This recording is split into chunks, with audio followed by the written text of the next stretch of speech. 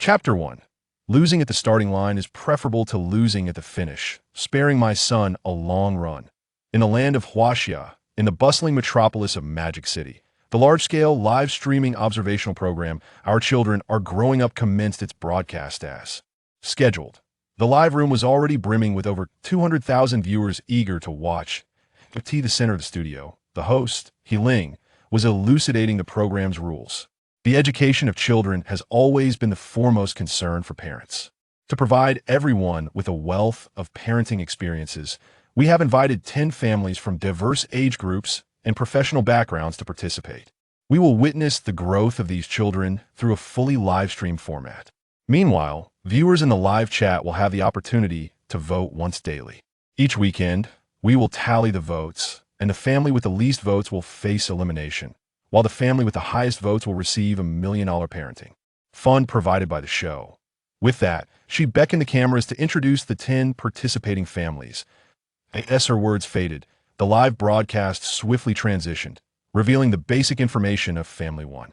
Father, Deng Bo, born in the 1970s, a national first-class teacher. Son, Deng Yuxuan, 11 years old, a 5th grade student at a normal school affiliated with the teachers. College. Participation Declaration.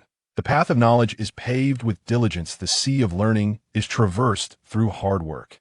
In the frame, a large figure and a small one were seated at a desk. At that moment, the son, Deng Yuxuan, was deeply engrossed in writing, his gaze focused and his movements deliberate. Meanwhile, his father, Deng Bo, was inspecting his completed homework, occasionally nodding in approval. The atmosphere was thick with a sense of scholarly dedication, with reference books piled high against the walls and even finished drafts stacked in a substantial heap. Compared to the chaotic scenes often witnessed in other households during study time, this tableau was strikingly harmonious. Upon witnessing this scene, the live chat erupted with fervor. Alas, other people's children do their homework with such diligence, while mine is a whirlwind of chaos. What a remarkable child! When my child does homework, I have to repeat my own flesh and blood hundreds of times to suppress the urge to strike him. Such a hardworking child will surely achieve great things. Isn't the state advocating for children? This is precisely what I desire. Haha. Does logistics really deliver that quickly? You all are calculating so well I can hear you from Cloud City. I must ask, how can one make their child so obedient when doing homework? I'm eagerly awaiting your response. Amidst the lively banter, the screen transitioned to Family 2. Mother, Yulan, born in the 1980s, a full-time housewife. Daughter, Tian Miao Miao, 9 years old. Participation Declaration. Reading thousands of books pales in comparison to traveling thousands of miles. I aim to take my daughter around the world. Unlike the live footage of Family 1, the second family presented a travel vlog showcasing their journeys. The vlog featured the mother and daughter exploring numerous locales, both domestic and international, from bustling cities to quaint villages, and from picturesque lakes to exotic landscapes. The visuals were both heartwarming and breathtaking, complemented by the melodious background music synonymous with a march of resignation, causing the live chat to explode with excitement. Wow, the world is so vast, I want to see it too. Don't joke, I just got paid. A song of la la la la la. And suddenly, I owe 98,000 on Huawei. Oh dear, I shouldn't be watching this at work, it might give me wings. For those considering resigning, please remain calm and reflect on what remains to be sorted. Just the boss left to deal with. A brief segment of less than a minute from the travel vlog ignited a flurry of discussions among netizens. However, as this was a parenting show, alongside the admiration, some parents voiced contrasting opinions. Your child is already 9 years old, gallivanting everywhere instead of focusing on studies. Prepare for tears when she fails to get into a good school. As this comment appeared, many viewers belatedly noted that the introduction for the second child did not specify her school. The idea of frolicking around in an age when she should be studying was indeed perplexing to many parents who felt it could hinder her future. Just as they began to type their rebuttals, the response from the second mother appeared first. Why child studies at a private school abroad? There are no entrance exams, and the family's accumulated wealth allows her to succeed without relying on grades. This reply rendered the netizens speechless. How could they forget that only the children of ordinary families rely on education to alter their destinies? It stings. College entrance exams are not the watershed of life, the umbilical cord is. The disparity in class perception is rather ironic. Some are born into affluence, while others are destined for toil. It's a bit disheartening, off to buy a pack of cigarettes, neither taking the elevator nor the stairs. The live chat displayed a collective unraveling of emotions. Thankfully, this atmosphere did not linger for long. The screen shifted to Family 3, then Family 4. From Family 1 to 9, each family candidly showcased their unique parenting philosophies. Some embraced a laid-back, less-is-fair approach, allowing their children to grow freely, while others were staunch in their insistence on rigorous study, pushing their children to their limits. There were also those who opted for unconventional paths, pursuing international or artistic athletic routes. Almost every conceivable parenting method was featured, opening the eyes of many parents and providing them with valuable insights.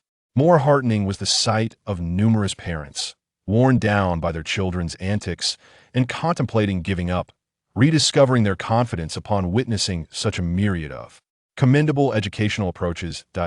In today's commodified educational landscape, it is not merely the children who are tested, but also their parents. In the studio, the three expert judges, upon observing the feedback in the live chat, nodded in satisfaction. This is the attitude that parents should embody: earnest, responsible, and prioritizing their children's education. If all parents were like this, the future of the nation would undoubtedly be graced with more pillars of society. This moment, the parents in the live room were invigorated, eager to glean more parenting wisdom. They fixated on the screen, eagerly anticipating the arrival of Family 10. As the scene shifted, the screen began to display the basic details of Family 10. Father Cheng Shuo, born in the 1990s, profession Nobel laureate in literature. When the phrase Nobel laureate in literature appeared, the viewers were taken aback. No wonder they saved the best for last. The anticipation was palpable. However, their astonishment lasted but a moment before they burst into laughter at the subsequent text displayed. Reader of the Nobel Prize in Literature. Resume submitter to Fortune 500 companies. Participant in billion-dollar lottery projects. A micro-influencer with 0.001 million followers. Serve as a special forces soldier for 3 years in counterattack. Son, Cheng Shuo, 7 years old, a student at a workers' children's school. First grade. Participation declaration. Losing at the starting line is preferable to losing at the finish, sparing my son a long run. This impressive lineup nearly overwhelmed the screen's display capacity, almost obscuring the details of the son and his declaration. Expecting something monumental, they instead received a comical twist. The live chat exploded once more. Others boast their most esteemed professions, and you should take a look at what you've written. You've written a lot, yet it feels as if you've written nothing at all. This is hilarious. My friends, is he serious about being a special forces soldier in counterattack? Out in the world, one's identity is self-assigned. Just asking which of his claims is untrue. Indeed, even a national first-class debater would concur. The most amusing part is his participation declaration. What a beautiful state of mind. Chapter 2. Post-examination interview. Is the pressure intense this time? Child brother. Not as great as the pressure of not achieving an A. The audience watching the live broadcast consisted not only of parents, but also of those eager to join in the excitement. The earlier families were quite conventional, but suddenly, an unconventional character emerged, creating undeniable entertainment value. While the viewers found amusement, the expressions of the three experts in the studio were far from pleasant. They exchanged glances, ultimately concluding that Father Cheng Shuo was merely seeking attention with his antics. Despite their dissatisfaction, they chose to endure and continue watching. After introducing the basic information, a young man appeared on screen. He was strikingly handsome, with a clean and refined appearance, and his gold-rimmed glasses lent him an air of scholarly sophistication. At first glance, it was impossible to connect his demeanor with the earlier humorous introduction. The contrast between his appearance and personality was already stark. But what was even more shocking were his subsequent actions. In the footage, Cheng Shuo held a plastic slipper in one hand while grasping his son, Cheng Shuo, Li's chubby little hand with the other. It was evident to any discerning viewer that this was a precursor to punishment. The barrage of comments erupted again. The child brother must be quite mischievous to provoke such a reaction from his dashing father. Perhaps he was reluctant to do his homework. A good spanking would suffice. Some suggested replacing the slipper with a more formidable weapon, perhaps a Seven Wolves brand slipper, dipped in iodine for added disinfection while delivering punishment. Those who thrived on the spectacle seemed oblivious to the potential consequences their comments might have on children discovering the darker side of the internet. As the viewers continued to stoke the flames of excitement, the three experts in the studio breathed a sigh of relief upon witnessing the unfolding drama. Initially, they had assumed that Father Cheng was rather eccentric, but it soon became apparent that their assessment was mistaken. A father willing to discipline his child could not be too far from the mark. While physical punishment is not ideal if it serves an educational purpose, a few swats could be justified. Furthermore, using a plastic slipper seemed to emphasize the deterrent aspect rather than inflict severe harm. Both the experts and the viewers speculated that Cheng Shuo must have done something wrong or neglected his studies to warrant such punishment. No one seemed particularly concerned. They were simply enjoying the unfolding spectacle. However, when they heard Cheng Shuo and Amp, Oppo's next words, a wave of confusion washed over everyone present. How'd I end up with such a useless son? Your gaming skills are pathetic. What good is studying when you still end up a failure at gaming? Host Ling, the three experts, viewers? A flurry of question marks flooded the screen, and the comments fell silent for several seconds before erupting again. What on earth? What do you mean studying is of no use? A failure at gaming is still a failure? Is this something a father would say? They found it hard to believe that any father would express such sentiments.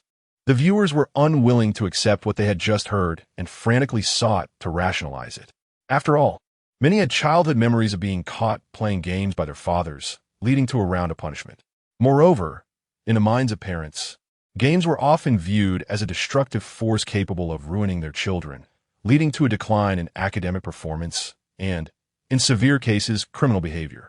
Many parents went to great lengths to prevent their children from engaging with games, often prohibiting even the use of mobile phones. Now, a father who discouraged his child in Oppo's studies in favor of gaming seemed utterly implausible. They would rather believe they had misheard than accept the reality of such a father. The three experts in the studio shared similar sentiments. While they did not doubt their hearing, they refrained from voicing their opinions, hoping for a twist in the narrative. Unfortunately, their hopes were dashed. In the footage, Cheng Shuo raised the slipper high, exclaiming, "If you hadn't died earlier, wouldn't we have one? Why didn't you listen to me? I told you not to rush in. What's wrong with you?" With each question, the slipper came crashing down onto Cheng Shuo Li's small hand. As he cried, he pleaded, "Daddy, I don't want to play anymore. I want to do my homework." Cheng Shuo Li's sobs were heart-wrenching, yet his father remained indifferent. "What homework? Grab a rifle and follow your father into battle. I will help you turn the tide." Ignoring his son's cries, Cheng Shuo dragged him back into the fray with unwavering determination. Upon witnessing this scene, the viewers were utterly bewildered.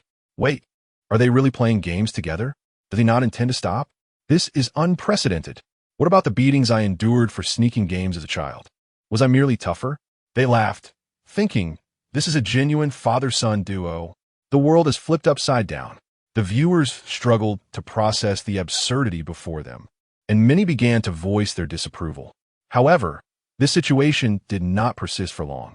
The conventional parenting program had become tiresome, and this unexpected turn of events intrigued many, especially the segment showcasing Cheng Shuo and Amp, Oppo's pressure on his son, which resonated strongly with avid gamers. Furthermore, the stark contrast of Cheng Shuo and Amp, Oppo's tearful cries of "I don't want to play games. I want to do my homework" heightened the entertainment value, leading to an explosive reaction online as countless viewers found themselves in stitches. Hahaha, this child may have never desired to study as fervently as he does now. Compared to the pressure from his father in the game, the pressure of studying pales in comparison. How could the pressure not be immense? If I perform poorly, I face real-world consequences and must call out to my father. The laughter spread, culminating in a shared sentiment. Is the pressure intense this time?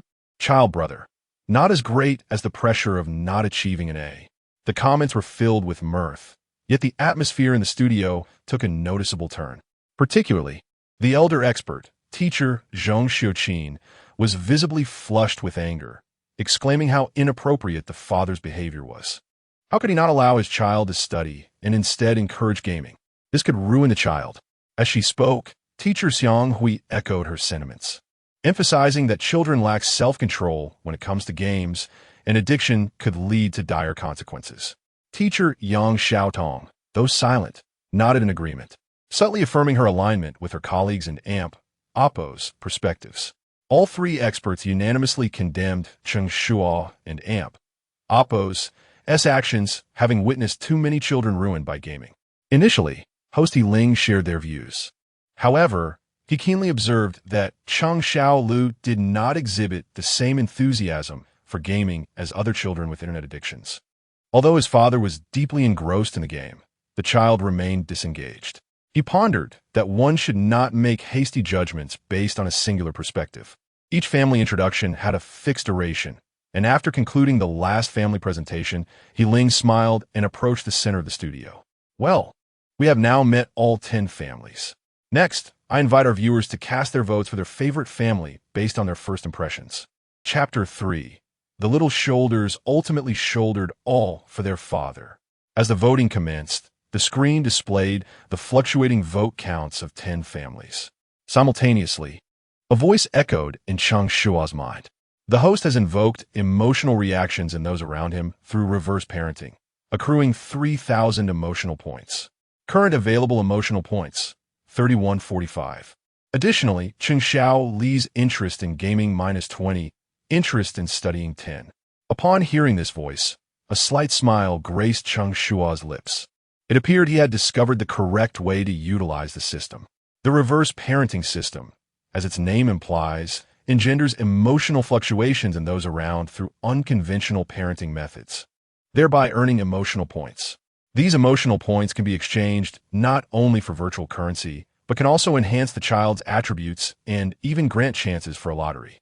Although being suddenly thrust into fatherhood due to his transmigration felt somewhat impolite, upon reflection, it spared him the burdens of marriage, car purchases, housing expenses, and dowries. For Cheng Shuo, this was an undeniable windfall. He accepted the reality of fatherhood without any psychological burden. Furthermore, he possessed a golden finger. Just a single live broadcast teaser had garnered him over 3,000 emotional points, equating to more than 3,000 in currency. He could scarcely fathom how cheerful he would become as a father after spending more time in this program. He reaped financial rewards while his son gained abilities. Together, they envisioned a promising future. The first round of voting concluded swiftly. Although the live stream of Cheng Shuo and his son brought joy to the viewers, it was evident that their approach, being more educational in nature, would not garner substantial support. Out of nearly 100,000 votes, they received only a little over 1,000, ranking them last overall, even behind the Tiger Dad family, which espoused the belief in tough love. Cheng Shuo remained unfazed by this ranking, acknowledging that his methods indeed defied convention. However, he had already proven through practice that this reverse parenting technique was effective, and once the viewers grasped its essence, the vote count would surely rise. Even if they failed to comprehend, Cheng Shuo had his own methods to remain relevant in the program. In his previous life, he had been a streamer, adept at engaging audiences. Voting was not solely based on parenting style. As long as popularity surged, support would follow. The production team would not be foolish enough to eliminate popular contestants. Cheng Shuo felt reassured and prepared to unleash his creativity. After the voting concluded, the live stream shifted back to host Ling. Following a brief introduction, the audience gained a clearer understanding of each family. Next, they would delve into their lives. Each family was assigned an independent live stream room, allowing viewers to enter the corresponding room to watch and vote for their favorites. No sooner had she finished speaking than 10 split screens appeared, each corresponding to one of the 10 families. It is worth noting that the audience comprised not only parents seeking insights, but also numerous viewers reveling in the spectacle. Thus, despite Cheng Shuo and his son's lower voting rank, it did not diminish the popularity of their live stream. As soon as the streams divided, 30,000 viewers flooded in to watch live. With so many viewers, Cheng Shuo felt the pressure, urging his son to rise to the occasion. In this battlefield of father and son, with the father charging ahead, How could the son lag behind? They needed to push forward. Cheng Shuo's fingers flew across the keyboard. His eyes glued to the screen as if he might dive into the computer at any moment, consumed by excitement. In stark contrast, Cheng Shuo wore a despondent expression, utterly disheartened. His nose was red from crying, and the tear stains on his face had dried. The little boy, already pitiable, was forced to muster his spirits to keep pace with his father and Amp, Oppo's enthusiasm. This dramatic scene sent the comments section into a frenzy. Hahaha. Hiding behind Dad to bask in paternal love is simply impossible. I and Amp, Oppo's you never seen a child so unwilling to play games, longing to do homework instead. What a rare phenomenon. Originally destined for a mediocre university, yet somehow pushed by his father into the ranks of Peking University. Is it true that gaming partners must now be self-produced? Yes. Self-created commanders are to be trusted, and scolding is a joy. If having children ISN and Oppo's for amusement, then what purpose do they serve? The little shoulders ultimately bore the weight for their father. While the viewers found amusement, Cheng Shuo could no longer withstand the pressure and began to wail. I don and Amp. Oppo's. Do you want to play games? I want to do my homework. His cries resonated throughout the room. Any normal father would have chosen to indulge such a plea. Yet Cheng Shuo was anything but conventional. He pointed at his son. Stop wailing. If you continue, I'll send you to Panhong. Not interested in duo play? Then let's go solo. He offered no opportunity for refusal, switching modes and targeting his son directly. Bang! Bang! As soon as Cheng Shuo peeked out, he was immediately eliminated. After being defeated 5 or 6 times in succession, he broke down. Wah, please stop. I can't win. I don't want to play anymore. His cries escalated, accompanied by frantic kicking. Every cell in his body screamed in resistance. He attempted to awaken paternal affection through his tears. Yet Cheng Shuo's love was evidently scarce. Come on, continue. The program My Family Has a Growing Child was strategically scheduled for the prime time slot of 8 o'clock in the evening to attract a larger audience.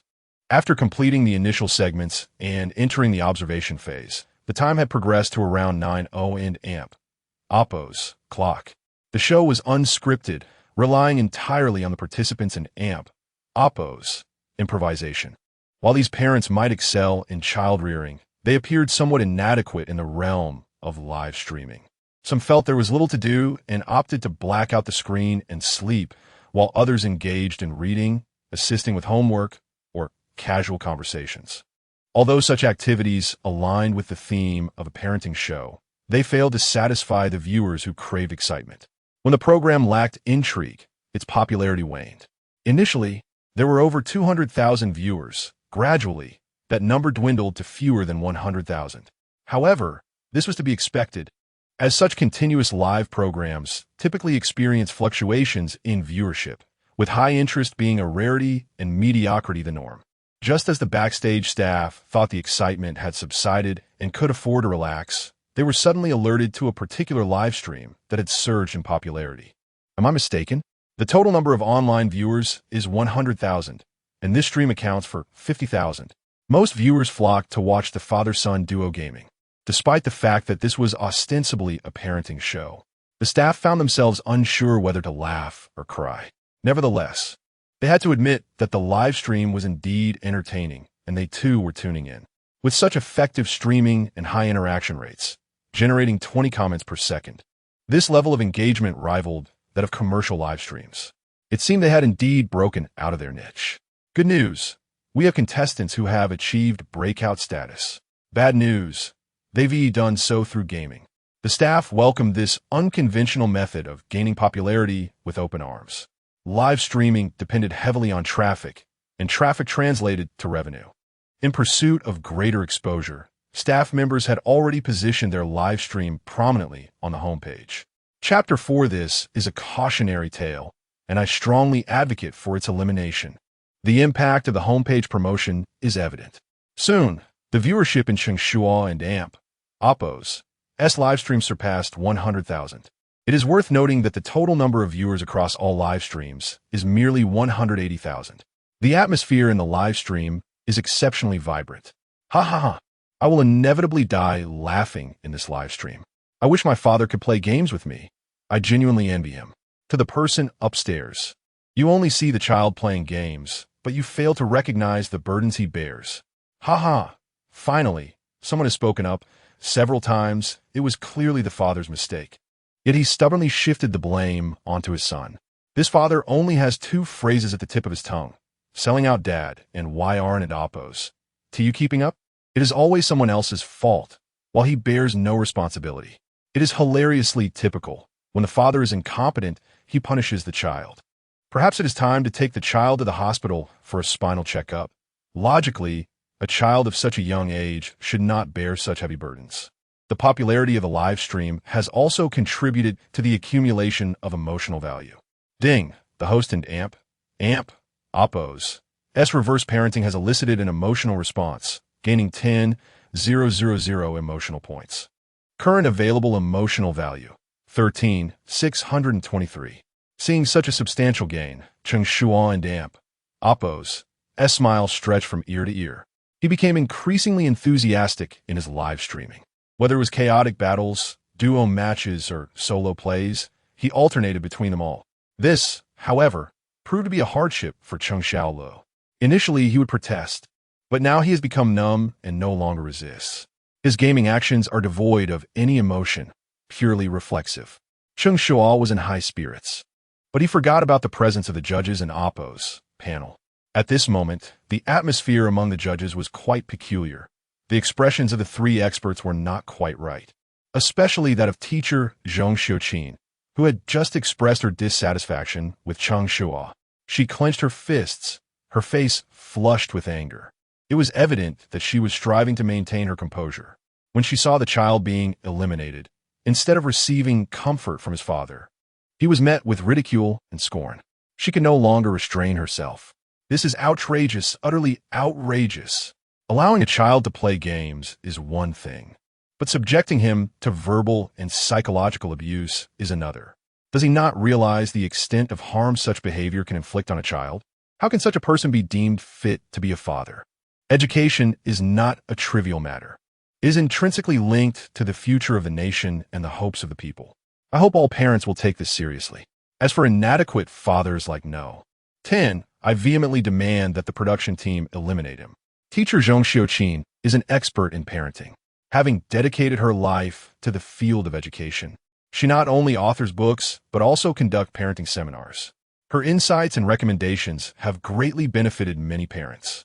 She is held in high esteem within the parenting community, and many parents have become aware of the program because of her. Hearing her incisive remarks has incited the audience, causing netizens to respond emotionally and irrationally. Indeed, such individuals are unworthy of fatherhood. If one cannot bear the responsibility of education, choosing not to have children can also be seen as an act of kindness. This is absurd. Allowing a child to play games at such a young age, what future can he possibly have? Ridicule can lead to psychological issues for the child. Seeking attention is merely a ploy for fame. Once fame is achieved, they resort to live stream selling, an old routine. If we cannot tolerate this, how can we allow such a negative example to persist? The saying goes, a single stone stirs up 1,000 ripples. Teacher Zhong Xiuqin and Oppos, as comments not only cause an uproar on-site, but also stir the emotions of netizens in the live stream. To demand the elimination of someone within moments of the program and Oppos, as commencement is unprecedented.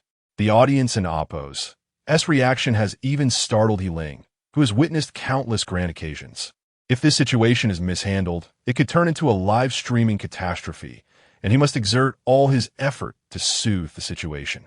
Teacher Zhong is correct. Educational issues have always been of paramount importance. However, I believe education should not lean too heavily in one direction.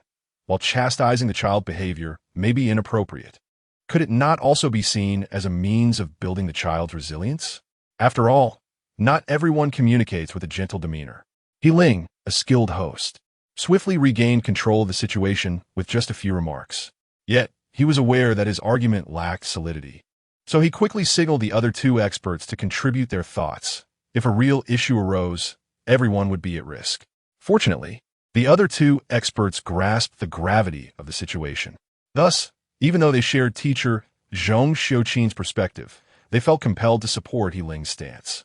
Indeed, the current emphasis is on joyful education, minimizing pressure on children, and providing them with a pleasant childhood is commendable. Xiang Hui pondered deeply before uttering such a statement. As for why Cheng Shuo mocked his son, he couldn't devise an excuse, so he chose not to mention it.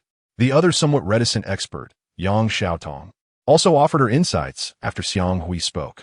Although engaging children in gaming may be inappropriate, what I observe is companionship. Many parents are exceedingly busy, their time occupied by a myriad of responsibilities. Forget about playing games with their children. Some parents hardly have time for meaningful conversations. When asked, they respond with busyness. And when pressed further, they state it is for creating better conditions for their children. But is this truly what children desire? Merely posing this simple question rendered the barrage of comments silent. Countless parents began to reflect on whether they spend sufficient time with their children. Yang Xiaodong continued. From what I know, many families face a common issue, a lack of closeness between parents and children. It is often heard that parents complain their children retreat to their rooms upon returning home, ignoring them. What causes this? Firstly, insufficient companionship. Secondly, a desire to avoid parental nagging. However, I believe the most critical factor is the absence of shared interests between parents and children. Without common interests, how can there be topics to discuss? How can they foster closeness? Is communication limited to inquiries about grades and lunch menus? Therefore, in my view, while playing games with children may not be ideal, it can serve as a means of both companionship and communication. I believe there are merits to this approach. As for the pressure and criticism children face in gaming, I must admit that many players hurl far worse insults than this father.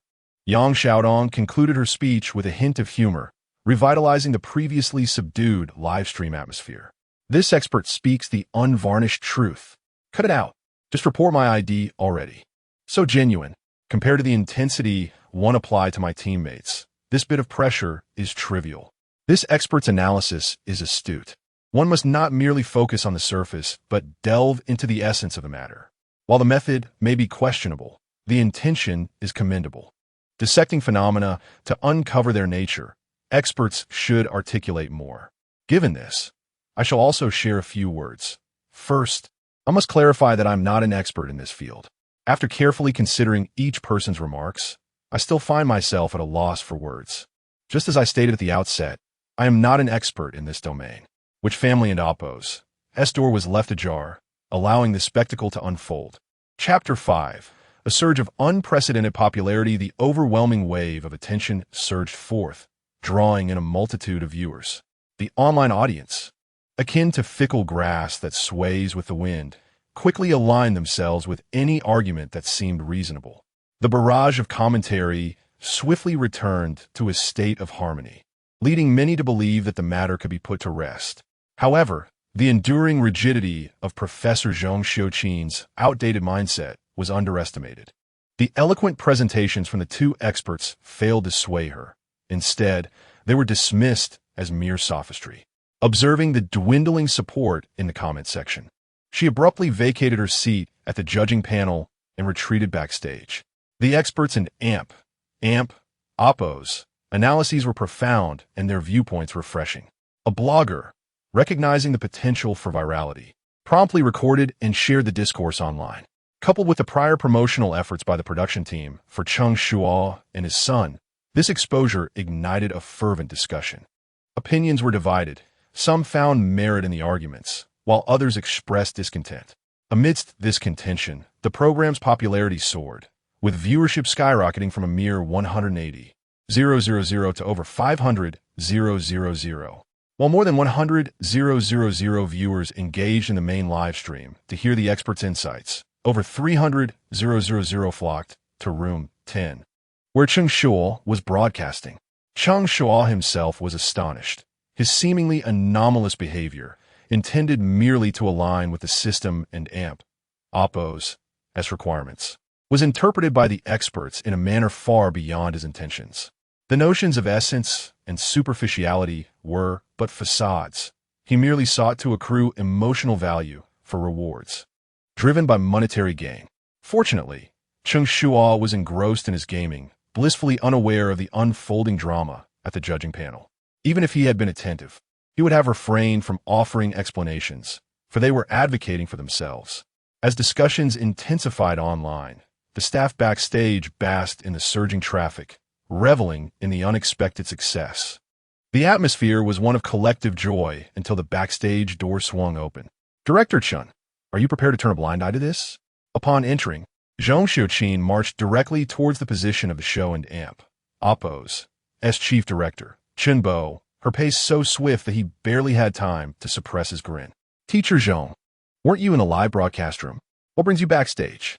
Chun Bo rose, intending to offer her his seat, but Cheng Shuo stood resolutely before him, her composure unyielding, leaving him no choice but to awkwardly stand alongside her. "What am I here for?"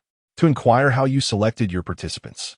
In what way do the actions of that father and son align with the program and Oppo's mission? What educational value is derived from allowing children to engage in gaming?" Her barrage of questions left Chun Bo at a loss for words, unable to mount any defense. Yet what could he say? The production team had indeed aimed for a diverse selection of participants, encompassing both commendable and less favorable examples. Cheng Shuo and his son were initially designated as cautionary tales, intended to highlight the merits of other families. Such expendable contestants would naturally be eliminated through the regular process. Yet, who could have anticipated that the least favored pair would achieve such widespread acclaim? With the live stream and amp, Oppo's popularity surging and discussions flourishing online, trending on social media was merely a matter of time.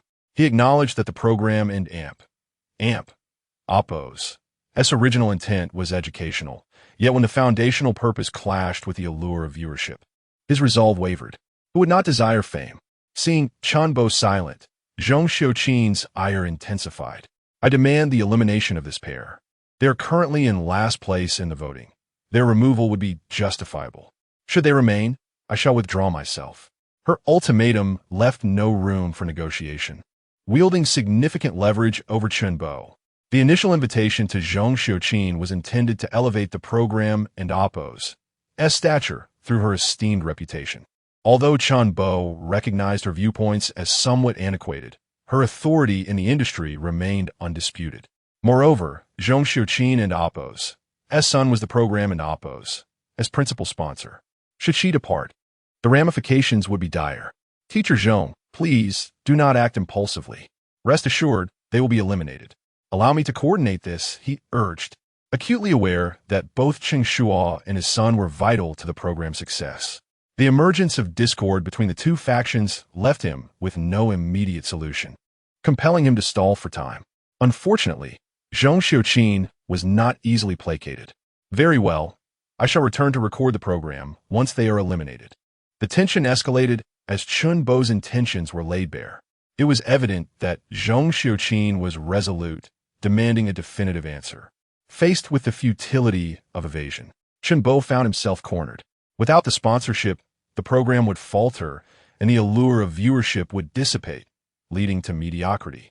After weighing the pros and cons, he reluctantly concluded that they must eliminate.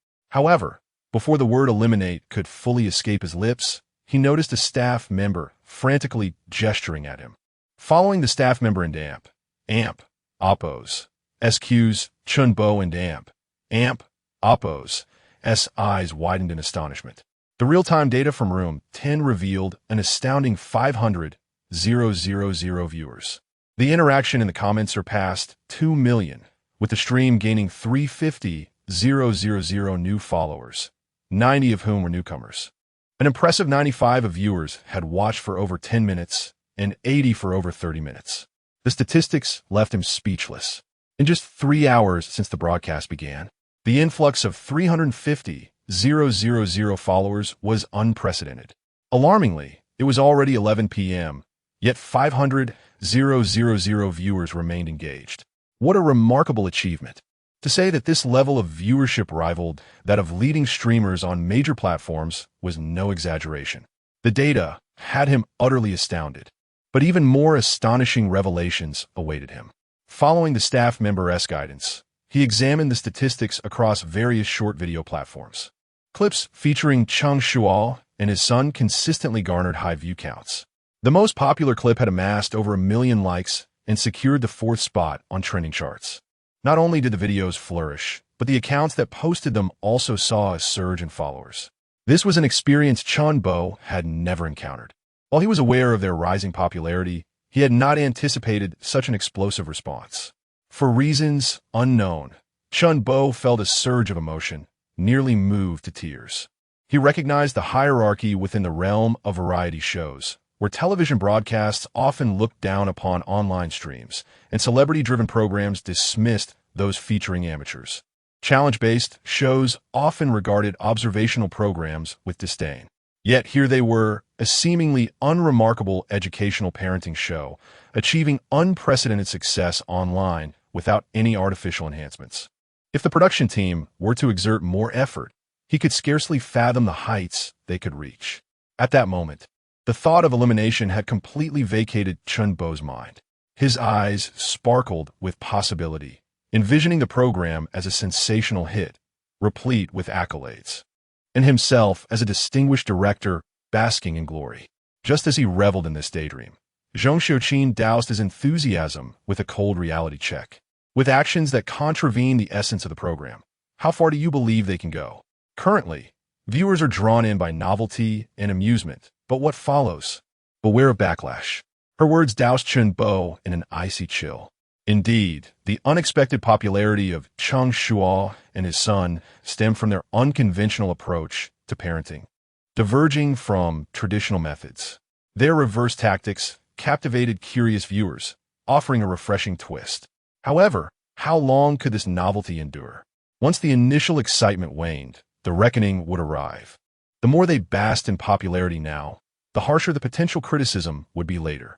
In this back and forth, the cost could indeed outweigh the benefits. However, he was reluctant to relinquish the immense traffic at hand. After much contemplation, Cheng Shuo could only say, "Teacher Zhong, please return home early today to rest. I assure you, I will provide you with a response first thing tomorrow morning." Chapter 6. It was only after stepping out from beneath his father and Appo's as protective umbrella that he discovered there was no rain outside. The disputes in the background did not affect Cheng Shuo in the slightest. While he was engrossed in his game, a notification chimed at his ear. Ding! The host in Appo's reverse parenting has triggered a substantial emotional reaction, earning an emotional value of 100,000. Current available emotional value 114,600 simultaneously. Cheng Xiaolu has completed the achievement of -100 in gaming interest, earning a physique boost of 1. Hearing that he had suddenly accumulated 100,000 emotional points, Cheng Shuo was genuinely taken aback. Upon further investigation, he discovered that the videos of him playing games with his son had gone viral online. Although the voices of support and dissent were evenly split, the vastness of the internet meant that even a few comments from each person resulted in a massive influx of emotional points. This sensation felt akin to money falling from the sky. However, Cheng Shuo was perhaps too quick to revel in his success. His remarkable rise had likely encroached on others in Appo's interests, prompting a swarm of detractors. In the live comments, initial critiques came only from parents with differing views. Gradually, unfounded vitriol began to surface. Some accused him of exploiting his son for publicity, while others suggested that the live stream was scripted to deceive viewers. There were even claims insinuating that Cheng Xiaolu was not his biological child, which supposedly justified his poor parenting. The sight of such disparagement ignited a fury within Cheng Shuo, while he could overlook the rest. The suggestion that Cheng Xiaolu was not his flesh and blood was utterly intolerable. With their strikingly similar features, who could doubt their blood relation? As for the pressure he placed on his son during gaming, it was all to help him break free from his gaming addiction. When he first arrived in this world, the boy was utterly obsessed with playing games. His eyes were on the verge of exhaustion. If not for the system's insistence on taking a contrary approach, he would be just as overwhelmed as other parents. Cheng Shuo, fueled by anger, resolved to finish this round swiftly in the live broadcast and confront the detractors. However, it was getting late, and his son needed to prepare for school the next day. As Cheng Shuo contemplated ending the stream, Cheng Shuo, whether overwhelmed by the pressure or feeling wronged after being eliminated by an opponent, suddenly expressed his emotions. Grabbing the keyboard, he slammed it down, declaring, "I'm done. I won't play anymore. If I continue, I'll be your son." His teeth gritted and little fists clenched. His round eyes glared at Cheng Shuo with indignation. This display left no doubt that if Cheng Shuo uttered a single word of continue, the boy would clash with him fiercely. Whether or not that clash would take place was uncertain, but the viewers found this scene immensely amusing. Hahaha, he and Oppos, as furious, in a fit of rage. He declared a vow of defiance. "You and Oppos, his son already. That oath is meaningless, so let us redo it. Little bro, uncles and aunts Aaron and Oppos, targeting you. We're just devoid of manners. This is too funny. Today's joy comes from you, little bro. I'm not just watching for free. I'll give you a thumbs up. What good is a thumbs up? Voting is what truly matters. If they don't advance, everyone here bears some responsibility. Today's votes are gone. Tomorrow and beyond belong to them." Agreed. As soon as the voting opens, I'll cast my vote. The viewers continued to revel in the spectacle. Only Cheng Shuo felt a sense of satisfaction with his son's attitude. He was willing to resist and express his opinions. Unlike before when he was meek and indecisive, begrudgingly completing tasks even when unhappy. That lack of individuality was disheartening. This new assertiveness was far more commendable. "Don't want to play anymore. Fine, but I still need one more kill." That insatiable desire to win. Who understands the frustration of playing all night without a single victory? Similarly, he wanted to test whether his son had truly lost interest in gaming. "Then just kill me." Cheng Shuo did not hesitate, directly inviting his father to take action. In the past, such a request would have been inconceivable. The outcome pleased Cheng Shuo immensely. Yet, satisfaction aside, he still felt a mischievous urge. "All right, pick up the gun." Cheng Shuo looked puzzled, questioning the need to pick up the gun if he was to be killed anyway. While he verbally resisted, his body obediently complied with his father's command. As he controlled his character to grab the gun, a crispened amp, Oppos, click an amp, Oppos, echoed. Anyone familiar with gaming would recognize it as the sound of a bullet being chambered. Before he could fully comprehend the situation, boom! The explosive sound rang out, and the game character collapsed. It was evident what had transpired. Cheng Shuo looked at his father in disbelief. "Just kill me directly. Why make me pick up the gun first?" He had witnessed insults, but never such a humiliating experience. Expecting a modicum of remorse from his father, he was met instead with a mockingly playful gesture. Cheng Shuo mimicked the pose of aiming a gun, even theatrically blowing at the muzzle, declaring, "I do not harm the unarmed." Cheng Shuo was rendered speechless. A mix of emotions, confusion, helplessness, grievance, played across his youthful face.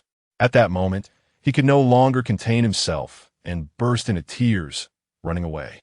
Humanity and Oppos' joys and sorrows are not universally shared.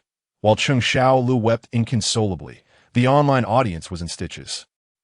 Is no one going to check on him? This is as amusing as an old lady crawling into bed. He is definitely his son. No one else would dare to play like this. 50 years later, a doctor would say, "Your father merely had a slight fever." What? Just a fever? After leaving his father's protective umbrella, he discovered there was no rain outside. Haha, had I known this would be so funny, I would have saved it for the Spring Festival Gala. Ding. The host's reverse parenting triggered an emotional response, earning an emotional value of 28,000. Current available emotional value, 142,400. As the broadcast came to a close, he managed to accrue an additional 28,000 emotional points. Though the amount appeared significant, he felt a dissonance between the earnings and the viewer count. Earlier, when the live stream had only around 200,000 viewers, he had garnered over 10,000 points. Yet now, with over 800,000 viewers, the emotional points amounted to merely 28,000. Who was pocketing the difference? Cheng Shuo pondered in confusion. However, after some contemplation, he grasped the situation. Emotional points were accrued through the influence his reverse parenting exerted on others. Not everyone resonated with his parenting style. Some merely tuned in to watch the spectacle. Thus, they remained unaffected. From this perspective, it was clear he could not confront those online detractors just yet. Their provocations would ultimately yield more emotional points for him. He had anticipated that having a system would make earning money easy, only to find it still quite frustrating. Forget it. For the sake of my Audi, my wife's Dior, and my son's Oreo, I shall endure. Quickly soothing himself, Cheng Shuo began to contemplate the expenditure of these emotional points. The system outlined various uses for emotional points. In addition to proportional exchanges for virtual currency, they could also be redeemed for attribute points or lottery chances. Redeeming virtual currency? That was not an immediate concern. He could wait until it was necessary. How about attribute points? Cheng Shuo Lu was merely 7 years old. Wouldn't it be better to let him develop naturally? That option was unnecessary. With those two options ruled out, only the lottery remained. Cheng Shuo wasted no time and decided to proceed. Do you wish to consume 100,000 emotional points for a lottery chance? Cheng Shuo decisively selected yes.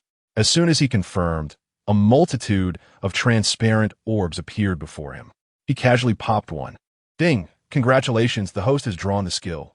Innocent words. Innocent words. Cheng Shuo and Amp. Oppos. His forehead was suddenly adorned with a large question mark. What kind of skill is this? Chapter 7. Many parents require time to come to terms with the fact that their children are merely ordinary individuals. Innocent words. Unrestrained candor. A skill exclusively for children. Emotional reactions can also accrue emotional value through innocent words. Upon reading the system's explanation, Cheng Shuo finally grasped the concept. It was simply speaking without a filter. This skill suited him quite well, as he often spoke indiscriminately. However, giving it to his son, Cheng Shuo felt its utility was limited. After all, the most outrageous thing he had ever heard his son say was, "If you keep playing, I'll be your son." Lacking any real impact, it was almost humorous. Compared to his own tendency to center conversations around parental figures and relatives, it was hardly in the same league. Nevertheless, since he had drawn it, he might as well bestow it upon him. After all, the system did not permit its use by himself. Spending 100,000 emotional points to acquire such a seemingly useless skill left him with a vague sense of futility, if not for the extra benefits his son might gain. He opened his son's attribute panel. Name: Cheng Shuo. Age: 7. Physique: 92. Average. Intelligence: 95. Average. Articulation: 88. Weak. Reaction: 93. Average. Frankly, many parents need time to accept that their children are simply ordinary beings. Cheng Shuo was no exception. In his imagination, his son should be well-rounded, excelling in every aspect. Yet the reality was that Cheng Shuo Lu was just an average child. Physique: average. Mind: average. Reaction: average. Everything was quite ordinary, with articulation being notably weak. This was a crushing blow for a parent who aspired for their child to be exceptional. In truth, he should have realized sooner that when his son was reluctant to play games, he would repetitively declare, "I don't want to play. I want to do my homework." Such a limited vocabulary was concerning. Cheng Shuo could not bear it. Mere moments ago, he had hoped to let his child develop naturally. Now, he felt as if he had been slapped in the face. His child could not remain unremarkable. Exchange 4 points in articulation. Cheng Shuo was indeed willing to spend, exchanging all remaining 40,000 emotional points, leaving only a trivial amount. He rarely exhibited such generosity, yet the system was unyielding. Friendly reminder: attribute points can only be exchanged for 1 point at a time, with a cooldown period of 72 hours. This reminder left Cheng Shuo momentarily speechless. A limit on exchanges? As if that weren't enough, there was a cooldown period. Did the system truly believe everyone had an abundance of emotional points to cultivate their child into a genius? When one is a loss for words, they may unexpectedly chuckle. Well, at least he could exchange for 1 point. Exchange successful. Consume 10,000 emotional points. Articulation: 89. Weak. Although articulation remained in the weak category, he felt a slight sense of comfort. At that moment, Cheng Shuo recalled that when the interest in gaming was at -100, the system had also gifted him 1 point in physique. This was a valuable asset.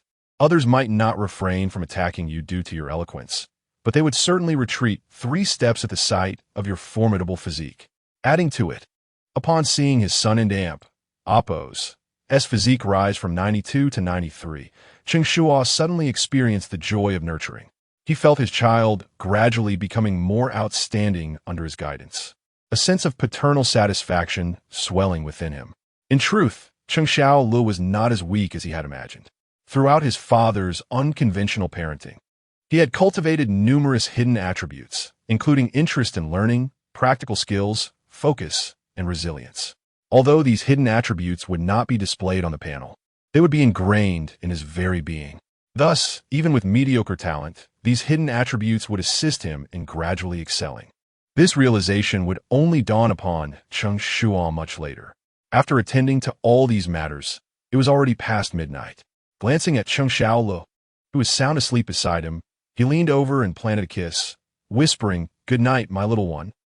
In a villa area of the bustling metropolis, Zhong Xiuqin returned home, still seething with unresolved anger. As soon as she stepped through the door, she could not contain her complaints, questioning how they could still hesitate. When the whole internet is criticizing, what will they do then?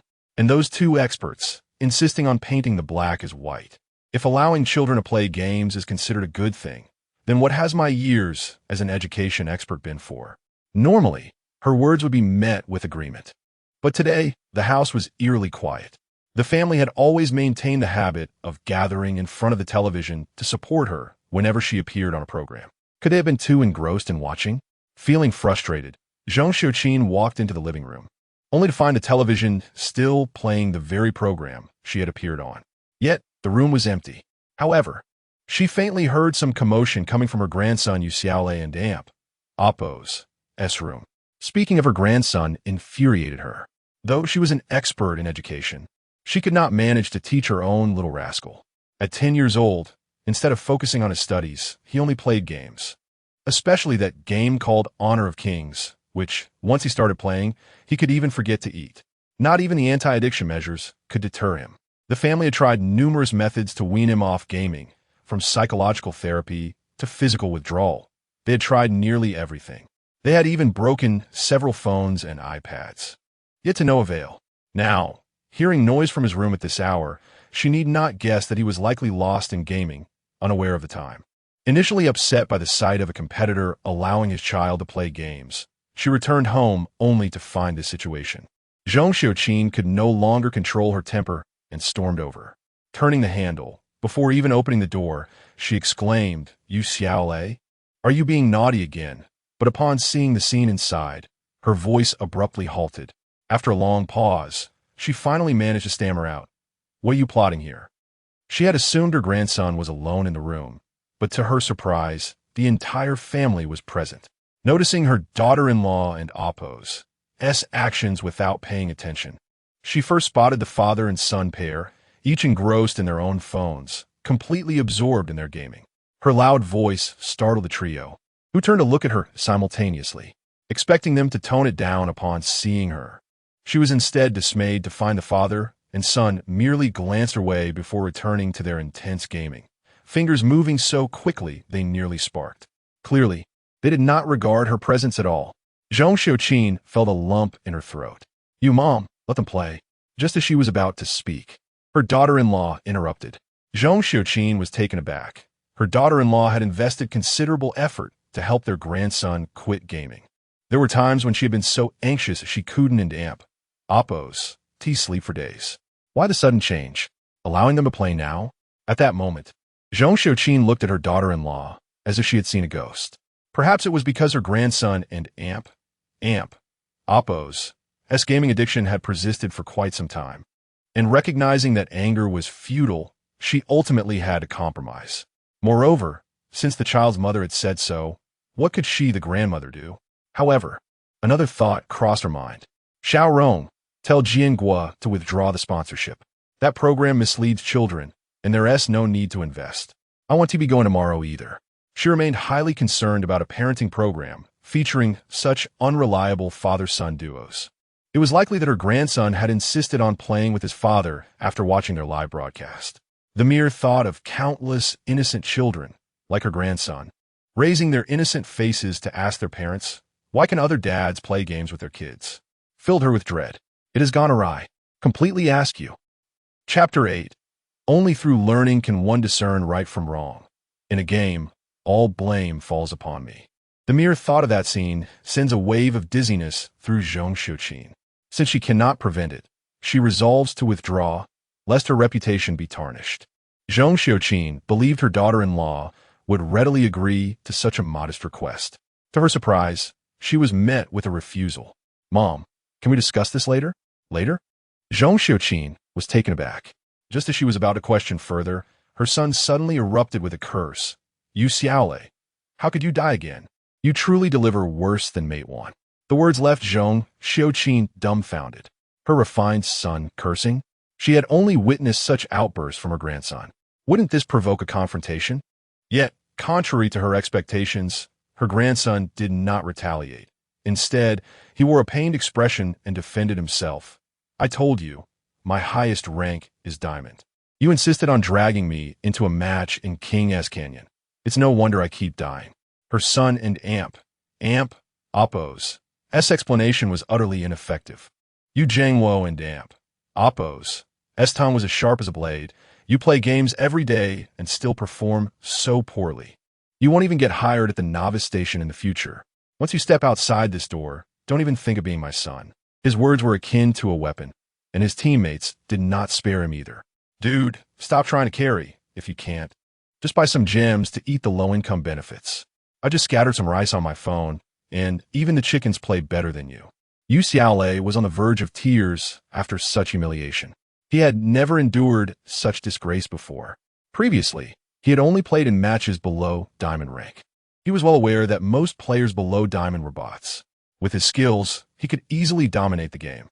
This led him to develop an inflated sense of invincibility.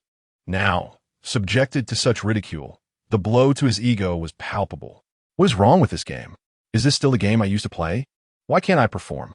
Yu Xiaolei began to doubt himself, tossing his phone aside and rolling around on the bed in a fit of frustration. His inability to accept reality made both Yu Jangwo and his wife exchange amused glances. Cheng Shuo was equally astonished to see her grandson in such a state. In the past, he would fiercely compete for the phone. Now he was the one throwing it away? Could it be that his father's gaming sessions truly helped him overcome his internet addiction? However, just as this thought crossed her mind, it was swiftly dismissed. "I don't believe it. Let us try again." One moment he was defeated. The next he was filled with renewed enthusiasm. Seeing her grandson pick up the phone once more, Cheng Shuo could not help but shake her head. "This is futile. It will never work." In stark contrast to her skepticism, Yu Jangwo and his wife were entirely supportive. "All right, let us do this again. We'll reclaim the stars you lost. You two enjoy yourselves. I'll just go cut some fruit and prepare snacks." Cheng Shuo, feeling both speechless and helpless, decided to stay nearby and observe just how far this family's antics would go. Over the next while, she witnessed firsthand the extent of the frustration that arises when one's hobbies are treated as a task. "Oh no, I lost another star. No witties, son. Let us go again. Dad, they're insulting me." "It's nothing. Just pretend they're barking at a dog."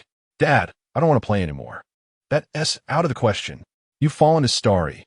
We must win it back. You can't sleep until we do." "Dad, stop playing. I have school tomorrow." "With the combined scores of your 3 subjects, you're not even close to my blood pressure. If you don't want to learn, then so be it." "Dad, the game isn't fun. I want to study." "Study? Being good at games is just as impressive." The dialogue between father and son continually reshaped Cheng Shuo's understanding. Her grandson and Appo's reaction was particularly shocking. She had witnessed him clash with the entire family over gaming before. Yet now, this once defiant child was uttering, "The game isn't fun. I want to study." Cheng Shuo rubbed her ears, fearing she had misheard. But the truth was undeniable. Not only had she heard correctly, but she also witnessed her grandson voluntarily handing over the phone he once cherished above all else to his mother. At this sight, Cheng Shuo's eyes brimmed with tears. The scene felt strangely familiar, reminiscent of a moment from a show. The lines were identical. The actions mirrored. Even the expressions of resistance were the same. In that moment, Cheng Shuo was momentarily engulfed in confusion. For the first time, she questioned her educational philosophy. How could both children be engaged in activities they loved and yet ultimately feel such aversion, even to the point of avoidance?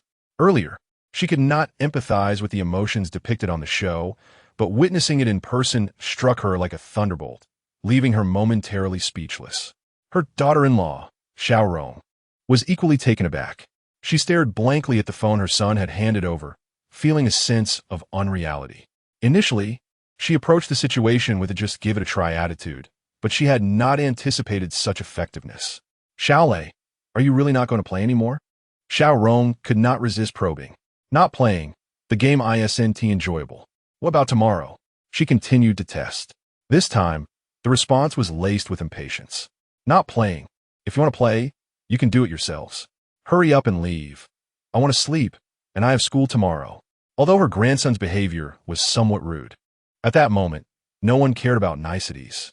Just as they were pushed out of the bedroom, Yu Zhangwo seized his mother's hand, his voice brimming with uncontainable excitement. Mom, you made the right decision to participate in this show. Did you see the change in that boy? This is priceless. Zhong Xiuqin nodded silently. Of course. She had seen it. She had longed for such a day. Just a moment ago, she had discreetly wiped away tears multiple times. It was indeed a hard-fought victory. As emotions surged, her tears flowed uncontrollably, prompting Xiao Rong to join in the sentiment. The atmosphere turned profoundly emotional. However, as is often the case, a spoilsport would inevitably emerge. Mom, did I just hear you say you wanted to withdraw the sponsorship for the show? Why? The mood shifted abruptly, shattering the emotional ambience. Zhong Xiuqin's expression shifted from tearful to crimson. This child truly knew how to put her in an awkward position. Should she confess that her dissatisfaction with the father-son gaming duo prompted her threat to withdraw sponsorship? Previously dismissive, she now meticulously examined every frame. Nothing could be more humiliating than this. You must have misheard. Mom meant to say you should increase the sponsorship. Sensing her mother-in-law's discomfort, Xiao Rong stepped in to alleviate the situation. She concluded with her thoughts, I believe this show deserves more than just online broadcast. Tomorrow, I'll speak with the director to see if we can allocate a channel for it. Working at a television station, Xiao Rong and Oppo's words hinted that the show indeed held great potential for success. This made Zhong Xiuqin's face flush even deeper. All her previous critiques about novelty and sustainability had merely been her own perceptions. Chapter 9. A father dives in to help his son overcome internet addiction. Zhong Xiuqin and Oppo's attitude underwent a profound transformation, while online debates escalated fervently. Fueled by the relentless provocations of the detractors. Playing the game occasionally is acceptable, but indulging in it daily crosses the line. Sneaking in some playtime at home is one thing, but participating in a televised event is utterly intolerable.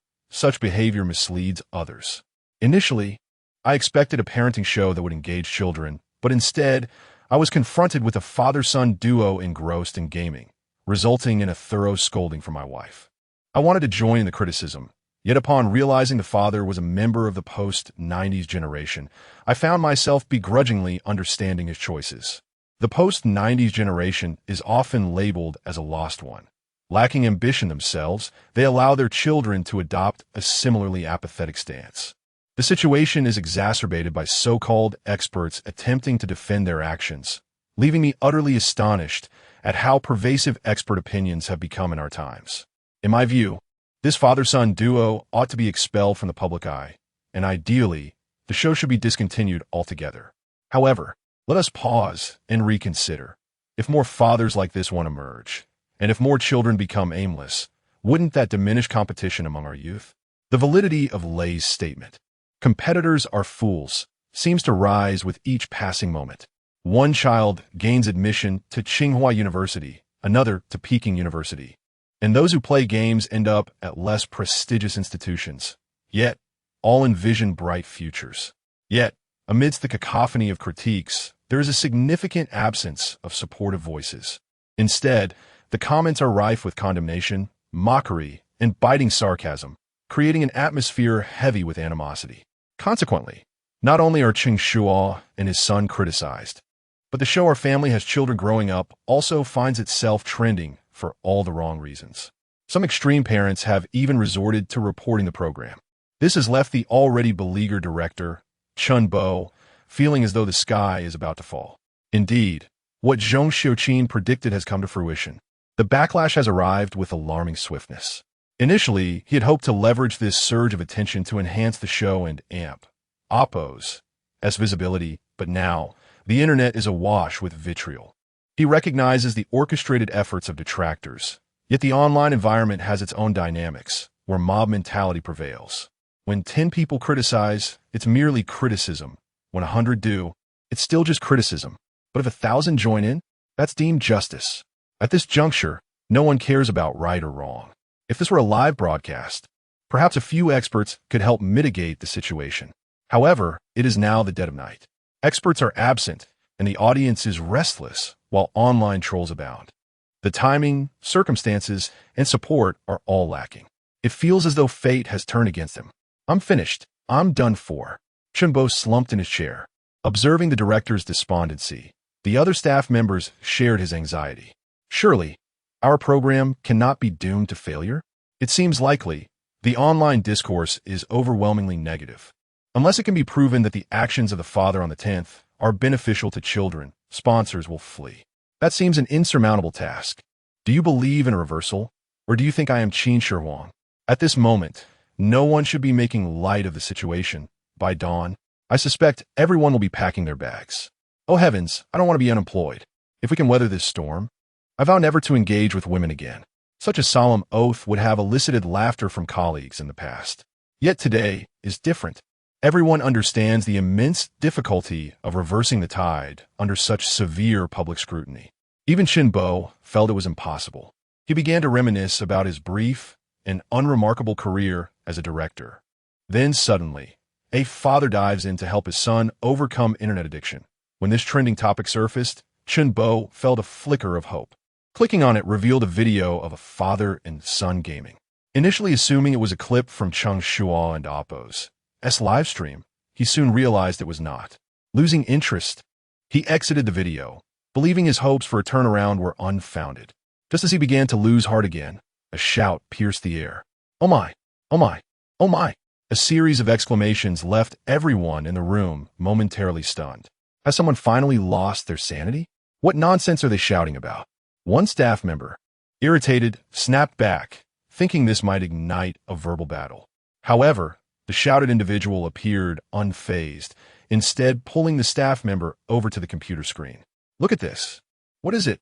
Initially dismissive, the tone shifted dramatically upon seeing the content, now infused with excitement. "Oh my!" Their reaction was even more exaggerated than the previous shout.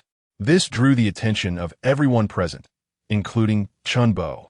Due to the exceptional quality and strong core of your program, our company has decided to increase sponsorship by 5 million yuan and will meet tomorrow at 8:00 and Oppo's clock to discuss naming details. In mere words, the group remained in shock for nearly 5 minutes. Am I dreaming? Someone pinch me. Slap. You really did pinch me. Amidst the playful chaos, reality returned to everyone. What is happening? At this critical juncture, the sponsor is not withdrawing, but is instead increasing their support? I don't understand. When did our program ever receive such treatment? Is this sponsor not aware of the online backlash? Have we truly stumbled upon a fortunate turn of events? Open your titanium-coated eyes and see clearly. The company that signed this is owned by Zhong Xiuqin's son. He doesn't surf the web, but surely Zhong Xiuqin can articulate his thoughts. Wait, isn't Zhong Xiuqin trying to withdraw sponsorship? What is going on now? Who should I ask? Everyone wore bewildered expressions, their minds racing to comprehend the unfolding events. Unable to decipher the situation, they all turned their gaze toward Cheng Shuo, the director. Surely he would have answers. Unfortunately, Cheng Shuo was no more enlightened than they. Just as he prepared to shrug and admit his ignorance, he recalled the trending topic he had seen earlier. Could this be the reason? He could think of nothing else that could sway his sponsor's heart. Perhaps his initial sense of impending fortune was not a mere illusion. Upon hearing this, everyone's attention returned to the trending list. In just a short span, a father dives in to help his son overcome internet addiction had rocketed into the top 3. The prior negative trending topics had vanished without a trace. This marked Cheng Shuo's second time clicking on the trending topic. The video still featured the father and son gaming, extending for a full 2 hours. As it played, Cheng Shuo noticed a top comment from the account. "Family, I can attest to its effectiveness. After a thorough thrashing, my son now fears the sight of games. Haha." The exuberance of the author was evident in the excessive laughter trailing their comment. Following this, countless other users chimed in with their own reactions. Is it true? Can we trust each other in the Huaxia community? Could this be the legendary case of using magic to defeat magic? Is it really this miraculous? I must try it. But wait, I don't have a son. Count me in for updates. If it works, I'll owe you one. Is it really effective? I'll save it for future reference. At least I'll have it on hand. Chapter 10. The most suitable parenting methods for Chinese babies. In the ensuing moments, the entire backstage fell into a silence so profound that one could hear a pin drop. Apart from the sound of the video playing, no other noises could be detected. Midway through the video, a staff member, unable to contain his frustration, exclaimed, "ISN and Oppos. This just like the father-son duo from the 10th episode? Why are we subjected to criticism while they bask in success?" His words were laden with resentment and a sense of injustice. As the tension brewed, it seemed likely that tears would soon follow. Indeed, it is evident that emotional terminators exist in every setting. Just as their sentiments were simmering, a voice emerged from the crowd. "You've got 2 eggs hanging beneath your brows. All you do is vent your frustrations without taking a closer look." Others only took such actions after watching the show, and they even tagged our official account. After a night of pent-up frustrations, the air was thick with resentment. Yet thankfully, everyone's attention remained fixated on the video. No one exhibited dissatisfaction. As articulated, the video in AMP, Oppo's creator not only tagged the program in AMP, Oppo's official account, but also shared a link to the live broadcast of Cheng Shuo and his son beneath the video. Clearly, this was an endorsement of the methods showcased in the video. This maneuver attracted a substantial wave of traffic to their program. To my astonishment, within just 1 day of its launch, the official account surpassed 1 million followers. Web programs often establish new accounts under their program and Oppo's name for promotional purposes, starting from scratch. The number of followers hinges entirely on the show and Oppo's appeal.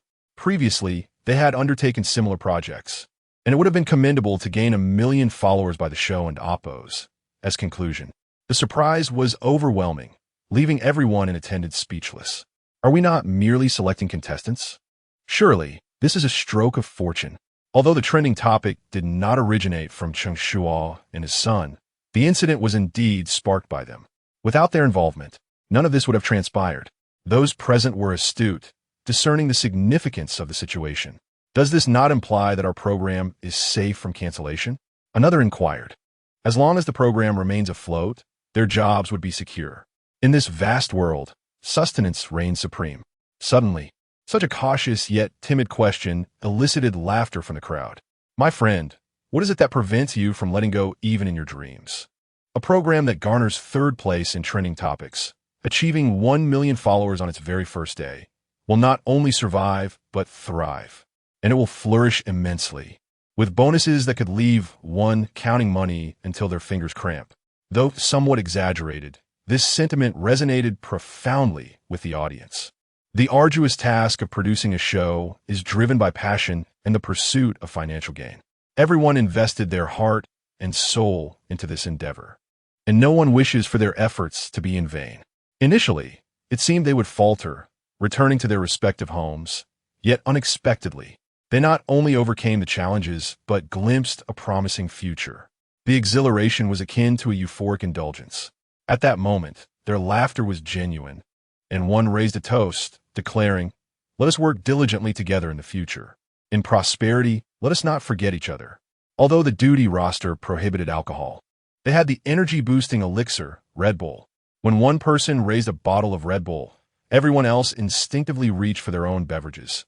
Coke, iced tea, and even thermoses filled with goji berries.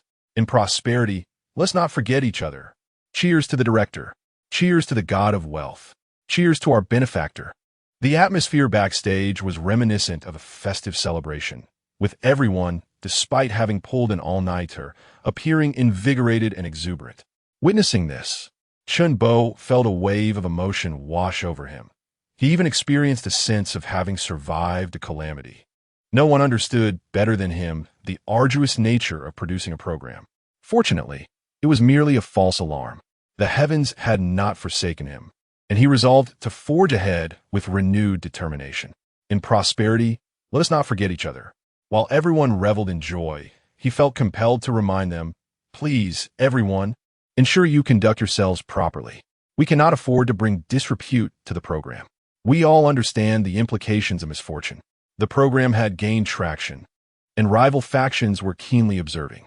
If, amidst this turbulent time, any scandal involving the crew were to surface, it would spell disaster. These are all young, impetuous individuals. A reminder is essential. Understood. We will safeguard the program and Oppo's reputation. I assure you, I will not be a hindrance. I have a girlfriend. I want an Oppo's tea. Who even asked you? Everyone responded affirmatively, without hesitation. Yet, perhaps due to the exuberant atmosphere or their elation, one individual dared to dissent. Wealth should not lead to debauchery. What then is the value of such wealth? Say what you will, but you're shouting rather loudly. Come here and say it to my face. Oh, I was just joking. You, young man, I recall you saying that if we weathered this storm, you would never engage with women again. I did not. You must have misheard me. Shall I replay the footage to jog your memory? As the commotion subsided, the program continued filming. The following morning, just as the clock struck 6, Cheng Shuo arrived at the studio. Not because she woke early, but because she had not slept at all. The events of the previous night had upended her understanding of parenting, prompting a night of introspection. Ultimately, she concluded that her views had been stagnant and traditional. Fortunately, despite her age, she was not one to cling to outdated beliefs. Acknowledging her shortcomings, she resolved to amend her ways. Thus, she arrived early at the studio, hoping to discover innovative parenting techniques by observing Cheng Shuo and his son's live broadcast. Ah, Teacher Zhong, you're here quite early. Have you eaten yet? Upon entering the studio, she encountered Cheng Shuo, who was preparing to leave. Seeing Cheng Shuo, a hint of embarrassment washed over Cheng Shuo. Just the day before, she had declared she would not return. Yet here she was, arriving even earlier than anticipated. Wasn't this akin to slapping her own face? In contrast to Cheng Shuo and Oppo's discomfort, Cheng Shuo appeared unfazed. His tone was casual. If you haven't eaten, there's breakfast available later. Only 2 families are up so far. We have time. No wonder he was capable of directing. A few simple words dispelled Cheng Shuo and Oppo's awkwardness, as if their previous disagreement had never occurred. Recognizing Cheng Shuo's tact, Cheng Shuo quickly seized the opportunity. All right, I'll grab something to eat before we start.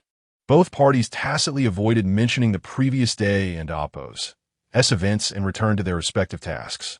Due to the trending topic from the previous night, the program and Oppo's recognition soared.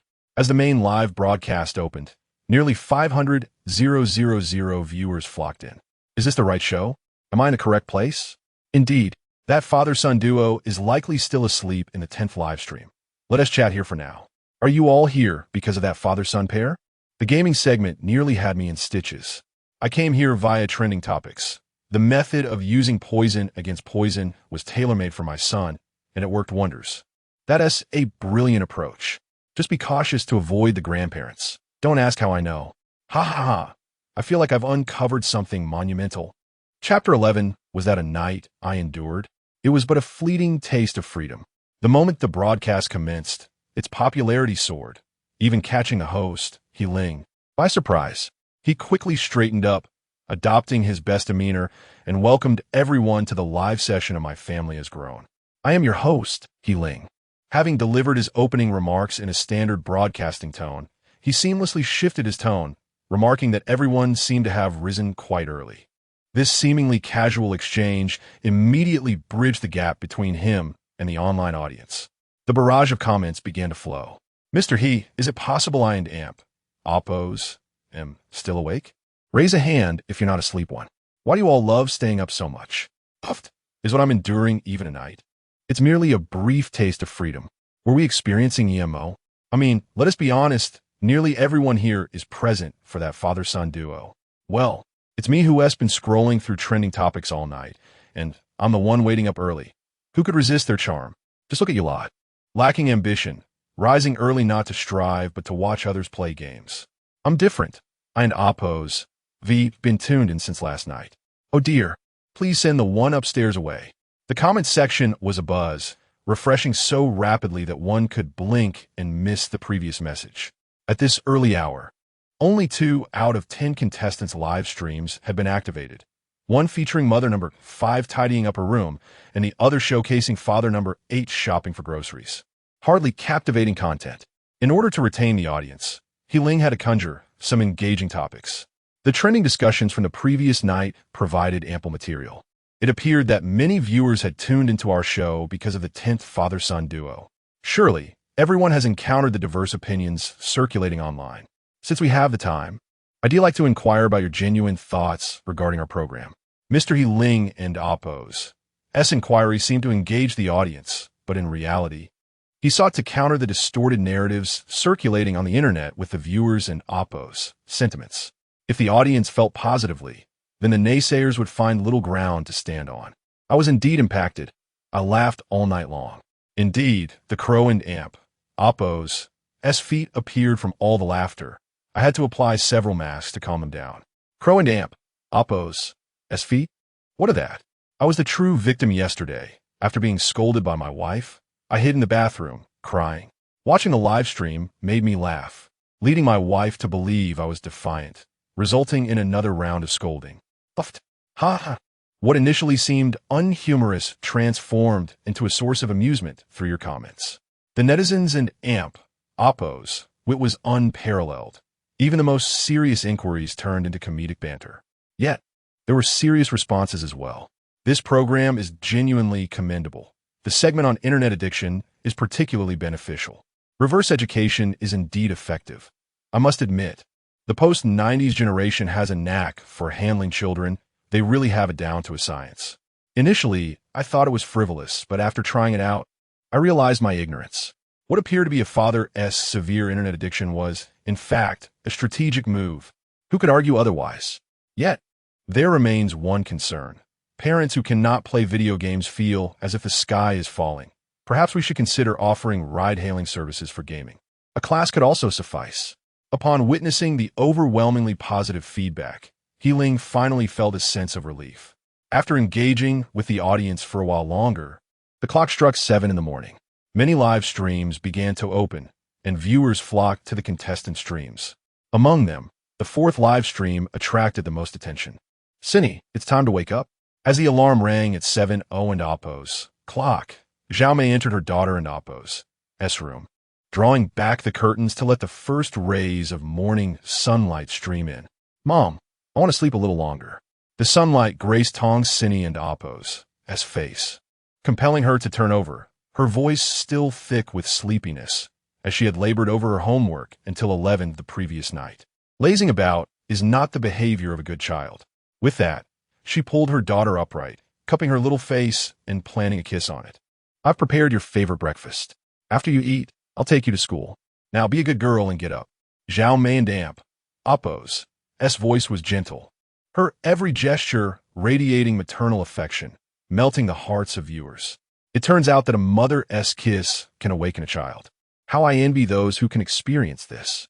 Without comparison, there's no pain. My mother would merely toss the blanket aside and order me to get up. You're fortunate. My mother would give me a mighty shove, a classic case of a fierce matriarch. Ha. Same world, same mother. I too desire such wake-up service. Dear mother, do you still need a child? Perhaps one aged 3 and 200 months? Upstairs, would you care for a lotus flower?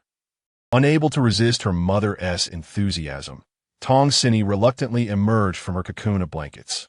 Just as she intended to find something to wear, Zhao Mei presented her with a beautiful dress. Cinny, how about wearing this today? I had it specially brought back from Hong Kong. It cost me half a month's salary. Gazing at the dress before her, Tong Cinny and Oppo's brows furrowed slightly. While many girls adore dresses, she did not share that sentiment. Her lively nature thrived on jumping and bounding. Wearing a dress would hinder even a brisk walk. Moreover, her classmates prioritized comfort and cost-effectiveness, often thrilled to find a satisfactory outfit for just a few dozen yuan. Yet, her dress cost several thousand, procured through a purchasing agent. This disparity made many classmates reluctant to play with her. "Mom, I don't want to wear a dress," Tong Xinyi attempted to refuse. Unfortunately, her denial bore no fruit. "No way. How could you not want to wear it?"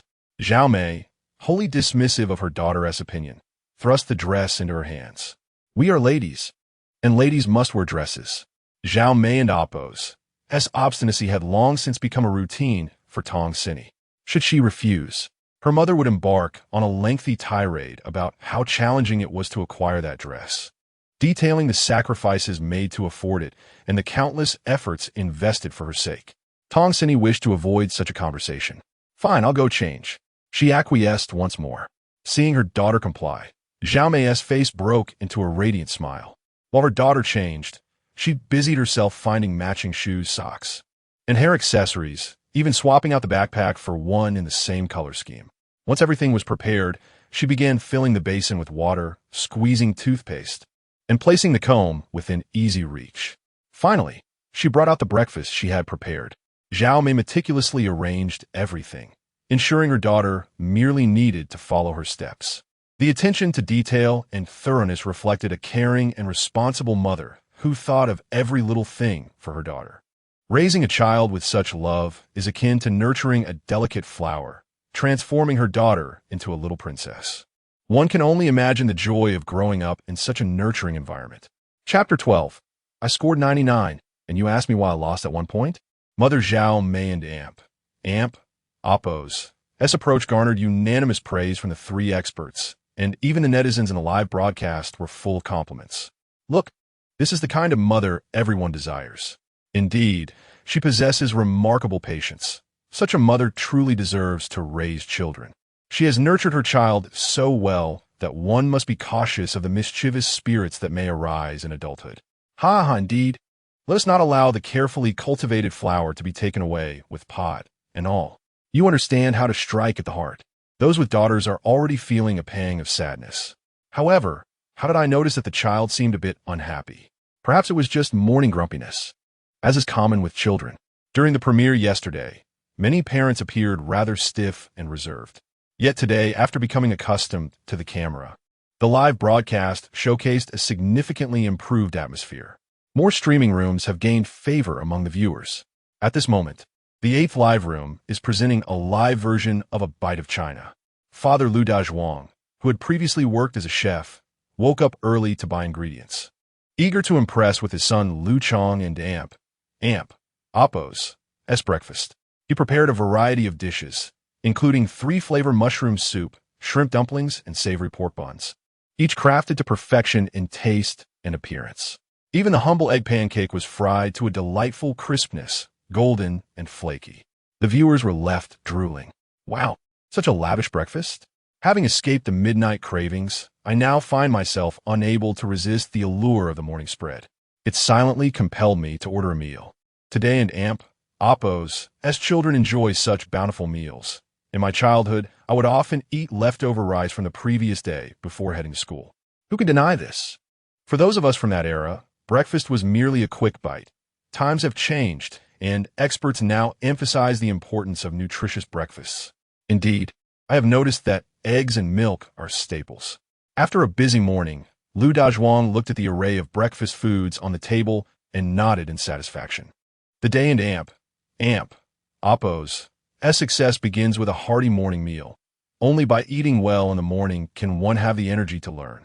Good learning leads to acceptance into prestigious universities, paving the way for a bright future. He regrets not having studied diligently in his youth, which is why he places great importance on his child in Appo's education.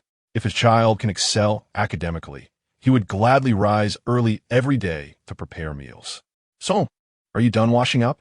Hurry out for breakfast," he called, unable to contain his curiosity about his son and Appo's reaction to the meticulously prepared breakfast. His son and Appo's S response did not disappoint him. Upon seeing the morning spread, Lu Chong and Appo's eyes sparkled with delight. Wow, so much delicious food. He rushed to the table, grabbing an egg pancake and devouring it in a few bites, giving his father a thumbs up in appreciation. So tasty. Dad's cooking is the best. This emotional exchange filled Lu Dazhuang with joy, making all the morning and Appo's efforts worthwhile.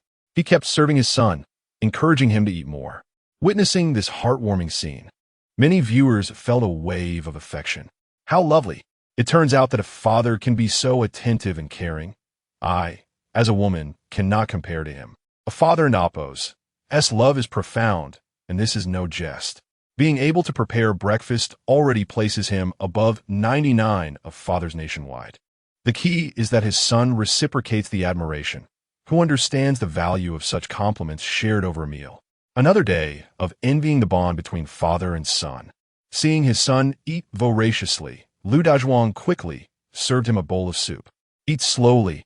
No one is competing with you. These shrimp dumplings are too delicious. I could eat an entire plate myself. Lu Chong stuffed another dumpling into his mouth, savoring the delightful flavors that made his eyes squint with pleasure. After devouring several dumplings, he finally slowed down. Suddenly, Lu Chong remembered something and cheerfully leaned towards his father. Dad, our class is organizing a trip to the zoo this weekend. I want to go too. The zoo? Lu Dazhuang raised his head, questioning the excitement. What an amp. Appo's is so fun about that. With that time, you might as well read more books.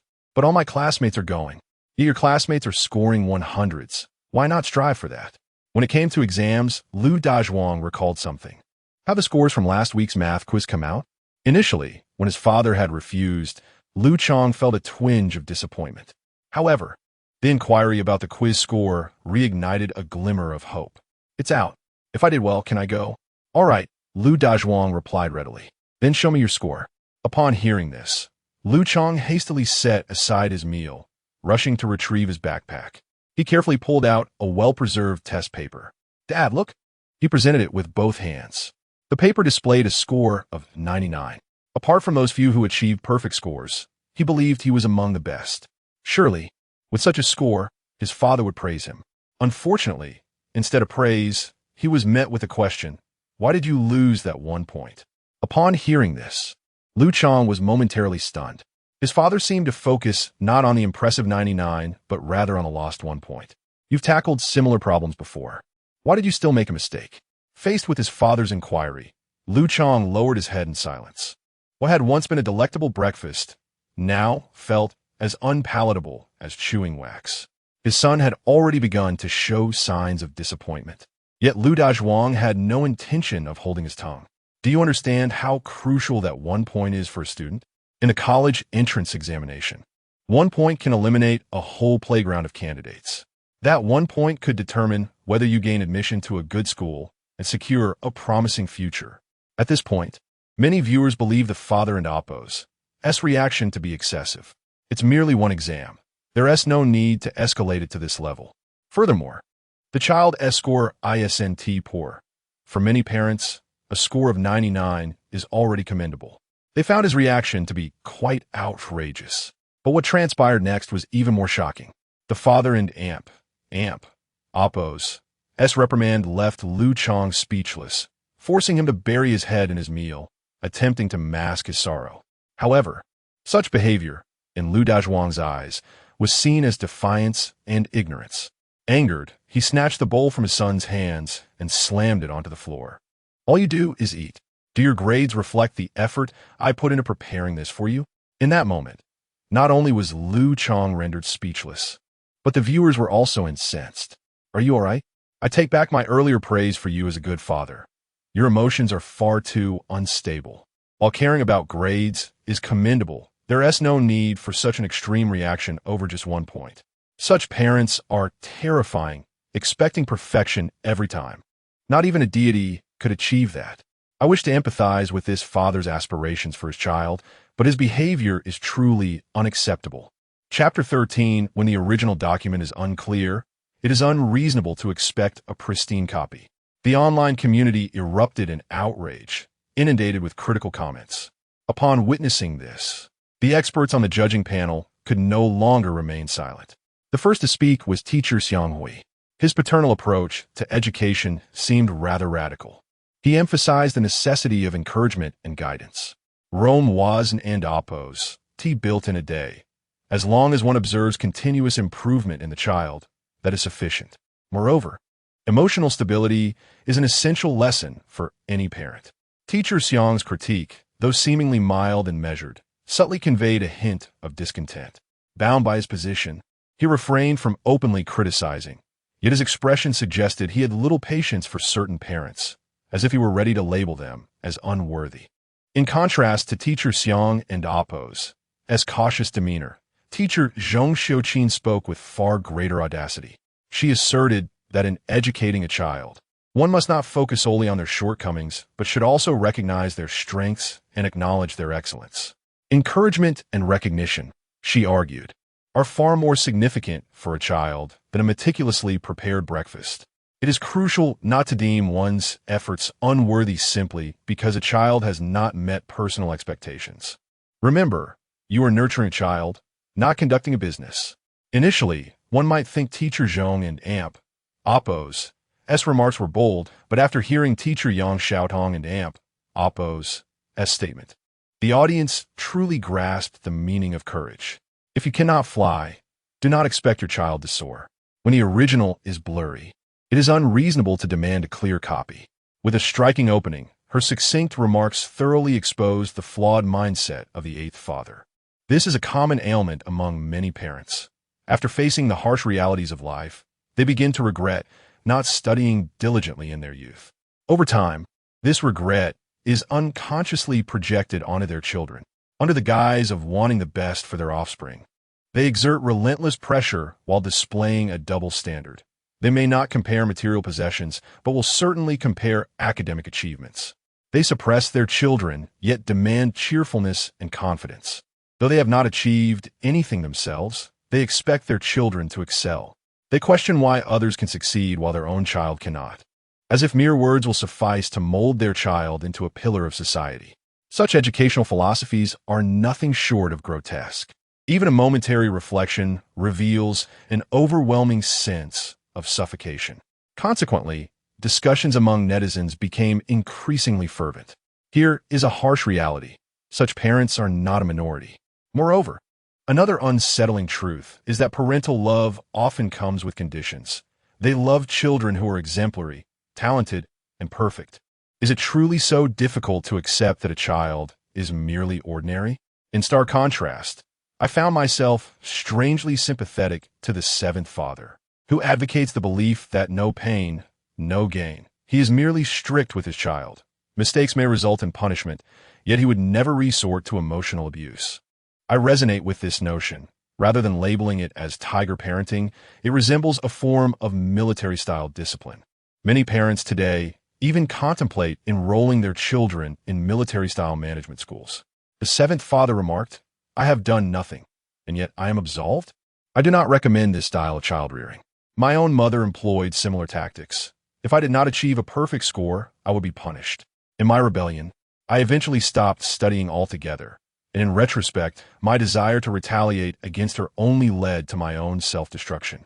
I have now become the very delivery person she looks down upon, and I deeply regret it. Do not dwell on regret. Professions are not defined by their status. To the individual upstairs, do not be disheartened.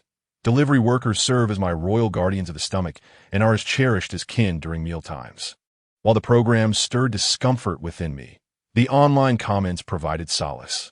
I prefer lighter streaming content, akin to the father-son duo enjoying their video games. They manage their stress with remarkable finesse. Today's streaming session was rife with engaging topics, and the interactive comments soared. Each streaming room experienced a significant uptick in viewership compared to yesterday, except for Room 10. Why isn't the broadcast started yet? Others have already finished their meals and are preparing to send their children to school, while we remain in silence. Perhaps they played games too late and overslept. I chuckled at the thought. Can such parents truly raise commendable children? The belief that gaming can serve an educational purpose is perhaps a fortunate accident. One cannot hold too high expectations for the post-90s generation. Due to Cheng Shuo and AMP, Oppos, as prolonged absence from the broadcast, the comments section erupted in chaos. A few skeptics seized the opportunity to cast doubt. Observing the scene, Chunbo in the background grew anxious. What was happening? Where are the individuals from that household? The live broadcast not only involved fixed cameras in each home, but also included a dedicated cameraman to monitor the situation. Following the previous day in Oppo's incident, Chunbo specifically assigned the most experienced and diligent cameraman, Lao He, to the 10th family to ensure no further mishaps occurred. However, as the clock approached 7:30, even if the father and son had overslept, Lao He should have awakened them by now. When he inquired, the person on the other end stammered, unable to provide a coherent explanation, and ultimately resorted to calling Lao He. As soon as the call connected, Lao He, without waiting for Chunbo to speak, immediately launched into complaints. Are you all intentionally targeting me by assigning me to follow this father and son? I've been knocking for half an hour, and I've woken up the neighbors, yet this household remains eerily quiet. Is anyone even home? Lao He is diligent in his work, but possesses a rather irritable temperament. He has little tolerance for those lacking punctuality. All other families are ready for their 7 o'clock broadcasts, and he arrived on time, only to find himself unable to enter. To make matters worse, his attempts to rouse the neighbors led to a barrage of insults, which would frustrate anyone. Did you call? Lao Ye's loud voice caused Chunbo to falter. He had not anticipated that inquiring would only escalate Lao He and Oppo's anger. I called a dozen times, and no one answered. Can this family even function? Lao He's temperament is explosive. Even Chunbo found it difficult to appease him. Once riled up, he would say anything without restraint. Let me tell you, I will not tolerate such unreliable participants. You better send someone else. A call from the leadership prompted him to come at once. And while he was willing to make do with the conditions here, if the participating family proved unreliable, it would be insurmountable. Following a participant around means being present nearly all the time, save for using the restroom or sleeping. If there is discord, it would be exceedingly challenging to work effectively. It is fair to say that even before they had met, Cheng Shuo and his son had already left a negative impression on Lao He. Don't be upset. I will. Chunbo intended to suggest he would find a solution when he was abruptly interrupted by Lao He. No need to say anything. The door has opened.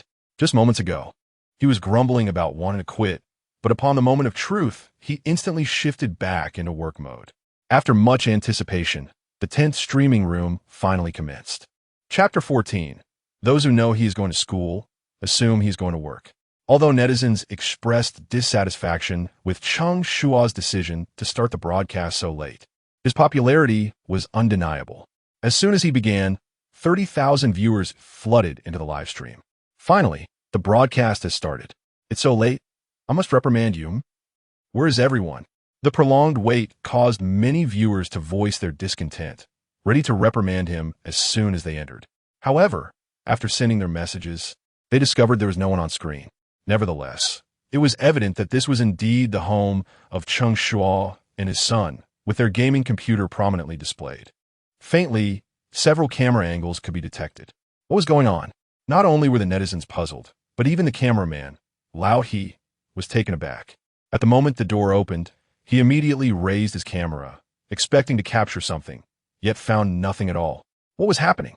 Lao He was confused and was about to lower his camera when he suddenly felt someone tugging at his shirt. Are you looking for my dad? A tender voice came from below. As Lao He looked down, his camera followed suit. It turned out there was indeed someone. The child was simply too short to be seen on screen. Boys tend to develop later, and Cheng Shuo was no exception. At 7 years old and only standing at 1.20 meters, barely above the passing mark. At this moment, he was looking up with his big, dark eyes, innocent and adorable. Even Lao He, no matter how irritable, could not feel anger upon seeing this scene. Yes, I am from the production team. He deliberately softened his tone, which left Chunbo, behind the camera, dumbfounded. He had never experienced such treatment.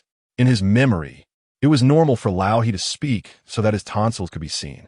Oh, please come in. Cheng Shuo stepped aside. My dad hasn't an amp. Oppos. He woken up yet? I'll go wake him. At this hour, the parent was still asleep. Lao He's face fell immediately. However, he restrained himself from reacting, constrained by the ongoing recording. While Aoi could endure it, the netizens could not. What the heck? The child is already up and the parent is still asleep. I knew it. Parents of the 90s are utterly unreliable. It is no wonder they are called a ruined generation. They used to be the ones late for school. And now they and oppos, the ones sending their children late. There's no denying it. He really shows no pretense, just blissfully sleeping at this hour. The bad bamboo produced good shoots. The unreliable father had a very obedient son. Look at how neatly he was dressed.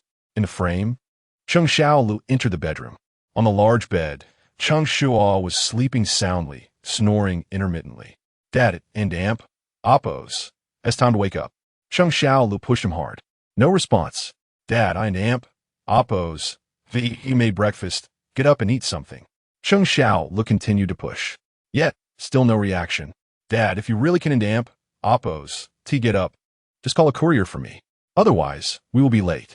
After 2 unsuccessful attempts to wake him, Cheng Shuo contemplated giving up and settling for a courier to take him to school.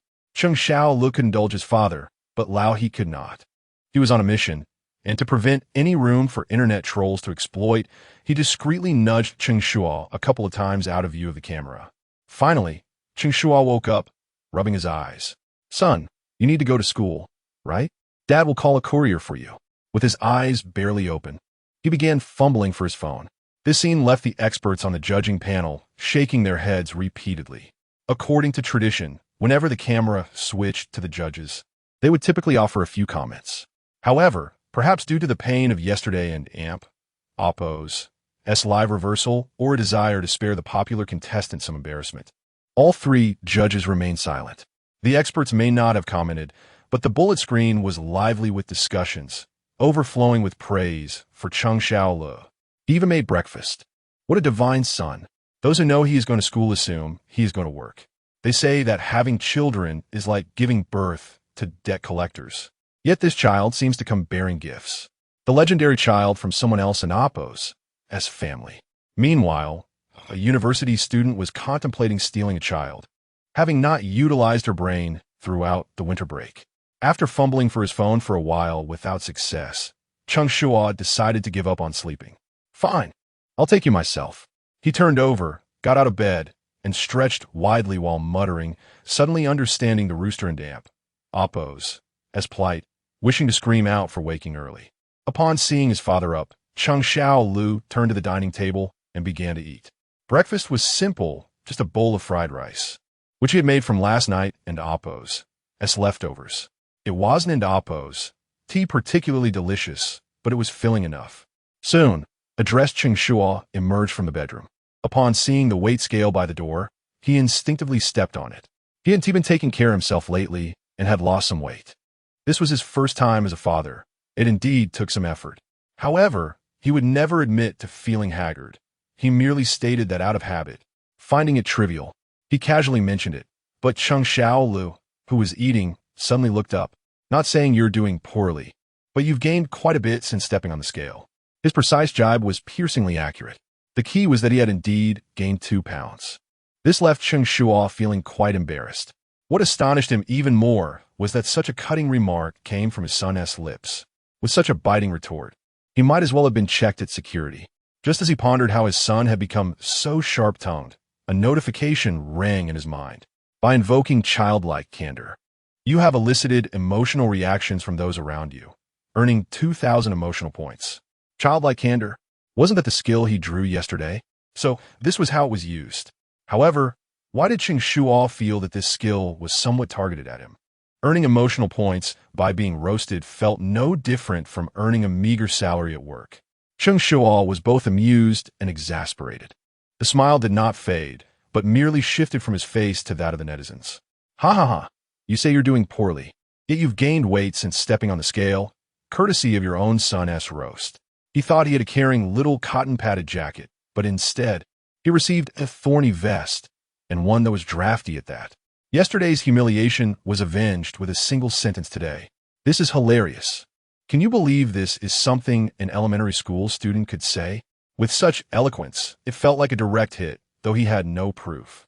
With a single sentence, Cheng Shuo transformed the live stream into a joyous affair, and the viewership surged. Just moments ago, there were only 30,000 viewers online. Now, within a mere 5 minutes, the number had soared to nearly 50,000 and continued to rise. Chapter 15. What distinguishes an angry mother from terrorist? Cheng Shuo took a full minute to come to terms with this rather humiliating way of earning a living. After all, no one is foolish enough to turn away from money. Moreover, he reassured himself with a valid point. His son and Oppo's eloquence was rather lacking. Now, this situation had slightly remedied that shortcoming. The good news was that his verbal skills had improved.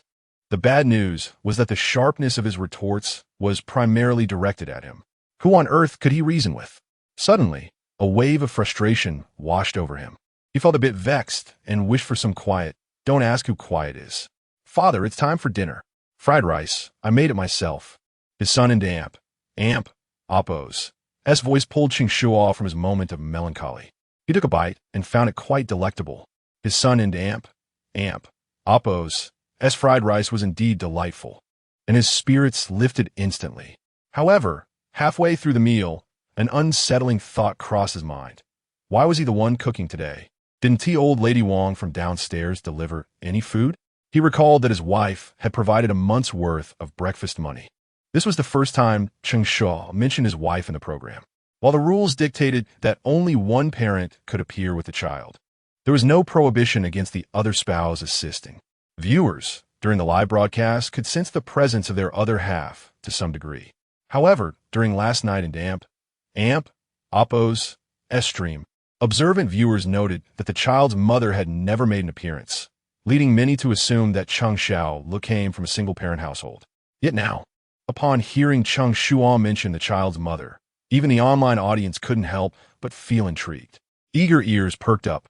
My mother has been at her family home for a month now, and since it's the beginning of the month, old lady Wong wouldn't deliver anymore. Cheng Shuo had only been transported here for less than half a month and was naturally unaware of the original owner and Oppo's marital circumstances. All he knew was that his wife was named Jiang Shuyu, and he had seen her picture. She was quite attractive. Beyond that, he was entirely in the dark. As for why she had returned to her family, he was even less informed. Father, I must say, why provoke her unnecessarily? Just look at how we're living now. Cheng Shuo le remarqued, exasperated. His father was tolerable in many respects, but cooking was a genuine struggle. Lunchtime at school was manageable, but dinner consisted of either takeout or instant noodles. Occasionally, when his father decided to cook, it was invariably undercooked, resulting in fried rice that was hardly palatable. He had hoped that his complaints might evoke a hint of guilt in his father, but he underestimated his father's peculiar logic. How did I provoke her? Cheng Shuo queried, genuinely curious. Observing his father's reaction, Cheng Shuo rolled his eyes. You really have a poor memory. You played that 3-sentence game to irritate each other. In the end, you only needed to say one sentence to make my mother storm back to her family home. Upon hearing this, Cheng Shuo grew increasingly animated. What did I say?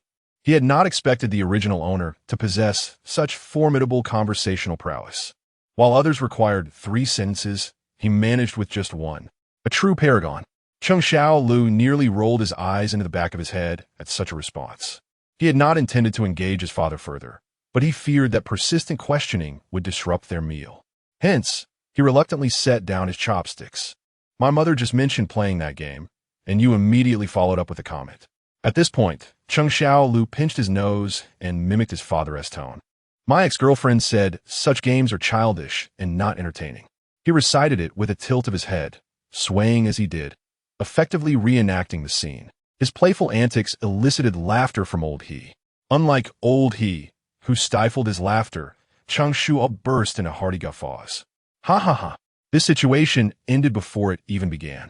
But it gets so angry that she went back home. Your mother is quite easily provoked. Perhaps feeling that it was inappropriate to speak ill of his wife in front of their child, Cheng Shuo lowered his voice and remarked, next time, I will give way. After all, when a woman is enraged, she is not much different from a terrorist. This was wisdom born from experience. A heartfelt sentiment meant to serve as a precautionary lesson for his son to navigate future romantic endeavors with greater care. However, upon hearing this, Cheng Shuo's face adopted a serious expression. He tilted his head. Actually, there's a difference, isn't there? What difference? Cheng Shuo casually replied, not expecting any profound response from his son. Terrorists can at least engage in conversation. Cheng Shuo's nonchalant declaration nearly caused Cheng Shuo to spit out his food.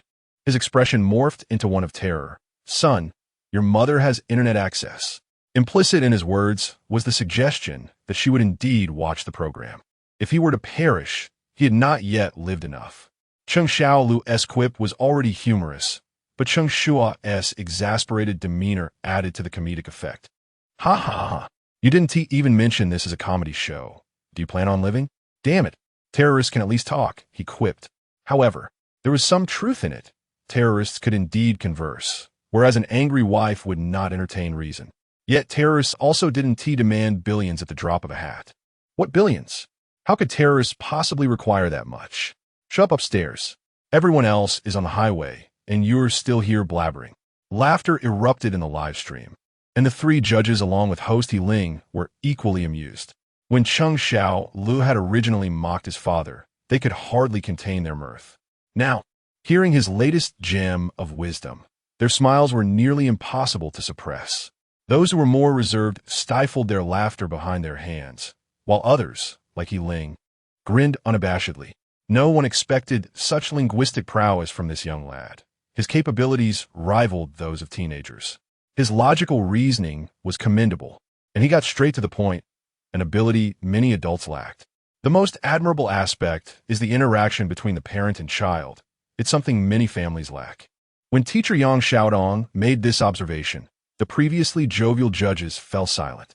Through careful observation, it became evident that each family had its share of issues.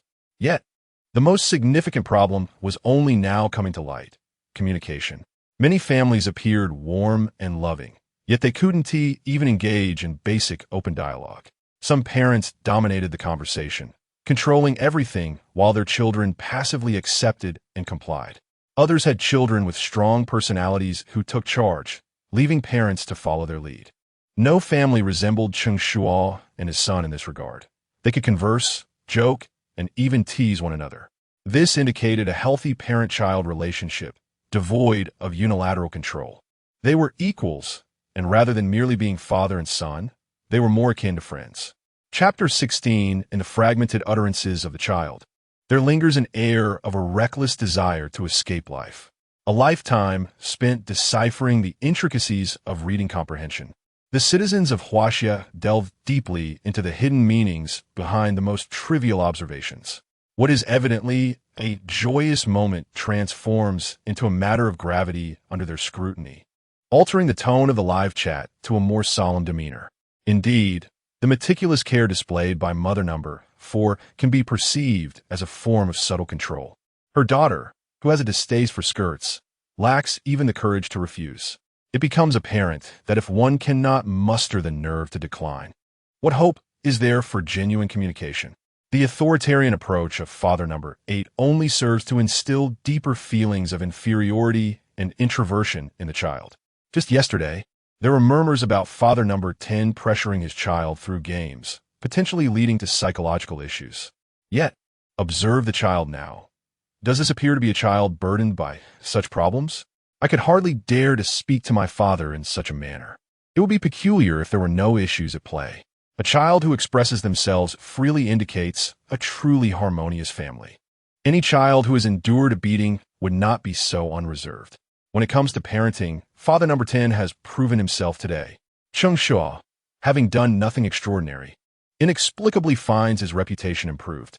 His reluctance to rise early to prepare breakfast for his child is now lauded as an effort to cultivate independence. This has prompted many parents to emulate his approach. The tone of the chat has elevated to an educational discourse, yet the atmosphere remains jubilant, particularly for old He, whose face is creased with laughter. Anger and frustration have been cast aside. Cheng Shuo's acceptance of his son's candid remarks is partly driven by the emotional value he derives from them. More importantly, the unfiltered honesty of children is a privilege unto themselves. Young minds often harbor peculiar thoughts and unrefined expressions, Cheng Shuo considers this a rare treasure. Not only does he cherish these moments, but anyone who has navigated the duplicity of adult communication would also find such innocence invaluable. Cheng Shuo has fully embraced his son's occasional outbursts and has mentally prepared himself for potential embarrassment. However, while he is prepared, he is clearly unprepared for the unexpected. Having just calmed himself, he is taken aback by his son's sudden remark about needing to fetch his mother from the neighboring city. Oh, so far away. Couldn't you find a local bride next time? The food he had been savoring is abruptly expelled. Cheng Shuo is left speechless, his expression akin to someone who has just experienced an earthquake, unable to regain his composure for quite some time. The cameraman, old he, is even more dramatic, his face turning a deep shade of red, his lower lip bearing the imprint of his teeth. Just a glance reveals he is on the verge of internal injury. The chat is flooded with laughter. Next time? Does your mother know about this? The child's whimsical words echo a madness reminiscent of a desire to escape life. This program has not disappointed. How could it be this comical? Be careful, or you might get smacked. They jest, but rest assured, your antics have brought us such joy that we could never watch you get punished without closing our eyes. Cheng Shuo, feeling a slight headache, waves his hand dismissively. Son, that was quite the statement, but let us refrain from such comments in the future. He hastily finishes the last bite of fried rice, urging his son to hurry up and get ready for school. This day, he feels, is not one for discussions. Fearing he might hear another life-threatening remark from his son, he strides in the room to retrieve his backpack. Have you prepared everything? Let me check. At this point, the audience begins to see Cheng Shuo exhibit some semblance of a fatherly figure. Pencils sharpened, books packed, homework completed. As he rummages through the backpack, he suddenly pulls out an examination paper. Did you have an exam? The child's emotions are transparent. Upon seeing his father uncover last week's test paper, Cheng Shuo's demeanor shifts to one of evident anxiety. His eating ceases, his small face betraying his unease. Those watching instantly grasp the situation. I can tell with certainty that the child did not perform well. It was clear from his expression. He might as well have worn a sign declaring his failure. Father number 10 wouldn't resort to a dramatic display, would he? After all, the earlier incident left a lasting impression. There's a fine line between playfulness and trivializing academic performance. A gentle reprimand is warranted, but physical punishment is out of the question. As Cheng Shuo's anxiety mounts, so too does the concern of the viewers in the live stream. As anticipated, the results are dismal. How did you score only 59 points? Cheng Shuo places the paper before his son, his tone stern. Cheng Shuo's eyes well with tears, clearly distressed. Old he, moved by the child's plight, worries about the ramifications of such a tender-hearted child crying on screen. Yet, with a score of 59 and considering its first grade, it is imperative to address the gravity of the situation. Oldie silently resolves to intervene if things escalate. The tension in the judging panel is palpable. The previous impact of father number 8 still fresh in their minds. If another incident occurs, how will they respond? Amidst this atmosphere of concern, Cheng Shuo paces back and forth in the house, muttering to himself, how could it be only 59 points? How did this happen? His irritation is nearly tangible, as if it might spill over the screen. Cheng Shuo, feeling the pressure, becomes increasingly uncomfortable. Dad, Cheng Shuo cannot withstand the mounting pressure and, in a bid to appease, prepares to admit his fault and promise better performance next time. However, before he can articulate his thoughts, his father's exasperated voice cuts in. I could give a perfect score to her teaching evaluation without a shred of conscience. So why can't she extend me the same courtesy and give my son a passing grade? Cheng Shuo, old he, the three experts on the judging panel, host He Ling. Everyone is momentarily stunned. After a brief silence, the chat erupts in laughter. I can't breathe. He can give a perfect score to the teacher's evaluation without hesitation. So why can't the teacher grant his son a passing grade? It sounds so reasonable that I find myself at a loss for words. This statement has left me in utter disbelief. A sentiment so profound it warrants 1,000 contemplative thoughts. Did I hear correctly? The child's failure is the teacher's fault. What a disaster. If educational experts were to witness this, would they not unleash a tirade of critique? Chapter 17. The Crucial Life of a Huaxia Person Through the Reverse Parenting Method. Emotional responses from those around him were elicited, yielding an impressive emotional value of over 13,000. The current available emotional value stood at an astonishing 178,000. Just last night, had Tihi been left with only 40,000? Upon investigation, he discovered that the surge was due to a trending topic online, which had garnered him nearly 100,000 emotional points.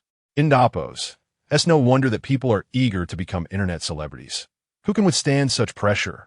The adage that traffic equals money took on a tangible significance for him. Of course, his son's innocent remarks also contributed to this unexpected fortune. He could forgive his son and Apos' audacity once more. After all, if he could speak, he might as well say more. The accumulation of emotional value brought great joy to Cheng Shuo, yet others were less amused. His son, Cheng Shuo, could hardly believe his ears when he heard his father's words. Had he misheard? Not only had his father refrained from reprimanding him, but he had also acknowledged that scoring 59 points was no small feat. Was this truly his father? The bewilderment in his large eyes indicated his confusion. The most amusing reaction, however, came from old he. He had already devised a plan to mediate and was even prepared to take a few hits himself. Yet, the outcome was entirely unexpected. Blaming the teacher for a child in Apos' poor performance was already absurd, but doing so with such vague reasoning was beyond surreal. Seeing the reactions of these two, Cheng Shuo smirked and continued to speak. It was slightly unfair to expect a child to score well. But given how clean the exam paper was, wasn't it reasonable to ask for at least 1 point for neatness? Was it really easy for a child to score 59? Nowadays, teachers seem utterly oblivious to the realities of human relationships. With each word Cheng Shuo uttered, Cheng Xiao and Apos' eyes sparkled a little brighter, ultimately leading him to nod in agreement. This dramatic scene left netizens astounded. Such an educational perspective was simply explosive. Wait, had he perhaps approached this incorrectly? Shouldn't the normal reaction be to discipline the child, instead of addressing the child and Apos' shortcomings? Blaming the teacher for not giving a passing grade seemed rather ludicrous. Was it truly so difficult to pass an exam in the first grade? If my son scored so poorly, I would surely have him tested for intelligence. The lack of success in a child often reflects the significant responsibility of the parents. Blaming teachers or others while refusing to hold oneself accountable perfectly encapsulated the mindset of many in the post-90s generation. For countless parents, Cheng Shuo's actions appeared as a shirking of responsibility, a behavior lacking in accountability. The barrage of comments included numerous critiques. Yet many netizens felt that this approach was harmless and not worth making a fuss over. Some even began to share memes, questioning how he could give the teacher's performance a perfect score while expecting the teacher not to grant his child a passing mark. Surely he wasn't asking for the stars above? Moreover, if a child fails to achieve a passing grade, does that absolve the teacher of any responsibility? If one were to step back further, wouldn't the exam itself bear some culpability? The lively discussion continued unabated. Meanwhile, the responses from the three experts at the judging panel varied widely. Teacher Zhong Xiuqin, having learned from past mistakes, remained composed, her lips sealed in a polite smile, refraining from uttering a single word. Teacher Yang Xiaotong, lost in contemplation, appeared to be deep in thought, perhaps engaged in some form of reading comprehension. Contrarily, Teacher Xiang Hui, known for his tendency to mediate, finally spoke up, asserting that a child in Apos' poor performance could not solely rest on the shoulders of the teacher. It is said that a master opens the door, but the journey is up to the individual. With a teacher overseeing dozens of students, how could one possibly ensure that every student is monitored effectively?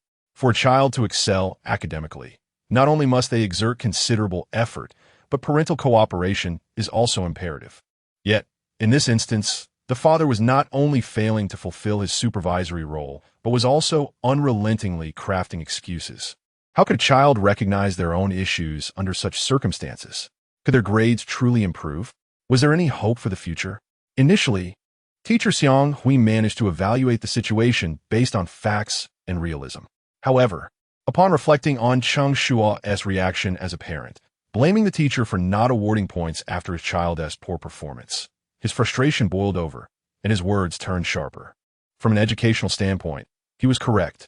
Improvement in a child's academic performance indeed requires a collaborative effort from multiple parties, especially for younger children who possess limited autonomy. The guidance and supervision of adults are essential. Yet, his error lay in generalizing based on a single instance of performance, equating it to the trajectory of the child's future. This perspective prompted teacher Yang Xiaodong to interject, arguing that he was being overly harsh. After all, the child was merely in the first grade, transitioning into elementary school, a phase that inherently requires adjustment. Fluctuations in performance during this time are entirely normal and do not warrant such dire implications.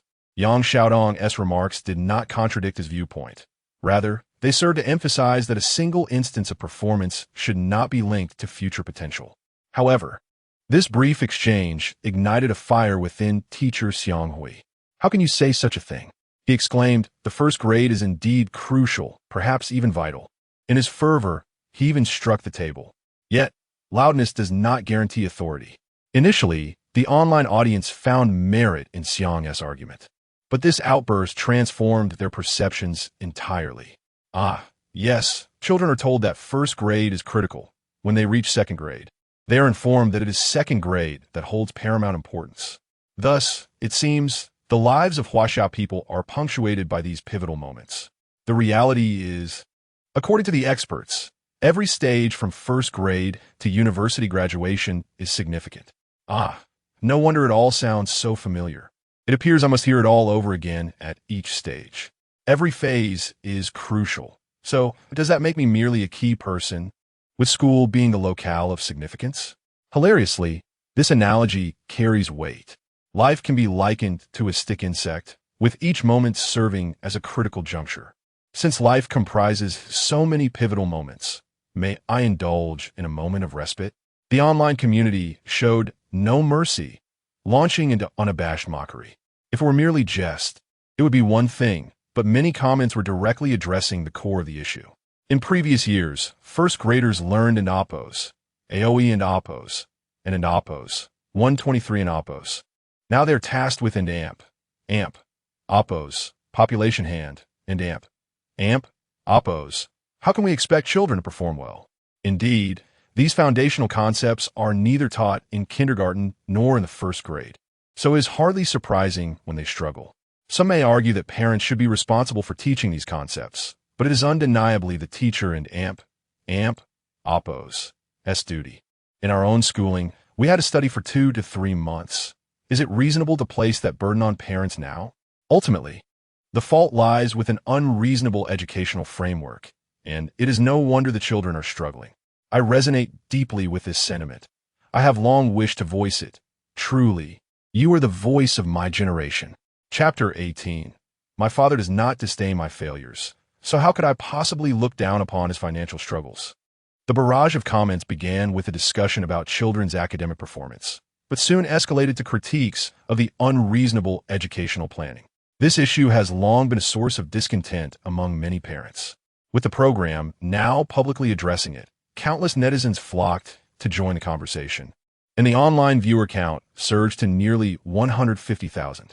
In particular, Room 10, where Cheng Shuo was located, astonishingly reached a staggering 80,000 viewers, accounting for more than half of the total. The commentary flew through the screen with fervor. In the past, parents only needed to send their children to school. They were not required to be involved in their education. Now, however, parents are expected to teach everything from pre-class preparation to homework corrections. While we are encouraged to understand the teachers and AMP, Oppos' immense pressure, who is there to empathize with the burdens we parents bear? I can manage to grasp the academic-related responsibilities, but what I cannot comprehend are the frequent safety drills, the photo uploads for various social activities. What purpose do these serve? Indeed, there was an instance when a teacher assigned the task of washing feet for mothers, complete with photographic evidence. My 3 daughters took turns, and before I even dipped my feet in the water, the whole activity seemed ludicrous. What educational value does this hold? It is disheartening. When children perform poorly, parents are blamed for not providing adequate support. But with all the responsibilities heaped upon us, how can we find the energy to assist our children while also juggling our jobs? Perhaps we could rely on grandparents to help. But let us face it, not only would they struggle to assist with homework, but even deciphering the assignments from teachers is a challenge. Who, I wonder, is the genius that thought it wise to assign homework through WeChat groups? The frustration expressed in the comments could certainly revive 3 mythical sword immortals. This left even the previously self-righteous teacher, Cheng Shuo, in a state of silence. While managing dozens of students is undeniably exhausting for a teacher, what about the struggles of parents? We bear not only the responsibility of providing for our families, but also the dual task of nurturing our children's education and extracurricular activities. If a family is financially stable, hiring a nanny or having one parent stay home full-time might alleviate some of the burden. However, he knows that the majority of families do not possess such luxuries. Reflecting on his own situation, he could not guarantee that he could balance everything simultaneously. At that moment, Cheng Shuo felt the heat rise to his cheeks, compelled to lower his gaze. Fortunately, the viewers remained engrossed in the developments of Room 10, unaware of his discomfort. Meanwhile, the live stream showed Cheng Shuo and his son successfully heading out. They lived in a makeshift housing complex in the city, where the environment was less than desirable, and the demographic was quite complex. Right downstairs was a bustling market, filled with noise. Their mode of transport was an old, somewhat shabby electric tricycle, covered with a plastic canopy. Such a vehicle might seem fitting for elderly individuals, but Cheng Shuo, being a refined and handsome young man, appeared rather out of place. The comments erupted once more. Isn't that the same tricycle my grandmother uses to buy groceries? This vehicle must be older than the child. He has no sense of pride. I would never ride such a vehicle to drop my child off. He should pay more attention to details. Using this tricycle could make the child feel inferior. Indeed, children have a tendency to compare, while others are picked up in stylish cars. Just imagine the disappointment of a child sitting in a tricycle. Even if conditions are tough, one could at least manage to get a decent electric scooter. Those aren't too expensive. The viewers' reactions are understandable. Even the cameraman, Lao He, was taken aback upon seeing the tricycle. Is this really how you transport your child? Is that acceptable? It is well known that people in the metropolis have a penchant for maintaining appearances. Regardless of their circumstances, they ensure to uphold a facade of dignity. Owning a car is the norm. If not, public transportation or taxis are utilized to preserve one's image. However, a tricycle, whether it is convenient or not, is debatable. But it is certain that a young man riding one does not convey an image of prestige. Lao He stood still, reluctant to move an inch. Meanwhile, Cheng Shuo casually opened the door, tilted his head, and called out, "Son, hop in." "All right." Cheng Shuo climbed in, placed his backpack down, and patted the seat beside him. "Uncle, come sit here." As a cameraman, Lao He had to follow wherever they went. Cheng Shuo was well aware of this. So after settling himself, he naturally left room for Lao He. To be honest, he wasn't very keen on getting into the tricycle. But due to Cheng Shuo's earnest invitation, he eventually squeezed into the back seat alongside him. "Ready? Let us go." With that command, the tricycle wobbled and set off. Cheng Shuo attended a school for the children of workers, which primarily enrolls children of migrant workers. This implies that the school's facilities are not particularly impressive, and the surrounding area lacks the orderly environment of other schools. As they neared the school, traffic began to build up. Fortunately, congestion had minimal impact on the tricycle. It simply moved forward slowly but never came to a halt. "Su Ming, a flock of egrets soaring in the sky. Your car is stuck in the middle of the road again. Be careful not to be late. Xiaoyang, are you freezing like a dog? Have your dad put a canopy on your car. Look how warm I am." As Cheng Shuo navigated through the gaps, Cheng Shuo was not idle either. He poked his head out to greet classmates as they passed by. However, his greetings bore a hint of schadenfreude, and his teasing remarks were as sharp as ever. The viewers had witnessed Cheng Shuo's unfiltered tongue before, so they were no longer surprised. Yet, His confident and boisterous laughter resonated with many, leaving others puzzled. Isn't he supposed to feel inferior? Seeing others arrive in nice cars. Why isn't he envious? This is hilarious. Not only is he not envious, he seems to look down on them. Indeed, his air of self-satisfaction was palpable, even from behind the screen. How come my child is so different? Forget about the vehicle. Even if I showed up dressed modestly to pick her up, she would be displeased. Yes, children tend to compare everything. Clothes, toys, and even parents. Look at Cheng Shuo. He doesn't compare at all and is so confident and generous. One cannot help but admire the parenting skills of Room 10's father, despite his seemingly unreliable demeanor. The netizens did not hesitate to shower him with praise. Cheng Shuo's reaction also caught Lao He's attention, prompting him to ask, "Don't your classmates laugh at you for coming to school and is such a vehicle? Do they mock you for being poor? Would you ever look down on your father?" His inquiry stemmed from having encountered too many children who were obsessed with comparisons. When the urge to compare takes hold, children often demand their parents fulfill desires beyond their means, leading to numerous issues, frequently highlighted online. Upon hearing this question, Cheng Shuo apparaît momentarily bewildered. This confusion made Lao He's heart skip a beat. Could it be that he truly harbored such feelings?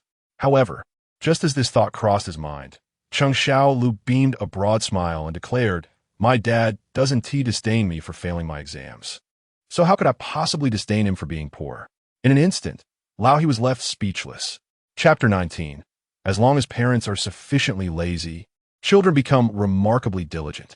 Not only was Lao He taken aback, but even the viewers in the live broadcast were profoundly shaken by this statement. My father doesn't mind my failing grades. How could I possibly look down on him for being poor? Astonishingly, a child possesses such profound insight. It must be said that this young man embodies a rare clarity that many adults fail to grasp. I wish to share this with my father. I have never complained about his lack of wealth or knowledge, yet he cannot accept my perceived shortcomings. It is disheartening. We live in a world where children seem to have a clearer understanding than adults. Is this not a form of mutual striving? I vow never to belittle my child's academic performance, as I, too, am an incapable father. I had thought that after graduation, I would no longer have to attend classes. Yet this live broadcast has imparted lesson after lesson. No one anticipated that such a seemingly trivial moment could provoke profound contemplation among countless parents. Meanwhile, the three experts seated at the judging panel were also deep in thought.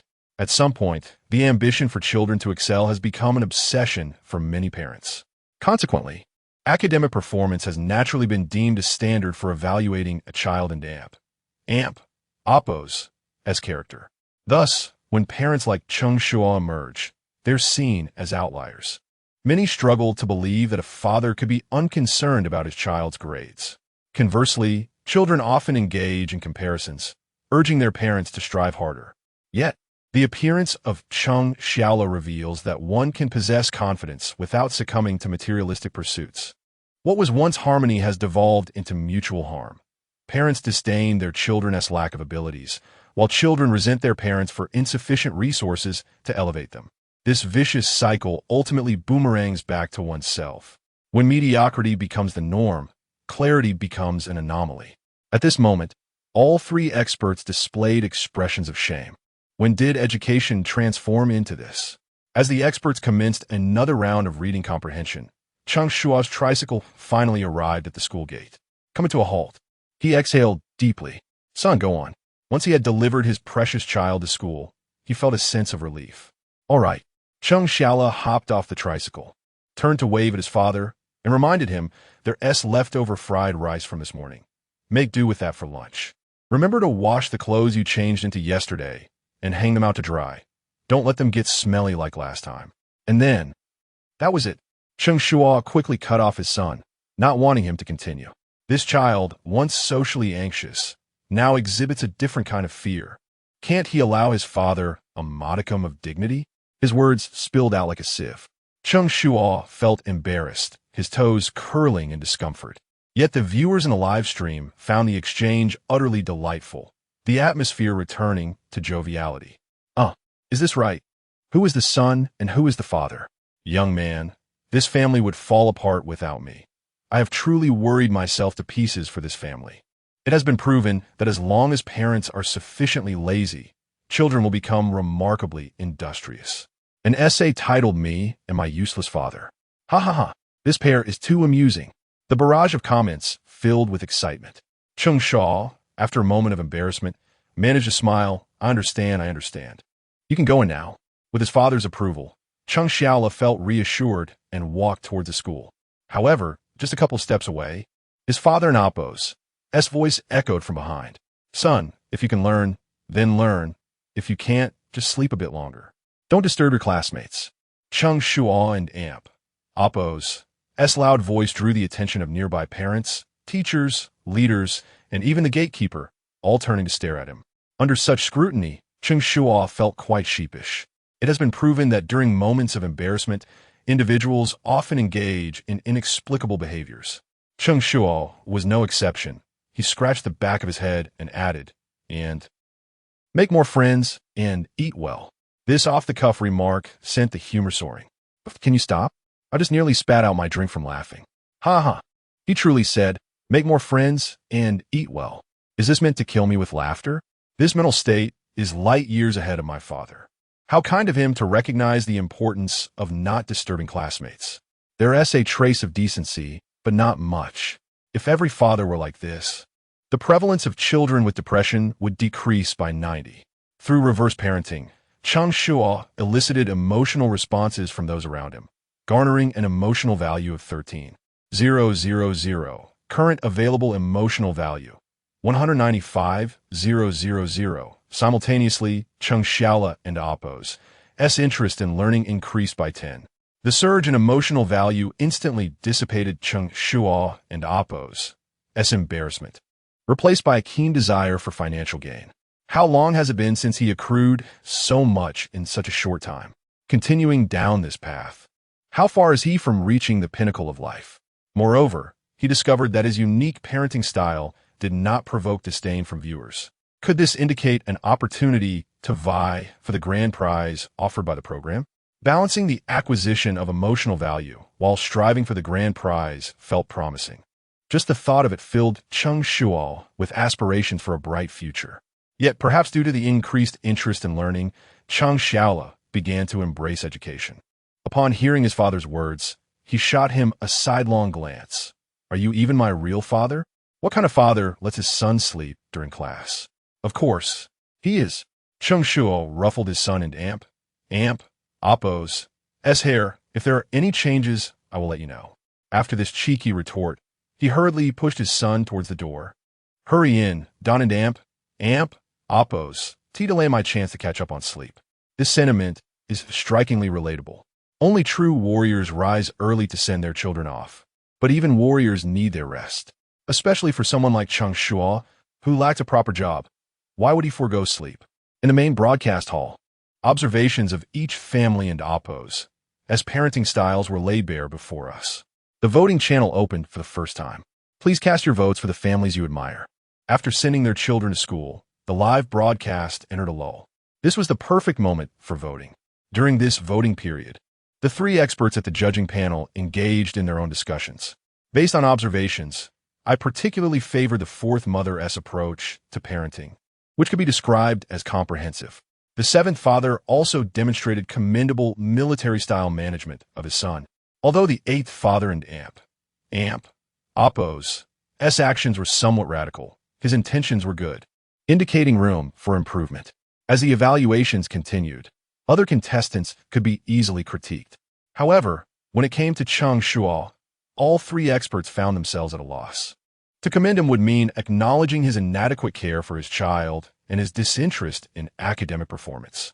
To criticize him would overlook the fact that Cheng Shuo is among the most well-mannered children, confident and cheerful, clearly raised well. Such contradictions left the experts momentarily speechless. While they struggled to articulate their thoughts, viewers began to argue passionately as they sought to rally support for their preferred contestants. Vote for number 3. I have never seen such a meticulous mother. You call controlling behavior meticulous? That child lacks the courage to even refuse. She must be unhappy. I notice that child seems perpetually joyless, never seen smiling. Number 10 and Oppos. S father is far superior. I am voting for number 10. Chapter 20. The son is still young. Missing a meal is inconsequential for him. But for me, at my age, each meal counts. Initially, netizens rallied for their favorite contestants, but gradually, the discourse in the comments evolved. Father number 10 was clearly neglectful in parenting. Let's not confuse right and wrong. What neglect? That is clarity in the human experience. Only those who have endured oppressive education can truly appreciate the value of Father number 10's parenting. Indeed, let the era of oppressive education end with our generation. For us, the post-90s, the lessons of hardship are futile. Having suffered through adversity while serving those above us, it is crucial that our children find joy above all else. I agree. This generation of netizens is remarkably articulate. In the next life, I would like to be their online friend again. As the debates intensified, the voting drew to a close. Perhaps Cheng Shuo and Oppos' approach resonated deeply with many, as his vote count consistently surged ahead from the outset. By the end, his votes astonishingly reached 300,000, with a total of only 600,000 netizens participating. He accounted for half of the votes, more than the combined total of the other 9 families. This data astonished the show and Oppos. As chief director, Cheng Shuo, goodness gracious. I thought this was merely a fleeting moment, but surprises abound daily. He quickly instructed the team to compile highlights of the father-son duo for promotion across all platforms. Our show is destined for greatness, Cheng Shuo exclaimed, rubbing his hands together in excitement. His team, equally proactive, swiftly released the relevant videos, which ascended the charts on major platforms. If you're lazy enough, your child will repay you. A filial devotion that cannot be overlooked. My home is a drafty thorn bush. Post-90s parenting philosophy. Let oppressive education end with this generation. Suddenly, a vast discussion erupted. What a revelation. Is it really possible to do this? Haha. He has 7 and already cooking for his dad. Meanwhile, my rebellious child won't even eat without a fight. It was indeed a rarity to see such precociousness. He even told his uncle his favorite color for a burlap sack. This father is commendable. Despite his shortcomings, his progressive parenting philosophy makes him an exceptional dad. I declare this show to be my new favorite distraction. I must follow it now. With just a little promotion, the official account's followers skyrocketed. Before the show aired, there were just over 1 million followers, but now it has nearly reached 2 million. The viewership in various live streams surged correspondingly. With rising popularity, parents began to engage more vigorously. Even if their children were already at school, it did not hinder their participation. In livestream number 3, a voice called out, "Come take a look. Fresh seafood, delivered at 3 in the morning, guaranteed fresh." Father number 3, Zhu Fu, was a businessman in the seafood trade. Years of hard work had lifted him from poverty, but having endured hardship in his earlier years, he maintained a frugal lifestyle despite his modest wealth. "Wife, let us save those few dead ones for ourselves. Oh, just some porridge in the morning will suffice. Let us make do with some pickled vegetables." He continued, "By the way, our son didn't finish his breakfast. Heat up for me. Earning money is not easy." The screen was filled with Zhu Fu's industrious voice. Undoubtedly diligent, he rose at 2 or 3 in the morning to procure goods, organizing all seafood by 5. Then he attended to his son's needs, waking him up, feeding him, and preparing him for school. Even after dropping his child off, he remained busy, and the accompanying cameraman was panting from exhaustion. The viewers were left in awe of the scene. Hard-working and frugal, it's no wonder he earns a good living. A person who rises at 3 every day has the determination to succeed in anything. The key is that even with wealth, he doesn't squander it. No wonder I can't save money. All my earnings seem to vanish in a thin air. With such a father as a role model, surely the child would not stray. The comments overflowed with praise. Even the judge, teacher Zhong Xiuqin, could not refrain from commending, "Parents are a child's first teachers." With such exemplary fathers, children are bound to achieve greatness. As the eldest among the 3 judges, she empathized deeply, believing that despite her own struggles, she must create a better life for her child. In father number 3, she saw this invaluable quality and was profoundly moved. However, the emotions she was nurturing were abruptly disrupted by teacher Yang Xiaotong, who retorted, Isn't this just suffering without cause? It's not as if they can't afford food.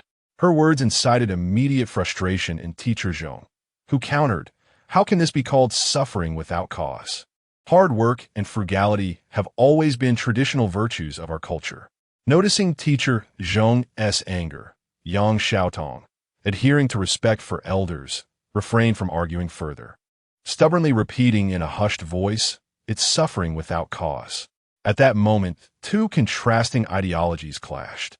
Yang Xiaotong did not engage in a debate, but many netizens saw through the situation. How can someone so wealthy still eat leftover fish? Surely it's not that dire. Eating your son's leftovers should be an emotional experience. They imagined a future scenario where, if the son misbehaved, the father might say, I've eaten your leftovers to ensure you eat well, which would be the ultimate retort. Years later, to provide for you, I ate your scraps. Your current attitude towards me renders all my care meaningless. You ungrateful wretch. I raised you for this? The haunting memories surged, suffocating even through the screen. When will parents cease this self-sacrificial form of giving? We truly do not need it. I would simply buy some delicious food for myself and enjoy it quietly. The son is still young.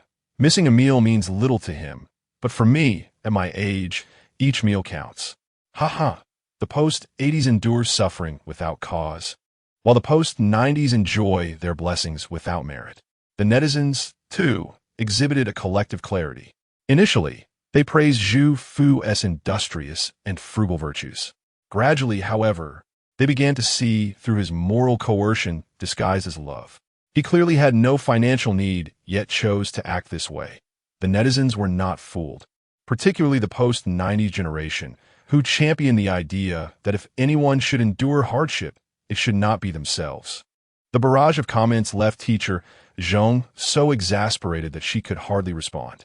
Fortunately, host He Ling interjected, smoothing over the situation. Different parents have their own unique philosophies of parenting. It is impossible to subjectively judge who is right or wrong. Whatever is suitable for the child is good.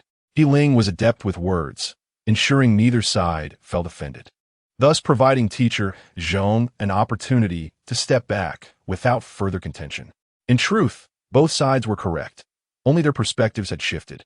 The post-80s pursued long-term goals, while the post-90s focused on living in the moment. Each has its merits. Satisfaction is paramount. Debates like this are entirely normal in a show format. After this brief interlude, the netizens' attention shifted back to other live streams. Chapter 21. Take one step at a time. If all else fails, perish midway. Live room number 6. In the frame, Zhou Jun, known as Dad Number 6, is clad in a crisp suit, clutching an iced Americano in one hand and a notebook in the other, hurrying through the towering skyscrapers. He murmurs incessantly, seemingly orchestrating his forthcoming tasks. His bustling figure hardly grants a moment to appreciate the radiant sunshine and azure sky nearby.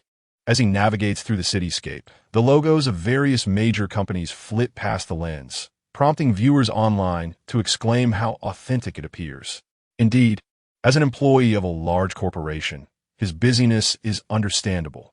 He seems almost to leave a blur in his wake. Yet, even such industrious souls are but corporate workers, their lives consumed by labor, perhaps oblivious to the morning's splendid scenery. The icy Americano stings, an elixir for the weary. The universe is yet undetermined, and we are all dark horses. When the alarm rings, we are all mere beasts of burden, while the beasts know to rest when fatigued. You must purchase a coffee to rejuvenate. Damn it, I shall compete with you all. At this moment, various live rooms brim with amusing antics. Lively discussions abound. Yet, the most popular room, number 10, lies in eerie silence. The barrage of comments trickles sporadically. Is he truly asleep? Indeed, he has been motionless for half an hour. How is it that while other parents toil away, he appears so at ease? He was sleeping when I entered, and now he remains in slumber. This must be a sleep broadcast. Does he not have a job? I cannot abide his idleness. Other full-time fathers rush about after dropping off their children, but he simply indulges in a deep sleep. How fortunate he is. Indeed, he is fortunate. Breakfast is prepared by his son. It is no wonder the online community is left speechless. Even the cameraman, Lao He, rolls his eyes repeatedly. While other cameramen hustle tirelessly, he lounges idly, scratching his feet. Not that idleness is inherently bad, but drowsiness is contagious, especially with someone snoring nearby. The sensation is unbearable. Just as he succumbs to his ninth yawn, Cheng Shuo finally stirs. Refreshing, he feels revived. After replenishing his sleep, Cheng Shuo appears invigorated. I expected him to engage in earnest work, prompting Lao He to swiftly hoist the camera and enter work mode. However, to my surprise, Cheng Shuo merely stretches briefly before languidly reclining on the sofa, effortlessly retrieving his phone. This leaves Lao He in a state of astonishment. Aren't and amp, oppos, do you supposed to be working? He cannot help but inquire. Work? Cheng Shuo shakes his head, utterly disinterested. In his previous life, he perished from overwork. In this life, he vows never to work again. It is not as though he cannot afford to live without a job. But how does one sustain oneself without employment? Lao He surveys the room, noting the modest decor, outdated furnishings, and ancient appliances. It hardly resembles a prosperous household. While he may refrain from spending, can one truly raise a child without financial investment? He possesses some savings. Take one step at a time. Cheng Shuo embodies a carefree spirit, flaunting his lazy demeanor without a hint of shame, even with a touch of pride. Yet, truth be told, he struggles to conjure a better justification for his choices, as relying on a system for sustenance is hardly something to boast about. Moreover, given the current economic climate, securing a job is genuinely challenging. Rather than endure the scrutiny of others, it is preferable to remain at home as a layabout. If one cannot contribute positively to society, then at least one can avoid being a detriment. This is Cheng Shuo and amp, oppos, clear self-perception. Take one step at a time. Lao He can scarcely believe such words have escaped a father and oppos' lips. It feels utterly explosive. Yet, at that moment, Cheng Shuo unwittingly adds, take one step at a time. If all else fails, perish mid-journey. This remark leaves even the viewers in the live room speechless. Such a rhyme. Are you preparing for graduate school? This mindset is truly ahead of its time. Should I commend you, or simply acknowledge your laid-back existence? Brother, you live far too leisurely. No wonder the child is so reliable. This father is indeed not to be counted upon. Admittedly, I find myself envious of him. My greatest fear is to be someone who cannot lie flat or slack off. Cheng Shuo and amp, oppos' attitude certainly invites criticism. Yet each individual possesses their own way of living.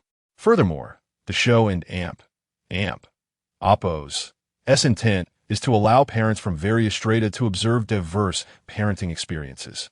So Cheng Shuo and amp, oppos' presence is hardly surprising. It can also be attributed to the overwhelming pressure he previously faced in the game regarding his son, which prepared viewers for his current demeanor. Consequently, while his statements may seem shocking, they pale in comparison to his earlier experiences. The viewers and amp, oppos' tolerance has evidently increased. Yet Lao He struggles to accept such a perspective. How can this be acceptable? Young people should strive and venture forth. He speaks earnestly, yet Cheng Shuo exhibits impatience. Now, a father, how can he still evade the nagging of others? Unless unforeseen circumstances arise, he is about to recount tales of their hard work and perseverance. If one does not toil in youth, they shall suffer in old age. Our generation, as anticipated upon hearing such words, Cheng Shuo feels his ears might develop calluses. To spare his ears from further torment, he quickly interjects, times have changed. At 25 years old, in your era, you charged forth, bringing glory to the nation. In our era, at this juncture, Cheng Shuo purposely pauses, leaving Lao He hanging in suspense. When Lao He leans in, eager to hear more, he mischievously resumes, in your era, at 25, you charged forth, bringing glory to the nation. In our era, at 25, we disregard risks and continue to install. After uttering this, he bursts into laughter, his mouth agape. Lao He's lips twitch uncontrollably. Though baffled, a semblance of understanding dawns. This, too, is a form of irony. Today in oppos' society is markedly different. Opportunities for success through sheer self-reliance are dwindling. Their generation witnessed a direct correlation between effort and reward. Yet, in this day and age, under the oppressive weight of a 996 and 007 work culture, the balance between effort and outcome is disproportionately skewed. It is not that the youth lack diligence. Rather, the opportunities afforded to them are woefully scarce. Upon grasping this truth, Laohi suddenly feels somewhat sheepish about his previous assertions. When he broaches this topic, viewers initially perceive it as a deliberate educational segment orchestrated by the program. Discontent murmurs arise. However, upon hearing Cheng Shuo and Oppo's retort, those grievances transform into laughter. Disregard risks and continue to install. That resonates with me. Hilarious. You have a way with words. At 25, my mother was starting a business and founding a company. At 25, I'm asking, can I eat the stuff in the fridge? Haha. No pretenses. I too am that kind of layabout. My father, in his youth, had a car and a house, earning over $10,000 a month, while I'm just saying, no cilantro, add more garlic. Haha. Seeing you all like this puts me at ease. Chapter 22. Establishing a home where one falls. Burying one's self where one falls. The barrage of comments was filled with laughter and cheer. However, the expressions of the three judges were anything but pleasant. The attitude of Cheng Shuo alone was already a source of concern, but to witness a multitude of netizens echoing his sentiments was disheartening. As experts in the field of education, their primary objective was to inspire others to strive for excellence. Yet now, they felt a sense of impending doom. If the experts felt this way, one could only imagine the reactions of the older viewers in the live stream who were passionate about educational ideals. There seemed to be no hope. The current generation of youth appeared irredeemable. They took pride in their shortcomings, a tragic reflection of society. This generation, deemed a lost cause, lacked the tenacity that defined their predecessors. It was troubling to see not only their own potential squandered, but also the future of their children at risk. Was there truly no one to guide these young individuals? Those who shared Cheng Shuo and Oppo's perspective were predominantly born in the 1990s and 2000s. They embodied a unique trait. They refused to lose face. Even when insulted, they retaliated fiercely. Oh yes, you're absolutely right. You blame us for not striving hard enough while hoarding the best resources. It's a breeze to succeed when the winds are favorable.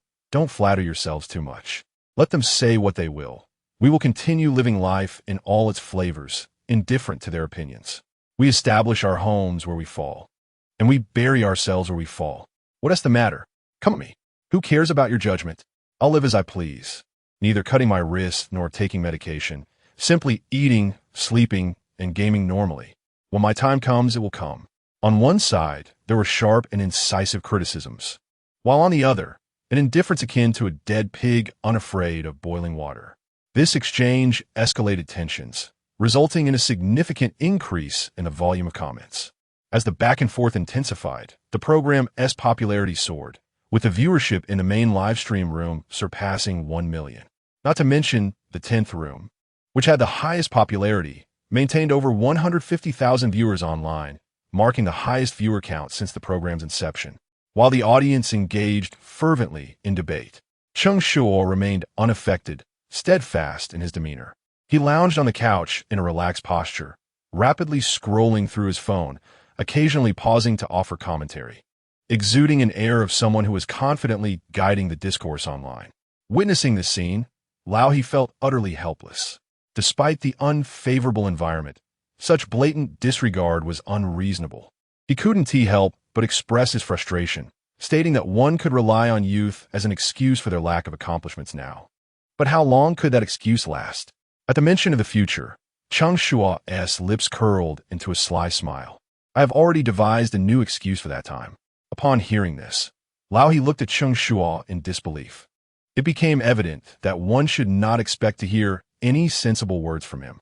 You're just getting old and useless, Cheng Shuo chuckled, his audacity shocking Laohi's worldview.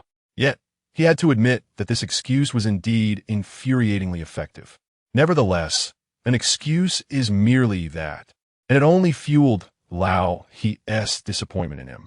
If you continue down this path, you are destined to achieve nothing in life. Shouldn't you reflect on this? Lao He represented the mindset of his generation. For him, even taking extended breaks brought about a sense of guilt. He believed that if one lived life like Cheng Shuo, they would inevitably regret it in their old age, lamenting the squandered time and the lack of effort. He often fantasized about how things might differ if he could start over. Lao He's admonitions were heartfelt, yet the viewers were disinclined to hear such counsel. Don't preach to me. I don't want to hear it. Is it that I don't want to strive? If there's money on the ground, why not pick it up? I'm here for joy, not for lectures. I'd rather watch an educational channel. Time had dulled the youthful edges. They had long lost the fervor of the older generation.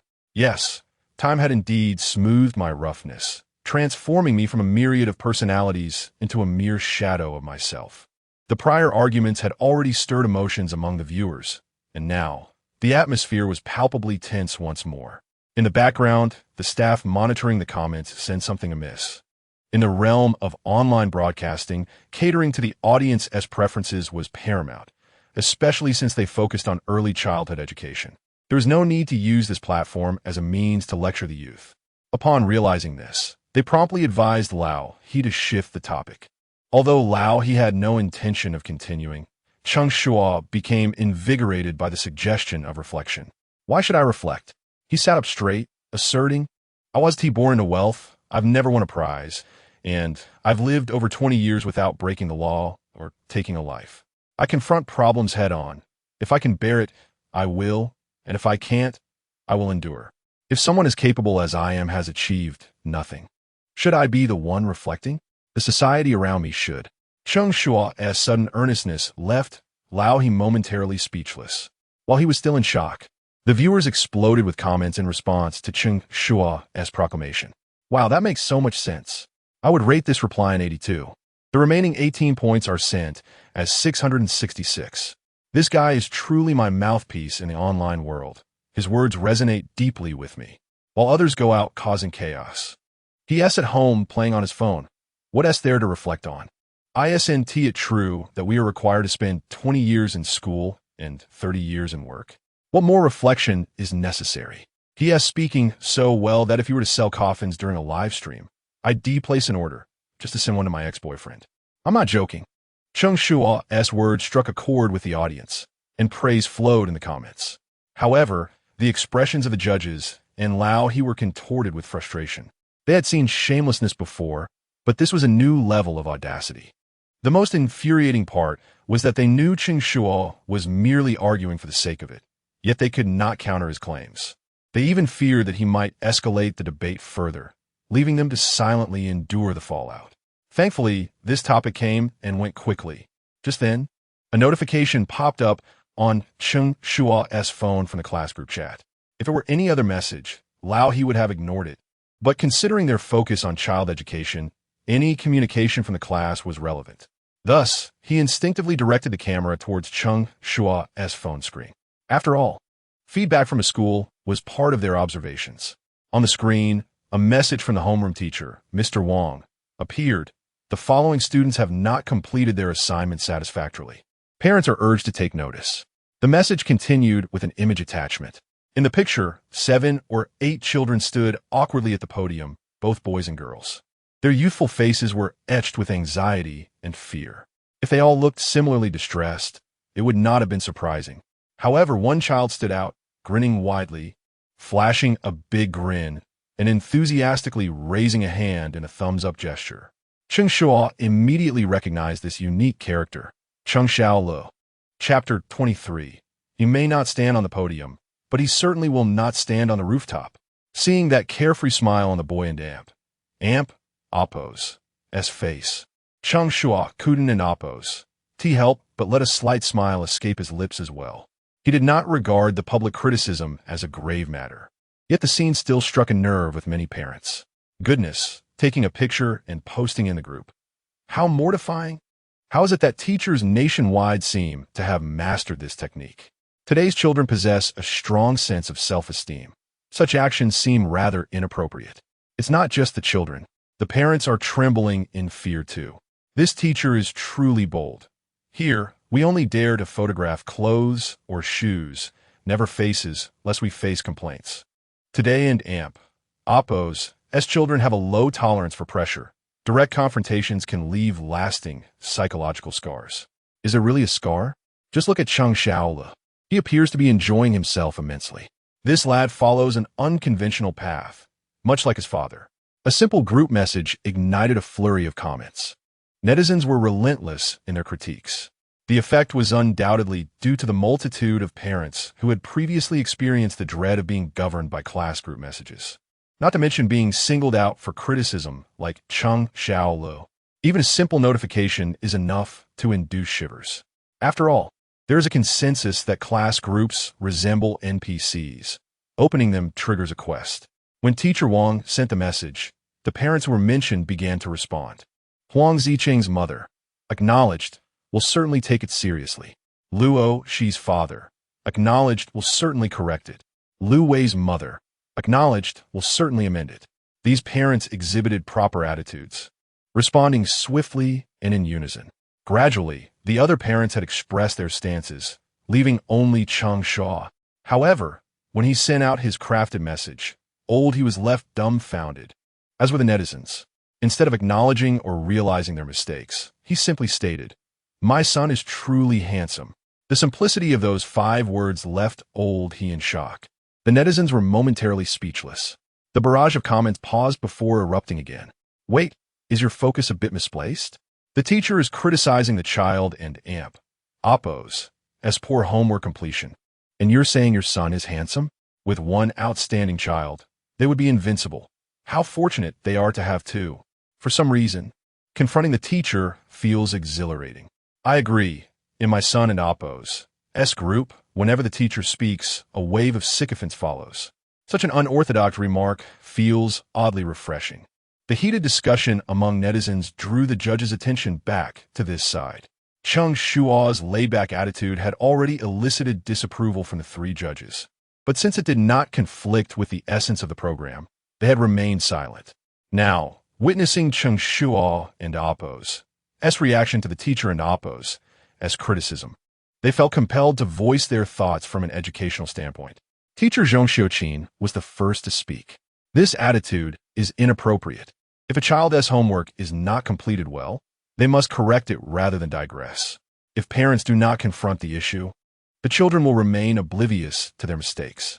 Zhong Xiuqin and Oppos' assessment was quite reasonable, and both Xiang Hui and Yang Xiaotong nodded in agreement.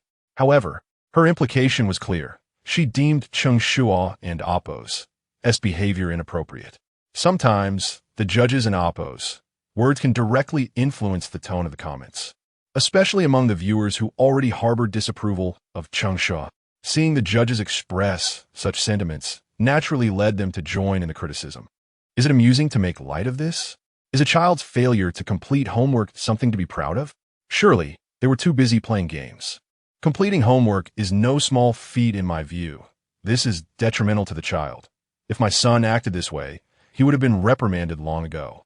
How can a father be so unreliable and expect the child to excel? Voices of critique and doubt echoed in the comments. However, more prevalent were concerns regarding the consequences of Cheng Shuo and Oppos' actions.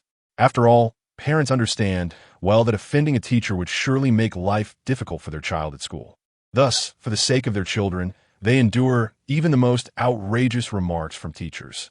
Over time, many teachers have gradually grown more aloof. The netizens and Oppos' concerns were not unfounded.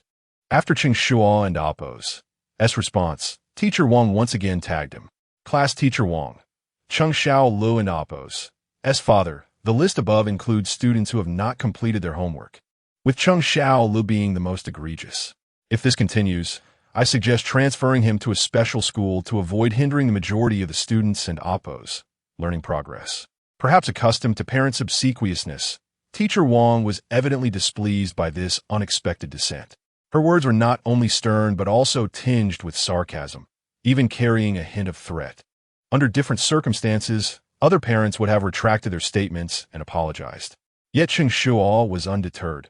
He continued to reply, stating, "Well, my son is still handsome." This infuriated Teacher Wang to no end, leaving her speechless for a considerable time. Initially, The netizens also felt Cheng Shuo's actions were inappropriate, and many comments were critical of him. However, when numerous individuals with similar experiences witnessed this exchange, a profound resonance emerged. The tone of the comments began to shift. Cheng Shuo may not ascend the podium, but he certainly will not find himself on the rooftop. What a strange feeling of wanting to cry. As a child, I always believed that failing to complete homework was a grave sin, one worthy of worldwide humiliation. If only my father had been like this, I wouldn't oppose. He feels so inferior. The other party rejected your shaming education and gave you a slap in return. Through reverse parenting, eliciting emotional reactions from those around, gaining emotional value of 23,000. Current available emotional value, 221,000. Meanwhile, Cheng Shuo and AMP, oppose, S confidence 10. Cheng Shuo and AMP, oppose, S response stem from having faced similar experiences in his childhood. To him, his son is still young. Mental well-being far outweighs academic performance. Today and AMP, oppose, S children suffer from poor psychological resilience, largely due to the pressures exerted by teachers and parents. His aim is to alleviate this burden as much as possible for his son. Little did he expect that such actions would also earn him emotional value. Consequently, Cheng Shuo became even more emboldened. While teacher Wang remained silent, he sent another message. Xiao should be punished for not completing his homework. He obediently accepted the punishment and deserves praise. Cheng Shuo was simply too adept at complimenting. Despite Cheng Shuo being at fault, he managed to find other redeeming qualities to praise his son. Such a father perfectly aligns with the netizens' expectations. Previously, they envied him for having a capable son. Now, they envy his son for having such a remarkable father. With a father like this, the child will undoubtedly escape the wounds of a dysfunctional family. In a future life, my first wish would be to be his son. The brave shall first enjoy the world. I bow to my stepfather. Chapter 24. If academic performance is good, serve the country. If poor, enjoy parental care. Cheng Shuo's approach has garnered both supporters and detractors, particularly among the staunch traditionalists, with teacher Zhong Xiuqin being the most prominent representative of this faction. It is undeniable that some of the educational methods employed by his father are commendable. However, the current attitude displayed is clearly unworthy of a competent father. The significance of academic achievement for a child is well understood, and teachers are naturally inclined to invest their efforts in nurturing their students. Yet, when observing him, it is evident that he not only fails to cooperate, but also openly challenges the authority. This serves as a glaring example of counterproductive parenting. Cheng Shuo and AMP, Oppo's unconventional method of reverse parenting through video games has indeed won the approval of teacher Zhong Xiuqin. But this does not imply that she will unconditionally tolerate other behaviors. She will voice her objections whenever she perceives wrongdoing. Following her remarks, teacher Xiang Hui echoed her sentiments, asserting that parents must help their children recognize their mistakes and assist them in rectifying them. Blind indulgence will only lead to detrimental consequences. The two teachers presented compelling arguments, and one might expect the youngest teacher, Yang Xiaotong, to concur as well. However, she bowed her head, lost in contemplation. It is undeniable that the perspectives of the two educators hold merit. For students, academic pursuits should be prioritized above all else. Failing to complete assignments or perform poorly on exams is considered a monumental issue by students and universally acknowledged by parents. Yet, is consensus tantamount to correctness? Does academic achievement truly overshadow all other aspects of life? At this moment, Yang Xiaotong recalled a report she had previously encountered. It depicted a group of ill children in a hospital receiving intravenous therapy while diligently completing their assignments. The narrative extolled their indomitable spirit, suggesting that such dedication was the hallmark of a promising future for the nation. Yet, should not the health of a sick child take precedence over academic concerns? Is it justifiable to prioritize assignments over a child's well-being? Furthermore, she had interviewed several students who harbored extreme aversions to learning. At their lowest ebbs, they contemplated drastic actions against their school rather than considering dropping out. Is this mental state normal? Previously, she struggled to comprehend this phenomenon. But Cheng Shuo's unorthodox approach illuminated her understanding. It became evident that contemporary children are often devoid of independent thought. When parents proclaim that education is the sole pathway to success, children accept this as gospel. The most frequent praise they receive throughout their formative years is for their obedience. The phrase, "it is all for your own good," permeates their childhood, rendering any deviation from adult expectations an unforgivable transgression. Poor grades, incomplete assignments, tardiness, or failure to wear a uniform are regarded as grave offenses. Yet, upon reflection, are these truly significant issues? Those burdens that once suffocated her in childhood now appear trivial. While academic performance is important, it pales in comparison to a child's health, both physical and mental. In this moment, she found herself envying Cheng Shuo, who, free from parental pressures, could confront the teacher and Appo's humiliating reprimands with such composure. Cheng Shuo and Appo's actions, rather than mere indulgence, were fundamentally protective of his child and Appo's fragile spirit. While she could not predict whether Cheng Shuo would excel in the future, she could clearly sense that he would undoubtedly grow into a confident individual. The criticisms from the two educators did not reach Cheng Shuo's ears, nor did he perceive any fault in his approach. In fact, he felt a sense of liberation in expressing his views. Several parents in the group shared this sentiment. Although they considered echoing his sentiments, they ultimately lacked Cheng Shuo's courage, resorting instead to sending thumbs-up emojis as silent support. However, to Teacher Wang, this behavior appeared as a blatant provocation. While he could not challenge their emojis, Cheng Shuo, as the focal point of attention, inevitably became his target. This father seemed to revel in his perceived honor. Despite his child and Appo's poor performance and ranking at the bottom of the class, if these factors did not hinder his inheritance of family wealth and business, then perhaps he was simply meddling in affairs that did not concern him. Teacher Wang, a man of culture, wielded his words with a sharpness that resonated even through the keyboard, exuding an unmistakable air of condescension. It was well known that Cheng Shuo attended a school for the children of workers, where most students hailed from families of migrant laborers. Those with slightly better circumstances might be the foreman, while others might come from the ranks of security guards or cleaners, individuals far removed from the realm of inheritance. To insinuate otherwise was laden with sarcasm, and even Oldie beside him furrowed his brow in disapproval. This was no longer merely an attack on the child. It was an affront to the parents as well. Upon encountering such remarks, Cheng Shuo's expression grew serious, not from the teacher's sarcasm, but from concern for his son and Appo's plight at school. Should a child be subjected to such treatment for poor grades? Would teachers and Appo's attitudes lead classmates to shun him? What joy could childhood hold without friends?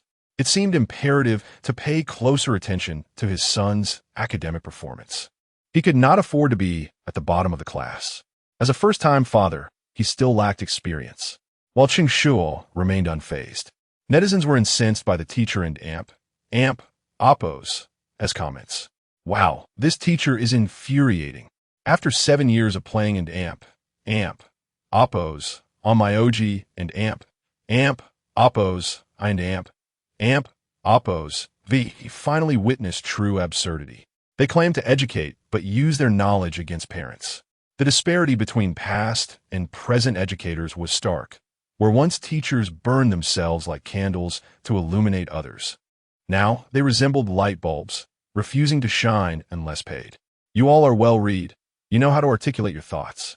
The online community erupted in fervent discussion. After a brief moment of reflection, Cheng Shuo regained his focus. While he recognized the need to address his son and Appo's academic performance, he would not permit the teacher's condescension to go unchallenged. He typed rapidly, "My son has a name. He is not defined by his poor grades or his position at the bottom of the class. His name is Cheng Shuo. I wish to assert that if teachers possess the capability to elevate all children's academic performance, then even if my son were last in rank, he would not be the worst student. Moreover, my son is merely struggling academically. He is not irredeemably flawed.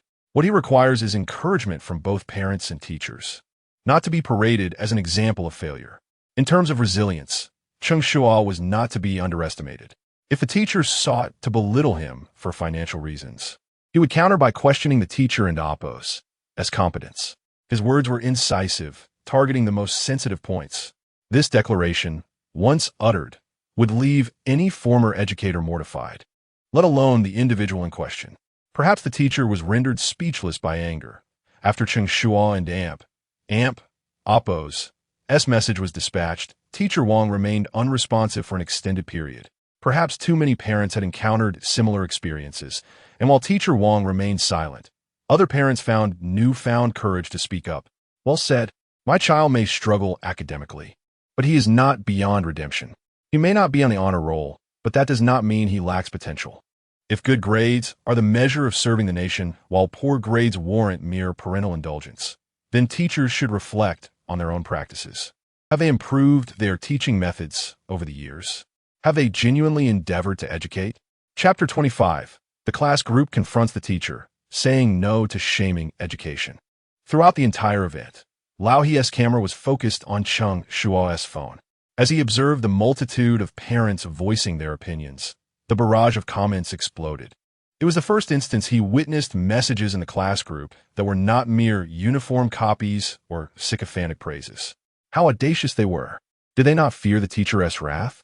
Offending one person might be manageable, but offending a multitude? Surely, the teacher could not reprimand them all. It was amusing. Xiaola's father demonstrated a grasp of strategy, leading all the parents astray. Was it truly a diversion? No, it was a call for justice, the voice of reason. Indeed, it felt as though something peculiar had infiltrated the discussion, and the audacious remark from the eyebrow pencil guy found their rightful place here. Have they even tried to teach? This question resonated delightfully among viewers, as the comments flowed rapidly, so swift that one could hardly catch the previous message with a blink. This battle concluded with Cheng Shuo inflicting harm upon himself while attempting to retaliate. He had expressed his frustrations. Yet the outcome was that Teacher Wang summoned him under the pretext of adjusting Cheng Shuo's learning methods, asking the parents to come to the office that evening. Now it was Cheng Shuo's turn to feel discontent. The childhood ritual of summoning parents had returned. This sense of resistance left him feeling immensely uncomfortable. In that moment, he recalled another troubling matter, and his enthusiasm for his phone dissipated entirely. He curled back into the sofa, staring at the ceiling, sighing deeply. Just moments ago, Cheng Shuo had been eloquently articulate and brimming with vigor. Now he resembled a defeated rooster, prompting a flurry of speculation among netizens. What happened? Wasn't he just fired up? Even the most spirited among them could not escape the fate of parental summons. Speaking boldly was gratifying for a moment, yet it led to the inevitable consequence of calling the parents. The viewers continued their lively banter, while Lao he found Cheng Shuo's sudden change in demeanor perplexing. He had witnessed Cheng Shuo's prowess. His quick wit and faster fingers had almost set the phone ablaze with his typing speed.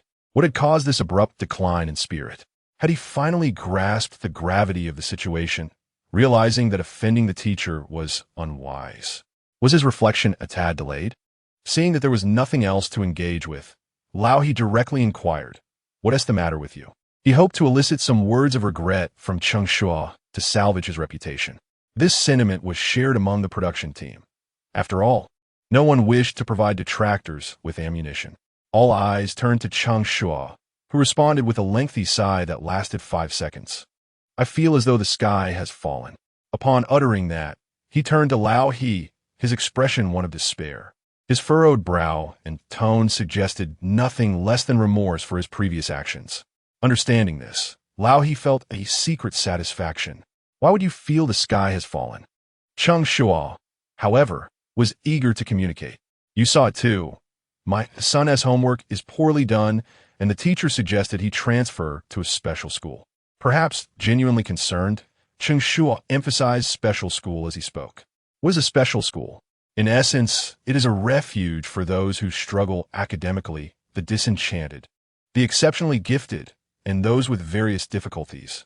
Teacher Wang's suggestion for Cheng Shuo to transfer to such a place was nothing short of a disgrace. "I don't believe it's warranted," Lao he countered. Though his time with Cheng Shuo had been short, he could see numerous virtues in the boy: diligence, intelligence, eloquence. and a bright disposition.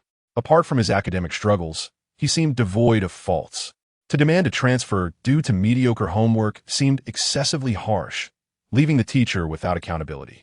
He felt a shift in his perspective. Just moments ago, he had insisted that completing assignments was of utmost importance. Now, it seemed trivial. Perhaps influenced by Cheng Shuo, he began to believe that a child's happiness was paramount, unconsciously altering his views. I'll have a good talk with the teacher this afternoon. It's not that severe, he continued to reassure. Yet, Cheng Shuo shook his head, looking as forlorn as a wilted plant. You don't understand, he sighed once more. This left He utterly bewildered. What's so hard to comprehend? Just pay attention to your child's homework, and ensure it's done correctly next time. I believe if you put in the effort, his assignments will be just fine. He's encouragement was heartfelt, warming even. He vowed he had never shown such tenderness toward his own family. This surprised his colleagues, who were accustomed to his usual grumpiness. However, this comforting demeanor only caused Cheng Shuo's lips to twitch in frustration. He was further puzzled. It's just first-grade homework, the sky 1T fall. You just need to put in a little effort. But before he could finish, Cheng Shuo interrupted. I feel as though the sky has fallen because I did my son's homework. He was momentarily speechless, astonished that he had heard such a declaration. Cheng Shuo's homework had been completed by Cheng Shuo himself. The implications were staggering. At that moment, laughter erupted in the live chat as viewers reacted to Cheng Shuo's confession. Wait, you did the homework? Hilarious. Who needs the spring festival gala with such entertainment? Father bears all the responsibility. I almost misjudged the child. Son, it's great, just don't write anymore next time. So you're the real slacker? Lacking in quality education after 9 years. It was undeniable. The joy in Cheng Shuo's live stream outweighed any educational value. Had this been any other time, his actions of completing his son's assignments would have drawn scorn from netizens. Yet now, only laughter echoed in the comments. Cheng Shuo's sky was not collapsing. It was merely a ruin. Having witnessed his many peculiar behaviors, would one more truly matter? Meanwhile, the 3 experts on the judging panel exhibited various expressions. Some shook their heads, while others stifled laughter, yet none seemed inclined to speak. What would they possibly say? That he couldn't even handle first-grade homework? As the online discussions flourished, a trending topic titled "The Class Group Confronts the Teacher," saying no to shaming education quietly ascended the charts. This trend captured the attention of numerous parents and extended its influence across various professions and fields, further amplifying the program's popularity. As the instigator of this event, Cheng Shuo managed a subtle smile while chatting with He. Chapter 26, the plot of the television drama, unexpectedly unfolded within the confines of the school. The power of trending topics truly is remarkable. A single hot search can captivate countless bloggers, prompting them to analyze, interpret, and even critique the content. Consequently, a plethora of videos proliferated across the internet. This surge in attention not only elevated the program's profile, but also propelled the name Cheng Shuo into the spotlight. Such fervor naturally caught the notice of the television network. Is this the parenting show recommended by Director Liu? One of the executives mused, observing the broadcast with interest. In the conference room, several network leaders and relevant personnel were engrossed in the live feed, including Liu Xiaorong, the daughter-in-law of teacher Zhong Shuqin. When her name was mentioned, Liu Xiaorong eagerly interjected, "Indeed, I find many segments thought-provoking. While there are shortcomings, it stands out among similar programs." Liu Xiaorong maintained an objective stance, refraining from excessive praise merely because of her son's transformation. She focused on the facts, even inviting several network leaders to view the program for themselves. The data was impressive. With 3 million viewers online, it ranked first among comparable shows, and several individual metrics rivaled those of popular variety programs. The statistics alone were compelling enough to warrant consideration. However, the behavior of this father might spark controversy, cautioned another director, Huang Shan. Being involved in educational programming himself, he was acutely aware that high visibility often accompanies high contention, especially in the realm of education, where any misstep could lead to accountability. Cheng Shuo's remarks had, on several occasions, treaded dangerously close to sensitive topics, necessitating careful deliberation. Huangshan's comments led the network executives into deep contemplation. Ever since Liu Xiaorong recommended the program, they had been paying close attention. From gaming with children to publicly confronting teachers in class groups, the discussions online had been fervent, with both supporters and detractors vocalizing their opinions. Logically, they hoped for the show to gain traction, yet an excessively high profile could be detrimental. If it were solely an online broadcast, it might not pose a significant issue. However, television broadcasts came with a myriad of regulations to adhere to. Thus, they had to exercise utmost caution. Indeed, while there were controversies, the educational significance was profound. Moreover, the streaming data suggested that a television broadcast could substantially bolster the network and Oppo's revenue. Liu Xiaorong continued to advocate passionately, casting hopeful glances at the executives. If even her mischievous son could learn and correct his behavior, surely other children stood a better chance. Furthermore, introducing such a high-profile program could attract sponsorships and advertising partnerships, yielding substantial profits while simultaneously enhancing the program and Oppo's visibility, a trifecta of benefits. Liu Xiaorong and Oppo's arguments resonated with the executives. The impact of the internet had made producing television programs increasingly challenging. If this collaboration could indeed yield positive results, all parties involved would stand to gain. However, despite the persuasiveness of Liu Xiaorong's words, the executives remained reticent, each pondering their own stakes. Those who ascended to leadership positions were astute. Should the program succeed, credit would be shared. But if it faltered, the first to endorse it would bear the consequences. Thus, even if they found the proposal appealing, none were willing to be the first to voice their approval. Understanding the unspoken calculations of the leaders, Liu Xiaorong sighed and proposed, "How about this? I heard that the Oppo's Safe Campus and Oppo's themed event led by the Education Bureau is scheduled for the next few days. The program team has also arranged related segments. We could collaborate to create a special edition. This way, we could gauge the effect, and with the endorsement of the Education Bureau, the risks would be mitigated." As she spoke, the leaders in Oppo's interest visibly peaked. Who would refuse an opportunity with minimized risks? Almost immediately, one executive made a decisive call. "All right, you shall lead this initiative. Let us collaborate on an episode." Simultaneously, the program's chief director, Cheng Shuo, received the news. Producing a parenting show inherently required alignment with educational promotions, and collaborating on a thematic event was certainly feasible. Moreover, if executed well, the program could be aired on television, further amplifying its influence and potentially achieving phenomenon status, a temptation that was hard for Cheng Shuo to resist. Thus, upon receiving the notification, he commenced preparations to deliver a commendable outcome. Yet, plans sometimes succumb to unforeseen circumstances. The Oppo's Safe Campus and Oppo's event was originally set for the following day, but Cheng Shuo and Oppo's misfortune struck today. Cheng Xiaola attended a school for the children of workers, which offered a lunch service due to the many parents who could not pick up their children during the midday break. Cheng Xiaola opted for the service simply because his father was exceedingly lazy. Until now, everything had been proceeding smoothly without incident. However, today, while he and his caretaker were resolving their lunch, they received an urgent call from the homeroom teacher, alerting them to a collective case of food poisoning in the class and requesting immediate attendance. This news alarmed Cheng Shuo, prompting him to rush to the school without finishing his meal.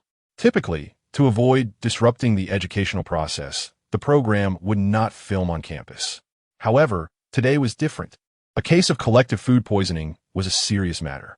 Additionally, given the recent notification regarding an educational event, he accompanied him onto the school grounds. As a live stream audience witnessed the unfolding situation, discussions erupted online. Collective food poisoning? Clearly, the cafeteria is unsanitary. There have been prior reports of kitchens serving spoiled meat to children. Who is responsible for endangering our nation and Oppo's youth? One viewer lamented, "During my school days, I found plastic and hair in the cafeteria food, and I'm alive today only due to sheer luck. Today's prepackaged meals are far cleaner than school cafeterias." How could people be so unethical? Those are children. Others echoed their outrage, demanding that the principal and teachers eat the cafeteria food first out of anger. I hope Shala is all right. He asked like my internet son. The topic of food safety incited universal indignation, particularly regarding the school cafeteria. The barrage of criticism filled the comment section. Amidst the uproar, Cheng Shuo, an old he arrived at the school, finding the classrooms and hallways teeming with people. Besides parents and children, doctors and police officers were also present. The scene filled Cheng Shuo with trepidation. Shala, son, he called, pushing through the crowd. However, just a few steps in, he heard his son's voice from behind. Dad, I'm right here. Turning around, he spotted Cheng Shala standing at the entrance, happily munching on what appeared to be a piece of bread. Son, you are so clever, Cheng Shuo exclaimed as he rushed to embrace him. Thank goodness you didn't eat in the cafeteria. Otherwise, you might have been affected too. Upon hearing about the collective food poisoning, Cheng Shuo instinctively assumed there was an issue with the cafeteria food. Yet, the reality was quite different. The cafeteria? What is wrong with the food? It's delicious. Cheng Shala's response left Cheng Shuo bewildered. If it's not the cafeteria, then what is it? He inquired, pointing at a nearby boy clutching his stomach, looking pale and distressed. What's wrong with him? Cheng Shuo glanced at the direction his father pointed, then leaned in conspiratorially. Dad, you might not believe this, but I encountered a scene straight out of a drama right here in school. Chapter 27. The Internet and AMP. Oppos. Living Yama conservatives perceive the radicals as excessively conservative. What exactly is happening? Upon confirming his son was unharmed, Cheng Shuo and AMP. Oppos. As curiosity was piqued, he leaned in, eager to listen more closely. Observing this, Cheng Xiaolu also approached, playfully uttering two words, poisoning. One wore a face full of gossip, while the other was bewitched with intrigue. This duo was simply comical. Under normal circumstances, they would surely be met with a wave of banter. However, at this moment, the online community's focus was solely on the poisoning incident, and the comment section erupted. What the hell, poisoning? This is more atrocious than food safety issues. Is it an act of societal revenge? Why target children? How did outsiders even enter the school? We demand a thorough investigation. It's infuriating. Whoever is responsible for this must face the consequences. Let's not be too extreme. What about their family? Someone interjected. I say, execute the whole family, so they have no worries. Such suggestions from netizens sent a chill down the spine, a warmth amidst the winter. The internet is a living Yama. Conservatives think radicals are too restrained. The sudden turn of events caught both the production team and the television station off guard. They had initially planned to collaborate on a special episode, but the incident unfolded ahead of their partnership. Such a heinous event naturally attracted widespread attention, prompting the station to swiftly decide to broadcast it. After all, hot topics like this are bound to be repeatedly featured in the news. With the news coverage in place, airing a parenting show seemed perfectly reasonable. Thus, by eliciting emotional reactions through reverse parenting, emotional value gained. 155,000. Current available emotional value. 373,000. Simultaneously. Cheng Shuo et Apple. Est confidence 10, patience 10. Cheng Shuo was already astonished by his son and Appo's words, and now he was further bewildered by the sudden influx of emotional value. He felt utterly perplexed, having done nothing at all. While he was deep in thought, he suddenly overheard a conversation between old he and the production team. It turned out that their show was being broadcast on television. Coupled with the trending topic, this was why it had exploded in popularity. For Cheng Shuo, this was undoubtedly fortunate. No one would complain about too much money. With 300,000 emotional value, he could exchange for 3 lottery draws. As he pondered whether to try his luck, another notification chimed in his ear. Lottery system upgraded, consuming 1,000,000 emotional value allows for a super lottery draw. Prizes include fixed assets, advanced skills, special enhancements. Cheng Shuo took a cursory glance at the prize pool, and his eyes sparkled with excitement. Not only did the fixed assets include luxury cars and mansions worth millions, but even winning a triple emotional value card would be a significant gain. Not to mention the many practical advanced skills available. No wonder expending 100,000 emotional value only yielded a subpar skill like childish truths. It seemed that inexpensive options offered little value. Upon realizing this, Cheng Shuo abandoned the idea of testing his luck and decided to save up for something bigger. Having already amassed 373,000, he figured accumulating 1,000,000 would be sufficient. It was no wonder men enjoy hiding their private stash. The thrill was undeniable. The system and Appo's voice momentarily distracted Cheng Shuo, causing him to neglect his son and Appo's presence. Noticing his father and Appo's inattention, Cheng Shuo couldn't and Appo's help but wave his hand before his father and Appo's eyes. Dad, what an Appo's wrong? His son and Appo's gesture snapped Cheng Shuo back to reality, and recalling his earlier words, he was suddenly alarmed. Who poisoned? Aren't outsiders prohibited from entering the school? Upon hearing the term poisoning, Cheng Shuo and Appo's initial reaction mirrored that of the netizens. Was this an act of societal revenge? He anxiously pulled his son close, scanning for any signs of harm. Appos, mifine. The poisoner ISN and Appo's an outsider, it and Appo's a classmate. In contrast to Cheng Shuo and Appo's anxious demeanor, Cheng Shuo appeared remarkably calm. There was no trace of fear in his eyes, but rather a glimmer of excitement. This expression left Cheng Shuo perplexed, prompting him to inquire, a classmate? In response, Cheng Shuo pointed towards the teacher's office and leisurely stated, it's our vice class monitor. Hearing this, Cheng Shuo's brows furrowed. Although he hadn't and Appo's been a father for long and had visited the school only a handful of times, he had a vague impression of the vice monitor, who was named Zhang Xiaolong. Cheng Shuo recognized him mainly due to his boastful mother. Whenever Zhang Xiaolong achieved good grades or received an award, or even assisted parents or teachers, his mother would sing his praises in the class group chat, making it impossible to overlook. Yet, how could such a well-behaved student engage in something as outrageous as poisoning? Why? What conflict could have led to such an act? As Cheng Shuo continued to question, he couldn't and Appo's help but speculate. First graders, 6 or 7-year-old children, how much animosity could they harbor to resort to poisoning within the classroom? The more he pondered, the more unexpected the answer became. There was no conflict. In fact, they had a relatively good relationship. This revelation left Cheng Shuo even more bewildered. However, he seized upon a key detail. In the following minutes, Cheng Shuo finally gleaned the complete story from his son and Appo's account. It turned out that the poisoning was indeed true, but the resulting collective diarrhea was an accident. The cause of the poisoning stemmed from the saying, if one excels, why not the other? Zhang Xiaolong was exceptional. His grades were stellar. He was capable, and he was obedient. Among the mischievous students, he stood out, often receiving praise from teachers. However, in their class, there happened to be another student of equal merit, the class monitor, Luo Li. Without comparison, the two would have been good friends and the teachers and Appo's right-hand helpers. But Zhang Xiaolong and Appo's mother was overly competitive and loved to boast. She couldn't and Appo's bear to see anyone surpass her son. Thus, she pressured him to outshine Luo Li in every aspect, from academic performance to class elections, even to the neatness of his homework.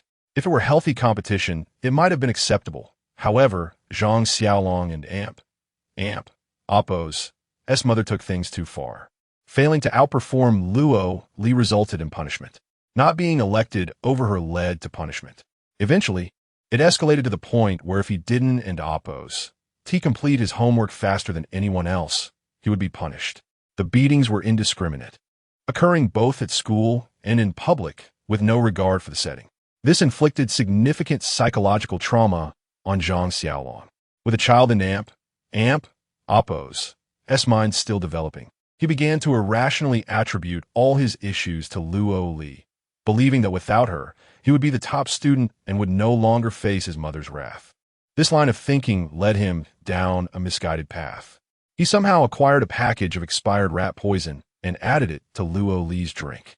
As Luo Li was a sharing individual, they all took a sip, resulting in numerous classmates suffering from diarrhea. Fortunately, the poison was expired. Otherwise, the consequences would have been unimaginable. Upon learning the full story, the three experts on the judging panel were equally outraged. They reiterated the importance of not placing excessive pressure on children, especially in first grade. It was truly unnecessary.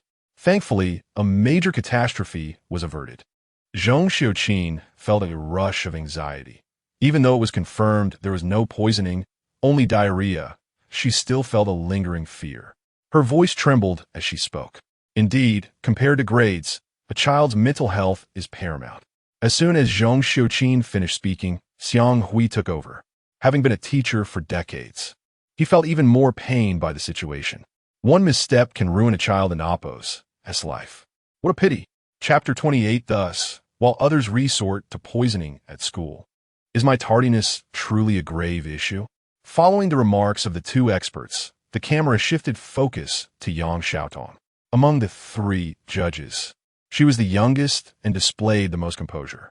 Even when her opinions clashed with those of her colleagues, she maintained an appropriate tone. However, today, after grasping the entirety of the situation, she found it impossible to restrain herself for the first time.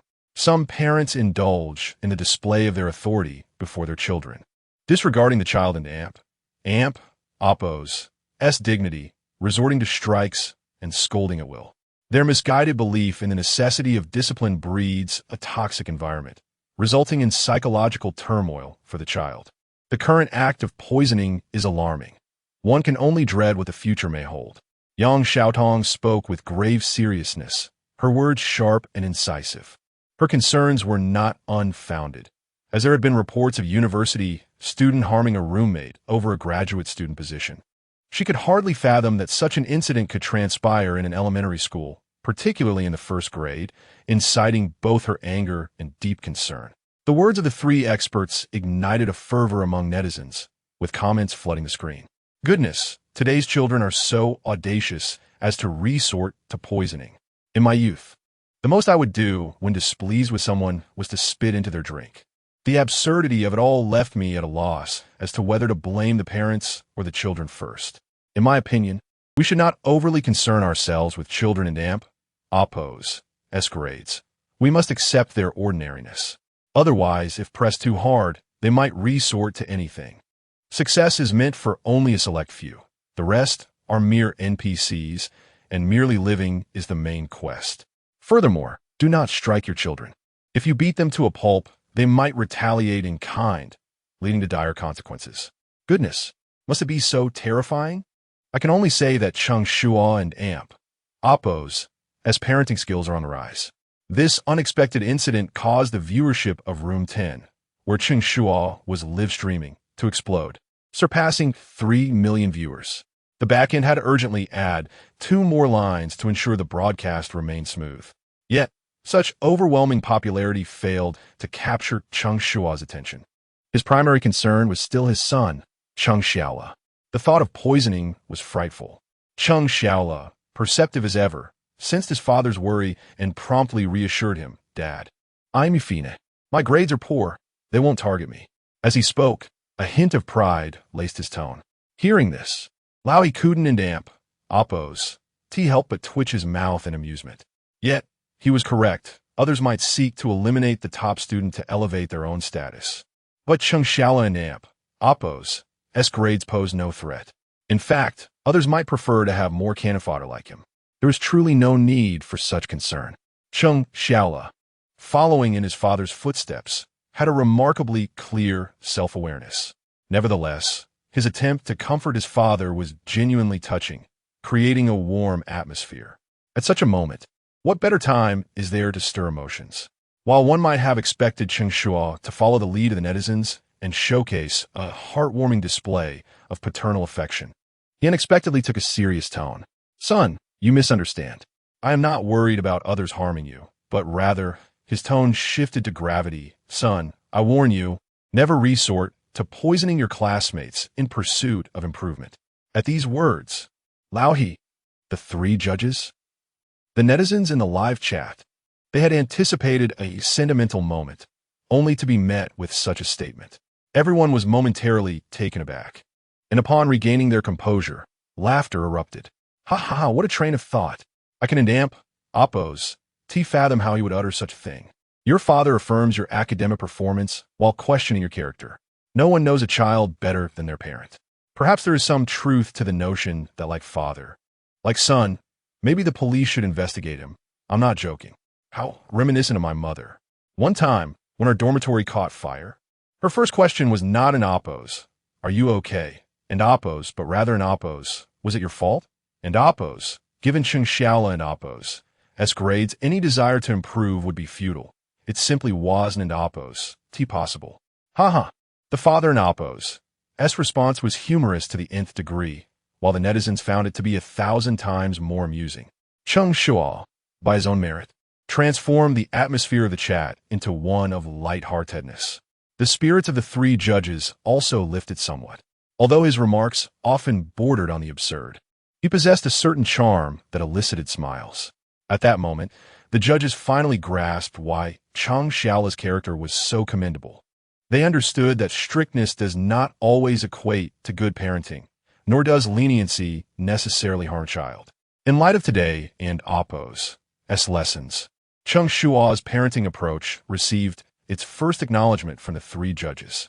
Though only a handful of students suffered from this incident, its ramifications were dire. Those involved were taken away, and the relevant school leaders and homeroom teachers were summoned for discussions. Students were released for half a day with no supervision. Those with issues remained, while the rest were sent home with their parents. Upon witnessing such arrangements, Cheng Shuo assumed he would naturally take his son home. He evidently forgot that he had another matter to attend to today, being summoned by the school. He forgot, but Lao He did not. Just as they were about to exit the school gates, Lao He couldn't and amp. Oppose. Help but remind him. Arn and amp. Oppose. You going to speak to the homeroom teacher? Due to Shaola and amp, oppose. Incomplete assignments, the parent meeting was something he had overlooked. This reminder jogged Cheng Shuo and amp, oppose, memory. He indeed had forgotten. However, just as he was about to turn back, Cheng Shaola, with impeccable timing, interjected, compared to the poisoning incident, is my unfinished homework truly a significant issue? His words left Lao He speechless. In light of the gravity of the poisoning incident, it was indeed trivial. Cheng Shaola's soul-searching retort was remarkable, made even more so by the presence of his eccentric father. Thus, compared to the lack of oversight from the teachers, not attending the parent meeting seemed inconsequential. Did it not? It was no wonder that father and son were both adept at twisting logic. Cheng Shuo and amp, oppose. Audacity stemmed from his understanding that, following such a major incident, Teacher Wang would undoubtedly be overwhelmed with responsibilities, caring for the sick students, soothing parents, handling discussions with higher authorities, and preparing various reports. How could they possibly spare time for him? Cheng Shuo was well aware of this, and thus felt bold enough to humorously indulge in some banter with his son, never anticipating that it would amplify the comedic effect. Netizens burst into laughter once more. How is it possible to possess such innate talent? Others struggle to recite lines. Yet you two effortlessly conjure humor with every word. It is not merely humor. Compared to the debacle they have caused, this is hardly a significant issue.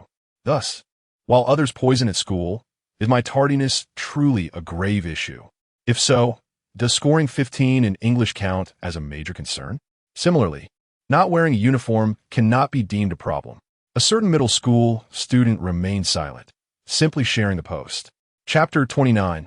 Raising a child is like pruning a tree. If you do not prune firmly, the tree will grow awry initially. The mood seemed to brighten, but upon witnessing the barrage of comments from netizens making jokes and excuses, the three judges were suddenly engulfed by an inexplicable ire.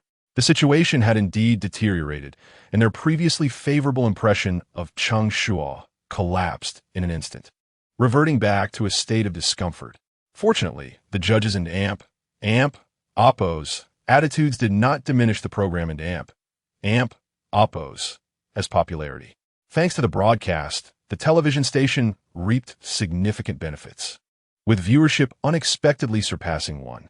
The data analyst at the local station rubbed his eyes in disbelief, fearing he had misread the numbers. As a regional television station, their ratings typically hovered between 0.6 and 0.8 in the absence of large-scale programs or popular dramas. The main channel fared no better, and the sub-channels often struggled to maintain relevance, particularly the educational channel, which frequently languished below 0.1, consistently ranking at the bottom. However, no one anticipated that our family and Oppo's As Children Are Growing would achieve a tenfold increase in viewership within just half an hour of airing, directly eclipsing the main channel and Oppo's S ratings. This astonished even the most seasoned data analysts. The remarkable outcome could be attributed to Cheng Shuo, whose involvement had significantly raised the program and Oppo's S profile. Not only did it frequently trend on social media, but related videos also dominated major short video platforms. The program and Oppo's S official account gained countless followers, establishing itself as a leader among its peers. The live broadcast, which showcased an impressive online presence of over 3 million viewers, became a vibrant forum where the comments flowed like a mosaic. Some viewers relished the lively atmosphere of the comments, enjoying the communal experience of watching the live show and engaging in conversation. Others preferred the immersive experience provided by the larger television screen, which offered a more comfortable viewing experience, particularly suited for family gatherings.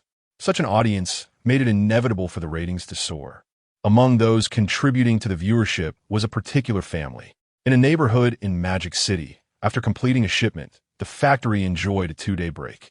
Seizing the rare opportunity for leisure, Old Lou and his brother nestled in their rental apartment, cracking walnuts while watching our family and Oppo's S Children Are Growing on their 25-inch vintage television. Brother, are you also watching this program for insights? No wonder you've raised Yang so well. He is now attending high school in Magic City. That is quite impressive. Hearing the praise, Old Lou's lips curled into an uncontainable smile as he humbly replied, "Oh, it's nothing really. I haven't put in much effort. It's largely thanks to my wife, who dedicates herself entirely to him. Without her, we wouldn't have achieved this success." Old Lou and his brother, Lu Yong, had come to Magic City for work, and after experiencing urban life, they aspired for their son to rise above and become a city dweller. Having endured hardships themselves, they were determined that their son should not suffer the same fate. Thus, they held high expectations for his academic performance, wishing for him to avoid a life of labor without a diploma. Fortunately, their son had proven himself, consistently achieving good grades and successfully entering a high school in Magic City. Given the current middle school graduation rates, this was indeed a source of pride. You should stop being so modest. You say you don't exert yourself, yet you're the one cracking walnuts for his brain food. To ensure Yang eats well and stays warm, you even forego buying new clothes, opting instead for your work uniform every day. You truly prioritize your child above all else, Lu Yong remarked. Old Lou was indeed commendable in his dedication to his child, prioritizing Yang and Oppo's S needs over his own. To provide better care for their child, his wife had even left her job to focus solely on him. With just one person earning for the family in the high-cost environment of Magic City, it was impossible not to feel the strain. They resided in a dilapidated rental unit and subsisted on discounted groceries for supermarkets. Whenever they contemplated offering assistance, they would express their hope that their child would succeed, their words imbued with dreams and aspirations. This left Lu Yong, the younger brother, feeling helpless in the face of their sacrifices. Yang, engrossed in his studies, was tasked with cracking the walnuts himself. Furthermore, what was the point of buying new clothes? That money would be better spent on additional study materials, perhaps with excellent grades. He might even gain admission to prestigious institutions like Tsinghua or Peking University. The conversation was initially lighthearted, but when Lu Yong heard his brother mention Tsinghua and Peking University, his expression turned to one of concern. Coincidentally, he glanced at the parenting program on television and recalled a particular segment. Thus, he feigned nonchalance and remarked, "Brother, I think it's best not to pressure Yang too much. Aside from studying, he doesn't engage in anything else. Look at the father in this program. He doesn't worry about his child's grades and even plays games with him." Lu Yong intended to suggest that his brother ease up on the pressure, emphasizing that the child's current achievements were already commendable. It would be exhausting for both parents and child to continually raise expectations. He empathized with Yang, recognizing the toll that relentless academic pressure could take. In his view, studying was far more taxing than manual labor. The child spent long hours studying late into the night, with little time for anything beyond eating and sleeping. The lack of social interaction and hobbies pained him, as he watched a once vibrant child transform into a bookish introvert. It was only natural for him, as an uncle, to feel sympathetic. Therefore, he raised this concern inspired by the program. However, this mention ignited old Lu's temper as if he had stepped on a landmine. I would argue he is unworthy of being a father. I noticed him arguing with a teacher in the class group earlier. He is utterly ruining his child. Just look at what kind of child he has raised. Poor grades and a lack of respect. How dare he even appear on television? Old Lu expressed his disdain for Cheng Shuo and his son, then cautioned his brother, when you become a father, make sure not to emulate him. Raising a child is akin to pruning a tree. If you do not prune firmly, it will grow awry. By then, if it becomes irreparable, you will only have yourself to blame. Old Lu remained steadfast in his belief that children require strict discipline. Freedom, in his eyes, equated to neglect. If one does not endure the hardships of education now, they will inevitably face the hardships of society later. Moreover, he believed that studying was not arduous. Merely sitting there every day was hardly exhausting. Thus, he viewed Cheng Shuo as negligent and deemed such irresponsible individuals unworthy of parenthood. Seeing his brother's stubbornness, Lu Yong chose to remain silent. Just then, his sister-in-law, Peng Mei, returned home with Yang for lunch, but the atmosphere felt noticeably tense. Sister-in-law, what's wrong? From the moment she entered, Peng Mei wore a stern expression, and Yang followed behind with his head bowed. Both of their faces were clouded, and Yang bore a faint mark on his cheek. Upon witnessing this scene, old Lu approached, concerned. What happened? Why did you hit the child? He yearned to caress his son's face, but upon hearing his wife's words, his hand froze mid-air. What else could it be? I worked tirelessly to care for him, and yet, after the first monthly exam, he failed 6 out of 7 subjects. When I inquired about his grades today, the teacher in Dapo's expression made me wish I could disappear into the ground. After studying so hard, how could he not even pass? Not even a pig would be this foolish. Chapter 30. Once prejudice arises, even breathing seems wrong. Peng Mei was furious, cursing as she pinched her son. Yang nestled against her, too frightened to respond or evade. Upon learning that 6 out of his 7 subjects had resulted in failing grades, Lao Lu was struck with such despair that his entire body trembled. Failing, he gazed incredulously at his son, and after confirming this was no jest, hurled a half-peeled walnut he held straight at Yang and Appo's face. He then grasped the collar of his shirt, demanding, "What on earth are you doing? I toil endlessly to support your education, denying myself food and clothing. Is this how you repay me?" Lao Lu's emotions surged beyond Peng Mei's as he yanked Yang's collar and shoved him, sending him to the ground multiple times before pulling him back up again. At that moment, Yang resembled a marionette, expressionless and passive, allowing his father to vent his frustrations without a hint of resistance. Realizing the situation was spiraling out of control, Lu Yong swiftly intervened to separate them. Let's discuss this calmly. Don't harm a child. However, this attempt at moderation only ignited Lao Lu's fury further. With reddened eyes, he shouted, "I ought to beat this ungrateful wretch to a pulp.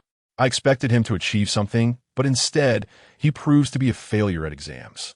Does this performance justify my sacrifices? Eating walnuts for brain power? Nonsense. Let him starve. It would save food." Lao Lu, consumed by rage, exhibited no regard for his son's feelings, unleashing a torrent of insults. To his surprise, Peng Mei added to the chaos, collapsing onto the ground and crying. "Why is my life so wretched? I poured all my heart and soul into my son, believing he would succeed and allow me to enjoy some comfort. Yet, it was all in vain. Life feels pointless. I no longer wish to live." A frenzied father, a weeping mother, and a mute son turned their household into a tumultuous scene. Fortunately, a rational uncle remained present. Lu Yong understood that Yang Yang and Appo's academic performance had always been commendable. Otherwise, he would not have gained admission to a high school in the bustling metropolis. Yet, how could he struggle to even pass in high school? With his brother and sister-in-law too enraged to heed his counsel, he turned to Yang Yang for answers. Yang Yang, tell your uncle what's going on. Did a recent illness affect your performance? If that's the case, assure your parents you'll do better next time. The reprimands from his parents left Yang Yang indifferent.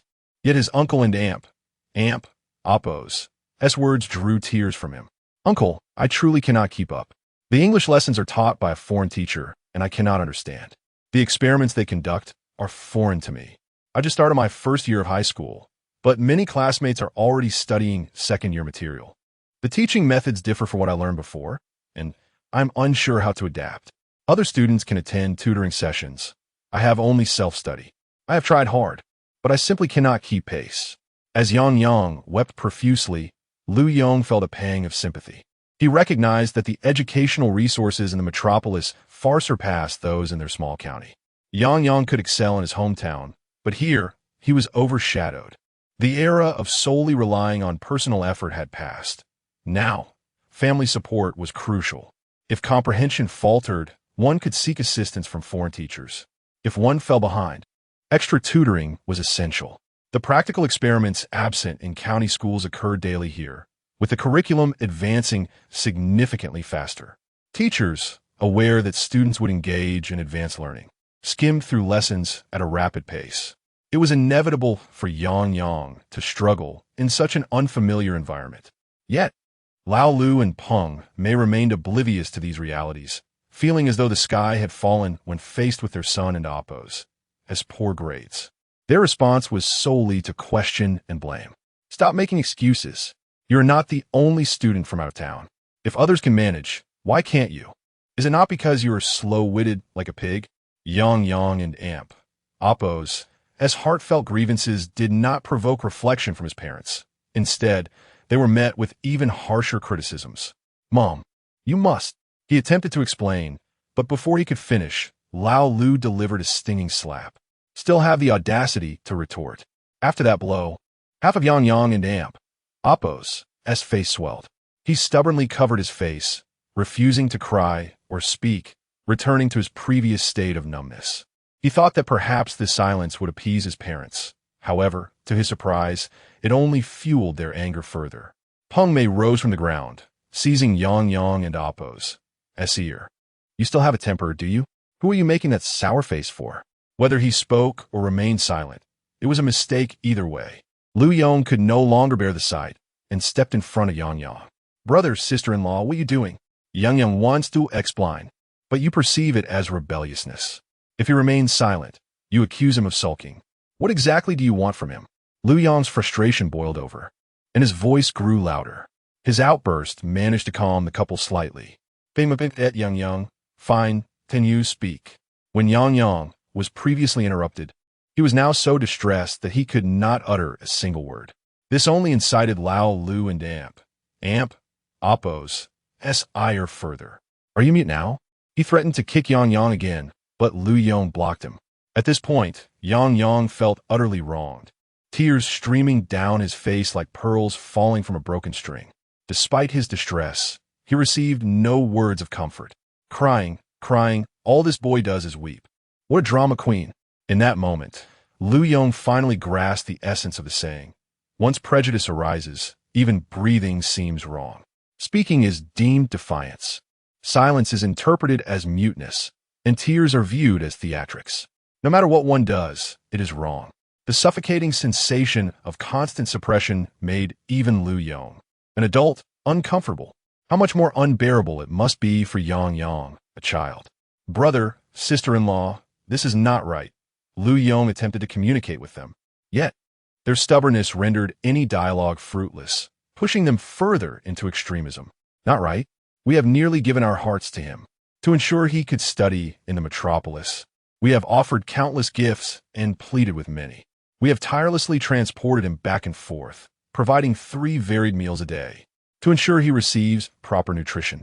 I even hand-peeled each walnut myself. We and amp, oppose. He done everything possible, and yet this is how he repays us. The more Lao Lu spoke, the more he felt wronged, his heart swelling with resentment. By the end, he too was in tears. He vented his frustrations, but Yang and oppose. His expression only grew more pained. It was at this moment that Peng Mei chimed in. Had I known the child would turn out this way, I should never have given birth to him. That single statement became the final straw for Yang. He cried out, "Yes, you regret having me. I regret coming into this world. I want to die right now." With that, he dashed toward the balcony. Chapter 31. The silence of the online community, yet a frenzied resonance. This sudden turn of events left everyone present utterly bewildered. Both Lao Lu and Peng Mei were so petrified that they became immobile, their minds racing to intervene while their bodies remained unresponsive. Although they resided on a relatively low floor, the ground below was piled high with construction debris. A fall from such a height would likely result in severe injury, if not death. As they watched their son inch closer to the balcony and oppose, this edge, despair overwhelmed them, causing them to collapse to the ground, fearing an impending catastrophe. Fortunately, Lu Yong acted swiftly, stepping forward to pull Yang back from the precipice. "Stay calm, Yang. Your uncle is here," he reassured, casting a sharp glance at his brother and sister-in-law, as if to say, "Is this what you wanted?" The harrowing scene had almost driven Peng Mei to despair. Even with her son now safe, the lingering fear continued to envelop her. In that moment, countless memories flashed before her eyes. Her son's first steps, his first utterance of "Mama," the moment he brought home his first certificate of achievement. Each recollection felt like a blade, cutting deeply. It was astonishing how, in the past, even the smallest acts, such as helping her wash the dishes, were met with praise. How had it come to this point, where every action seemed to be scrutinized as a mistake? Her son was undeniably brilliant, with walls adorned with certificates, a favorite among teachers, and lauded as the exemplary child by others. What had compliments morphed into harsh criticisms, branding him as dull-witted, unworthy of life, and a source of regret. Peng Mei was engulfed in remorse, her emotions unraveling. Lao Lu was no better off. Witnessing his son's resoluteness nearly caused him to faint. Everything he had done was ostensibly for his son's benefit. How had the situation deteriorated so drastically? Was it wrong to be strict and demand academic diligence? Suddenly, he recalled a program he had just watched, where a teacher reprimanded a child for failing to complete homework. Had he been in that position, he would have rushed to school to chastise his son vehemently. Yet, the father in the program had responded differently, praising his son despite his mistakes, creating a stark contrast. It was no wonder other children felt free to express themselves, while his son remained taciturn and hesitant to speak. Lao Lu felt a surge of frustration as he struck his own head in agitation. His regrets extended beyond this incident. A moment of poor performance had prompted him to utter such nonsensical words. Another child had failed an exam, yet the parent in oppose's attitude was entirely different. It was clear why others' children were optimistic and outgoing, while his remained reticent and introverted. The pressure of academia was already immense. As a father, he had failed to alleviate that burden and instead resorted to punishment. He understood that excessive pressure could lead to explosive reactions, yet somehow believed his son could endure it. At that moment, Lao Lu was consumed by regret. If anything were to happen to his son, he would never forgive himself. As Lao Lu and Peng Mei reflected on their actions, Lu Yong continued to comfort Yang. The room fell silent, making the sound from the television particularly poignant. The broadcast was covering a live report on a school poisoning incident. Lao Lu's fear escalated as he watched. Realizing that the overwhelming pressure of academics had led one student to poison others, was this not akin to his own son's plight? The only difference lay in whether one inflicted harm upon others or themselves. Regardless of the outcome, both were deserving of lifelong regret. In that moment of clarity, Lao Lu resolved to approach his son. "Yang, your father will no longer pressure you. Let things unfold naturally. Whether you achieve great success or remain ordinary, you will always be my beloved child." The poisoning incident garnered widespread attention once broadcasted live, with numerous trending topics emerging on social media. Each topic sparked fervent discussions among netizens. It was disheartening to witness how parents had driven their children to such extremes, succumbing to their own petty vanity and compelling their offspring to resort to drastic actions. Indeed, oppos, it's astounding how some parents fail to recognize their own shortcomings. They expect their children to soar like phoenixes while they themselves are merely common fowl, remarked one commentator. There are three types of people in the world: those who strive for success, those who avoid effort, and those who bear children and expect them to toil. Which category do you belong to? To those above, it seems you have cast harsh judgments on many, and rather crudely at that. Be assured, confidence is key. Remove the negativity. In this context, one could aptly reference the sage words of teacher Yang Xiaodong. If the original document is blurred, do not expect the copy to be clear. Parents bear a responsibility. The mental well-being of children warrants serious attention, as an increasing number of children are facing psychological issues. Indeed, I am a teacher, and I have several students grappling with such challenges. If we do not take this seriously, similar incidents will only proliferate. Agreed. However, it is curious. We endured physical punishment in our youth without it affecting us. Yet today, as children seem susceptible to psychological struggles at the slightest provocation. Initially, the online discourse focused solely on the incident, criticizing parents and resonating with the children. Gradually, the discussion expanded to encompass children's mental health. Upon delving deeper, it became evident that many children exhibited varying degrees of psychological distress. Milder cases involved silence and peculiar temperaments, while severe instances included self-harm and extreme behaviors. This realization prompted many parents to awaken to a sense of urgency, recognizing that even casual remarks about symptoms resonated with their own children. Concern for their children's well-being ignited a fire of anxiety among parents, leading them to eagerly seek solutions, rather than letting them flounder aimlessly online. The program team swiftly arranged for 3 authoritative experts to engage in an in-depth discussion regarding the incident, aiming to assist bewildered parents. Upon the announcement, the live stream attracted an influx of 3 million viewers, while the television ratings soared to an impressive 1.5. The barrage of comments intensified. Is that not expert Zhou Yajun? He specializes in child psychology. Perhaps my child will find hope. And there's Professor Fong Qi. I adore her lectures. They always illuminate my understanding. Even our principal Wang Hao from the Education Institute is here. This program is certainly on the rise. I've also had the privilege of attending lectures by Tsinghua professors. If you round up, I too have attended Tsinghua. Such expertise. These are true professionals. And they charge hundreds for a single class. Now we can listen to them for free. What a delightful surprise. Once this program concludes, who else would treat me so kindly? I declare that as long as we remain patriotic, this program shall never falter in my eyes. Let us begin. For my 5 rebellious children have their own issues to address. Chapter 32, regardless of how many floors your residence may have. Reaching the first floor is but a fleeting moment. In the live studio, besides the host He Ling and the 3 permanent judges, a large screen has been added, connecting us to 3 of the nation and Oppo's most esteemed experts. They comprise sociologist and child psychologist Professor Zhou Yajun, seasoned psychological mentor Professor Fong Qi, and a retired educator Mr. Wang Hao.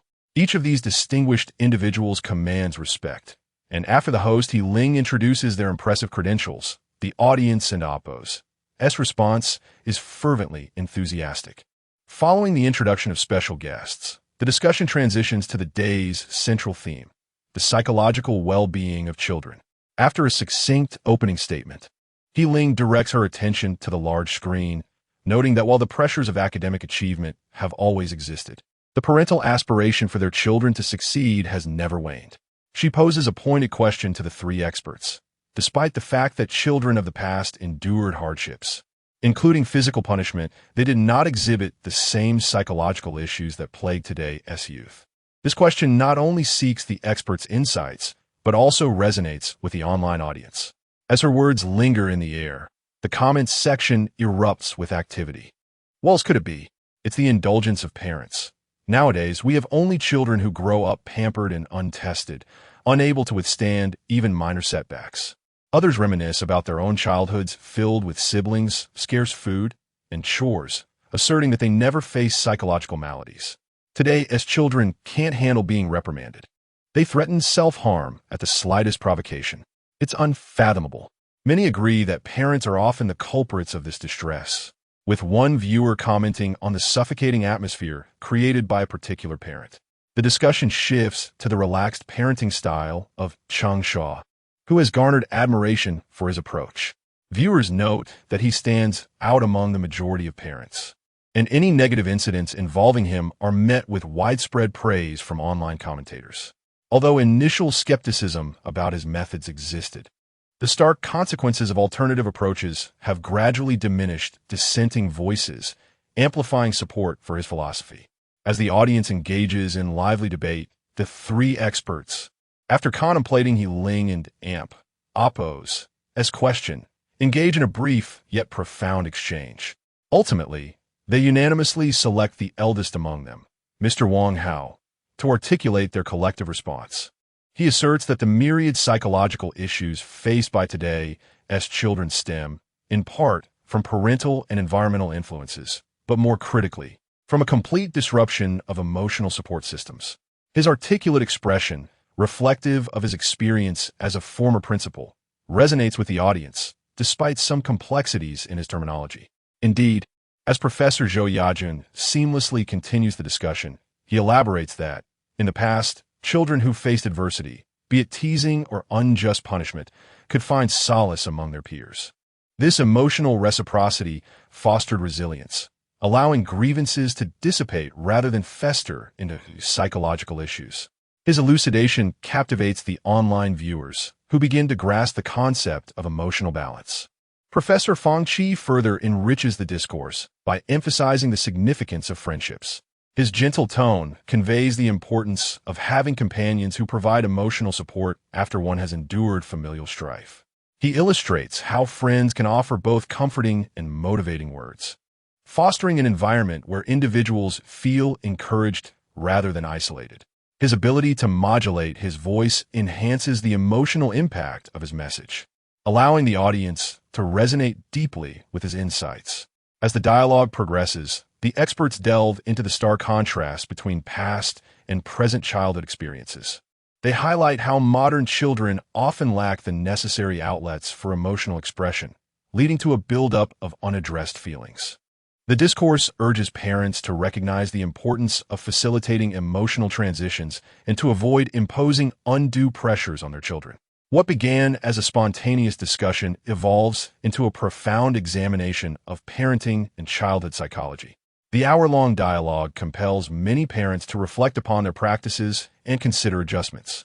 Cheng Shuo, as a representative of relaxed parenting, garners significant attention online, prompting many viewers to revisit his previous videos and even form discussion groups to share insights. This newfound interest not only drives traffic to his past content, but also boosts the popularity of the live stream.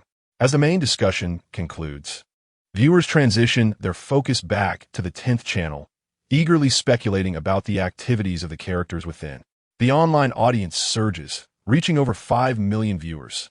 Yet their predictions about the characters' actions remain unfulfilled. Chapter 33.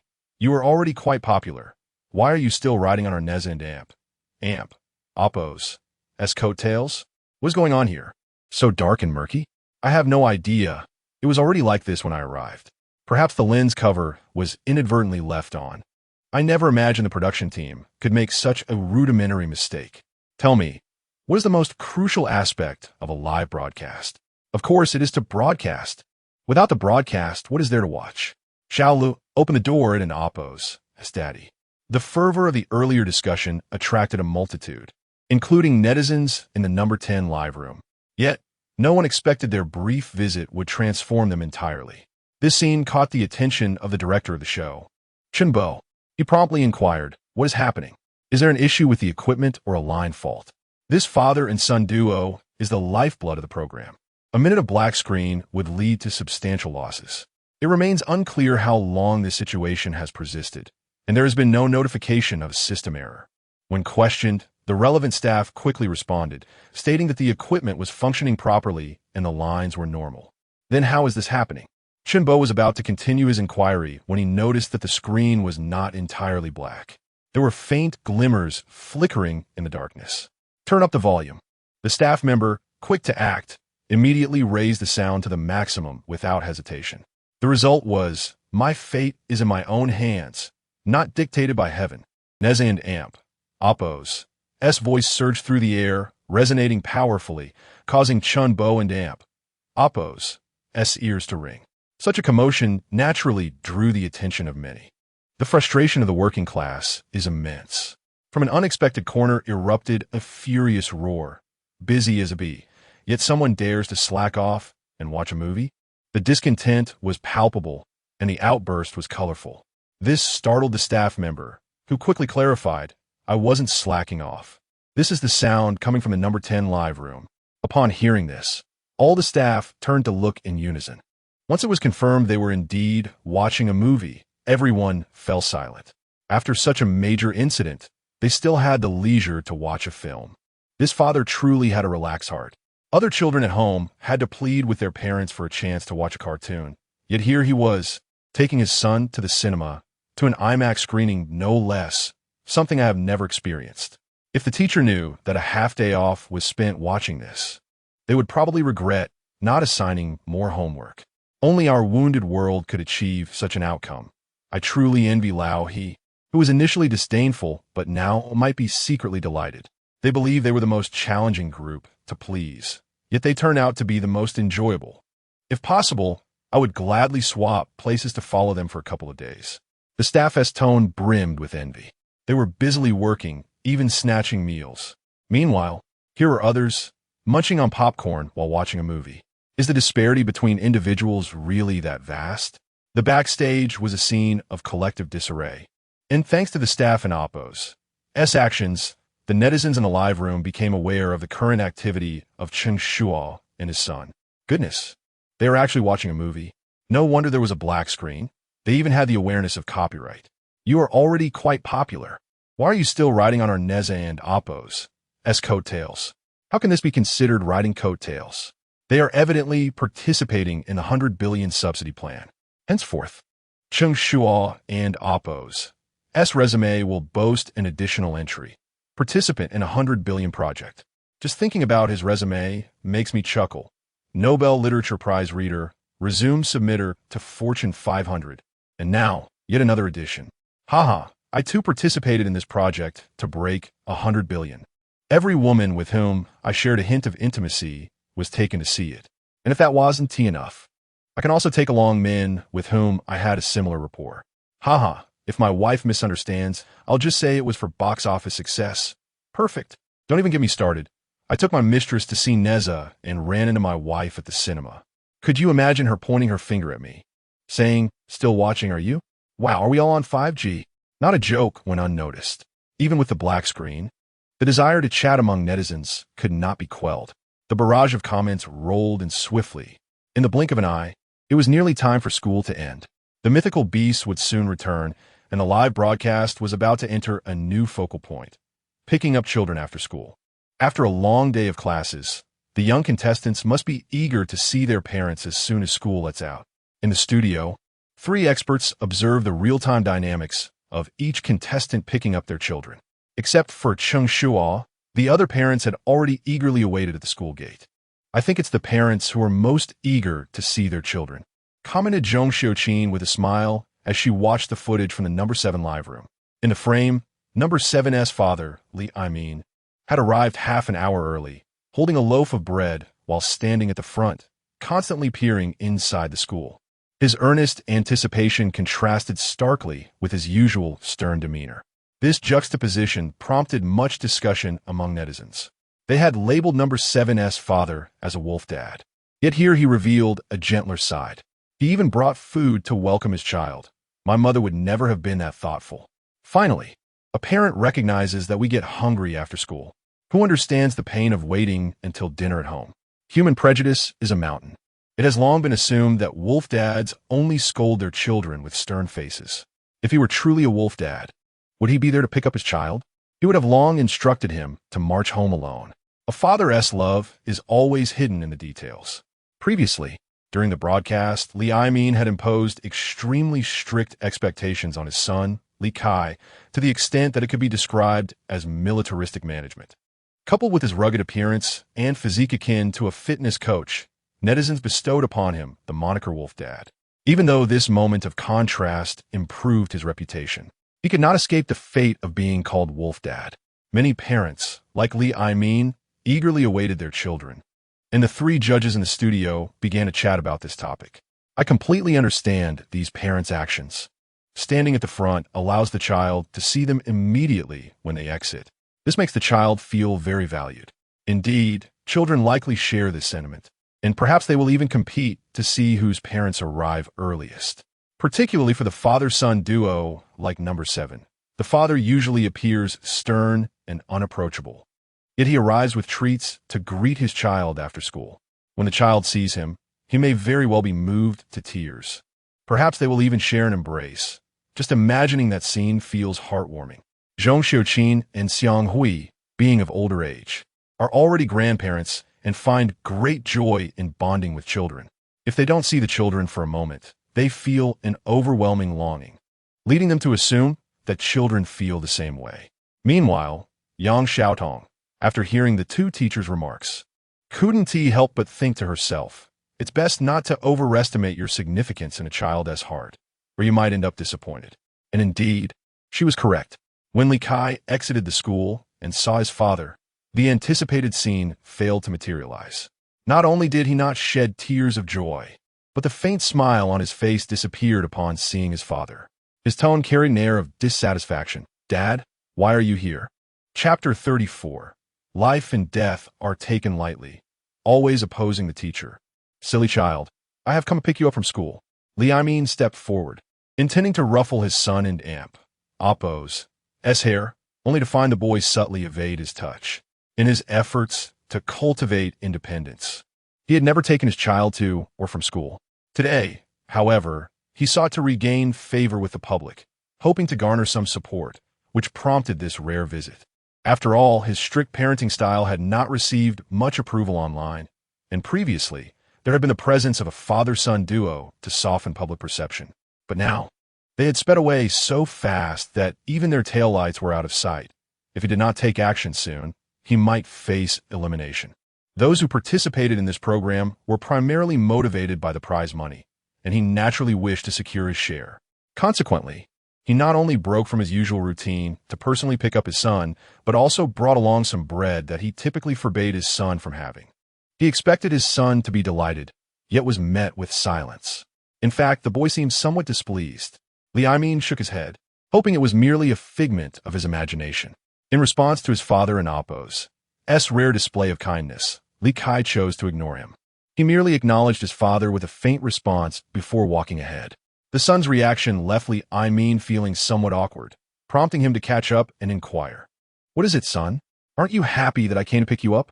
Although strict in his discipline, Li Aimin would never stifle his son's voice. Noticing his father and amp Oppo's question, Li Kai halted, stating, Dad, either we do this all the time or not at all. This sudden pickup is just confusing. In truth, Li Kai felt quite unhappy. His father was strict at home, and school was no different with teachers overseeing him. The journey home was one of the rare moments he could truly claim for himself, playing with cats and dogs, bantering with classmates, indulging in the forbidden delights of roasted sausages and turkey noodles, or even sprinting after a bus brought him immense joy. But today, with his father picking him up, all of that was lost. Playing with animals would be criticized for potential germs, and engaging with classmates would be deemed immature. Consuming junk food or chasing buses was entirely out of the question. Who could possibly be pleased under such circumstances? From Li Aimin's perspective, his decision to pick up his son was a gesture of generosity. He believed that, if nothing else, his son ought to express gratitude and joy. He could not fathom the boy and Oppo's reaction, yet many viewers in the live stream empathized with Li Kai. It appeared that children generally dislike their parents picking them up. He had assumed it was just his daughter who felt this way. The act of picking up children often stemmed from a parent and Oppo's unilateral desire. If safety were not a concern, children would prefer to return home on their own. Either they should always pick them up or refrain entirely. Sudden appearances were unwelcome. Indeed, it was the unexpected paternal affection that caused trepidation. As the discussion unfolded, the judges observed multiple families exhibiting similar sentiments. Had the current generation of children become so estranged from their parents? In their youth, they had eagerly awaited such pickups. Zhong Xiuqin was puzzled, while Xiang Hui wore a look of confusion. Only Yang Xiaotong, upon witnessing this predictable scenario, chuckled and remarked, in the past, families had several children. Parental love was a scarce resource. Acts of affection, like picking up children, were naturally cherished. However, now, families often have just one child. Every action is scrutinized, leaving them desiring personal space. With this insight, the others grasped the underlying reason. Children of yesteryear enjoyed more free time, but lacked parental affection, whereas today and oppos, as children have not only parents but also grandparents constantly watching over them. With so many eyes on a single child, they crave privacy. It is not that they dislike their parents. Rather, they yearn for freedom. Actually, I have noticed another issue. Yang Xiaodong's voice drew their attention, prompting them to look at her in unison. The current generation not only shies away from spending time with their parents, but also exhibits a minimal desire to converse. During the brief period of being picked up from school, interactions are either non-existent or consist solely of one-sided questions and answers. Genuine dialogue is nearly absent. Her observation prompted a wave of realizations among the group, and the online comments began to flood in. Chatting? More like 3 questions revolving around grades. What is it like at school? What did you have for lunch? How much homework do you have? My mother asks those same 3 questions every day, to the point where my ears are about to develop calluses. Nostalgic memories surged forth, resonating with a shared experience of the same world and the same mother. I love my parents dearly, yet I too long for moments devoid of their presence. Ultimately, the lack of common topics was the crux of the issue. If they could engage in play or meaningful conversation, children would be more inclined to spend time with their parents. Engaging in play and conversation? ISNT that the current state of family number 10? What began as innocent banter soon turned into a comparison with Cheng Shuo and his son. Indeed, whether it was gaming together, casual banter, or unconditional support for his son, these were experiences absent in many other households.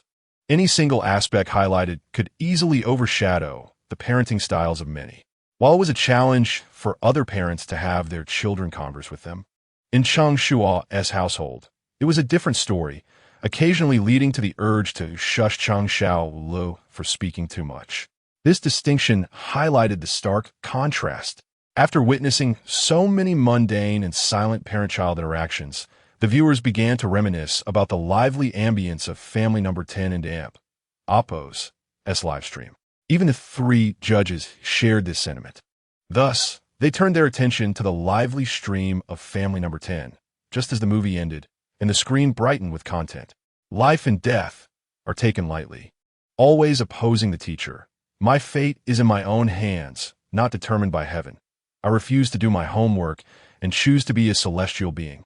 Before they could fully comprehend the visuals, Cheng Xiao and Oppo's voice resonated through the air.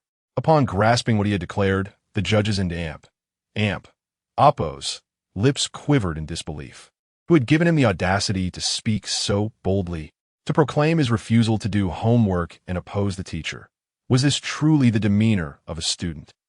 The judges began to scrutinize him, but upon catching sight of Cheng Shuo beside him, they felt a strange sense of justification for Cheng Xiao's behavior. Considering the father he had, their scrutiny transformed into a bemused silence. In stark contrast to the judges' incredulity, the online audience erupted with laughter upon witnessing this exchange. Ha! Such talent. He even rewrites the lyrics. Oh no, I can hardly recall the original lines anymore. This isn't a mere rewrite. It's blatant plagiarism. Lu Sun copying Zhou Shuren. Upstairs, I nearly lost my composure. Seeing him so joyful was unbearable. It was time to bring up Mrs. Yin's alchemical endeavors. Friend, are you trying to kill me? Life is arduous, and such cheerful live streams provide a much-needed escape. Chapter 35. If your mouth is too idle, go lick the toilet. Spare me your incessant chatter. Life and death have always been trivial matters to me, and I delight in opposing my teachers. My fate is in my own hands, not dictated by the heavens. I shall not do homework, but rather ascend to the realm of immortals. Engrossed in the film, even after the credits rolled, Cheng Shuo remained lost in the narrative, gesturing animatedly. With a round, cherubic face, his antics were undeniably comical, amplified by the clever phrases tumbling from his lips, naturally attracting the attention of many passers-by. What an adorable child. Is this how a grandmother and aunt, Oppo's, extreme grandchild looks? I must show this to my grandma. He would certainly make a perfect little Neza. Are they filming a show? Perhaps I should inquire about the program and lend my support. Cheng Shuo and Oppo's exuberance drew admiration from some, yet it also incited disdain, particularly from parents who had brought their children to the cinema. In their eyes, Cheng Shuo had become a cautionary example of misguided behavior. Darling, you must not emulate him. Defying teachers is unacceptable. We must respect our educators, for their words are always right. Homework must be completed diligently. Those who neglect their studies will find no success in adulthood. Their voices were loud, unmindful of the children present. Initially, Cheng Shuo and Oppo's spirits remained high, but upon hearing these remarks, his demeanor shifted, becoming increasingly subdued. His movements stilled, and his dialogue ceased, leaving him dejected. Yet, even in his silence, the parents continued their tirade. Parents should promptly correct their children and Oppo's behavior. This is simply outrageous. Indeed, while their own child may lack ambition, they must not allow their child to lead others astray. Surely, the father would not consider his child clever for those improvised words. A perfectly uplifting film has been marred. This father is lacking, and the child is even more so. They spare no one, standing upon their moral high ground to ridicule Cheng Shuo as well. This only deepened Cheng Shuo and Oppo's insecurity, compelling him to lower his head and walk silently forward. How had he not noticed the length of the path leading out of the cinema? Observers online felt a pang of sympathy. Shuo, ignore them. They and Oppo's re nothing but barking dogs. If their mouths are too idle, they should go lick the toilet instead of prattling on. It truly vexed me. I wish to stitch their mouths shut. What had begun as a joyful experience had soured due to their interference. Was this not akin to the events that transpired in Roommate? How could today and Oppo's children escape the fate of ridicule and derision? Roommate? What occurred there? It turned out that a similar scene unfolded in two different live-streaming rooms simultaneously. In Roommate, the live feed revealed students still at school, with several classmates detained for failing to memorize their lessons, while their parents waited outside. Lu Chong, one of those detained, found the waiting tedious. The parents outside began to converse. Lu Chong and Oppo's father, ISN and Oppo's, your son doing quite well academically? Why is he being held back? This child has a weakness. His language art scores are poor, and memorization is a significant challenge. Initially, the conversation was lighthearted, but gradually, whether out of a competitive spirit or a desire to showcase superiority, the tone shifted. In my opinion, language arts is the easiest subject to score in. A few lines of memorization can easily yield an 80. Lu Chong excels in other subjects, but his language arts performance pales in comparison to my daughter's. His memory is so poor that perhaps he should consider some supplements. This dozen and Oppo's seem like a memory issue. Perhaps we should assess his intelligence. He regularly scores full marks in math, yet only manages 60 or 70 in language arts. That and Oppo's has quite the discrepancy. How amusing. This is akin to someone limping on one leg. Their conversation was loud, and even from outside, every word reached Lu Chong and Oppo's ears. After memorizing most of the lesson through sheer repetition, he suddenly found his mind a blank slate upon hearing their words. When called upon to recite, he stumbled, unable to articulate a single coherent sentence. With no choice but to start over, he found terms like weakness, lame, and intelligence issues burrowing into his mind, rendering him unable to recall a single word from the text. His confidence began to crumble, and frustration mounted. The ordeal he faced mirrored that of Cheng Shuo. Both were subjected to ridicule and scorn, both enduring verbal assaults, both confronting the dismantling of their self-worth. Such coincidences were unforeseen by the production team, yet they epitomized a common experience. Everyone was eager to observe how parents would handle such challenges. The focus of viewers and judges alike was drawn to these two live-stream rooms. In room 8, Lu Dazhuang felt his pride bruised upon hearing others speak of his son. Yet, regardless of his inner turmoil, he maintained a smile. To outsiders, he appeared a man of great patience and refinement. Even teacher Cheng Shuo held this belief. It was evident that Lu Dazhuang maintained emotional stability and high decorum, refusing to stoop to pettiness. Even when faced with egregious remarks, he remained unperturbed. If others insult me, it reflects their lack of civility. If I retaliate, I would merely mirror their behavior. Much like a dog biting a person, must one retaliate in kind? Xiang Hui echoed Lu Dazhuang and Amp. Oppo's sentiments, always ready to parrot others and Amp. Oppo's comments. While his words seemed reasonable, they were merely a reiteration devoid of original thought, a true fence-sitter. Nevertheless, this dynamic provided ample entertainment, swaying many viewers. Indeed, emotional stability is an essential lesson for parents. The most feared are the irate ones. Well said. If a dog bites a person, should a person bite back? I've learned something today. Emotional stability is crucial for effectively guiding children. Being overly critical breeds bitterness. In a country of etiquette, one must practice tolerance and humility. This father exemplifies that beautifully. Observing the barrage of praise on the screen, Yang Xiaotong was taken aback, her eyes wide with disbelief. Emotional stability, tolerance, and humility. Have the viewers lost their memories? This very morning, Lu Dazhuang had erupted in fury over his son's exam results, fixating on a single loss point rather than celebrating the impressive 99. That image remained vividly etched in her mind. Had the viewers forgotten? And now, was it not the time to focus on the child? Shuden and Oppos. They first consider the emotional turmoil he was experiencing, on the verge of tears from the ridicule. Did they remain oblivious? Yang Xiaotong felt a lump in her throat, swallowing hard to stifle her sorrow. Thankfully, not all viewers were so oblivious. Chapter 36. Swearing cleanses the mouth, but swallowing it pollutes the heart. Is there no one who cares for the child? He is on the verge of breaking. Gome, embrace the child. A temper that is too good? I see it as cowardice. Lu Dazhuang's failure to defend his son is inherently infuriating. Yet, when others mock his child's intelligence, he merely laughs and concurs, following up with a barrage of disparaging remarks about his son. This has ignited the fury of netizens. How can one, while enduring slander against their child, not only remain silent, but also join in the ridicule? Is he truly the boy and Amp? Amp? Oppos? As father? I am seething with rage, feeling an impotent frustration as if my hand cannot reach through the screen.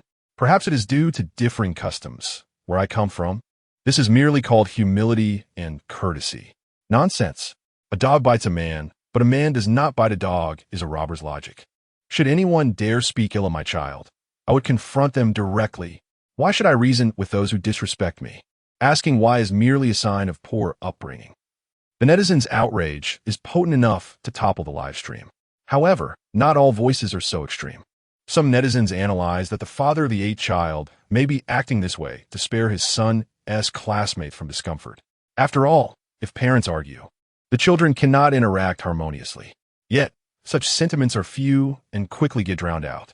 Witnessing the extreme rhetoric from netizens, Cheng Shuo is incensed. How have people's values devolved to such a degree, resorting to violence at the slightest provocation? After years of education, do they not understand that harmony is precious? Cheng Shuo does not hold back in her approach. Originally, Yang Xiaodong had no intention of speaking. However, upon hearing teacher Zhong's vehement words, she cannot restrain herself and interjects that valuing harmony must consider the opponent. To belittle a child in front of their parents is to inherently disregard the parents. Moreover, if the parents join in the belittlement, it inflicts immense damage upon the child. In my view, this is precisely the moment to retaliate. Such a response not only instills confidence in the child, but also deters others from underestimating you. Yang Xiaodong's emotions are equally fervent. After speaking, her chest heaves violently as she takes several breaths to compose herself. She understands this feeling all too well, for she has lived it.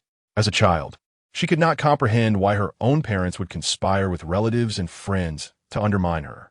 Eventually, she realized that her parents had endured similar experiences.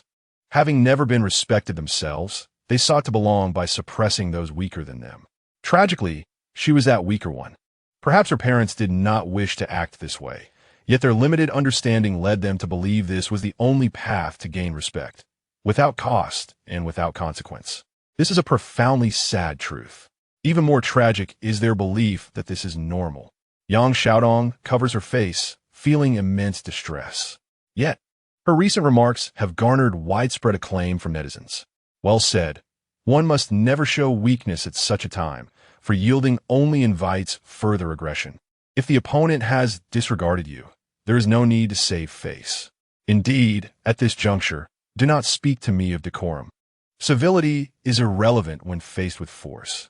Enduring a moment of discomfort only leads to greater suffering later. Do not falter. Yang Xiaodong's rebuttal infuriates Zhong Xiuqin further, and the voices in the comment section send her heart racing. How can one endure such indignity and wish to continue debating?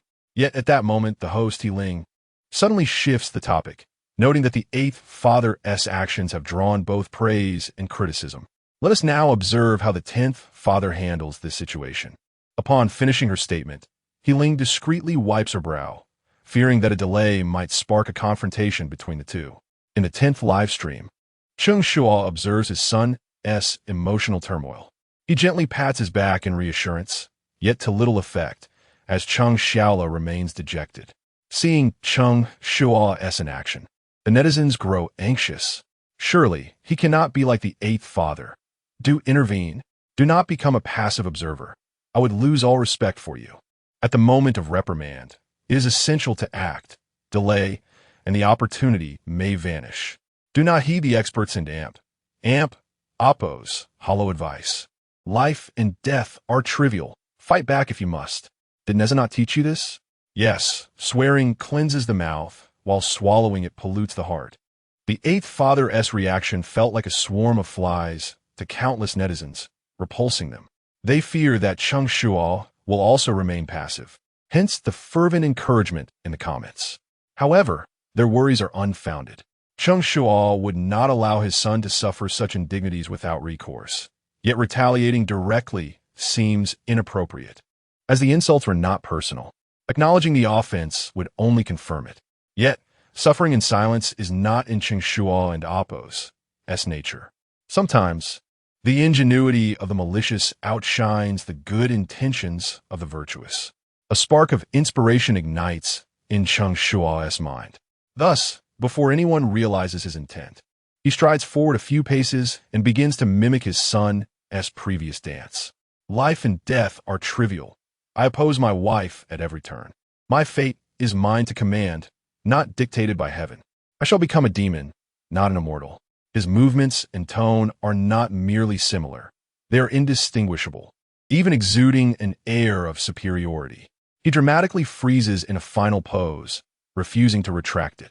This unexpected display leaves onlookers stunned and makes Cheng Xiaola's eyes widen. After being mocked, he has been quietly observing his father and Oppo's reaction, fearing that his father would find him embarrassing or join in the ridicule. Yet, the reality is far from it.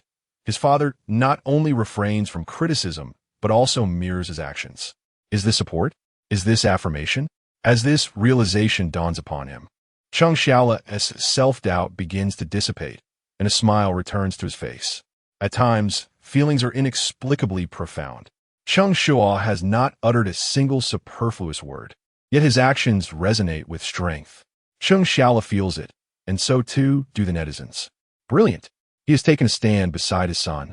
While one might have anticipated him to curse or strike, who would have thought he would employ such a tactic? What a remarkable comeback! The contrast is now evident. The child next door is in tears, while our Xiaola regains his confidence. Hilarious! You truly have a flair for drama. But I wonder, does your wife know you oppose her at every turn? I once encountered someone who spoke like this, leaving in peace, The wind was strong that day. The fire burned bright, and their ashes remained warm, while their family remained resilient, not shedding a tear, still playing mahjong. This is the result of consuming an excessive amount of metaphorical medicine to achieve such eloquence. Cheng Shuo's actions have delighted the netizens, restoring joy to the comments section. While the netizens celebrate, those who previously mocked Cheng Shuo are less than pleased, particularly a curly-haired ant. Just as he strikes his pose with fervor, the ant rushes over, pointing an accusatory finger at Cheng Shuo's nose, berating him for the child's upbringing, claiming, "No wonder your child has turned out this way. It is clear the foundation is askew." Chapter 37. In this world, there is no Ultraman. Just moments ago, it was unwise to jump to conclusions. But now the actions were too pointed to ignore. Cheng Shuo could not allow anyone to insult him so brazenly. Standing tall, he brushed aside the hand pointed at him, asserting, "What concern is it of yours how my son is doing? Do you live by the sea? Mind your own business." Cheng Shuo and Amp Oppo's intention was to restore his son and Amp Oppo's confidence, making it clear that his actions were not erroneous. He planned to retort to these gossips briefly, without wishing to engage in a public dispute. However, the curly-haired ant was undeterred, questioning his attitude. "I'm helping you educate your child. You should be grateful instead of being so ungrateful." Upon hearing this, Cheng Shuo rubbed his ears in disbelief. Who did she think she was? Since when did others have the right to educate his son? Initially, he chose not to respond out of courtesy, but now it felt as though all those years of moral education were wasted. Cheng Shuo felt a surge of defiance, retorting, "Should I be grateful to you? You're hardly a formidable figure." Known for his debating prowess, he had no qualms about engaging, dismissing any outdated notion of not stooping to a woman's level. If provoked, even a passing dog would face repercussions. Witnessing Cheng Shuo's boldness, the online audience was thrilled. "Bro, you only engage in high-stakes battles. And your first match is against a super ant. Haha, I've learned how to insult like that." They found humor in the situation, noting how local residents feared this fiery-haired ant. "Last time, one such ant bumped into me and berated me for not seeing where I was going. Finally, someone is putting them in their place." The online viewers relished the unfolding drama. The curly-haired ant seemed taken aback by the insults hurled at her. In a fit of rage, she began to unleash a torrent of local dialect upon him. Unfortunately for her, Cheng Shuo, a stranger to the area, could not comprehend her words. What harm could incomprehensible curses inflict? Yet they still caused him discomfort. The curly-haired ant was not alone. A young girl and a boy stood beside her.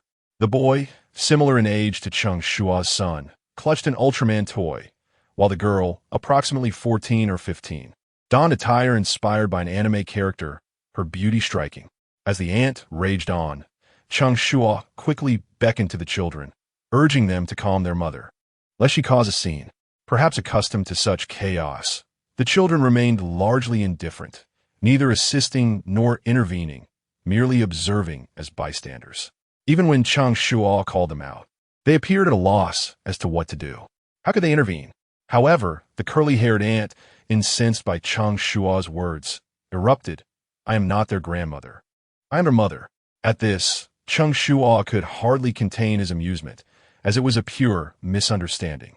Yet, this unintentional remark elicited laughter from the online viewers. "Haha, I suspect this was intentional, but I have no proof." What a twist. The scene was remarkable. Screenshots were taken to preserve the moment. The previous frustration while watching the movie was replaced with delight. The curly-haired ant, now devoid of fighting spirit, gasped for breath, her eyes burning with a desire to retaliate against Cheng Shuo. If looks could kill, he would have perished countless times already, but Cheng Shuo remained unfazed. Recognizing that the ant was indeed the children and Amp Oppo's mother, he pondered whether he could repay her earlier mockery. While he could not stoop to the level of belittling his son, he understood how to unsettle a child. He turned to the older girl, uncertain of her cosplay or whether it was from anime or a game, but that mattered little. He would launch a multi-dimensional attack. Pointing at her, he began to unleash a barrage of jibes. "Take care of your mother, or beware. If your homework isn't done, she'll be the first to check on you. If you don't recite your lessons, she'll be the first to reprimand you. His words caused the boy's expression to falter, a subtle downturn of his lips revealing his distress. Cheng Shuo, feeling emboldened, glanced at the toy in the boy's hand and quietly added, "In this world, there are no Ultramen." His voice was barely audible, meant for just the two of them, but the microphone captured it perfectly, broadcasting it to the online audience. The comments exploded. "How cruel! You're not even sparing child." At that moment, a child in Amp, Oppo's faith shattered, plunging his world into darkness. "Don't believe him. He is an alien."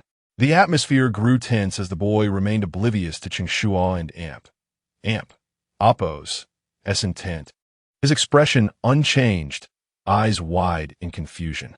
Cheng Shuo, amused by the child in Oppo's innocence, thought it might take considerable effort to console him if he cried. Chapter 38.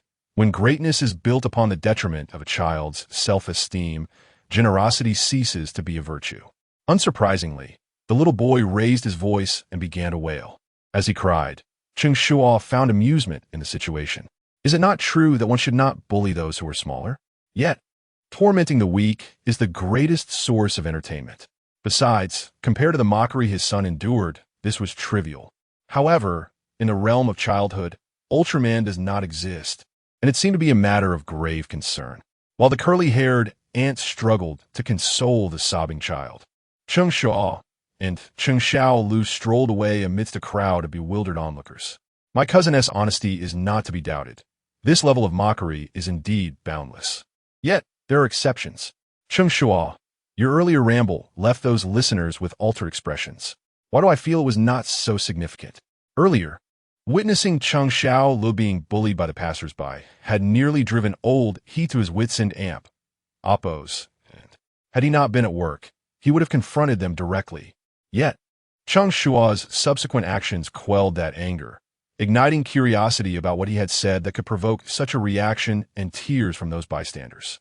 Upon hearing this, Cheng Shuo merely cast a sidelong glance at him, indicating, "I am not directing this at you." As one ages, the things they cherish gradually diminish. Especially for a middle-aged man like old he, whose life revolves around work, few things can capture his interest. While others might indulge in fishing or travel during their leisure, he settles for reading novels, hardly following any series. With life being so monotonous, it is no wonder he lacks understanding of the trends that captivate the youth. But to claim invincibility in defense? That seems excessive. "Come at me. I fear nothing," Oldie declared with a smug smile. Yet his pride lasted but a fleeting moment. You work overtime and have your pay docked, while your beloved novels are adapted into comics and films. After speaking, he took his son's hand and departed, paying no heed to how old he might react to those words. This scene once again sent the viewers in the live stream into fits of laughter.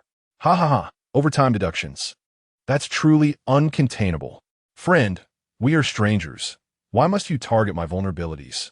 The previous comments were manageable, but this one about beloved novels being adapted strikes at the heart of a book lover. Kind words foster goodwill, while harsh words wound the spirit, my friend. Truly, that has struck a nerve. If all else fails, will you compensate me? The barrage of comments was lively. Meanwhile, the judges' panel remained unusually silent. They were not disapproving of Cheng Shuo's actions. Rather, they found them to be exceedingly appropriate.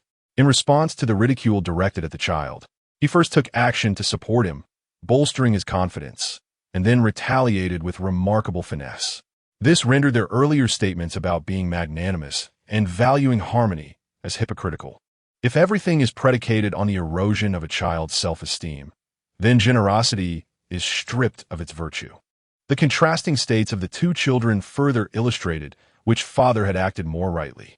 One child remained silent and dejected, trapped in a cycle of recollection and internal conflict, while the other bounced with vitality, seemingly having forgotten the earlier incident, shifting his focus onto new pursuits.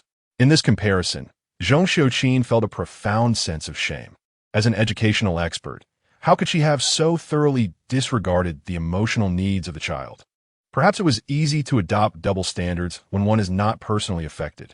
If her own grandchild were treated in such a manner, would she remain composed? Zhong Xiuqin began to reflect. At that moment, Xiang Hui, having echoed a few words, felt a wave of embarrassment wash over him. The notion that one cannot retaliate when bitten by a dog is a paradox. To be bullied without standing up for oneself is sheer foolishness. The two teachers were in poor spirits, yet Yang Xiaotong breathed a sigh of relief at Cheng Shuo's actions, as if witnessing a younger version of herself being defended. Tears shimmered in her eyes. Her relentless effort was aimed at ending the pain of her own upbringing within her generation. To see someone achieving this goal now was a source of overwhelming joy. After watching the film, it was already past 5. Old He assumed they would head home, but Cheng Shuo led them to a bustling food street filled with dining establishments. "Are we having dinner out?" Old He inquired at the street and amp, Oppo's, his entrance. This was a deviation from his usual thinking.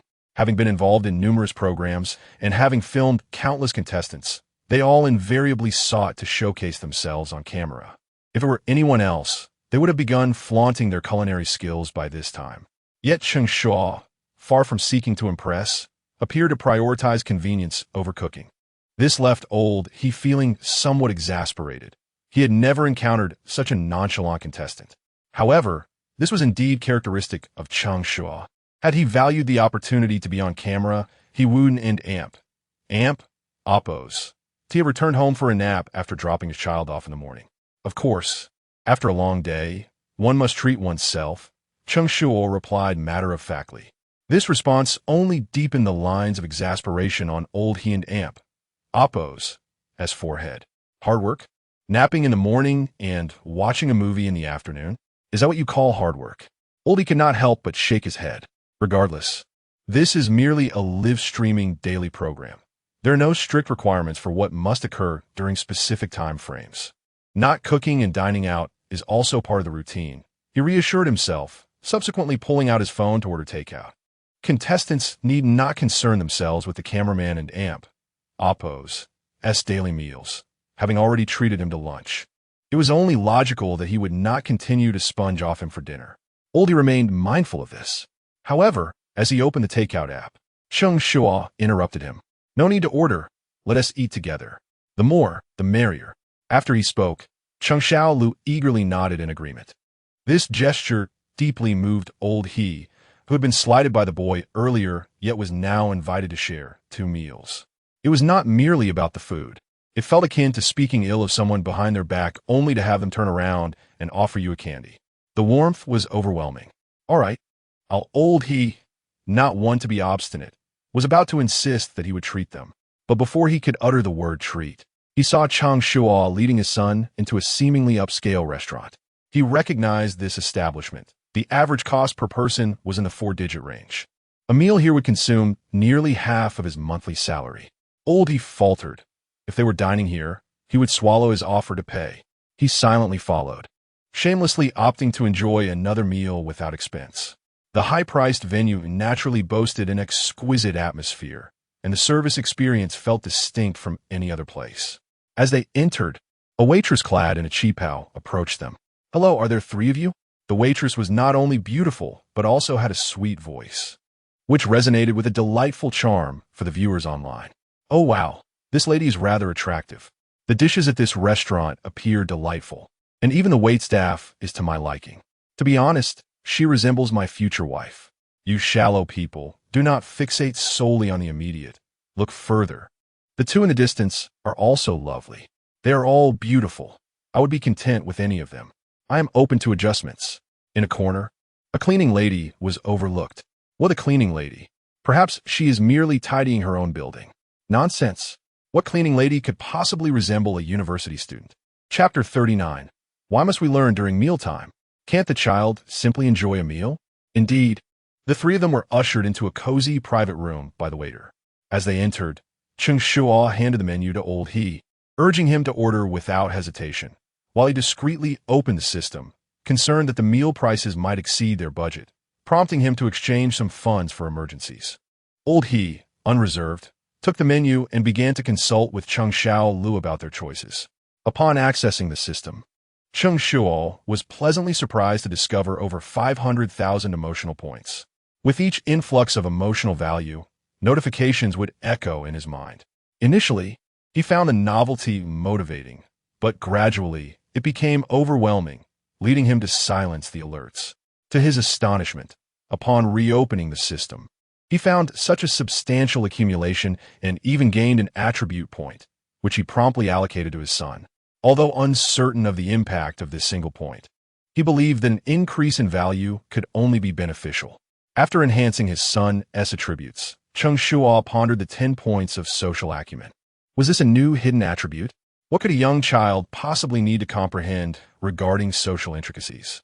Yet, since the system offered it, there must be a rationale behind it. Cheng Shuo accepted this gift for his son. Having finalized the attribute enhancements, he exchanged 50,000 to his bank account. With the transaction successful and a remaining emotional value of 465,000, he reflected on how impoverished the original owner must have been. If not for his arrival, this father and son duo would likely face starvation. Or the child's mother. Suddenly, Cheng Shuo was jolted by the realization that he had a wife he had never met. Although his son claimed she had returned to her family due to his shortcomings, Cheng Shuo doubted she was truly that petty. Fragments of incomplete memories depicted Jiang Shuyu as a commendable woman, one who did not mind his lack of wealth or ambition. From filial piety to child-rearing, she excelled in every aspect. Moreover, she was quite beautiful, a rarity in contemporary times. Such a wonderful spouse deserved to be cherished. Noticing that she had been gone for nearly a month, Cheng Shuo contemplated whether he should call her back. However, as this thought emerged, a memory surfaced. Darling, do you love games more than you love me? If I and your mother fell into a river simultaneously, whom would you save first? If I were on the brink of death and you had to kiss your ex-girlfriend to save me, would you do it? The sweetness of her voice contrasted sharply with the suffocating nature of her questions, leaving him in a cold sweat. He recognized these as the original owner and damp, Oppos, as memories. Yet the pressure they induced was palpable. If they were in the throes of romance, such playful banter might be acceptable, but with Cheng Shuo already 7 years old, it felt rather overwhelming. Indeed, no one is without flaws. Cheng Shuo dismissed the notion of summoning her back, realizing he held little emotional attachment to this unfamiliar wife. Additionally, he wished to enjoy a period of tranquility, lest he find himself unable to cope. While he did not intend to rush her return, he deemed it necessary to express some concern. Ignoring her was not an option. Fearing exposure through a phone call, he opted to send a message via WeChat. His wife responded promptly, and perhaps due to the lack of tone in text, their conversation remained pleasant. Soon, the dishes arrived. Although old, he had ordered only 4 to avoid waste. Each dish was exquisite and tantalizing, leaving the viewers in a state of envy. Wow, are they dining this lavishly? Can 3 people truly finish 4 dishes? Should I come to help? It was the first time someone spoke of mooching off a meal so refreshingly. At that moment, one viewer quietly opened their meal-sharing app, reminiscing about the delightful French cuisine they had enjoyed in Paris. As Cheng Shuo and his companions dined, other families gradually began their evening meals. In the first live broadcast room, Deng Bo and his son, Deng Yuxuan, were seated at the table, each enjoying a bowl of vegetable noodles with gusto. Observing this scene, viewers Kuden and Oppos helped but comment, "Can this suffice for a meal?" The child is at a stage of growth. Eating too little at night could strain digestion. So what about me? If I have dinner and then a late-night snack, what does that count as? You must have a hearty appetite. If my mother served me just a bowl of plain noodles, I'd ask if it's an appetizer or a dessert. Ordinary scenes often lack intrigue, yet in this current program and Oppos, as heightened popularity, even mundane moments drew lively commentary. Sometimes, heartwarming daily life could immerse viewers, allowing them to relax unconsciously. Just as it seemed the meal would continue without interruption, Deng Bo suddenly posed a question. "Son, can you recall any poetry related to mealtime?" Upon hearing this, the previously relaxed viewers tensed up, childhood memories rushing back. Especially when one was savoring a meal and suddenly faced with random inquiries from adults about word formations or translations. Such a sense of control could be quite unsettling. From an adult's perspective, this method of integrating learning into daily life seemed effective. However, for children, it could be quite disheartening. Consequently, the lively commentary abruptly diminished by a third as viewers expressed their resistance, and Deng Yuxuan and Oppos, S face reflected similar reluctance. Nevertheless, he complied as usual, putting down his chopsticks to respond. Who knows the hardships behind every grain of rice? Grapes and fine wine in a luminous cup, wishing to drink. The Peepa urges me on. He recited a couplet smoothly, but faltered on the third. Yet to outsiders, this was already impressive, considering Deng Yuxuan was merely a fifth grader. The judges, particularly Xiang Hui, regarded Deng Yuxuan with unmistakable admiration. Impressive. Without a substantial reservoir of poetry, one cannot easily conjure verses in various contexts. This is undoubtedly a reflection of his father and aunt, Appo's educational methods. His high praise prompted others to consider adopting similar strategies to broaden their children and Appo's literary repertoire, nurturing them into well-read individuals. Such an excellent approach. I'll start implementing it immediately. It was akin to labeling everyday items with English words. Repetition would ingrain them in memory. The beauty of ancient Chinese poetry not only enhances language proficiency, but also enriches one into Appo's character. If my mother had known this, I would have lost marks on poetry completion in the college entrance examination. Why must we learn during mealtime? Can't the child simply enjoy a meal? Chapter 40 Geese, their curved necks are cut with knives, feathers plucked for boiling water, fire lit, and the pot covered. When it comes to enhancing their children and Appo's academic performance, parents often lose their rationality, treating experts and Appo's words as sacred edicts, eager to commence immediately. Despite some dissenting voices in the comment section, they are quickly drowned out and fade away. However, the vast reservoir of poetry knowledge displayed by the young boy has garnered abundant praise from netizens, with accolades filling the screen. Yet, regardless of the external admiration, Deng Bo remains dissatisfied. Upon hearing his son recite merely 2 lines, his expression grows noticeably stern. Other children can compose poetry on their own.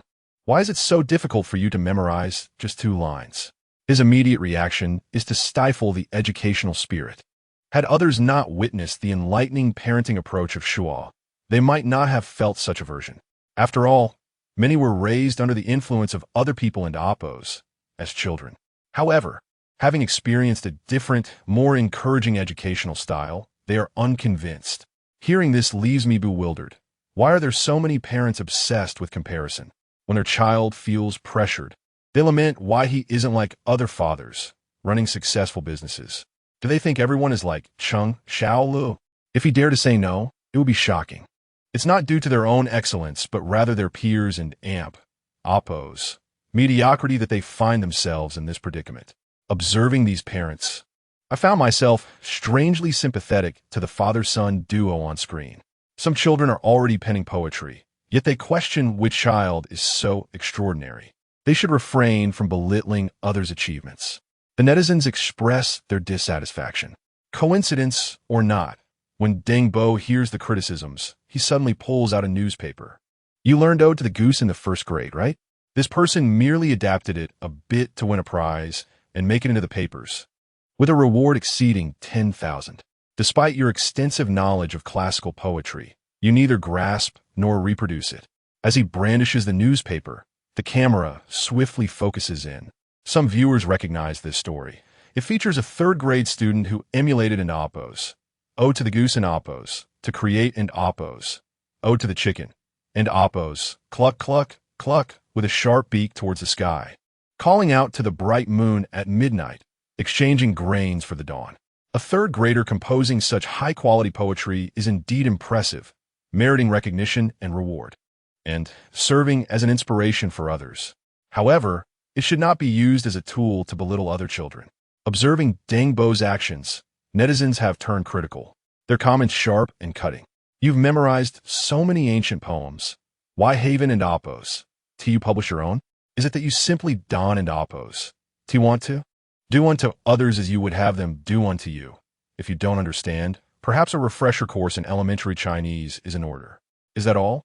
And Appo's as so difficult? I could do it too. The upper comments boast, be careful not to burst your own bubble.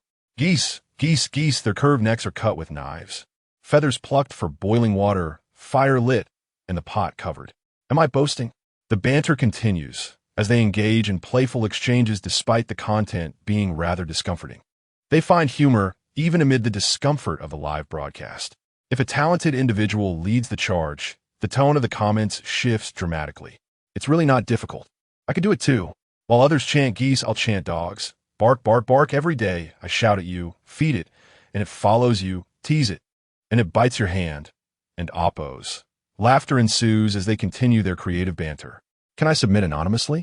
I have a poem too. It's called And Oppos. Ode to my wife and oppos. And oppos. Wife, wife, wife. So adept at playing on her phone. Married at 97. Now it's 201. And amp. Oppos. The upper commenter playfully tags all their followers, saying, no need for thanks. Brother, fly bravely. Handle your own affairs. The humor escalates, with even more provocative poems being shared. Yet, behind the laughter lies a stark reality. Many children are unable to enjoy a carefree meal, a situation that extends beyond just this particular live stream. In another stream, a father laments the challenges of business. In yet another, a mother vents about the hardships of working overtime. In a different stream, a couple argues over trivial matters, while their child sits nearby, tears streaming down their face as they eat in silence. Regardless of the reason, conversations inevitably circle back to education.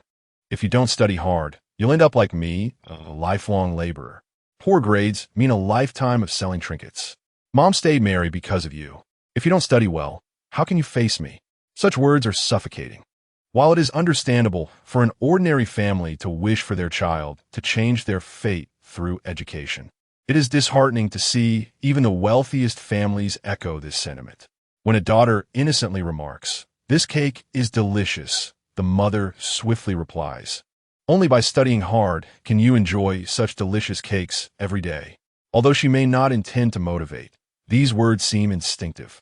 It's as if, in the realm of traditional education, every aspect of life is intertwined with academic performance. Meal times, which should be moments of relaxation, are instead marred by parents who feel compelled to educate their children. Do they derive satisfaction from witnessing their children suppress tears while swallowing their food? Have their children's sadness become their own source of nourishment? If only one family behaved this way, perhaps netizens could find humor to lighten their spirits. However, as more families display similar behaviors, the negative energy in the comments escalates. It pains me to see each one of them mirroring my own experiences. The tears mingling with rice are indeed hard to swallow. There is wisdom in the adage that one should not speak while eating or sleeping. I too despise the practice of educating at the dinner table, yet sadly, I have become that kind of mother. At 25, I have choked down the half-cooked rice of my upbringing, fearing to have children lest I become the very person I loathe. Initially, Xiang Hui endorsed the parenting style of the first father, but by the end, he too fell silent. In his silence, he desperately sought out a different kind of parent, his gaze landing on the 10th live stream. What he saw left him both speechless and amused. Within the frame, there was no belittlement, no mockery, no quarrels, nor overbearing educational lectures. Instead, there was simply, "Son, be obedient. Let dad have the last piece of crab. You're still young. Missing a meal is no issue. If dad can manage, so can I." Chapter 41 Goodness. It seems all his wits are focused on his son. After witnessing so many oppressive scenes, viewers were momentarily stunned by this unexpected spectacle. Wait, where and oppos? As the table manners education? Am I perhaps approaching this incorrectly? Your actions seem a bit out of sync. While there was no sign of dining etiquette, these two were on the verge of a scuffle over the last crab. It and amp, oppos, a sight to behold. I've never seen a father and son compete for food like this before.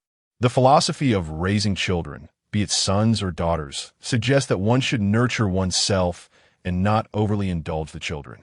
The blessings of future generations will come to them. And without children, I shall enjoy my own fortune. Well, it seems this mindset prevails now. Cheng Shuo and amp, oppos, behavior remains as unconventional as ever. He treats this not as a parenting show, but rather as a source of amusement. If someone were to assert that this is inappropriate, one could hardly refute them. After all, in the eyes of most, parents would never compete with their children for food, often sacrificing their own meals to ensure their children eat more. However, Given the distasteful actions observed in other streaming rooms, this father-son food competition pales in comparison. Even the most agitated viewer, Xiang Hui, had fallen silent. Compared to the oppressive and suffocating atmosphere, audiences are far more inclined to witness moments of joy. The 10th streaming room has excelled in this regard, devoid of criticism or lecturing. Instead of focusing on parenting techniques, viewers are more concerned with who ultimately claims victory in this food rivalry. Xiaolu, Don and Appos, T, listen to your father. Crabs are quite expensive. If you don and Appos, T, eat it now, you might not be able to afford it when you grow up. The commenter above certainly struck a nerve. Let the child have it. It's clear he truly wants to eat.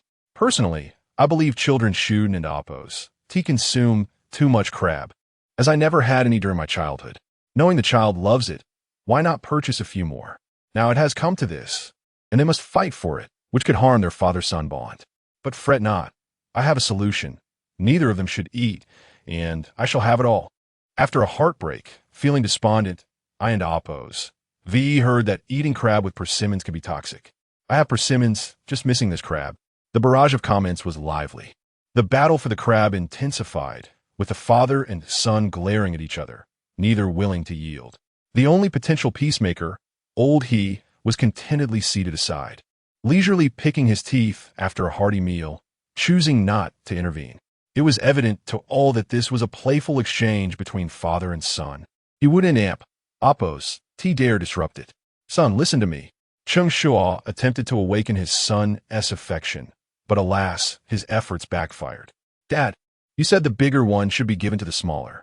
After this quick retort, the boy's mind was clearly racing. Yet, why does every one of his clever remarks seem aimed directly at him? Children speak without reservation, now and always. Cheng Shuo was left speechless. How about we share? This was Cheng Shuo's greatest concession. Otherwise, it would be a dishonor to his own appetite. Just the thought of the crab's rich roe made him salivate. It wasn't as if he couldn't order another, but with 4 crabs in a single order, they could hardly finish them all. Crabs cannot be kept overnight. Thus the competition for this one crab became particularly fierce. All right, this suggestion was quickly met with Cheng Xiaolu's agreement. However, before Cheng Shuo could revel in this victory, he heard his son continue, "Then I'll have the body, and you can have all 8 legs." The boy stated it as if it were given. His childish voice carried an unmistakable sense of injustice in this division. But when Cheng Shuo proposed a swap, his head shook resolutely. This amused Cheng Shuo greatly. Whom did this child take after, refusing to concede even a little, seeing his son so stubborn? Cheng Shuo had to devise another approach. Son, let me ask you, what part of the chicken is the tastiest? The chicken leg. Though unsure why his father posed such a question, Cheng Xiaolu answered honestly. And what part is the least tasty? After some thought, Cheng Xiaolu replied, the chicken belly. And the duck? The duck leg is the best, and the duck belly is the worst. The boy was quick to respond, clearly eager to participate. Cheng Shuo nodded approvingly. Do you know why the legs are the best? It's because they are used for movement, making the meat firm and flavorful. Hence it tastes so good. Cheng Shuo spoke earnestly, seeming to impart knowledge on the spot. This familiar scene stirred a sense of resistance among viewers who had watched the first Father-S livestream. Why must this so-called tailored education be everywhere? Parents may not tire, but viewers certainly do. They, too, were unyielding, swiftly preparing to voice their discontent. Yet before the critical comments could be typed, Cheng Shuo and Amp, Appos, S voice resonated first. Therefore, crabs are the same, the legs are the best. Daddy loves you, which is why he is letting you have the legs. This remark left the soon-to-be critical viewers feeling awkward. They had anticipated him to criticize his child, but instead, it was merely for a morsel of food. Viewers found themselves both speechless and amused, retracting their harsh words and rephrasing their comments. I must be ill. I almost misjudged his intentions. Alas, what a false alarm. Scaring myself senseless. How on earth did you manage to send voice messages in the comments? Goodness, it seems all his cunning is directed at his son. The bond between father and son is palpable, yet he engages in a battle of wits with him. Xiaolu, don't be fooled. This is a trap. While viewers engaged in lively discussion, Cheng Shuo began to dismantle the crab, separating the legs from the body. All right, son, You go first." Believing he had successfully influenced his son, Cheng Shuo confidently allowed him to take the first piece. But the next second, hey, I said the legs are the best. Why are you taking the body? No, don't lick it. Ah, it's all saliva. You little rascal. Cheng Xiaolu was quick on the uptake. As soon as his father finished speaking, he snatched the crab and Appo's body, even licking it to prevent it from being taken away. Cheng Shuo could only seethe in impotent rage. You unprincipled. In the end, all he could muster was this one phrase, which lacked any real impact. The following response from his son truly illustrated the futility of his efforts. The crab legs are the best, so of course, they should be left for daddy. I'm still little. I can just have the body. Cheng Xiaolu vividly demonstrated what it means to benefit while feigning innocence. His father was so exasperated he nearly pinched himself, while viewers erupted in laughter at this scene. Now I understand what it means for one thing to conquer another. Such a clever mind, turning so quickly. It is often said that sons come to collect debts. Now, I believe it. Adorably. When liked, he is a little darling. When not, a little rascal. Ah, the whims of men. Oh dear, my little cotton-padded jacket has a draft. Chapter 42, having been a son for so many years. Would I be unaware of whether having children can prevent aging? The atmosphere in the live broadcast room was infectious, extending even to the studio. The three judges and the host wore smiles on their faces. It must be said, this child may struggle academically, yet his intellect is sharp and his reactions are swift. With proper guidance, academic success is not an issue, and a bright future undoubtedly awaits him. Xiang Hui, a seasoned educator with decades of experience, instinctively expressed his fondness for clever children. He completely disregarded his previous remarks doubting the child and Appo's future potential. Beyond mere intelligence, what stands out is the child and Appo's keen understanding of human relationships. After securing what he desires, he manages to avoid offending anyone, an achievement many adults fail to accomplish. Yang Xiaodong also displayed admiration, particularly impressed by Cheng Xiaolu's unexpected reaction. Had it been another child, they might have been easily deceived. Yet, not only did he evade deception, but he also outmaneuvered his father, skillfully gauging his father's psychology to ensure he willingly accepted the loss. This indicates that his cognitive abilities and verbal skills surpass those of his peers. For a 7-year-old to demonstrate such prowess, even Yang Xiaotong couldn't and Appo's help but exclaim, "The youth is formidable indeed." This is true. If it were my grandson, he would have snatched the crab before the first step was even taken. Zhong Xiuqin confidently praised Cheng Xiaolu as well. But when speaking of her own grandson, a bittersweet smile crept onto her face. Without comparison, there is no pain. Other children excel in every aspect, yet her grandson seems to falter in all. However, she felt some solace in the fact that gaming had been curtailed. Perhaps comforted by this, a smile returned to her face. The three experts, rarely in agreement, all provided positive feedback. At this moment, host He Ling remarked with a smile that it appeared our little number 10 was quite favored by the judges. In my view, he is the joy of our program. Once you step into his live broadcast room, laughter never ceases. Out of affection, He Ling was more than willing to help direct traffic to his live room. In truth, he was merely adding a flourish. Before he even mentioned it, the online viewership of the number 10 room had already soared to an astonishing 4,500,000. Although the program was currently trending, with all live rooms experiencing viewership skyrocketing tenfold, the number 10 room remained the unshakable leader. Thanks to He Ling and Appo's assistance, its popularity was now more than 3 times greater than that of the second place. The hilarious interactions between Cheng Shuo and his son were well worth the visit for the audience. The battle continued. Cheng Xiaolu, how could you do this? It is well known that when a parent calls their child by their full name, it indicates impending anger, and the consequences could be severe. Even Lao He couldn't and Appo's help but feel a twinge of anxiety. Surely, he wouldn't truly discipline his child over a crab? Perhaps with someone else, it wouldn't be an issue. But with Cheng Shuo, he couldn't be certain, for he often played by his own rules. Lao He grew increasingly tense. While the subject of the matter, Cheng Xiaolu, maintained a playful demeanor. Dad, raising children prevents aging. Only if I eat will I grow. When I am healthy, I will learn well, and with good grades, I can attend a prestigious university, and from there, earn a fortune. When I have money, I will buy you a luxury car and a villa. Such words spoken by a child could evoke deep emotion in any other context. Yet, everyone was acutely aware that Cheng Shuo and Amp, Oppos, S eloquence was merely a means to secure that crab. Those who grasped this sentiment found great amusement. Stop painting dreams. Stop painting dreams. Your dad will be suffocated by the fantasies you create. For a morsel of food, you truly exert yourself to the fullest. The act of painting dreams is becoming alarmingly youthful. Relevant authorities might need to take note. Even if these dreams bring joy, what if they were to come true? If I were to record this now and hold it as evidence, he would bear a tremendous debt at such a tender age. We have seen the elderly rely on their children.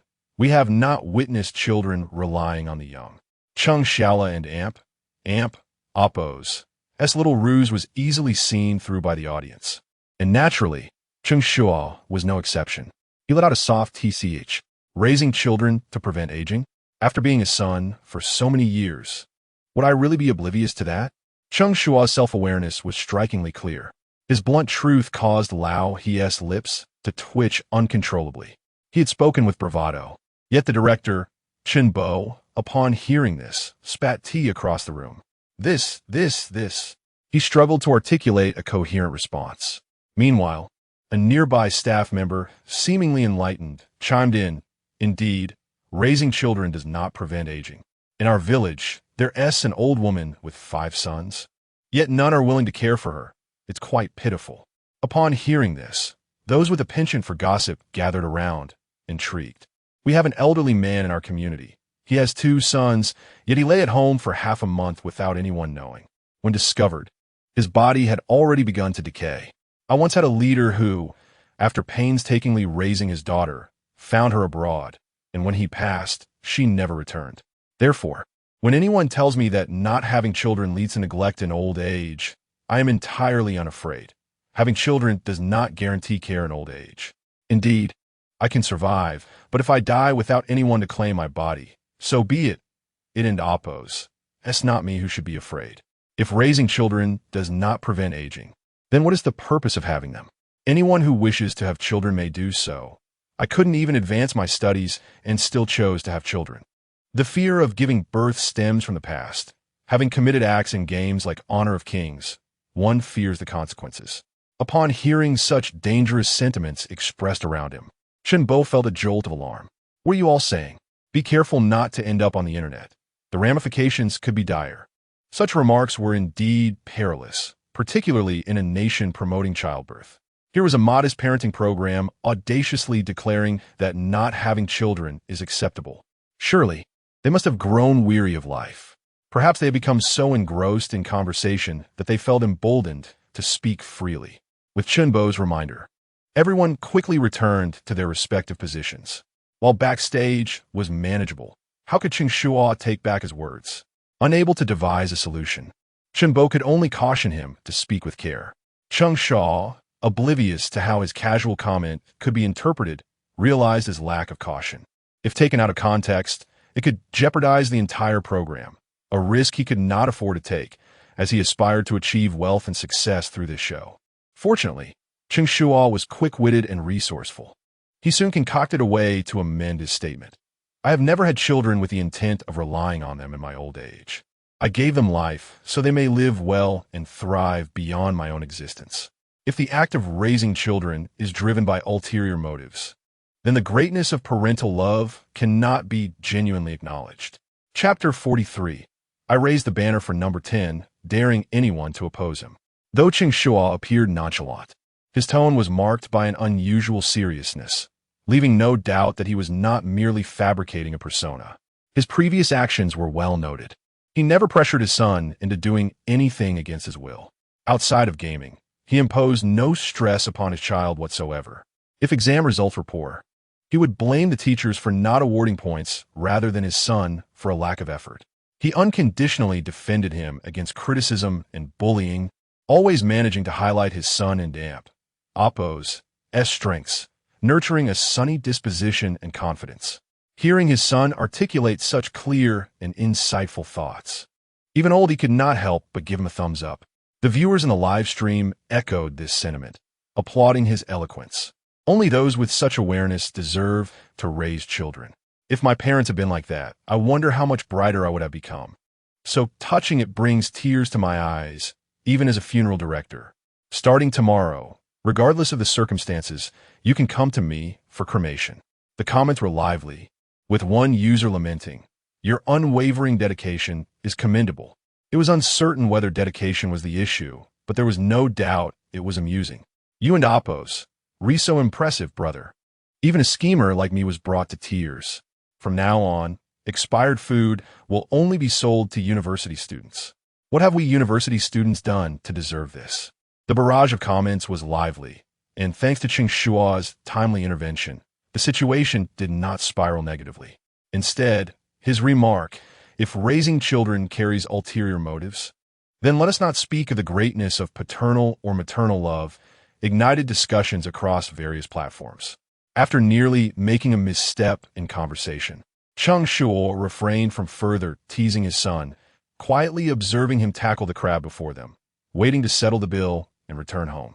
He desired a moment of tranquility, yet his son was anything but still. While munching, he continued to provoke, "Dad, I am useful. Not only will I support you in your old age, but I'll also burn paper for you after you pass." Clearly, he was still engrossed in their earlier topic. His son likely intended to express his filial piety, but the phrasing was somewhat cringeworthy. Cheng Shuo understood that ever since his son acquired the skill of unfiltered speech, his words had become increasingly reckless. He had grown accustomed to it and did not react. However, discussions of life and death were a taboo for many in Chinese culture, and hearing a child speak so freely caused an uproar in the comments. What profound yet ominous words! Such things should not be uttered. Your father is still alive, and you and Appos, already planning for the afterlife. What a devoted son. One must still guide the child, ensuring he does not speak so freely about taboo subjects. If my son dared to utter such words, I would surely knock his teeth out. While pampering is fine, proper education must also be instilled. Cheng Shuo had yet to respond when the viewers began to voice their dissent. However, their reactions were understandable, as the statement, while innocently childlike, could also be interpreted as a curse upon his father. Regardless of how indulgent one might be, there was an inevitable need for correction at such a moment. Given Cheng Shuo and Appos' affection for his son, a beating was unlikely, but reprimanding was certainly in store. Thus, the audience began to anticipate this unfolding scene. However, reality seemed to diverge from their expectations. Burning paper? Absolutely unnecessary. Cheng Shuo was not the type to take offense from such words. He merely engaged in banter with his son. Yet, Cheng Shuo seemed fixated on this notion, quickly retorting, "If I don and amp, Appos, burn it for you. What will you use to spin down there? What if you go hungry?" This devoted son was diligently planning for his father's posthumous affairs. Is he truly that determined? Must he make arrangements right here? Cheng Shuo sighed in exasperation, rubbing his brow. "You need not worry about me. Just take care of yourself. There are plenty of relatives down there. I can rely on them. Even if I encounter the wrong grave, I'll want to go hungry." As soon as he finished speaking, a violent coughing fit erupted. Both father and son turned towards the source of the sound, discovering old he choking on water. "My apologies," he said, awkwardly waving his hand upon realizing he had drawn their attention. He had anticipated Cheng Shuo as potential physical response or insults, but never expected such astonishing words. The notion of relying on relatives was beyond comprehension. His surprise caused him a choke. The viewers were equally astonished. Wait, how is this the reaction? Shuden and Appos, we be summoning the spirits instead? Apparently, such comments are exempt from punishment. The idea of relying on relatives was enough to elicit laughter, as he quipped about inheriting his ant-like debts. As laughter filled the live stream, time progressed to 8:00 and amp, Appos' clock. The screen transitioned back to the studio, where host Ling once again stood at the center stage. After a day of observation, he believed the audience had developed a new understanding of the contestants. It was time for the voting segment. However, before the voting commenced, he had some exciting news to share. As he spoke, subtitles began to appear on the large screen behind him. Due to the program and Appos' immense popularity, various sponsorships had poured in, and with the support of the television network, the rewards had been significantly upgraded. Previously, the weekly top vote-getter received a prize of 1 million. Now it had doubled to 2 million. The total prize for the season champion soared to an astonishing 50 million. Not only was the prize elevated, but the champion also had a chance to secure a stardom contract. For many parents, this was an irresistible temptation, as the entertainment industry's allure of earning 2 million daily was hard to resist. Now that an opportunity had arisen, everyone was eager to seize it. Even Cheng Shuo felt a flicker of excitement upon hearing this news. His primary interest lay in that 50 million. Although this sum might seem trivial to the affluent in Shanghai, for him, it represented a significant easing of his burdens. He understood how challenging it would be to accumulate 50 million in emotional value. As for his son becoming a minor celebrity, Cheng Shuo glanced at his son beside him. If he was interested, then let him pursue it. If not, as a father, he would pave a smooth path for him. The upgrade and rewards not only thrilled the contestants, but also left many viewers envious. If I had a son, I would participate too, one commented. Shall we form a team? I can endure some hardship to be a father. I barely have time to have a child now. Do you know how popular this show has become? Many celebrities want to bring their kids along. That is not feasible. Since I can't participate, my favorite contestant must take first place. I raised the banner for number 10, daring anyone to oppose him. You like number 10 too? You have good taste. Chapter 44. From this point onward, whenever such scenes arise, Cheng Shuo is destined to be subjected to online harassment once again. The popularity of Cheng Shuo and his son is undeniably high. However, under the allure of substantial rewards, high popularity does not guarantee a significant number of votes. Numerous parents have begun to employ various tactics to garner votes. Some distribute red envelopes, others offer gifts, and some even pledge to undertake astonishing challenges if their vote counts reach a certain threshold. They have mastered the art of live streaming. In stark contrast, Cheng Shuo and his son and amp, Oppo's live stream appears rather mundane, as they simply take a stroll after dinner. Son, do you think the moon is round tonight? Dad, play less video games. Your eyesight is deteriorating again. That's a sky lantern. While others engage in fervor, they present an image of serene contentment. Consequently, out of nearly 2 million votes cast, they secured only a little over 400,000.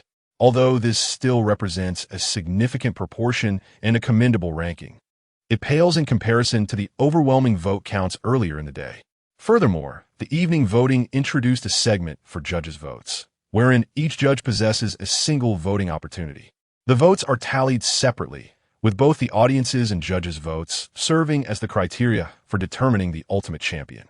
It remains uncertain whether the production team aimed to stir controversy or if Cheng Shuo and amp, Oppo's parenting style failed to resonate with the judges. In this voting round, Zhong Xiuqin awarded her vote to family number 5, while Xiang Hui voted for family number 2. Only Yang Xiaodong cast her vote for Cheng Shuo. Once the voting concluded, host He Ling initiated a brief interview. Teacher Zhong, I noticed you voted for family number 5. What aspect of the mother there moved you? As soon as the question was posed, Zhong Xiuqin smiled, stating, I perceive a certain quality in the mother of family number 5. A willingness to sacrifice everything for her child. The kindest lie I ever heard was when she claimed she loved fish heads, but not the fish meat. Such maternal love deeply touched me. Zhong Xiuqin's words rekindled memories among many viewers, recalling a poignant moment from family number 5's live stream. During dinner, a dish of braised fish was presented. Both mother and daughter relished it, yet the mother selflessly placed the fish in front of her daughter, claiming her preference for fish heads. This touching scene had previously moved many, and hearing it again evoked similar sentiments. That mother's love is truly commendable. Oh, my mother would do the same. I miss her. Indeed, it was moving, prompting thoughts of those who fight with their children for crabs. How vast the differences among people can be. Ha. Henceforth, whenever such moments arise, Cheng Shuo will inevitably face online bullying. He isn't that bad. He too would eat fish heads, provided the dish is spicy fish head. The laughter continued, as they seemed to understand him well. Isn't this just a manifestation of parental self-sacrifice? Am I the only one who doesn't subscribe to this notion? Raise your hand. I'm not moved in the slightest and even feel suffocated. After interviewing Cheng Shuo, Ling directed her attention to Xianghui. Teacher Xiang, may I ask why you voted for family number 2? My reasoning is quite straightforward. Xianghui adjusted the microphone in front of her. I believe that the parenting approach of family number 2 dismantles information barriers, providing a reference for certain families and guiding children away from detours.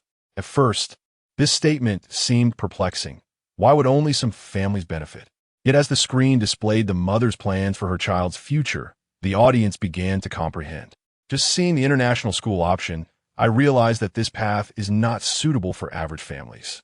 Currently, the competition for primary to middle school and middle to high school transitions in our country is incredibly fierce.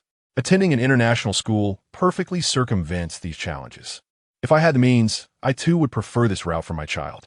Then, attending a private school abroad for high school, only to achieve admission to prestigious universities like Tsinghua or Peking University with relatively lower scores, while others exert themselves to earn their spots.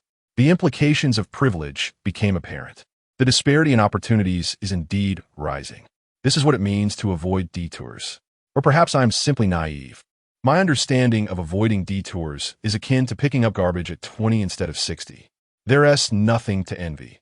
Everyone has their own advantages. My current position is one that they could never attain, even with a lifetime of extravagance. Xianghui's vote sparked widespread debate. Despite the controversies, it undeniably represented the simplest and most legitimate shortcut. The mismatch in educational resources has been acknowledged by many, yet when such stark realities are presented to the public, the reaction can be overwhelming. The comments section began to fill with hostility. Sensing the shift in atmosphere, Ling swiftly redirected the topic, addressing the final judge, Yang Xiaotong. Teacher Yang, I see that you voted for a popular contestant, family number 10. What aspect of the father there resonated with you? To be honest, Yang Xiaotong's vote lacked a specific rationale. She simply appreciated Cheng Shuo and Oppo's carefree approach to parenting. Initially, she intended to offer a few polite remarks. However, upon witnessing the animosity in the comments, she altered her course. The reason I voted for family number 10 is not due to a singular point that moved me, but rather an amalgamation of many aspects. As soon as she spoke, the comments section slowed noticeably, as many viewers paused to hear her thoughts. If I had to pinpoint one aspect, it would be his state of mind. Have you noticed how many of his actions, seemingly careless, actually reflect a profound inner strength? While other families adhere to strict discipline, he seems to embody the motto, as long as you can endure hardship, there will be endless suffering. When his child fails to complete homework adequately, he openly criticizes. Other parents might feel humiliated, yet he appears unbothered, delivering a resounding lesson in humility.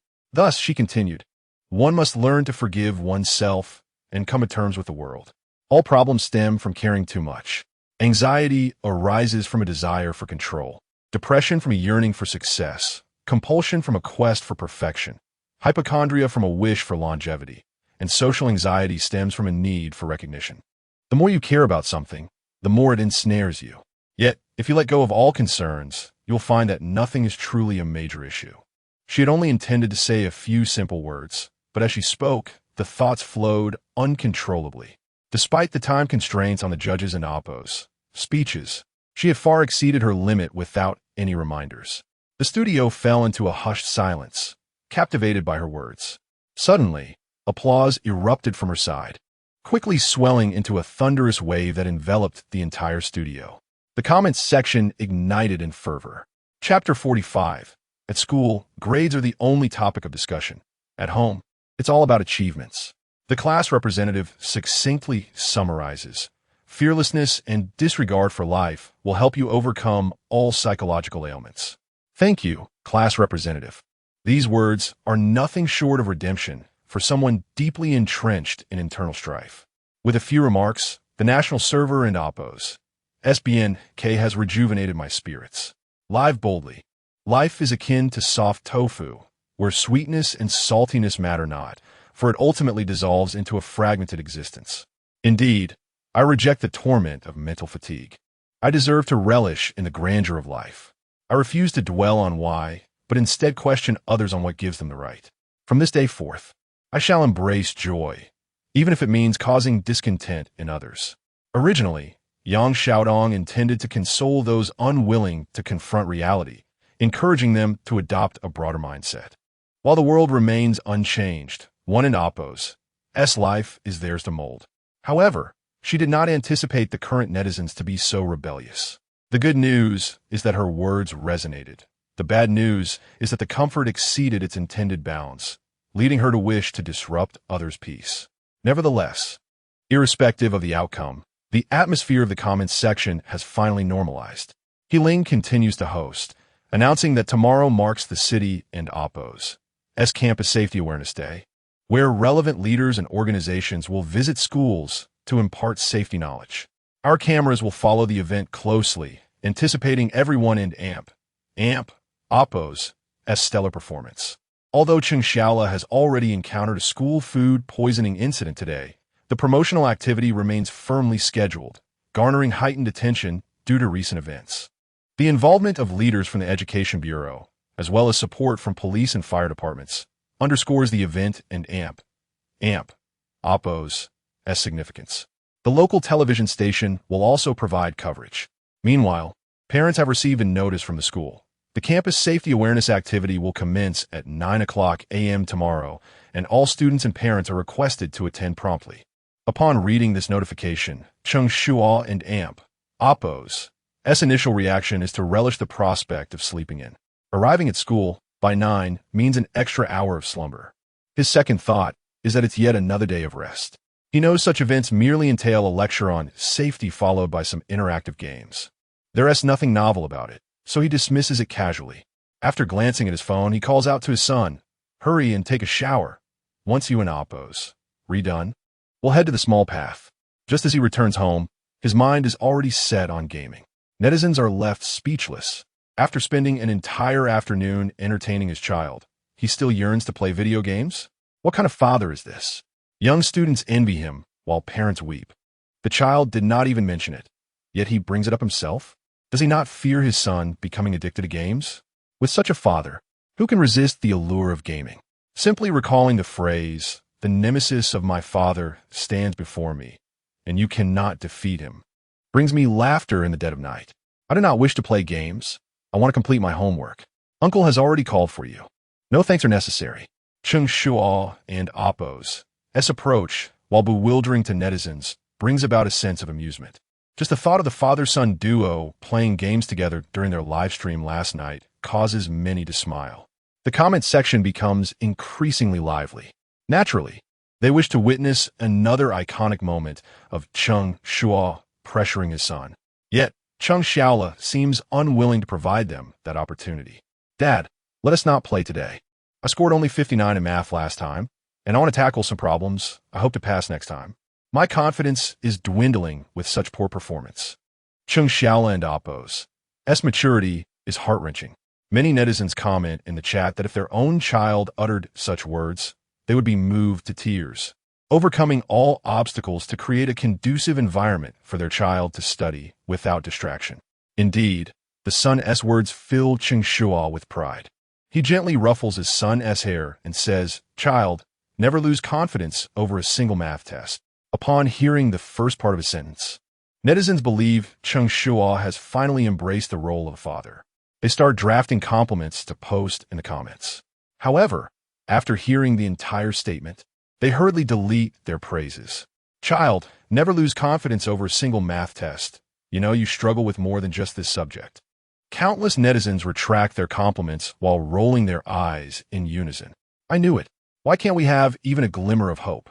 Netizens are left speechless, while Cheng Shuo is infuriated, thinking, "ISN and Oppo's. It because you drag me into gaming every day? How else can my grades be so dismal?" After venting his frustration, Cheng Shuo softens his tone and pleads, "Dad, please enroll me in a tutoring class. I genuinely wish to improve." It is evident that he is sincerely passionate about studying, filled with an unyielding eagerness. Yet, Cheng Shuo, as the father, hinders his progress, not only withholding support, but also dousing his enthusiasm with cold water. You can't even grasp the basics and you want a tutoring class? Moreover, remember, grades are only discussed at school. Achievements are spoken of at home. Hurry and take a shower. We'll let our achievements do the talking. With no room for refusal, Cheng Shuo promptly ushers him into the bathroom. Hearing the splashing of water from within, he finally feels at ease and heads toward the computer. This maneuver leaves netizens utterly bewildered. If the child wishes to learn, why not allow him to? Not every child is suited for gaming. Academics can also pave a path to success. What a reversal of education. It seems that the father is the one with an addiction to the internet. It may not guarantee admission to Peking University, but it surely ensures a place at a university. They sympathize with Cheng Shuo for a minute. Had this father stated that poor grades necessitate a visit to the small path, the son would likely exert himself to study vigorously. Other parents would remark, "You can't even outscore the one who plays games daily." The sense of relatability is overwhelming. Observing this scene, the three experts in the studio can only cover their faces in disbelief. How did they end up with such a contestant? Other participants lead structured, fulfilling days filled with classes, homework, and tutoring sessions. Yet here is Cheng Shuo, who spends half a day taking his son to the movies, indulging in culinary delights, only to return home and drag his child into gaming once more. He had hoped to encourage some studying or reading, but was met with resistance. This behavior nearly drives the three judges to gnash their teeth, barely restraining the urge to comment. After all, they had already criticized him yesterday, only to be met with a swift rebuttal. Thus, no one dared to broach the subject of gaming. However, Lao He, displaying a measure of courage, remarked as Cheng Shuo prepared to engage his son in gaming once more, "When is it ever inappropriate to play games? If the child wishes to learn, let him." This was his first encounter with a child eager to study, only to be thwarted by the parent, leaving him utterly disheartened. Lao He expressed his concerns earnestly, while Cheng Shuo appeared rather indifferent, saying, "School is tiring. Let him enjoy a couple of years." The dismissive tone was unmistakable. Upon hearing this, Lao He grew more agitated, retorting, "What is so tiring about school? Is it as exhausting as our work?" Cheng Shuo simply smiled in response. "If you were to attend school now, you would find it tiring too." Seeing Lao He's skepticism, Cheng Shuo continued, "Shall I provide you with an example?" Chapter 46. With such determination, I could succeed in anything. As Cheng Shuo uttered these words, his demeanor shifted from nonchalant to earnest, his posture straightening significantly. In contrast, Lao He wore a derisive expression. How could school possibly be more exhausting than work? Not only Lao He, but even the viewers in the live stream believed that attending school was a remarkably effortless endeavor. Eager to witness how Cheng Shuo would argue otherwise, let me first ask you, how many hours do you work on a normal day? Cheng Shuo refrained from launching into a lengthy discourse and posed a counter-question instead. Lao He, perplexed by Cheng Shuo and Oppo's inquiry, answered honestly, typically 8 hours, though I often work overtime, averaging around 10 hours. There are days like today when it exceeds 12 hours, but those instances are rare. A sense of pride laced his words. After all, he was a model worker in the office, unmatched by anyone. Yet even 10 hours was a stretch for him. If every day were like today, he would find it unbearable. It had been nearly 14 hours since he began work this morning. Had it not been for Cheng Shuo and Oppo's laziness earlier in the day, followed by a 3-hour movie break, he would have felt utterly exhausted. Listening to your account, I must ask, if you were required to work over 12 hours daily, would you endure? Cheng Shuo inquired. Of course not. I'm not made of iron. Lao He replied, almost indignantly. He added, working 12 hours every day is sheer exploitation. Such a job would be impossible. Do you think labor laws are merely for show? Lao He believed himself to be quite knowledgeable, his chin held high. Yet, in an instant, his amusement faded. Cheng Shuo continued undeterred, there truly are such jobs. You would be expected to arrive at your workstation by 7 a.m., with a mandated end time of 5 p.m. However, supervisors will routinely insist on overtime until 9 or 10 p.m. without exception. You would be allowed only 1 day off per week. After several months of consecutive work, a long holiday may come, but that doesn't guarantee complete rest. Supervisors often expect you to take work home. This level of intensity can persist for 3 to 6 years, and there is no salary to speak of. By now, Lao He's expression had darkened considerably. Cheng Shuo pressed on. During work hours, you would contend with 9 supervisors, each taking turns to assign new tasks while incessantly questioning your efficiency and performance. Monthly performance evaluations are mandatory, and every 3 years, there is a significant elimination process. Your family, too, would be unsympathetic, more concerned with your monthly performance metrics, your ranking within the company, and your prospects of securing a position in a larger firm. Even during your time at home, your parents would monitor whether you were diligently working overtime. With each statement Cheng Shuo made, Lao He's countenance grew increasingly grim. Eventually, he interrupted, unable to contain his disbelief. That's impossible. Such inhumane conditions cannot exist. Lao He stubbornly dismissed Cheng Shuo's claims as fabrications. However, as he recalled their contentious debate regarding the fatigue of students versus workers, a wave of helplessness surged through him. Wasn't this the true depiction of a student's life? From 7 a.m. to 10 p.m., 15 hours each day, without respite. Even the strongest of adults would struggle to endure that, yet those children persisted in silence. Just moments ago, he had boasted about the exhaustion of work. Yet now it seemed trivial compared to the burdens of academic life. The fatigue from work could be alleviated by the reward of a paycheck, and there were various leisure activities to unwind. Even a simple outing for skewers and beer could ease the stress of a day. But what did school offer? Endless assignments, relentless exams. If one wished to rest their head on the desk, they would be met with a chalk eraser thrown their way within moments. The pressure from parents upon returning home only compounded the stress. Just contemplating it felt stifling. Lao He was left speechless, while Cheng Shuo's vivid portrayal ignited a flurry of comments in the live chat. Finally, someone understands that studying is exhausting too. I've endured 6 years of this hardship. With such resolve, I could succeed at anything, exclaimed a middle school student. High schoolers chimed in. Now I see clearly the struggles we face. Let us be kinder to our children. They have it tough too.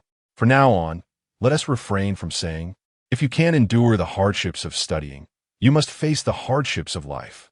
Life doesn't necessarily entail the same struggles as education, one viewer remarked. I'll support you wholeheartedly. Every vote is yours, even if others resort to absurd measures in other streams. Since the discussion began, Lao He's demeanor had noticeably shifted. He appeared deflated, lacking his usual vigor. Cheng Shuo recognized that his words had struck a nerve, prompting him to suggest Lao He head home early. After all, he planned to spend the evening playing games with his son, nothing more. All right, I'll come by earlier tomorrow, Lao He agreed, turning to leave. Yet, the thought of another lengthy workday ahead filled him with reluctance. Just 2 days in, and he felt this way. How must those children feel? With a heavy sigh, Lao He resolved never to complain about work again. Once Lao He departed, Cheng Shuo coaxed his son into a couple of rounds of gaming before collapsing into bed. The live stream had come to an end. As Cheng Shuo lay in bed, he indulged in one final pre-sleep activity, scrolling through his phone. Having avoided it all day, he was greeted by a barrage of notifications as soon as he opened the app. To his surprise, among 10 notifications, 5 or 6 pertained to him. As long as a father is sufficiently lazy, his children will come to repay him. He mused, I can, with a clear conscience, grant full marks to a teacher's evaluation, so why can't the teacher give my son a passing grade? My son is truly handsome, even when punished. As he perused the comments, Cheng Shuo's smile widened uncontrollably. The creativity of today's netizens astounded him. The edited clips were filled with memorable moments, enhanced with background music and special effects. No wonder they had gone viral. Each clip amassed over 1 million likes, with countless comments flooding in. Some were positive, while others were less so, but Cheng Shuo remained unfazed. After all, in Huaxia, debates could ignite over whether sweet or savory tofu pudding was preferable, or whether zongzi should contain meat or sweet fillings. Trivial matters that could spark lengthy discussions. How much more contentious would be his unconventional parenting style? He brushed off the negative remarks entirely. After half an hour of scrolling, Cheng Shuo concluded that the videos had gained significant traction, and surely he had made it onto the trending list. He opened the social media platform, And indeed, several trending topics featured his name. One particular topic caught his eye. New parenting styles will become the trend of the future. Chapter 47. Such a robust figure. It would be a pity not to engage in manual labor. As I clicked on the topic, I noticed that, even at this late hour, numerous netizens were actively participating in lively discussions. Real-time messages refreshed dozens of times each second. Among the contributors were industry authorities and popular influencers from related fields, each presenting diverse perspectives, some affirming, others pessimistic. Overall, the discourse leaned towards rationality. Even those who disagreed articulated their points with reasoned arguments. And instances of baseless criticism were rare and quickly drowned out. This unexpected civility caught Cheng Shuo by surprise. After all, he had witnessed many instances where detractors incited conflicts among netizens. The current rational discussions felt somewhat surreal to him. Unbeknownst to him, this atmosphere was cultivated by the production team, which had established a review team to protect their prized asset. Any posts featuring unfounded negativity were promptly deleted, and failure to comply would result in legal action. The internet is not a lawless domain. Competition is welcomed, yet underhanded tactics are strictly prohibited. Cheng Shuo displayed considerable foresight in this regard, safeguarding both the show and its contestants. However, this left the behind-the-scenes staff overworked. While the contestants enjoyed their rest, the crew toiled tirelessly. In the production office, one worker exclaimed, "Deleting these negative comments has left me bleary-eyed. No one has it tougher than I do." Another chimed in, "What are you talking about? I just deleted 3,000 malicious reviews. Let us keep going. Why not call the planning team for assistance? Otherwise, how long will we be at this? Don't count on it. They're busy preparing for a major campus safety campaign tomorrow. I hear they plan to impersonate rioters to give the contestants a lesson." A riot drill? I haven't an amp. Oppos. Seen any notice about that? Not notifying is the norm. Just thinking about how those parents will be startled makes me want to laugh. Wow, is it really that intense? We need to wrap this up quickly to catch the spectacle tomorrow. The following morning, Cheng Shuo surprisingly woke up early, glancing at the clock to find it was still before 7. It's peculiar how one can wake up early when wishing to sleep in and yet struggle to rise when eager to start the day. Since he was awake, he decided to find something to occupy himself. First, he opened the system. After a night of trending discussions, he had accumulated over 100,000 emotional points. Current available emotional points, 627,000. This was akin to earning money while sleeping. He believed it would take no more than a couple of days to accumulate enough for a super lottery draw. What would he win from the system? Property. That would be delightful, as his current living conditions were quite inadequate. He could even hear fights from the upper floor at night. Moreover, in the bustling metropolis, even a modest apartment could cost over 5 to 6 million. Spending 1,000,000 emotional points to win one felt like an incredible bargain. If he didn't win property, a car would suffice. He would mind using a tricycle to pick up his child. It was convenient and avoided traffic jams. However, who could resist having both a tricycle and an additional car? A man remains a boy at heart, forever enamored by such grand toys. Besides, a car won through 1,000,000 emotional points would undoubtedly be exceptional. Perhaps he could even bring glory to the nation on Wukong Road. Cheng Shuo reveled in his fantasies, slowly procrastinating until after 7 before finally getting out of bed. But upon finishing his morning routine and entering the living room, he was startled by the sight before him. "Who are you?" A robust man was seated at the dining table, facing away. Cheng Shuo couldn't discern what he was doing. Yet one thing was certain. He did not recognize this individual. Cheng Shuo had a slight tendency towards paranoia, and within the blink of an eye, thoughts of home invasion and fugitive suspect flashed through his mind. It wasn't that he wanted to frighten himself. It was simply that the man's imposing physique was quite intimidating, resembling a mountain from behind. Anyone would feel apprehensive. However, this fear lasted only a second. The burly man turned around upon hearing the noise, and before he could speak, the facial mask he was wearing dropped, leaving Cheng Shuo momentarily dumbfounded. A robust man in his home, wearing a facial mask? The mask was somewhat small, failing to cover his large face, revealing a chubby ring of flesh. To prevent the mask from touching his hair, he had even donned a pink bow headband. While he knew that people in the metropolis were meticulous, He hadn't expected such meticulousness. The sudden contrast made the initial fear dissipate, replaced by a sense of amusement. "Who are you?" Cheng Shuo inquired again. The robust man seemed equally surprised that Cheng Shuo had risen so early. After a brief pause, he quickly stood up, removing the mask and headband in the process. "Hello, I'm the cameraman responsible for following you today.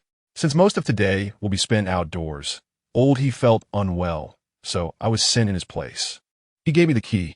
From now on, I'll be working alongside him to film you." After introducing himself, he extended his hand. "My name is Su Zifeng. You can call me a Feng. I look forward to working with you." Upon hearing this, Cheng Shuo recalled that he had mentioned a younger person would be taking turns with him. He hadn't expected it to be a Feng. Compared to he, a Feng's demeanor was far more amiable and polite. Aside from the pink headband and facial mask, he appeared quite normal, and his physique exuded a sense of security. With such a robust build, it would indeed be a pity if he weren't engaged in manual labor. "Please, no need for formality," Cheng Shuo replied, shaking his hand.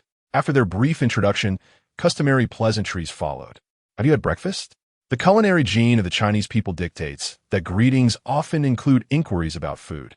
However, everyone knows this is merely a polite question. Yet, a Feng, being straightforward, replied, "No, I haven't eaten." He answered candidly. He had mentioned that this father-son duo woke up late, and a Feng intended to finish his facial mask before fetching breakfast. However, he hadn't anticipated Cheng Shuo would rise so early. At that moment, Cheng Shuo's stomach began to grumble in protest. "Should I whip up something simple?" Cheng Shuo tentatively suggested. Last night, while watching videos, he noticed other parents had prepared breakfast for their children, while he had only been called by his son after the meal was ready. Many netizens had mocked him for his laziness. While he was indeed lazy, he felt a bit embarrassed by the mockery. Should he seize this opportunity to restore his reputation? The only problem was that he truly lacked culinary talent, frequently burning or ruining dishes. He worried that instead of rehabilitating his image, he would solidify the notion that he was both lazy and inept in the kitchen. Cheng Shuo hesitated, but a Feng, with his quick tongue, made the decision for him. "That sounds great. Let us start the broadcast now. We can kick off this splendid day with breakfast preparation." A Feng was not only quick with words, but also remarkably proactive. He activated the camera, leaving Cheng Shuo with no room to refuse. "All right, if it must be, so be it." Gritting his teeth, Cheng Shuo marched toward the kitchen, fully embracing the challenge. Due to Cheng Shuo's immense popularity, as soon as the live stream began, nearly 500,000 viewers flooded in. "Wow, the first to check in." "What do you mean the first? I was here ages ago." "You claim you were here early? You must be lying without any preparation." "So what if I'm lying? I'm a girl. You have to let me." "Damn, encountering this first thing in the morning is testing my patience. Don't push me to curse in my happiest place." "Forget it. The more you engage with such people, the more they thrive. Facts speak louder than words, and women's arguments triumph over facts. Let us just enjoy the live stream." "Oh, this dad is up so early today. I wonder what he is up to." Chapter 48. When others treat, it costs money. When Cheng Shuo treats, it costs lives. As this comment floated by, it instantly captured the attention of numerous netizens. Even the two who were ready to quarrel momentarily forgot their dispute. Of course, going to the kitchen meant preparing a meal. What else could it possibly entail? I certainly understood it was about cooking. I wouldn't be surprised if it were anyone else but him. To be honest, it seemed he could hardly cook at all. As the meal yesterday was prepared by his son, I calculated that someone's stomach was bound to suffer a misfortune. Perhaps it was time to wholesale some digestive aids online. But let us not be so hasty.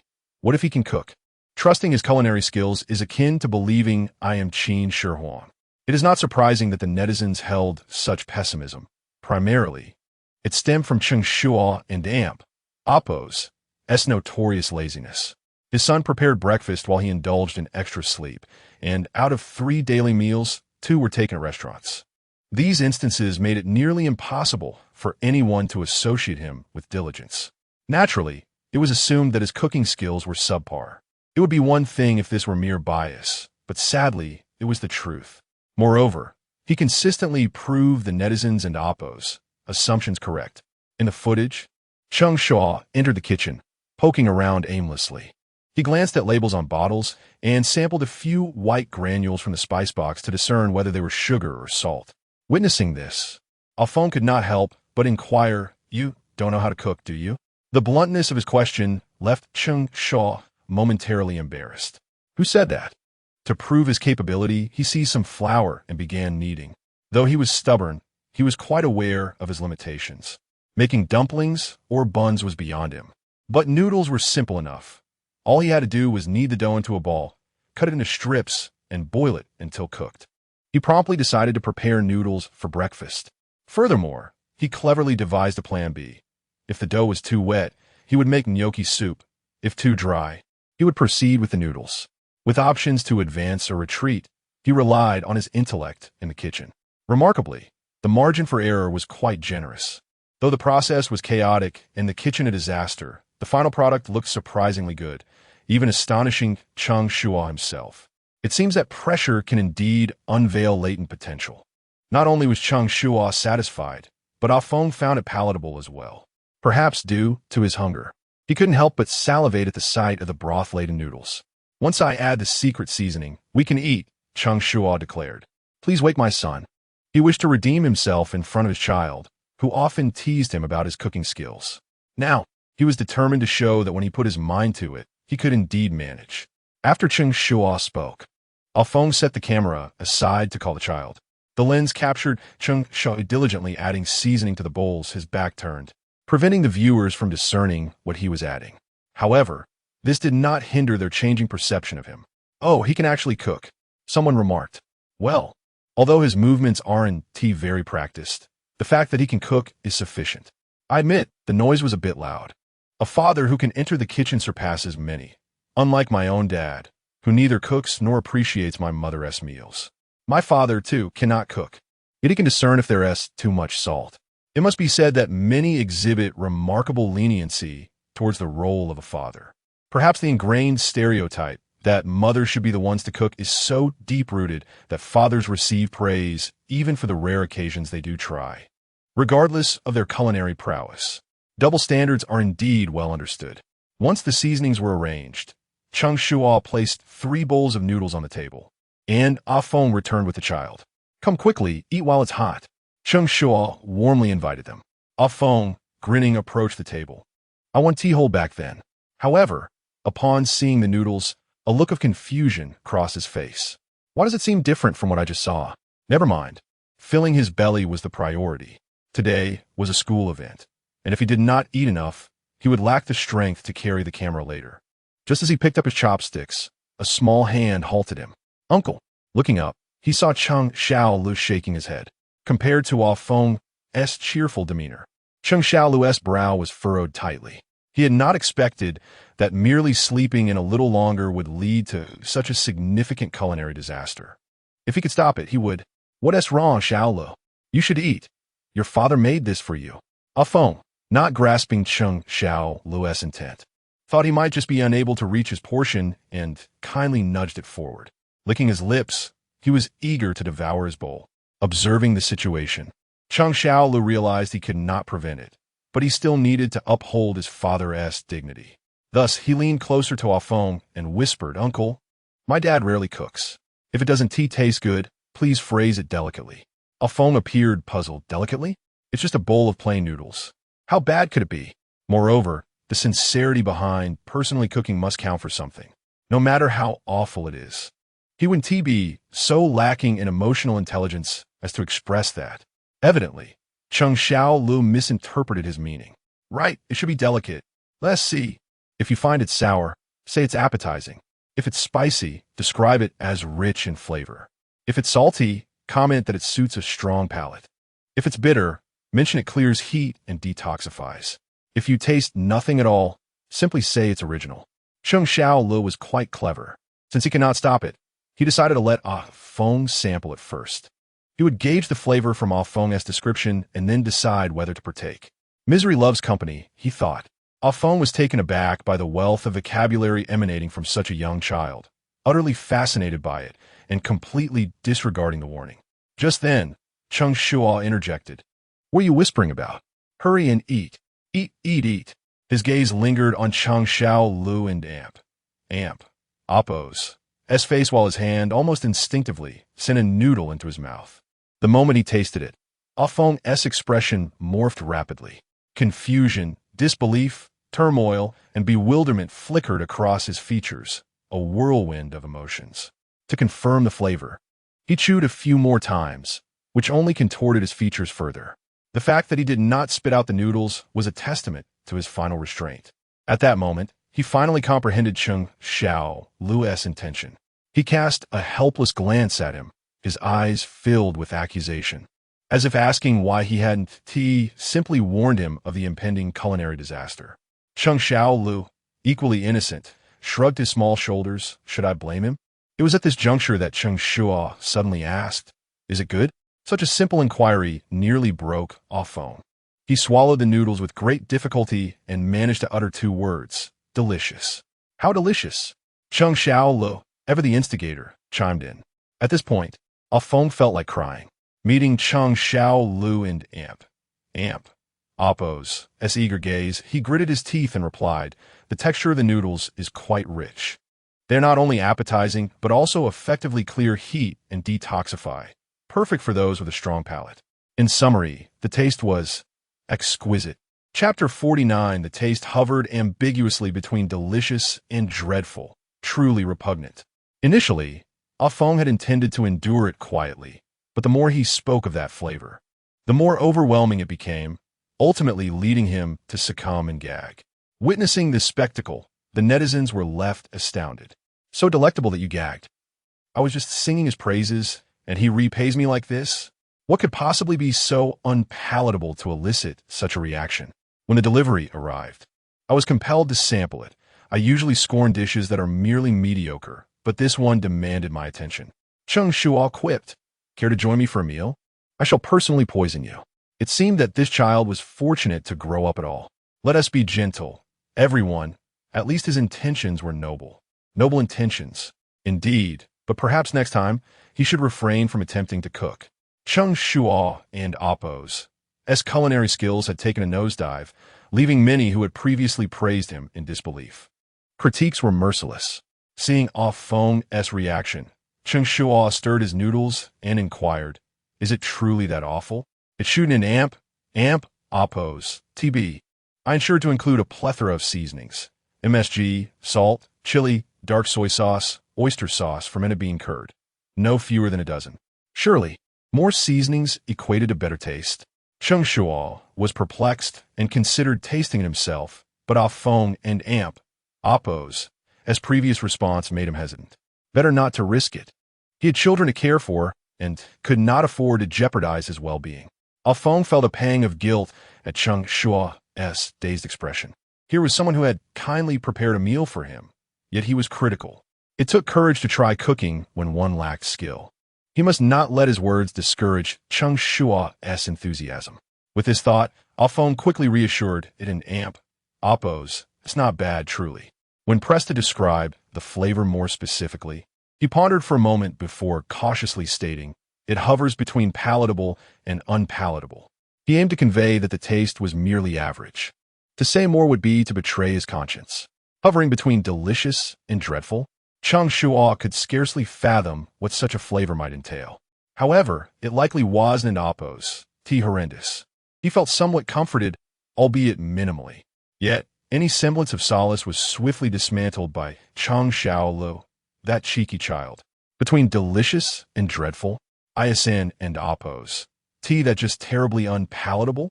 His innocent voice dripped with sincerity, his large eyes sparkling with mischief, adorably naive yet cutting. It was a face that would win hearts. But his words pierced Cheng Shuo deeply. "Impudent child, what nonsense are you spouting?" Cheng Shuo felt his composure falter. He was aware that his son often jabbed at him, but this time struck a nerve. Had he merely been dismissive, he wouldn't have reacted so strongly.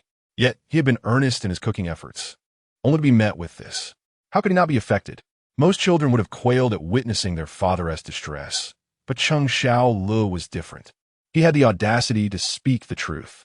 Why not try it for yourself?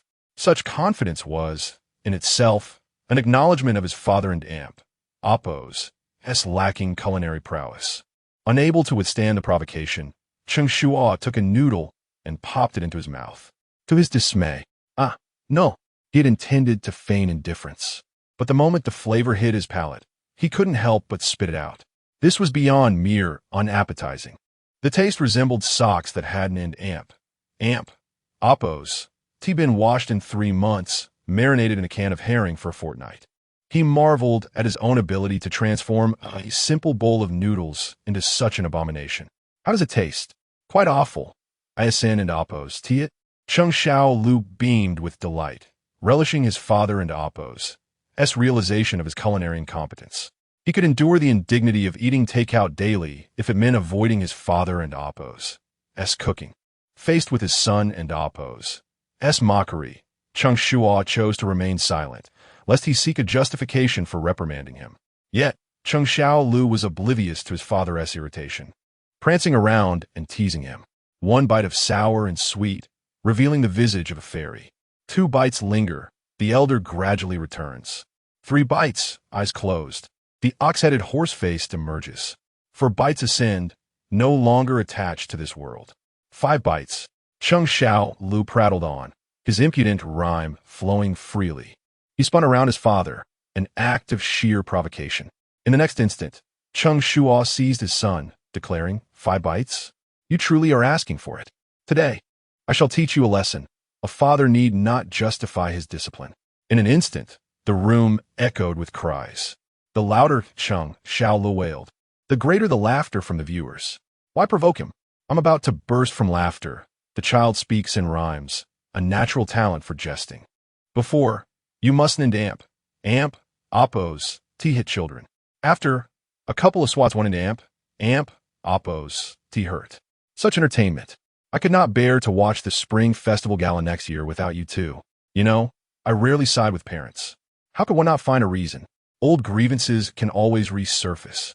The laughter continued, with old grievances providing ample justification for the father's actions. The viewers roared with laughter, while the 3 judges on the panel could scarcely contain their amusement. Other live streams were mundane, featuring the same repetitive routines. Waking up, washing up, having breakfast, nothing but a cycle of monotony. While heartwarming, it lacked excitement. In stark contrast, Room 10 remained a bastion of lively hilarity. At this hour, traffic was typically at its lowest. Having a few 100,000 viewers would be commendable. Other streams hovered around the 10,000 mark. Yet Cheng Shuo's Room 10 not only began with a surge of viewership, but also surpassed 1 million online. Though it could not compare to prime time, it was undoubtedly the most popular stream during this period. The online statistics were promising, and the television ratings were even more impressive. Thus far, no program had outperformed the morning news during this time slot. Yet today, the ratings soared, surpassing the previous figures by 0.1. Several leaders applauded, exclaiming, this program should have been introduced much earlier, while countless viewers reveled in the spectacle. Yang Xiaodong observed an intriguing trend. In comparison to her mother's meticulous approach, fathers seemed far more laid back in their parenting. Yang Xiaodong articulated this sentiment cautiously, referring to it as casualness, though it was more accurately described as a roughness. The notion that as long as the child is alive, that as sufficient was no mere jest. The production team had invited 10 families to participate, 6 of which were led by fathers. While some displayed attentiveness, the majority adhered to a philosophy of making do. Whether it was mismatched socks, unkempt hair, or dirty shoes, everything was excused. Hunger was met with takeout, thirst with sugary drinks. This laissez-faire approach permeated every aspect of their lives. This approach to parenting was already quite rough. It was evident that in households like Cheng Shuo's, where the father lacked essential life skills and relied on his son for care. Clearly, these families were accustomed to mothers taking the reins. Yang Xiaodong and Oppo's meaning was immediately grasped by Zhong Shuqin, who took the floor. We previously conducted a small survey.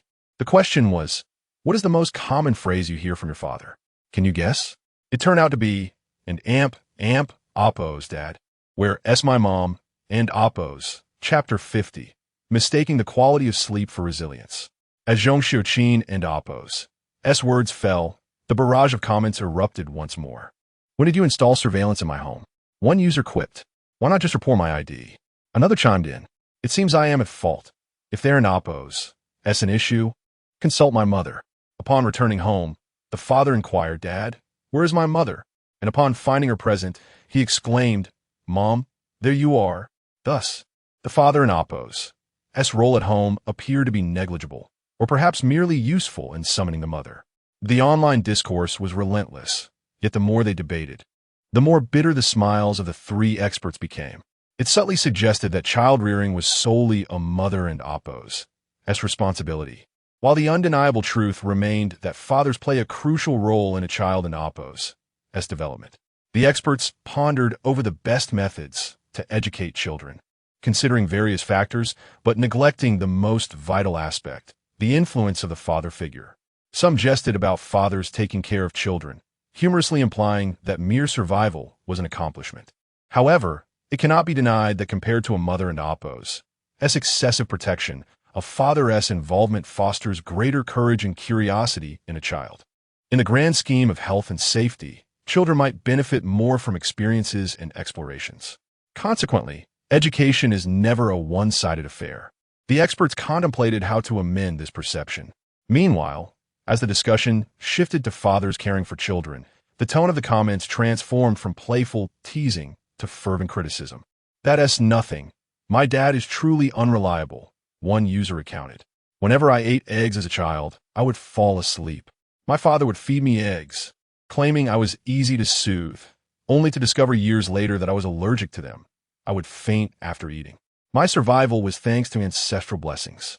I thought my sleep quality was robust, but it turned out I was just resilient.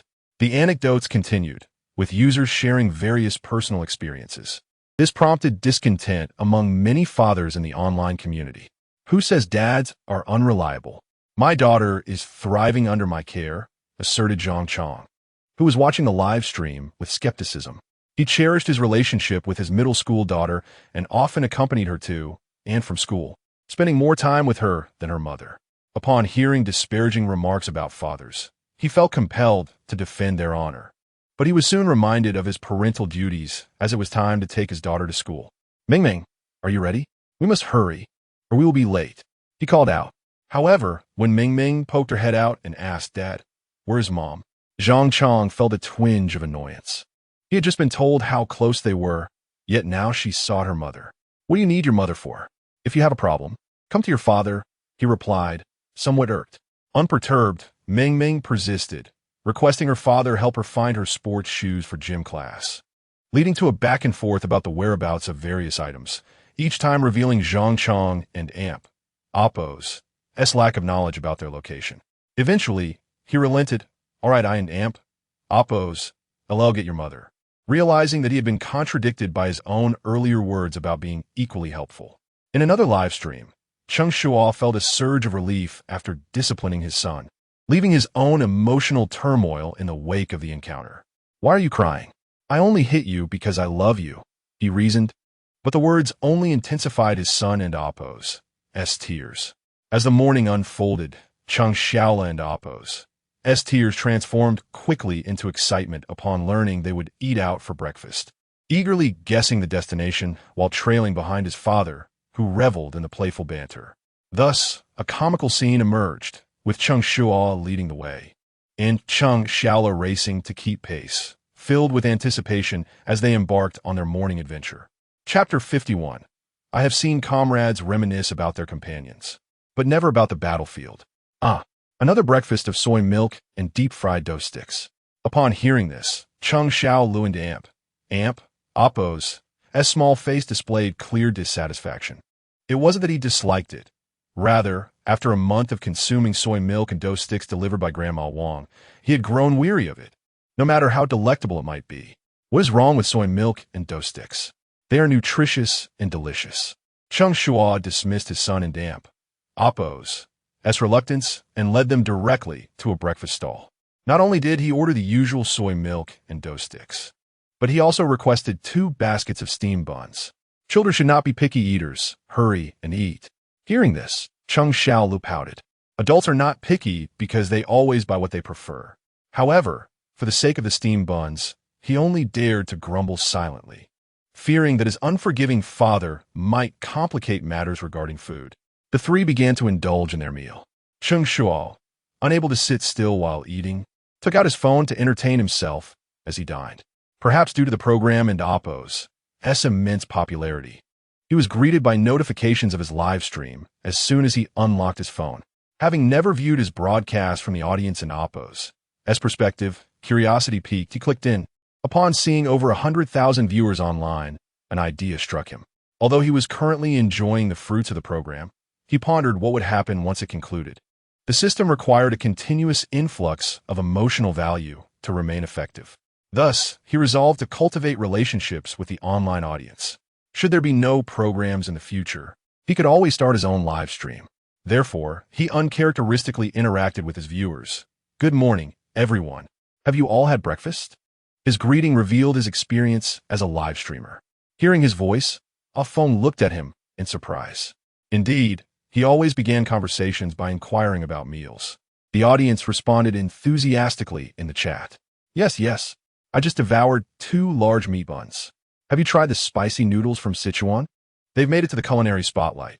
You must try it when you can. Like you, I also had soy milk and dough sticks this morning, so, in a way, we've shared a meal. You all are so fortunate. My breakfasts are usually quite bitter. It's not always bitter. It depends on what others offer. I could suffer, be stymied, or simply have pancakes. If no one provides, I'm left to drink the wind from the northwest. Oh, so you have quite a variety for breakfast. Simple pleasantries opened up the conversation. Most responses from the viewers were earnest, though some indulged in humorous banter. The chat buzzed with excitement. The atmosphere was harmonious until one viewer declared, "I had spicy soup for breakfast, and I even added sugar." The mood shifted dramatically. Adding sugar to spicy soup? You best not be doing this on purpose. Who taught you to eat like that? I'll give you $5 and say you're from out of town. If you're going to add sugar to spicy soup, you might as well stick to your own province. I'm not joking. Enough already. Reveal your location. I'll come over to have serious talk. Everyone, let's steer clear. This is an internal matter for us, and we can handle it ourselves. Though it might get a bit bloody. Observing the sudden surge of excitement among the viewers, Cheng Shuo felt quite perplexed. Was adding sugar to spicy soup truly such a grave offense? Just as his confusion deepened, the chat provided clarity.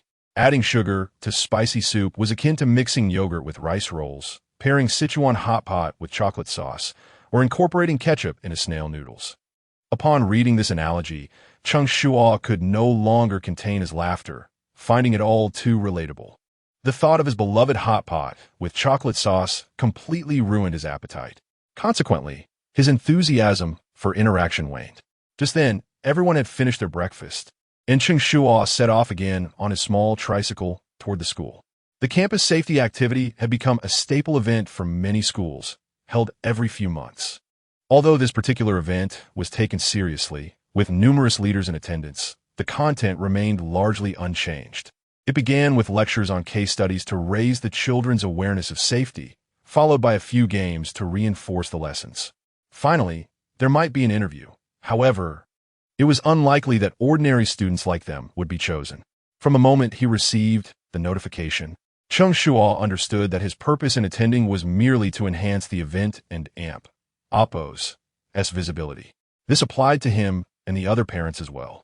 Since this campus event was citywide, the live stream would feature 10 groups of participants, all with similar footage. As all the participants enter the campus, the online discussions sparked with enthusiasm. This isn't just kids participating. It's a nostalgic trip down memory lane, reminiscing about our school days. Witnessing the extravagant international school, one can sense the wealth permeating every corner. With tuition fees in the hundreds of thousands annually, I find it hard to believe the facilities are worth the price. Public schools are quite decent now, far better than when we were young. Back then, our running track was nothing but mud. How joyful it would be to run on a rubber track like this with classmates. Indeed, reflecting on childhood, even being punished with laps was a source of joy. Oh, how I long for those days of innocence. The familiar sights around the campus instantly stirred nostalgic memories among many viewers, evoking a poignant tone in the chat. Not only the viewers felt this way, even Alphonse, the cameraman, was touched. Watching the children playing nearby, he sentimentally remarked, Humans are truly peculiar. During school, we felt constrained and desperately wished to escape. Yet looking back, the most laughter was shared within those walls. It is often said that the most robust individuals harbor gentle hearts, and this was indeed true. Despite possessing a physique comparable to a fitness coach, the tenderness in his gaze left many women feeling inferior. The atmosphere had reached a poignant crescendo, and everyone anticipated that Cheng Shuo would echo some sentiments. After all, the mood was quite reflective. Indeed, Cheng Shuo spoke up, but his words shattered the sentiment entirely. Let us not conflate the accomplishments of classmates with the school itself. I have witnessed comrades reminisce about their companions, but never the battlefield. His laughter, while amusing, struck a disheartening note. Ah Feng and amp, Oppo's sentiment turned awkward. You truly are impervious to subtlety. Is this how you choose to express yourself? This isn't about classmates at all. I intended to convey a feeling, an emotion of longing for cherished pasts. How to turn into something so dreary in your mouth? How else would you describe it? Spending over 10 hours a day in school. If you're not smiling there, where else would you be? His bluntness showcased his unyielding demeanor, infuriating Ah Feng to the point of silence. At this moment, the viewers in the live stream were thoroughly entertained by their exchange, experiencing a delightful spectacle akin to playing a lute to a cow. When he talks about the city gate tower, you respond with something utterly unrelated. How did you even manage to win a wife with that emotional intelligence? Now I see where Cheng Shuo gets his audacity. Chapter 52, Is There More? My dad wants to eat too. As the barrage of comments heated up, the three of them entered the school's grand auditorium. Since there were already staff from the school and the television station recording, their entrance did not attract excessive attention. The auditorium, divided into upper and lower levels, could accommodate over 1,000 people. By the time they arrived, many were already seated. Dad, come on. I and amp, Oppo's. LL take you to our class in amp, Oppo's, seats. Cheng Shuo, evidently accustomed to such events, led Cheng Shuo through the auditorium with ease. In this realm of his son, it was only natural to follow his lead. Soon, they reached the area designated for his son and Oppo's class. Please sit here, unintentionally or not. Cheng Shuo had him sit next to a woman who appeared to be under 30, exuding an air of grace and poise. When Cheng Shuo glanced her way, she politely nodded in greeting. Isn't there plenty of space nearby? Cheng Shuo thought, not that he was unwilling to sit beside the lady, but he anticipated boredom and wished to find a corner where he could play on his phone or game. Just sit here. I'm desk mates with Chuimo, so you should sit with her mother. His son provided a compelling reason. Rejecting it further would seem overly fastidious. All right then. After Cheng Shuo settled in, Ah Feng also found a spot beside him with his camera. Meanwhile, his son engaged in play with Chuimo. Hello, I'm Xiao Li's dad. They were seated closely now, prompting Cheng Shuo to initiate a conversation. Hello, I am Chuimo and amp, Oppo's mother. The lady reciprocated the greeting, but soon fell silent, revealing her disinterest in further conversation. In such situations, silence can be the most uncomfortable, and the urge to wander arose, though the event was about to commence. Yet starting a game now seemed rather inappropriate. When one finds themselves in an awkward situation, they often seek distractions. Coincidentally, Cheng Shuo noticed the little girl named Chuimo offering his son a piece of candy. To his dismay, his son, without a hint of courtesy, took the candy, unwrapped it, and stuffed it into his mouth. Under normal circumstances, Cheng Shuo would have said nothing. Yet the atmosphere was so tense that he yearned for something to break the ice. Thus, he became one of those parents who sees every opportunity to educate their children. Xiaolo, what do you say when someone gives you candy? Cheng Shuo hoped to instill a sense of politeness in him.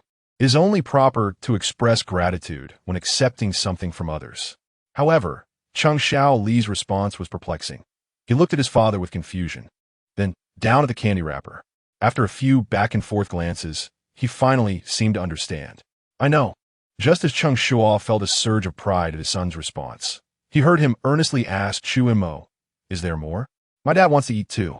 The sheer absurdity of such a statement was compounded by the fact that he pointed at Cheng Shuo, making it seem as though he were desperate for candy. Cheng Shuo felt a wave of embarrassment wash over him. especially when he noticed a light chuckle from the woman beside him. "Shut up," he hissed, swatting his son and Appo's hand away. Externally composed, internally he was already a world away from the scene. Observing this interaction, the online audience found it amusing. This comprehension level deserves a perfect score. I hold high standards, so I'll give my son an 8.5 because a fraction of that goes to the dad. Haha, kid, is there a chance your dad just wanted you to say thank you? Politeness, sorry, please, thank you, should be habitual. It reflects good breeding. Sorry, I didn't bring money today, so you treat. Thank you. Is it polite or not? Please say sorry, thank you. Is it about quality or not? The online banter continued, while Cheng Shuo, mortified after this public embarrassment, was disinclined to remain any longer. Ignoring the norms of politeness, he rose and retreated to a corner. Seeing this, Alphonse followed suit with his camera. "Why are you coming over? Just stay over there." Cheng Shuo desired solitude, yet Alphonse seemed oblivious. "Hee. I also want to chat quietly with my girlfriend." Alphonse and Appo's demeanor was unabashed, his desire to slack off evident on his face. However, there was truly little to occupy himself with at that moment. The promotional lecture had commenced on stage, and he found himself utterly idle, yet he still scrutinized others in Appo's leisure. "All right, you chat." With that, Cheng Shuo prepared to doze off, hoping sleep would hasten the passage of time. Others might feign attentiveness, but he couldn't be bothered to pretend. However, the auditorium was hardly conducive to napping. With 1,000 people present and speeches being made, applause erupted intermittently, making it impossible to find rest. In a state of half-sleep, Cheng Shuo eventually could no longer endure it and opened his eyes. If sleep was unattainable, then gaming would suffice. Yet as he blinked awake, his gaze fell upon Feng and Appo's phone screen, where he was adeptly toggling between two chat windows, each message more suggestive than the last. "Whoa, you're juggling two boats." Upon realizing the scandal, Cheng Shuo's fatigue vanished instantly. His sudden exclamation startled Feng, who quickly shielded his phone. "Why are you snooping?" "I'm not snooping.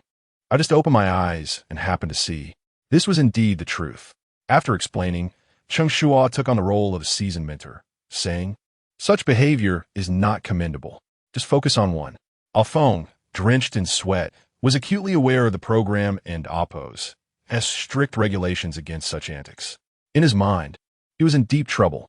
There and Appo's no other choice. "One is my ex-girlfriend, trying to rekindle things. I'm just negotiating with her." Feng explained, wiping his brow while gauging Cheng Shuo's reaction.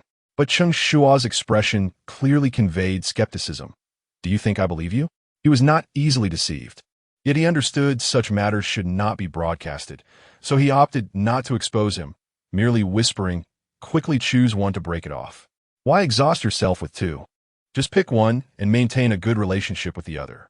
Cheng Shuo and Appo's advice was sound, yet perhaps the auditorium and Appo's atmosphere was unfavorable, leading to a series of misinterpretations from those around him. When Feng heard Cheng Shuo suggest choosing one, he leaned in. "All right, which one do you want?" At first, Cheng Shuo did not comprehend the implication. However, upon realization, he felt as though he might explode. "I meant you should choose one, not that I want one." Chapter 53. One can only say that the Chinese language is profound and intricate, as the same character can convey different meanings. Such campus promotional activities are rather dull. From this point onward, the program's popularity has been on a steady decline. The viewership in many livestream rooms has significantly dwindled, with some plummeting from hundreds of thousands to merely tens of thousands. The barrage of comments has become sparse, almost desolate. In contrast, the livestream room hosted by Cheng Shuo has managed to maintain and even slightly increase its audience, primarily due to the humorous exchanges he shares with the phone. At this moment, the barrage is exceptionally lively, filled with laughter, nearly overwhelming Cheng Shuo and Appo's CPU with its intensity. I was simply too naive, spending half a minute deciphering the situation. It can only be said that the Chinese language is indeed profound and intricate, as the same character can convey different meanings. To my surprise, this fellow is quite generous, willing to share without hesitation. What's more, he even allows Cheng Shuo to choose first. How touching. Cheng Shuo. I simply dare not take action. Realizing he had misunderstood, a phone awkwardly scratched the back of his head, thinking I knew it. Your child is already that old. How could you expect me to share a girlfriend with you? Being involved with two partners is merely a sign of infidelity, which could lead to mere criticism at best. However, if Cheng Shuo, already married, desires a girlfriend, it escalates to a moral issue. To be more severe, it could be considered cheating. If this were to be substantiated, it could jeopardize the entire program. A phone let out a long sigh of relief. Thankfully, it was merely a misunderstanding on Cheng Shuo's part. While he felt relieved, a staff member in the back was alarmed, her heart racing. Oh no! The dialogue between these two is too alarming. If a scandal about infidelity breaks out, I might just collapse at my workstation. The speaker was the editor responsible for the footage. If any discordant elements appeared in the live stream, such as smoking, drinking, advertisements, or any breach of privacy, it fell upon him to edit them out. With 10 live stream rooms already demanding considerable effort, encountering a scandal that necessitated editing every frame would be utterly overwhelming. The workload was infuriating, and concerns about its impact on the program were equally pronounced. Su Zifeng is too unreliable. Let us deduct his meal allowance for attendance. What is a meal allowance compared to the stakes? Despite his imposing stature, he is timid. ISNT their safety drill later? Let's make sure our people frighten him thoroughly. Yes, let us send him every embarrassing clip of him being scared out of his wits to his girlfriend. Every single one. We should also create a meme video and post it online. To ruin someone doesn't require physical harm. Social demise is still a demise. Hahaha. Not only was the barrage lively, but the background staff were also actively engaged. After 2 hours of lectures, the event transitioned to the next segment. Now, we invite several students to the stage to participate in a fun game. Outstanding participants will receive gifts. Are there any eager students willing to volunteer? During this second segment, the content across the 10 live stream rooms was nearly synchronized. Due to prior communication with the school, they would allow the 10 participating children to come up on stage. Consequently, all major live stream rooms displayed scenes like this. Xian, hurry up. This is a fantastic opportunity to showcase yourself. Don't miss out. Zihao, raise your hand quickly. Grandma wants to see you on television. Xine, look how beautifully your mother has dressed you for this moment. Go show them. Although the school had been consulted, it was still essential for the children to volunteer themselves. Otherwise, singling out a child among so many students would lead to discontent. Yet, despite the arrangements made by the program team, the young contestants were reluctant to step forward. Dad, there are too many people. I don't want to. I'm scared. Our homeroom teacher is right there. No, my classmates will laugh at me. They thought the door had been opened for them, expecting things to unfold smoothly. Little did they realize that a hitch had arisen among the children. Parents and staff could not comprehend why. With such a golden opportunity in front of them, the children failed to seize it. This was not merely a chance to be seen. It would be reported in the news. Ordinary people seldom have the chance to make headlines, and the program team had created conditions for them. Yet they still didn't know how to capitalize on it. Witnessing this unfold, the staff in the back felt their blood pressure rising. Yet if the young contestants refused to take the stage, the program could not proceed. Thus, they had no choice but to enlist the cameraman in persuading the children. While parents and staff were perplexed, many online viewers understood the children's feelings perfectly. Go on stage? I'm already trembling with social anxiety. Having been terrified of such situations since childhood, I began to feel despair for the children. Silent, I could only empathize. Being overly introverted is not ideal. One must practice. But if the practice occurs in such a setting, I'd prefer to remain introverted. This is far more terrifying than being forced to perform in front of relatives during the New Year or holidays. When a phone received the notification, he also rose to persuade the children. However, when he looked at Cheng Shuo and Appo's seat, it was conspicuously empty. A phone hurriedly nudged Cheng Shuo, who was engrossed in a game. Stop playing. Your son is missing. Expecting Cheng Shuo to be concerned, a phone was taken aback when Cheng Shuo didn't even lift his head. Don't worry, he won't get lost. Just look for him carefully. His tone was so casual, as if Cheng Shuo were not his own child. Engrossed in the game, he remained oblivious. Left with no other option, Afeng had to search for him himself. Soon, he spotted that small figure beneath the stage. Contrary to the reluctance of others, Cheng Shuo was positively exuberant. He dashed to the front, standing on tiptoe, one hand gripping the edge of the stage while the other was raised high, repeatedly shouting, me, pick me. His enthusiasm was palpable, as if he feared being overlooked.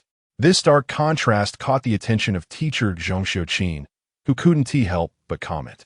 I once thought that personality determining fate was a mere saying. Now it seems there is some truth to it. As she spoke, Xianghui nodded in agreement. Regardless of whether one succeeds or not, one must first take action. Taking action doesn't guarantee success, but inaction will certainly lead to failure. This young lad is truly remarkable. He doesn't even seem to know what comes next, yet he is eager to seize the moment. After their comments, the camera shifted to Yang Xiaotong. She smiled, stating, the development of personality is not an overnight process. Some parents excessively suppress their children at home while expecting them to be confident and outgoing in front of others. They neither support their children in any endeavor nor expect them to excel in everything. They stifle their children's desire for expression, yet lament the lack of communication. Under such hypocritical education, how can a child's character flourish? The remarks from the three judges were astute, affirming both the children and Cheng Shuo's educational approach. This resonated with many parents, prompting them to reflect. Chapter 54. The mathematical enigma of simultaneously pouring and filling water. I had always assumed that one's personality is innate. Convinced that my son was naturally disinclined towards socializing and lacked a sense of belonging. However, in retrospect, it became evident that this was a consequence of insufficient nurturing, a mere excuse for his inherent traits. Now I realize that when raising a child, one must not solely focus on academics. Hu Wuden and Oppos desire their child to be like Cheng Shuo, radiating warmth and confidence like a little sun. Indeed, even if one in Oppos' grades are not stellar, such children possess the ability to seize opportunities. Research indicates that a significant number of successful individuals had mediocre academic performances. Their shortcomings in scholarly pursuits did not hinder their overall capabilities. The online community lavished praise upon Cheng Shuo, but only Cheng Shuo understood that the boy simply relished being the center of attention, not only in familiar school settings, but even on the street. When witnessing street performers or beggars, he would eagerly approach them, pleading for their goodwill. How could a child be so extroverted, leaving his introverted father feeling out of place? As Cheng Shuo took the stage, Cheng Shuo could only wish him a joyful experience. Yet, a twinge of worry lingered, fearing that his son and Oppos' candidness might lead to indiscreet remarks. Thus far, he had been the sole victim of such frankness. However, he felt compelled to offer a reminder. With the distance between them, if his words went unheard, gestures would have to suffice. Fortunately, Cheng Shuo frequently glanced in his father and Oppos' direction, and upon spotting him signaling, initially appeared puzzled, then broke into a broad smile and responded with an okay. Believing his son had grasped his intent, Cheng Shuo was taken aback when, in the next moment, Cheng Shuo struck various poses on stage, pouting, hands on hips, forming heart shapes, and even striking the classic pose of Rodin's The Thinker, eliciting laughter from the audience. Witnessing this, Cheng Shuo suddenly regretted his earlier interference, covering his face and gesturing for his son to simply enjoy the moment. What could be more embarrassing than such a flamboyant display of innocence? It remained uncertain how the parents managed to coax the initially reluctant young participants onto the stage.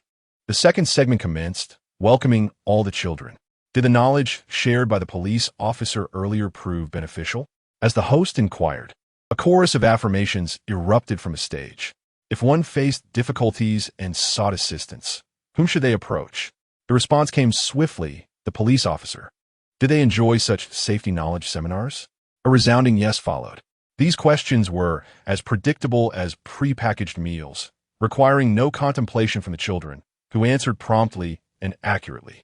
Despite this, the leaders and attendees below remained visibly pleased, showering the performers with applause.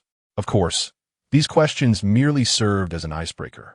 Once the children were engaged, the host continued, acknowledging their attentiveness during the safety seminar. She then announced a few questions to test their knowledge, promising small prizes for correct answers. To maximize their chances of winning, she offered to clarify any uncertainties, inviting the police officer to assist in real time. After all, failing to answer correctly would result in forfeiting the rewards. As a teacher, she understood how to embed knowledge into the children and Oppo's minds, first by posing questions and then reinforcing the learning through interactive games. This back-and-forth approach naturally etched the information in their memories. However, it was evident that such school events were not merely perfunctory. Unfortunately, the host's earnest efforts did not yield the desired engagement. After her inquiries, not a single child raised a hand, not even Cheng Shuo, who awaited others to speak first. Did they all comprehend the material? Was there truly no confusion? Fearing an awkward silence, the host pressed on, but still received no response, prompting her to ask a third time if there were any questions. Finally, a young boy raised his hand, asking, "Teacher, is it true that we can ask about anything we don in Oppo's? Do you understand?" At a glance, he appeared to be a 5th or 6th grader, well-groomed and wearing corrective glasses, exuding the aura of a diligent student. The host and Oppo's eyes lit up at the sight of him. "Yes, you may inquire about anything you don in Oppo's. Comprehend," she affirmed. Encouraged, the boy, with a serious expression, voiced his confusion. "I genuinely don in Oppo's. To understand why there are math problems involving pouring and filling water simultaneously." The host was momentarily taken aback.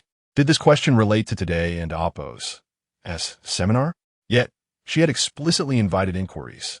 This issue clearly troubled the boy, who awaited a response. As a teacher, she was eager to assist, but this question exceeded her expectations, leaving her a loss for words. The police officer beside her was equally unhelpful. With so many leaders and parents watching, along with the television crew recording the event, the pressure mounted, and she found herself sweating profusely within seconds. The host and Oppo's silence sparked murmurs among the audience, and the expressions of the school leaders began to shift. Just as despair settled in, a youthful voice broke through, declaring, "This ISN and Oppo's. Hard to understand, right?" The sound resonated like music to the host and Oppo's ears. Turning toward the source, she spotted a small boy with a round face. Although not particularly tall, he stood out among his peers. While others on stage appeared uneasy and self-conscious, this boy exuded confidence, even meeting her gaze with assurance. As a teacher, she recognized the significance of such eye contact, and admiration flickered in her eyes. "If it isn't difficult to comprehend, let us consult him," she suggested. At that moment, Cheng Shuo appeared to her like a savior. Grateful for his timely intervention, she approached him and asked, "What grade are you in, and what is your name?" Seizing the opportunity to shine, he responded, "I am Cheng Shuo from Class 1, Grade 6. His enunciation was clear and self-assured, devoid of any nerves. Upon mentioning his class, many school leaders instinctively glanced toward the direction of Class 1, Grade 6, prompting pride in their homeroom teacher, Ms. Wang. "Since you find it easy to understand, could you elaborate?" The host inquired, handing him the microphone. The boy and Oppo's youthful voice rang out once more. "Previously, I struggled to understand why there are math problems about pouring and filling water at the same time, until I saw my dad playing on his phone while charging it." Chapter 55. In a state of precarious illness, I suddenly realized that Xiao Ming is indeed myself. The mathematical conundrum of simultaneously filling and draining a container is a staple encountered by anyone who has attended elementary school. When that little boy posed the question, discussions among netizens had already commenced. Many felt that such problems were contrived merely for the sake of examinations, detached from reality, and even if solvable, they bore little relevance to practical life. However, upon hearing Cheng Shuo and Oppo's analogy, a collective enlightenment swept through the audience. It dawned on me that I was outmatched by a mere child. I had long thought such questions were born of idleness. This analogy was remarkably vivid. Poor academic performance could easily be attributed to the teachers. Previously, I could not fathom why we were tested on problems involving simultaneous inflow and outflow until I experienced torrential rain, juxtaposed with the city and Oppo's drainage system. The comments from the audience were enlightening, and as I listened to your insights, my understanding became clearer. This type of problem applies to numerous scenarios, such as subway passenger flow and tourist attractions. Knowledge gleaned from these questions is indeed applicable to life. No lesson is learned in vain. To think this valuable lesson was imparted by a child. Surely, such an astute young mind must excel in academics. Cheng Shuo remarked, "Let us not discuss grades. We are still friends." The audience was captivated by Cheng Shuo's response, with compliments flooding the screen. The reaction from the crowd was exuberant. After hearing Cheng Shuo's description, there was a moment of silence, followed by uproarious laughter, and some even gave a thumbs up. A glance around revealed several parents playfully chastising their children, likely remarking on the merits of other people's offspring. The leaders in the front row beamed, occasionally nodding toward Class 6, Year 1, seemingly affirming the class teacher and Oppo's guidance. This left teacher Wang both flattered and flustered as he adjusted his attire, anxious about making a favorable impression. In stark contrast, Cheng Shuo, seated not far from teacher Wang, was engrossed in a game, appearing detached from his son's moment of glory. How could such a significant moment not take precedence over a game? Seeing Cheng Shuo's indifference, Alphonse was at a loss for words. Frustrated, he ceased his attempts to engage Cheng Shuo and instead focused the camera on Cheng Shuo. On stage, the host and Oppo's admiration for Cheng Shuo was unmistakable. She never anticipated that a question she struggled to articulate would be effortlessly elucidated by a child. His capacity for understanding surpassed that of many adults. The host grew increasingly fond of Cheng Shuo, generously praising him for his intelligence and keen observation. He had elucidated the purpose behind such problems with a simple example. Since the topic had been broached, the host suggested that the audience contemplate other instances in life that could illustrate this concept. Even in her role as a host, she instinctively encouraged the students to think outside the box. Inspired by Cheng Shuo's example, the audience was similarly motivated. "My mother diets while binge eating. Does that count?" inquired the boy who had initially posed the question.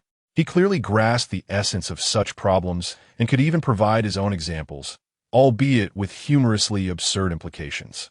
Laughter erupted from the audience, while one plump woman buried her face in her hands, desperately trying to avoid recognition as the boy's mother. "Very clever of you." The host smiled, affirming his insight. In the simplicity of childhood, a teacher and Oppo's praise is a source of immense pride. Eager to earn such commendation, the children were enthusiastic in their responses. Mine stays up late while applying face masks. My sister turns on the air conditioning while covering herself with a blanket. A straightforward question morphed into a comedic revelation, keeping the laughter alive in the audience. Until Cheng Shuo unexpectedly declared, "I work while lacking funds." At that moment, the laughter ceased abruptly. Those fortunate enough to attend this event were unlikely to come from affluent backgrounds. Many toiled diligently, barely making ends meet. While the analogy rang true, it also struck a disheartening chord. The parents in the audience were not the only ones affected. Even viewers in the live stream expressed their inability to cope.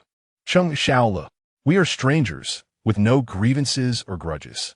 There is no need to pierce my heart with such truths." Previously, Xiaoming fills and drains water simultaneously. Surely there is something amiss. Now, in a state of precarious illness, I realize Xiaoming is indeed myself. I initially considered leaving, but then I remembered I have a friend. Resentful brother. Everyone expressed feeling wounded, except for Cheng Shuo, who grinned broadly. Finally, the focus was not solely on him, restoring a sense of balance. The host had not anticipated that Cheng Shuo's statement would drastically shift the atmosphere. She quickly attempted to redirect the conversation. "The children have all answered splendidly. Aside from this, is there anything else that remains unclear?" Having learned from her earlier misstep, the host intended to limit her comments to today and Oppo's lecture content. However, before she could speak, a little girl raised her hand with utmost propriety. Who could refuse a child eager to ask a question? This young student, seemingly oblivious to the lesson and Oppo's direction, asked, "Teacher, if cucumbers are green, why are they called cucumbers?" The host and Oppo's smile began to falter, her lips twitching slightly. "Oh no, not again." At that moment, the host felt utterly exasperated. Was she destined to face such trials on stage? A wave of dizziness washed over her, yet she could not afford to succumb. Instinctively, she sought the reassuring presence of Cheng Shuo, who had previously saved the day. Unfortunately, it appeared that even he was at a loss, tilting his head in confusion. Witnessing this scene, the host thought to herself, "It's over." Although internally flustered, she maintained an exterior semblance of composure. This young person's question is quite profound, veering into philosophical territory. Such inquiries likely stem from his upbringing. The host prepared to navigate the conversation away from the topic. Yet, before she could finish her thought, she noticed Cheng Shuo frustratedly tapping his forehead, muttering, "Stop thinking, it's too complex." There are countless matters in this world that remain inexplicable. The host, positioned close to Cheng Shuo, heard his murmurs clearly. Just as she pondered how to redirect the conversation, an opportunity had presented itself. Chapter 56. Why is there constant advocacy for sacrificing one and Oppo's own interests to benefit others? Shuo, why do you say there's so many things in this world that cannot be explained? Is that not true? Cheng Shuo tilted her head, reiterating the question posed by the little girl. Why is it that cucumbers are green, yet called cucumbers? What was initially thought to be a means of salvaging the situation turned out to be just as perplexing. It was almost possible to divert attention, but now, with this little one bringing it up again, evasion was simply out of the question. At that moment, the host regarded Cheng Shuo with a mix of affection and exasperation, her mind racing to concoct a plausible explanation. Yet under such pressure, how could one possibly conjure up a reasonable response? In moments of despair, time seems to stretch interminably. Within mere seconds, beads of sweat began to form on her forehead. Had she known that today's task would feel akin to traversing a trial, she would have abstained from volunteering. As the host grappled with her mental turmoil, Cheng Shuo unexpectedly spoke up again, asking, "Why is it called a meat sandwich when it is clearly a bread filled with meat?" Upon hearing this, the host felt as though the sky were collapsing upon her. She had yet to devise an answer for the cucumber conundrum, and now another question emerged. Ignoring the look of despair on the host and Oppo's face, Cheng Shuo continued, "Why is it called taking the elevator when one is standing inside it? Why is it that when the sun shines upon me, it is referred to as sunbathing? Why is a place for drinking called a nightclub? Why must a place for overnight stays be termed a hotel?" Cheng Shuo relentlessly unleashed a barrage of inquiries, prompting the audience to engage in animated discussions, instantly enlivening the atmosphere. The live stream surged with excitement as viewers pondered the sheer number of why questions posed by this inquisitive child. Hilarity ensued, with participants remarking on the peculiar thoughts occupying her mind. Children often possess such imaginative inquiries. Once, my daughter asked me why a cupboard is called a refrigerator, and why a box is named a freezer. I was at a loss for words. I too have faced similar queries. My son once asked why cilantro, which he finds odorous, is called fragrant herb. If I ever come into wealth, I shall take all those who despise cilantro and have them cultivated. When I have money, I will uproot all cilantro fields worldwide. Hold on, we seem to have digressed. The comments section buzzed with lively discussion, and the atmosphere returned to its previous vibrancy. The host and Oppo's expression shifted from despair to delight. While she could perhaps devise explanations for one or two questions, the sheer volume of them confirmed Cheng Shuo and Oppo's assertion that there are indeed countless mysteries in this world that defy explanation. In light of this, why bother attempting to elucidate? The host had an epiphany. Confidently, she raised the microphone and declared, "Yes, there are indeed many things in this world that elude explanation. Therefore, dear children, should we not strive to learn and seek reasonable answers for these inexplicable matters?" With her words, a chorus of affirmation erupted from the audience, and the host felt relieved to have skirted the tricky topic. She hastily transitioned to the next segment, Since the children were evidently well versed in the content of our lecture, I shall now pose a question. The first inquiry: if you and a classmate were to quarrel over a toy, how would you handle it? In a school setting, disputes among students are common. If not properly addressed, such conflicts may escalate into fights, potentially leading to serious consequences. Hence, the first question aims to teach children how to navigate such situations. The 10 young contestants were now tasked with providing their answers. The first to respond was contestant number 1, Deng Yushuan, who stated, "My father has said that yielding is a traditional virtue, so I would let him play." Next was contestant number 2, who mentioned, "I have many toys at home. I can give him one. My mother taught me to share." Following suit were contestants 3, 4, all the way to 9, who expressed a similar sentiment. They would yield and share. Although a couple suggested that no one should play for fairness or that they should play together, the general consensus leaned towards understanding and generosity. Hearing these responses, teacher Zhong Xiuqin on the judging panel beamed with satisfaction. A strong youth makes a strong nation. Seeing the children so considerate filled me with joy. As soon as she finished speaking, Xiang Hui chimed in, "Our country is one of etiquette. From a young age, we learn to yield, and when we grow up, we will surely become gentlemen." Among the 3 judges, only Yang Xiaotong remained silent. In her view, if a dispute had arisen, advocating for yielding and sharing was akin to imposing a disadvantage upon oneself. She disdained the cookie-cutter responses and directed her gaze toward contestant number 10. Where was Cheng Shuo, Li's turn to answer? Disputing over a toy? She seemed to ponder the question earnestly. Yes, the host gently prompted. Would you let him play first? Given that many children had provided similar answers, the host instinctively anticipated that Cheng Shuo would follow suit.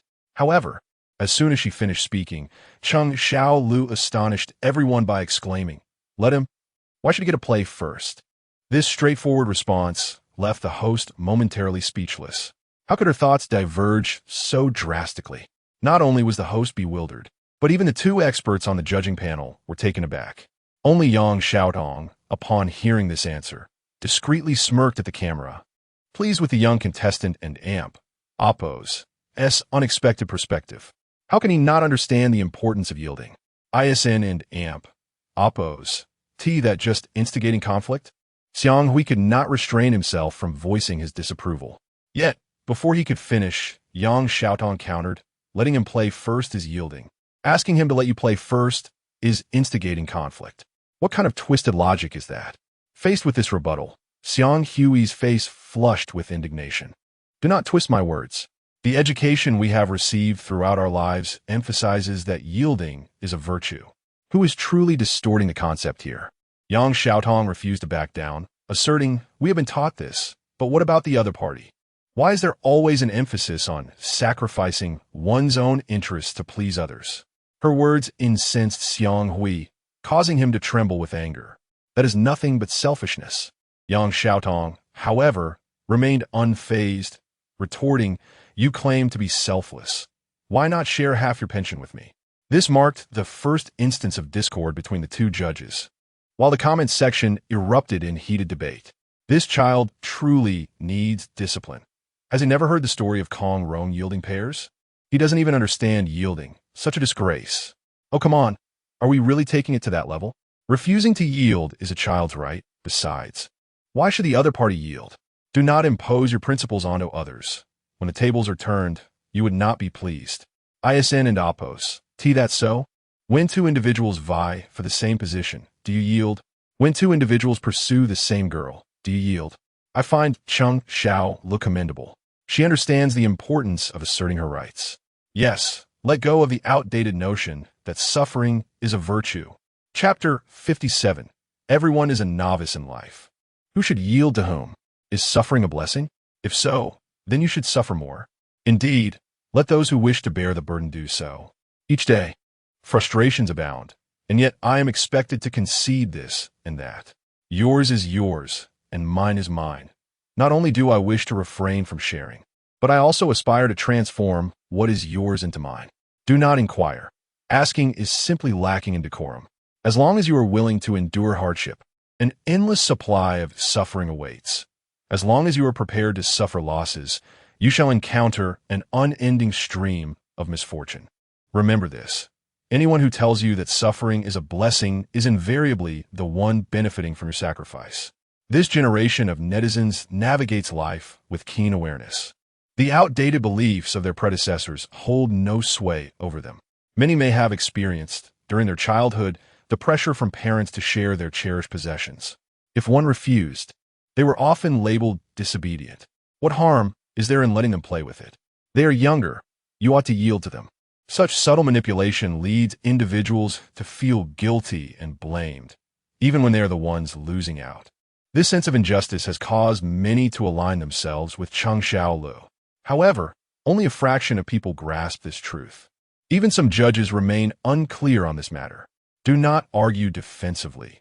If everyone were selfish, what chaos would ensue in society? After a heated exchange, Xiang Hui was left breathless. Yet, even in her fatigue, Yang Xiaotong remained resolute, unwilling to concede an inch. This was merely a child defending her interests. There is no need to impose lofty values upon her. These admonitions should be directed at those who possess the majority of resources, rather than fixating on a small group and questioning their unwillingness to share their limited possessions. Yang Xiaotong offers no concessions. Her words remain incisive as ever. She has long wished to voice her thoughts about how trivial matters are dragged into discussions of state and society. Are you not weary? True altruists do not chastise others for their selfishness. Those who accuse you of being selfish are often those who seek to gain but have failed to do so. There are always individuals who habitually occupy the moral high ground, critiquing others. Xiang Hui was rendered speechless by anger. Observing this scene, He Ling hastily intervened, suggesting that both teachers had valid points. Surely the school has its own evaluation standards. Let us see how the institution perceives this situation. He Ling clearly overestimated the school and Oppo's openness. Despite the current advocacy for progressive education, the institution remains entrenched in rigid thinking. Cheng Shuo and Oppo's responses inevitably clash with this mindset, even contradicting educational philosophies and traditional virtues. Some may perceive no fault in his answers, but when compared to these so-called virtues, such responses are deemed incorrect. If he were to receive support, an endless stream of disputes would likely arise within the school. To preemptively stifle potential conflicts, Cheng Li's correct answer is, paradoxically, deemed incorrect. Even the host on stage appears constrained by the school and Oppo's dogma. Young one, your stance is misguided. Students should foster unity and assist one another. The tale of Kong Rong yielding pairs teaches us humility. I believe you can embody this lesson well. The host invoked this old anecdote. Yet, while dismissing Cheng Shuo and Oppo's viewpoint, she also offered him a means of retreat. In a bid to soothe his feelings, she gently patted his head. However, this gesture of comfort bore little fruit. Cheng Li's demeanor visibly darkened. Witnessing this, Xiang Hui cast a triumphant glance at Yang Xiaotong. He was indeed correct. Yang Xiaotong, however, merely rolled her eyes in response. She understood that the school and Oppo's decision was predictable. Altering deeply rooted beliefs is not an endeavor accomplished overnight. Just as one might think this discussion was drawing to a close, a voice suddenly rang out from the audience. Teacher, I believe you are mistaken. It was unknown when Cheng Shuo had ceased playing games. As he rose, many in the audience recalled his presence, having been so consumed by anger that they had forgotten his existence. Come on, let's not let our Lu feel wronged. The time had come for a spirited debate. Quickly, speak on behalf of your son. Upon hearing the host and Oppo's remarks, the audience erupted in indignation. A perfectly reasonable response was unjustly deemed incorrect, and the incessant invocation of Kong Rong yielding pairs was particularly irksome. With Cheng Shuo standing, excitement spread throughout the crowd. His voice successfully captured the attention of all present, including students, parents, school officials, and television personnel. The commotion was impossible to ignore for the host. Esteemed parent, may I inquire where I have erred? Rather than express anger, she instead approached the situation with humility. Following her words, a microphone was offered to facilitate Cheng Shuo's message being heard by a larger audience. To be precise, I find myself perplexed by the tale of Kong Rong yielding pairs. How could one possess such moral integrity? Why am I unable to achieve the same? At this juncture, the host wished to interject with encouragement. You can do it. However, before she could speak, Cheng Shuo continued, unless I am overly full. Just a few simple words left the host momentarily speechless. He seemed to challenge not just the fable, but the collective attitude surrounding the issue. The host swallowed hard, contemplating a return to discussing humility and sharing. Yet Cheng Shuo anticipated her next move and declared, I believe that yielding and sharing pertain to giving away surplus.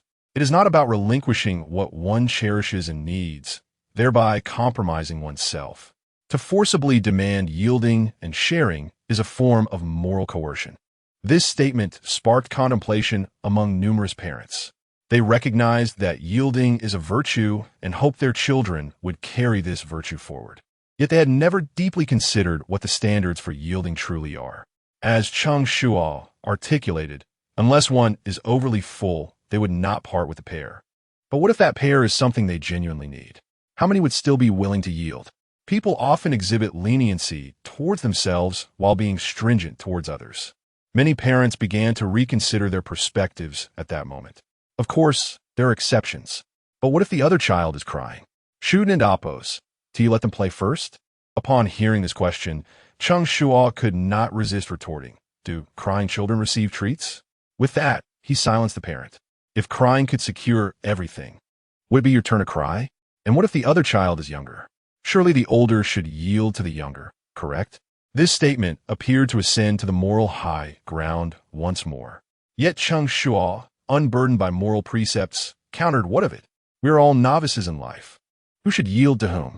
Chapter 58. Cheng Shuo, you have ultimately succumbed to the allure of literature. Cheng Shuo performed admirably, succinctly delivering two sentences that resonated deeply with the audience. This father and Appos, S words have never disappointed me. Rather than being nonsensical, they were reasoned rebuttals, truly impressive. The essence of the lesson from Kong Rong, sharing pairs, has been clarified by some. Let us no longer use this matter to vex others. While the world knows of his act of sharing, few realize he was executed for being unfilial. A novel interpretation of Kong Rong sharing pairs. Kong Rong and Appos, as parents were quarreling and unable to bear it any longer, he interjected, if you can get along, then do so. If not, part ways. This historical moment is humorously dubbed Kong Rong letting go. Haha, dear friend above, what benefit do I gain from your humor? While jesting is all in good fun. Once Cheng Shuo spoke, Cheng Xiao and Appos' demeanor shifted entirely. Of course, with his father and Appos' backing, he felt an overwhelming sense of security. Alas, I find myself missing my own father as well. The audience delighted in this scene, yet the judge, Xiang Hui, was infuriated, slamming his hand on the table. Do you comprehend the severe consequences if this is overturned? Should a child endure injustice? Yang Xiaotong also engaged with him, retorting immediately upon his every word. In the past, she would respect her elders and consider it inappropriate to argue with them. However, Cheng Shuo and Appos' influence has altered her perspective. We are all inexperienced in life, so why should anyone concede? Moreover, she possesses valid reasoning. When others argue without merit, they deserve a rebuttal. Why should the justified show leniency? As their argument threatened to escalate, He Ling quickly urged them to pay attention to the screen, where it seemed the battle had intensified. Everyone believed that a few words would suffice to counter Cheng Shuo, yet his arguments became increasingly compelling. The roles of offense and defense shifted, and many parents found themselves swayed by his reasoning. However, this was not the scenario the school desired. At this moment, a figure resembling a school leader gestured for the host to change the topic and continue with the activities. He then approached Cheng Shuo. Dear parent, I empathize with your sentiments. However, this institution operates differently. Children's discernment is not fully developed. Without certain constraints, chaos would ensue. We ask for your understanding. In truth, this leader did not believe Cheng Shuo was in the wrong. Rather, he admired his courage to speak out. Yet, while this theory may work for the education of an individual child, it proves ineffective when applied to an entire school. Collectively, there exists a framework that prioritizes the harmony of the whole over the interests of a few. Cheng Shuo, being astute, easily grasped the underlying implications. He was unaware if others were willing to bear such burdens. His aim was for his son to understand that he need not heed such nonsensical reasoning. It was acceptable to share, and he could retain what he cherished. He should not feel compelled to suffer for the sake of others. Rather, let others take on that burden. His son should be free to think and act as he pleases. Very well, I shall say no more. Cheng Shuo returned to his seat, once again retrieving his phone. The familiar sound echoed. Timmy, while the debate appeared to have concluded, unbeknownst to them, a blogger had already edited and uploaded this segment online. It would not be long before it sparked widespread discussion. This brief interlude did not disrupt the event, nor did it affect Cheng Shuo, who remained joyfully engaged on stage. The process continued.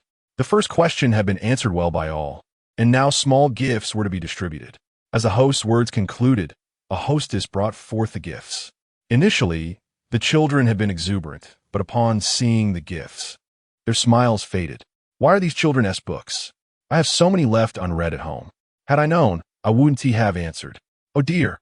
Tonight, I shall be compelled by my mother to complete my reflections. The prizes for school activities are invariably linked to academics, and the criteria for rewards may allow participation to suffice. Thus, even if Cheng Shuo and Oppo's responses were not wholly satisfactory, he still received a prize. Thank you. Thank you. Most children exhibited politeness, expressing gratitude as they accepted their gifts, albeit with a hint of reluctance. A few more straightforward children, upon receiving the tedious children's literature, outright rejected it, saying, I don't want this. Their disdainful gestures provoked uproarious laughter from the audience. The awkwardness of failing to distribute gifts escalated, and while the hostess was at a loss, a small head leaned in. He doesn't want it. Can I have it? I want to read. With a serious demeanor and a glimmer of eagerness in his eyes, this request further amused the audience. Ah, Cheng Shuo, you have indeed fallen under the spell of literature. Quickly stop him. If he dares to engage with books now, what will prevent him from pursuing a doctorate in the future? Literature, gambling, and mischief. Once one engages with literature, the consequences can be dire. Parents must take heed. If he becomes enamored with literature, the repercussions could lead to 4 years at Tsinghua or Peking University at the very least. The level of humor in the comments reached 100, while the astonishment on the hostess and Oppo's face rated an astounding 100,000. Surely, she had never encountered such a passionate young learner before. The awkwardness of failing to distribute gifts compounded when someone asked for them. The hostess, unable to make a decision on her own, glanced at the host for guidance. Give it to him. The host held Cheng Shuo in high regard. While his previous answers may not have been entirely conventional, it was evident that this young boy possessed his own thoughts. This quality is incredibly valuable, and thus the host genuinely appreciated him. With this approval, Cheng Shuo received 2 children's books, which thrilled him immensely. To his surprise, other children began to follow suit. You love reading, don't you? I'll give you mine. Here is mine too. And mine. Suddenly, he found himself with 5 or 6 additional books. Cheng Shuo and Oppo's eyes sparkled with delight. On one side stood children wary of extracurricular reading, while on the other, Cheng Shuo yearned to learn. A mutually satisfying resolution emerged. Witnessing this scene, the host smiled knowingly. Next, we shall proceed to answer another question. Perhaps sensing the children's disinterest in children's literature, the host prefaced the next question, stating that if they answered well, they could choose their own prizes. This strategy proved effective. Knowing the rewards were children's books, several children had decided against participating. Now, their enthusiasm was reignited. Observing the children's renewed spirits, the host resumed. The second question. If someone attacks you, calling you ugly or fat, and saying they find you repulsive, how should we respond to such verbal bullying? Upon hearing this, the audience erupted in murmurs. The mere mention of this question indicated that such incidents had already occurred in the school. At that moment, a chubby girl on stage instinctively began to shrink back upon hearing the question. Chapter 59. We must never allow others' words to undermine our self-worth. When this topic arose, The two individuals who had been vehemently debating on the panel successfully shifted their focus. This issue is indeed profound. It is perplexing that many children resort to attacking others based on their appearance, labeling them as ugly, short, or overweight. A mere comment would suffice. Yet they persistently pursue their taunts. Such malicious assaults can be unbearable, even for adults, let alone for children. After Xiang Hui spoke, Yang Xiaodong nodded in agreement, acknowledging the myriad factors contributing to a child in Oppos, as personality, including environment, family, and various other influences. As schools represent the environment where children spend the majority of their time, a toxic atmosphere can significantly impact their character, leading to feelings of inferiority and depression. Children may develop a disdain for learning, stemming from their aversion to such an environment. Thus, this matter warrants serious attention. The two experts, despite their differing opinions, engaged in a spirited discussion. However, upon encountering a new issue, they set aside their biases to explore it collaboratively. They may soon find themselves embroiled in heated debate once again, but in this moment, they collectively empathize with students who suffer from verbal bullying. At this juncture, teacher Zhong Xiuqin also contributed to the dialogue. I can genuinely feel the pain inflicted by such circumstances, she lamented. My grandson has experienced this as well. He was quite overweight at one point, and his classmates mockingly dubbed him into Oppos, and Oppos, in mathematics, and Oppos, and then Oppos, denotes mass, and the uppercase in Oppos, and then Oppos was used to deride my grandson for his weight. This led him to refrain from eating even a single extra bite during that time. I approached his classmate and Oppos as parents for a discussion, only to be met with the dismissive excuse that it was merely childish banter. I even spoke to the teacher, who shockingly praised the nickname for its creativity. Had my grandson not successfully lost weight, I shudder to think of the depths of his despair. Zhong Xiuqin and Oppos' voice was laden with sorrow. Her narrative resonated with many netizens, igniting a discussion. Hearing this issue makes me want to cry. Because of being called ugly in my childhood, I instinctively lower my head whenever someone stares at me for too long, overwhelmed by a profound lack of confidence. Let into Oppos, offer some support to the girl upstairs. You are not ugly. I fear my daughter might be enduring similar experiences. She was once so cheerful, being called ugly or fat. I have suffered immensely simply for my surname, Zhu, as I was taunted as little pig throughout my life. I recall a time in gym class, wearing leather shoes, only to be ridiculed as an Oppos, leather shoe brother. An Oppos, I couldn't an Oppos, bear it, let alone withstand such direct attacks. Is verbal bullying an obligatory lesson in growing up? Even celebrity children are not spared. A child named an Oppos, and hung an Oppos, suffered for being called an Oppos, belly button, and Oppos, which left him quite emotional. How cruel must one be to exploit another and Oppos as shortcomings? Are children not supposed to be innocent and kind? Some can be unexpectedly malicious. Meanwhile, the online comments buzzed with fervor. The young contestants began offering their responses. I won't listen to him. His words hold no weight. I would retaliate if he insults me, or inform the teacher to punish him. I would tell my mother. The answers varied, yet they were all quite reasonable. Even those suggesting physical retaliation garnered understanding from many. However, as an educational program, even in understanding, it is customary to impart a few moral lessons. Violence is not the answer. It is best to seek the assistance of parents and teachers who can address the situation effectively. After Xiang Hui and Oppos' remarks, Zhong Xiuqin added, one can also choose to disregard their actions. The reason they resort to verbal attacks is to witness your hurt and distress, which gives them a sense of satisfaction. If you appear indifferent, their attacks will lose their potency. Both educators articulated their points with clarity. In truth, there is no particularly effective strategy to manage this situation. While seeking help from teachers and parents may offer temporary relief, it does not eradicate the problem. As teacher Zhong Xiuqin noted, discussions with the offending party may be brushed off with claims of childish ignorance or dismissed as mere jokes. Even if an apology is procured, there is no assurance that the behavior will not recur and it may even escalate. The cost of defending one and amp, oppos, S rights is alarmingly low.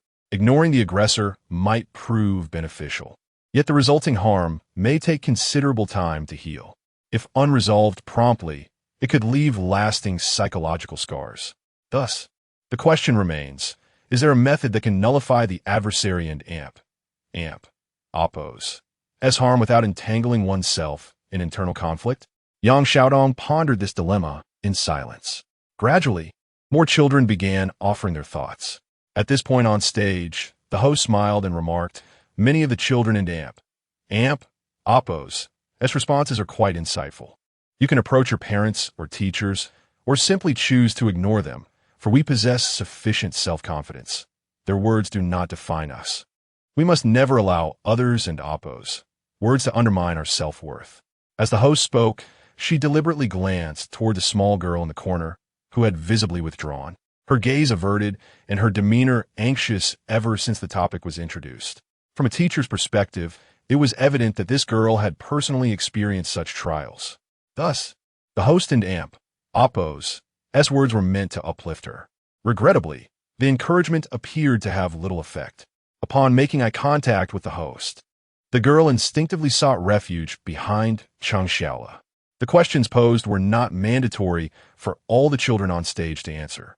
While Cheng Shuo had been engrossed in reading ever since receiving a plethora of children and oppos, S literature, seemingly oblivious to his surroundings.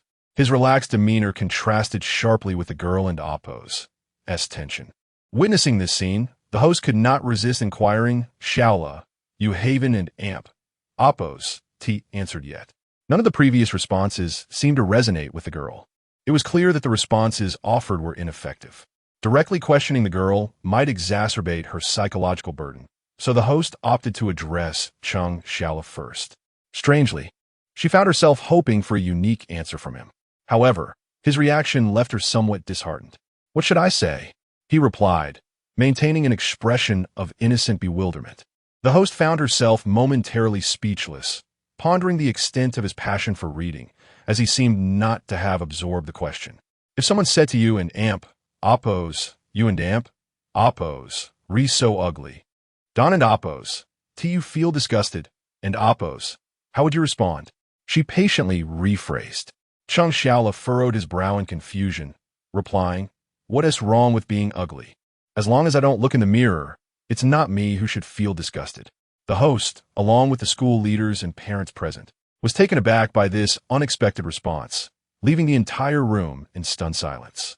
Meanwhile, the girl behind him began to relax as she absorbed his words. Chapter 60. Deflecting the attack and spitting back at the opponent in the live broadcast room, laughter erupted. As long as I don an oppos, T look in the mirror. It's not me who is repulsive. This response was utterly brilliant, so transparent, so astute. The ability to rebound and attack while spitting back at the assailant was a valuable lesson learned. In the future, when others insult my appearance, I shall respond in kind. It and oppos, as akin to the notion that if I am not embarrassed, the embarrassment belongs to them. The quality of children born under family planning policies is indeed remarkable. Just look at how intelligent they have become. Could this child truly not be mine? I merely ask. A single statement left the audience in awe, igniting a flurry of comments. The reaction from the three experts on the judging panel was equally profound. In the face of such verbal bullying, one may either retaliate with violence or ignore it. However, many find themselves ensnared in a vicious cycle of self-justification, using counterarguments to prove the aggressor wrong. Yet, this approach lacks persuasiveness and may inadvertently provide the aggressor with the pleasure of your discomfort. Cheng Shuo's response adeptly sidestepped the trap of self-justification, directing the focus back to the perpetrator. Truly, it was a display of remarkable intelligence. Upon hearing Cheng Shuo, Xiang Hui was so excited that he leapt to his feet, his words of praise starkly contrasting his earlier criticisms. Yang Xiaotong and oppos, S eyes sparkled with surprise. She knew this child would never disappoint. His words, though blunt, contained profound wisdom. This child maintained an admirable mindset, undeterred by the attacks, and even managed to turn the tables without succumbing to internal strife. You think I'm ugly? The repulsiveness lies with you, not me. Possessing such a resilient spirit, he can withstand any blow. The experts were not the only ones excited. The parents and leaders present were equally enthralled. After a moment of stunned silence, the room erupted into laughter, followed by thunderous applause. The host, taken aback, inquired how he could respond in such a manner, curious whether someone had coached him, for how could a child possess such insight? Cheng Shuo's reply left her astounded. A simple rhetorical question shattered her preconceived notions. Typically, individuals confronted with such situations either choose to endure in silence or retaliate in kind. If neither option is pursued, they must seek assistance from others, leaving little room for alternative solutions. Yet, Cheng Shuo presented a novel approach, neither enduring humiliation nor engaging in self-destructive internal conflict. This mindset evoked admiration from the host, who recognized that this child was unshackled by rigid thinking, possessing an independent capacity for thought. As a result of his answer, the little girl visibly gained confidence, no longer retreating and wearing a smile. "You answered brilliantly," the host exclaimed, patting Cheng Shuo and Amp, Oppo's head, adding that all the children had performed admirably, allowing them to choose small gifts. As soon as the announcement was made, all the children eagerly rushed to select their favorite items, Cheng Shuo included. Amidst the selection, a phone could not resist asking Cheng Shuo whether he had taught Shuo such a remarkable response. Although Cheng Shuo was engrossed in a game, he kept his attention on his son. A foeman Oppo's question prompted him to shrug. That kid has a unique way of thinking. It and Oppo's all his own doing. However, I did tell him that those who resort to verbal attacks are merely pitiable souls, and that he need not take it to heart. "What do you mean?" a foe asked, intrigued. Just then, the game concluded, granting Cheng Shuo the opportunity to elaborate. "I told my son that if someone attacks you with extremely venomous words, it only reflects their own miserable existence, likely surrounded by such negativity. You, on the other hand, thrive in a nurturing environment free from such experiences. Therefore, when others hurl malicious words, they are merely revealing their own sordid lives. When encountering such individuals, consider them as having never known a normal life, incapable of using language appropriately, and certainly not embodying normalcy. Those who speak so cruelly must endure a bitter existence in their hearts. Viewing them with compassion is sufficient." A phone nodded in agreement, finding the reasoning compelling until he reached the term compassion. He struggled to reconcile the idea that while someone verbally attacks you, you pity them as unfortunate beings. However, upon reflection, he recognized that those who wield language as a weapon often do so from a place of personal suffering. If one perceives all harsh words as an exposure of the aggressor and Oppo's misfortune, it indeed becomes easier to remain unperturbed. A Feng's realization prompted him to give Cheng Shuo a thumbs up, acknowledging his wisdom. Meanwhile, Cheng Shuo's insights sparked further excitement in the live broadcast room. "Come on, who says he doesn't end Oppo's teacher's child? He has truly articulated the essence of the matter. If I had known this sooner, I wouldn't have wallowed in sadness for years over mere words. You might not believe it, but hearing this has liberated me from my emotional bondage. Now I understand why Cheng Shuo possesses such a good temperament. Having a father like him makes it hard to be introverted." Initially wishing for a son, he now found himself wanting a father, a challenging choice. Yet the answer was clear: marry Cheng Shuo. Cheng Shuo and Oppo's wife interjected, "I and Oppo's not dead yet." As the online discourse unfolded, the three judges shared a collective blush. They prided themselves on being educational experts, yet they found themselves outshone by an ordinary individual who excelled at nurturing a child's growth. Cheng Shuo's response had already left the audience in awe, but it was his father and Oppo's words that represented a textbook approach, fundamentally shielding the child from the harm of harsh words. He had indeed established unwavering confidence in his child, a feat that no academic achievement could surpass. Their gazes towards Cheng Shuo began to shift. Predictably, Cheng Shuo and Oppo's chosen gift was once again related to learning, a thick workbook that he cradled as if it were a treasure.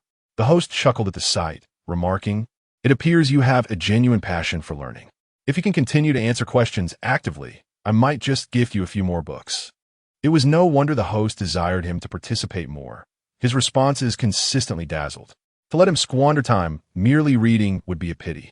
Hearing this, Cheng Shuo readily agreed, extending his pinky for a pinky promise. With their agreement sealed, the host proceeded with the next segment.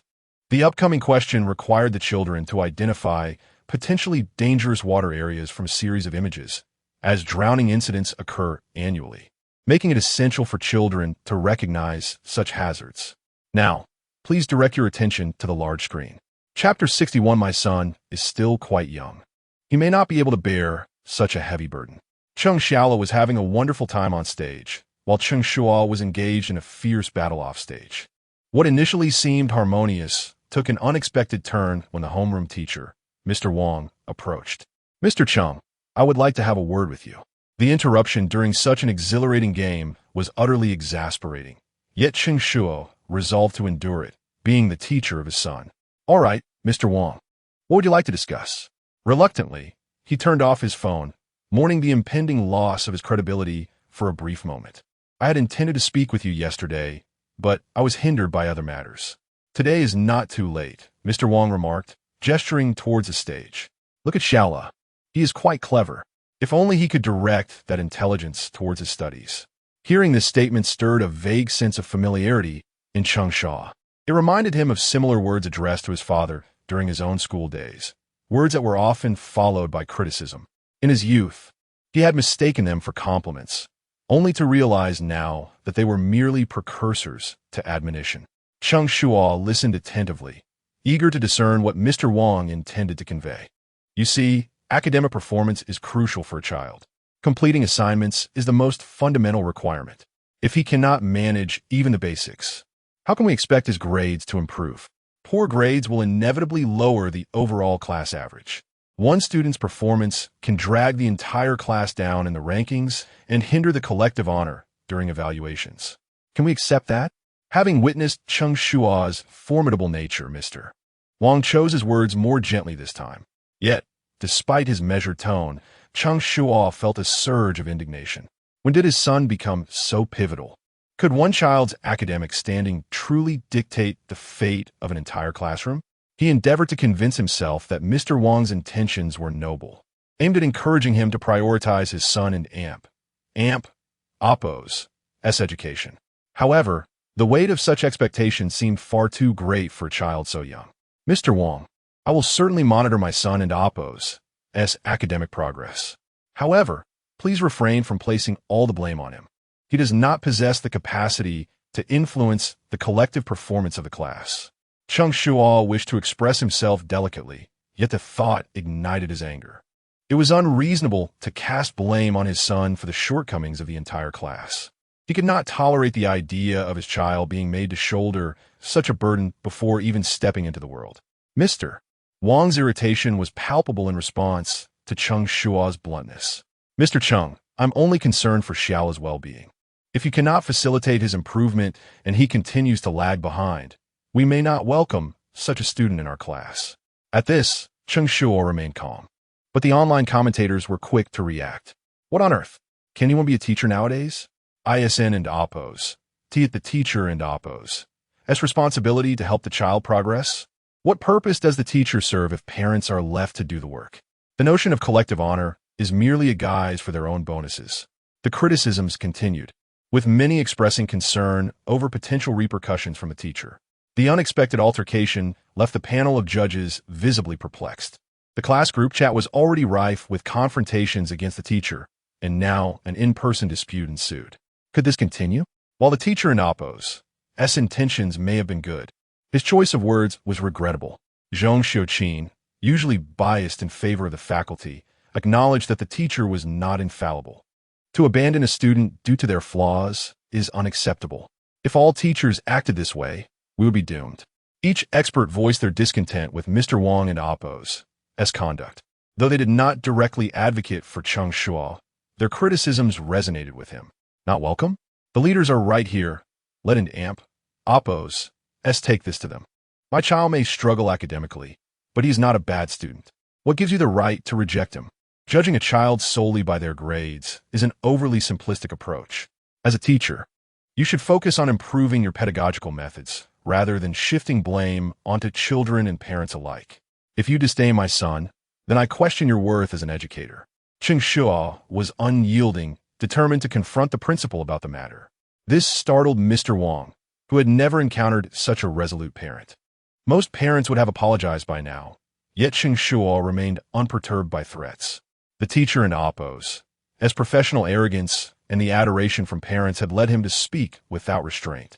Realizing this was inappropriate, Mr. Wang softened his tone. Mr. Cheng, I did not express myself properly.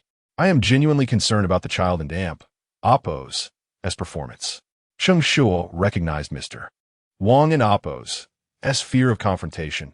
He was clearly accustomed to dealing with submissive parents. Cheng Shuo and Oppos' own experiences mirrored this situation. In his childhood, poor grades and untidy assignments drew harsh criticism. He had often heard, with grades like yours, you might as well go work the fields. His parents, lacking understanding, would readily chastise him if a teacher complained, regardless of the consequences.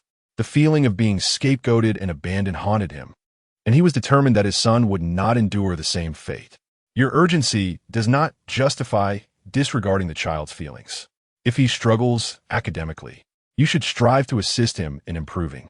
The satisfaction derived from nurturing a previously underperforming student is far more rewarding. Cheng Shuo and Oppos' eloquent reasoning prompted Mr. Wang to nod in agreement.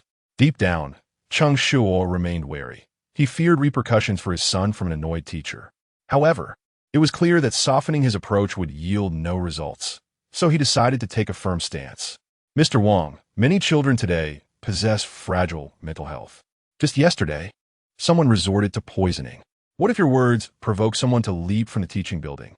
Are you prepared to bear that responsibility? A few pointed remarks left Mr. Wang sweating profusely. Chapter 62, Let My Father Handle It. He remarked, for a strong individual never laments the circumstances. Observing Mr. Wang's demeanor, Cheng Shuo felt it was still insufficient. He continued, fortunately, my son possesses a commendable mental fortitude. Otherwise, he could easily encounter difficulties. Yet, regardless of his resilience, one cannot endure repeated setbacks, particularly regarding academic performance. At this juncture, Mr. Wang comprehended the underlying message. Rest assured, Mr. Xiao Li's father. I will pay special attention to Xiao Li henceforth. Whether it pertains to his grades or other aspects, my approach will primarily be one of encouragement. As you mentioned, nurturing a less-than-stellar student into a remarkable one would indeed bring pride to me as an educator. As he wiped the sweat from his brow, Mr. Wang made his assurances. The occurrence of a poisoning incident had already compelled him to submit as self-reflection. Should any further issues arise, it could spell the end of his career. He dreaded the thought of confronting the principal, and even more so the prospect of losing his position. He understood Cheng Shuo's cautionary words. Under ordinary circumstances, he would have reacted with anger.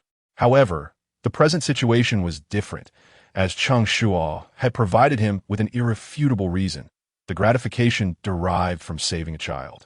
For this reason alone, he would not only refrain from hindering Cheng Xiaolu, but would also extend him particular care. Mr. Wang truly exemplified an exceptional educator, possessing a broad perspective. I entrust my child to you with complete confidence. Although surveillance cameras have blind spots, Cheng Shuo's flattery did not. Mere moments earlier, he had claimed unworthiness to be a teacher, and now he expressed trust in Mr. Wang with great fervor. Mr. Wang was easily swayed, his spirits lifted by a few kind words. Observing this scene, netizens found amusement. Haha, I only knew you were reverse parenting. I never expected you to reverse PUA the teacher as well. Cheng Shuo truly excels in every aspect. I was just worried the teacher would make things difficult for the child, but it turns out you had a backup plan. One could not deny that this individual had a firm grip on the teacher's psychology. Impressive. Perhaps you should consider writing a book. May I politely inquire if you have plans for a second child? If so, I would like to prepare in advance. A bold person indeed. But are you certain you can be reborn into their family? Given the current circumstances, it would be easier to end up in a family pursuing a third child. Perhaps that is best left alone. The exchange between Cheng Shuo and Mr. Wang concluded, while the activities on stage continued to flourish. Identifying dangerous water areas posed little challenge for the children, who swiftly made their selections. Yet, to deepen their understanding, the host diligently continued, "Please observe this image. It may appear calm on the surface, yet beneath, currents swirl. Should one fall in, they could easily be swept under by the whirlpool. If you encounter such waters, children, do not approach, let alone attempt to enter." As the host finished speaking, a young boy raised his hand, asking, "Teacher, is it really that dangerous? Is it not even safe to get close?" Merely viewing the image would not convey the sense of danger to the children, but the host's description could. Indeed, the riverbank is laden with moss, making it easy to slip. Should one fall in, rescue measures may be impossible. Although the host exaggerated slightly, without emphasizing the severity, the children would not remember the warning. Her intention was to instill an awareness of danger, yet their understanding had veered off course, particularly that of the imaginative Cheng Shuo. Is there truly no way to overcome this? He tilted his head and suggested, "I believe we could have our homeroom teacher give it a try. He once said there are no insurmountable obstacles." His remark elicited laughter from the audience. Mr. Wang, initially expecting to shine, found himself the butt of the joke.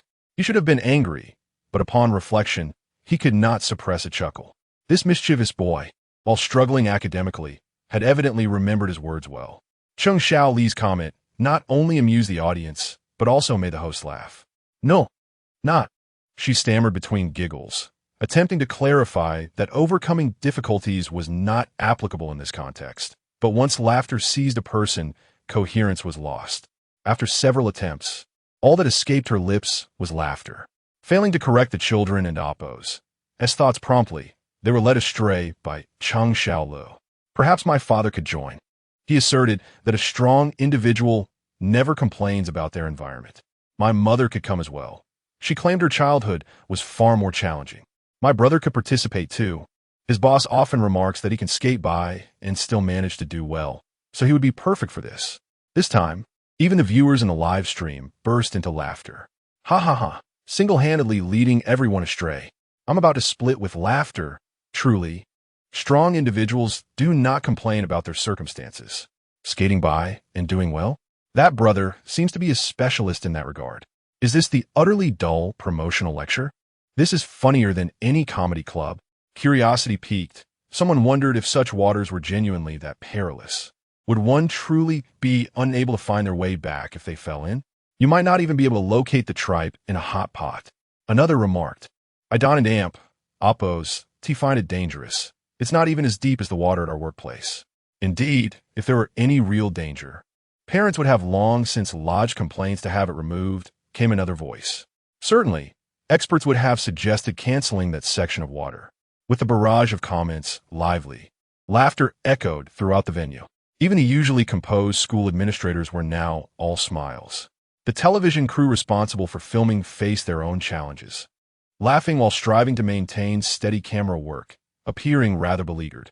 While the audience reveled in their merriment, the host on stage struggled to contain her laughter, her stomach aching from the effort. She had not anticipated such imaginative responses from the children. Yet, this spontaneity was indeed the essence of childhood. "All right, this question has concluded. Please select your preferred gifts." As the words left her lips, Cheng Shuo dashed forward to seize a set of school supplies, his eagerness suggesting he feared someone might snatch them away. In truth, he need not worry, for all the prizes were related to academics, and many children showed little interest. Some even casually selected items only to hand them over to him. At the end of the game, while others left empty-handed, Cheng Shuo stood before a veritable mountain of prizes. Observing this, netizens erupted in laughter once more. "Ha ha ha, so you came here to stock up? See." Once infected with the love of learning, even a bright and cheerful boy finds no joy in play. While others go to internet cafes to round up children, his father heads to the library. In the future, when Xiaolu witnesses the high school seniors weeping in despair, he might quip, "You can't handle this much pressure?" To which they might respond, "Study well, and you can play some games." And Xiaolu would reply, "Once my achievements are extraordinary, I'll let you read a book." After the children collected their prizes, the host returned to the center of the stage. "We have one final question. This question pertains to personal safety and, indeed, to the nation and our future. Please observe. These are the books I have collected over the past 2 months. As she spoke, she unveiled a large screen displaying a collection of extracurricular books. At first glance, they resembled the books their children typically read. However, upon closer inspection, an unsettling realization dawned upon the parents, who had been laughing moments prior, turning their expressions serious. Chapter 63. Whether one should be mischievous is another matter. But one's stance must be resolute. It turns out that these books are fraught with issues. The illustrations are awkward and unappealing. The content is unrealistic, and they're riddled with typographical errors. At first glance, they appear innocuous, but a closer reading reveals that many events are distorted. The sudden realization of so many inconsistencies is understandably distressing for the parents. Likewise, the school leaders wear solemn expressions. At this moment, the 3 judges who have been monitoring the proceedings also display their outrage. Cheng Shuo is the first to voice her frustration, exclaiming that she has always suspected those individuals had ulterior motives, and it is shocking that they would recklessly interfere in this manner.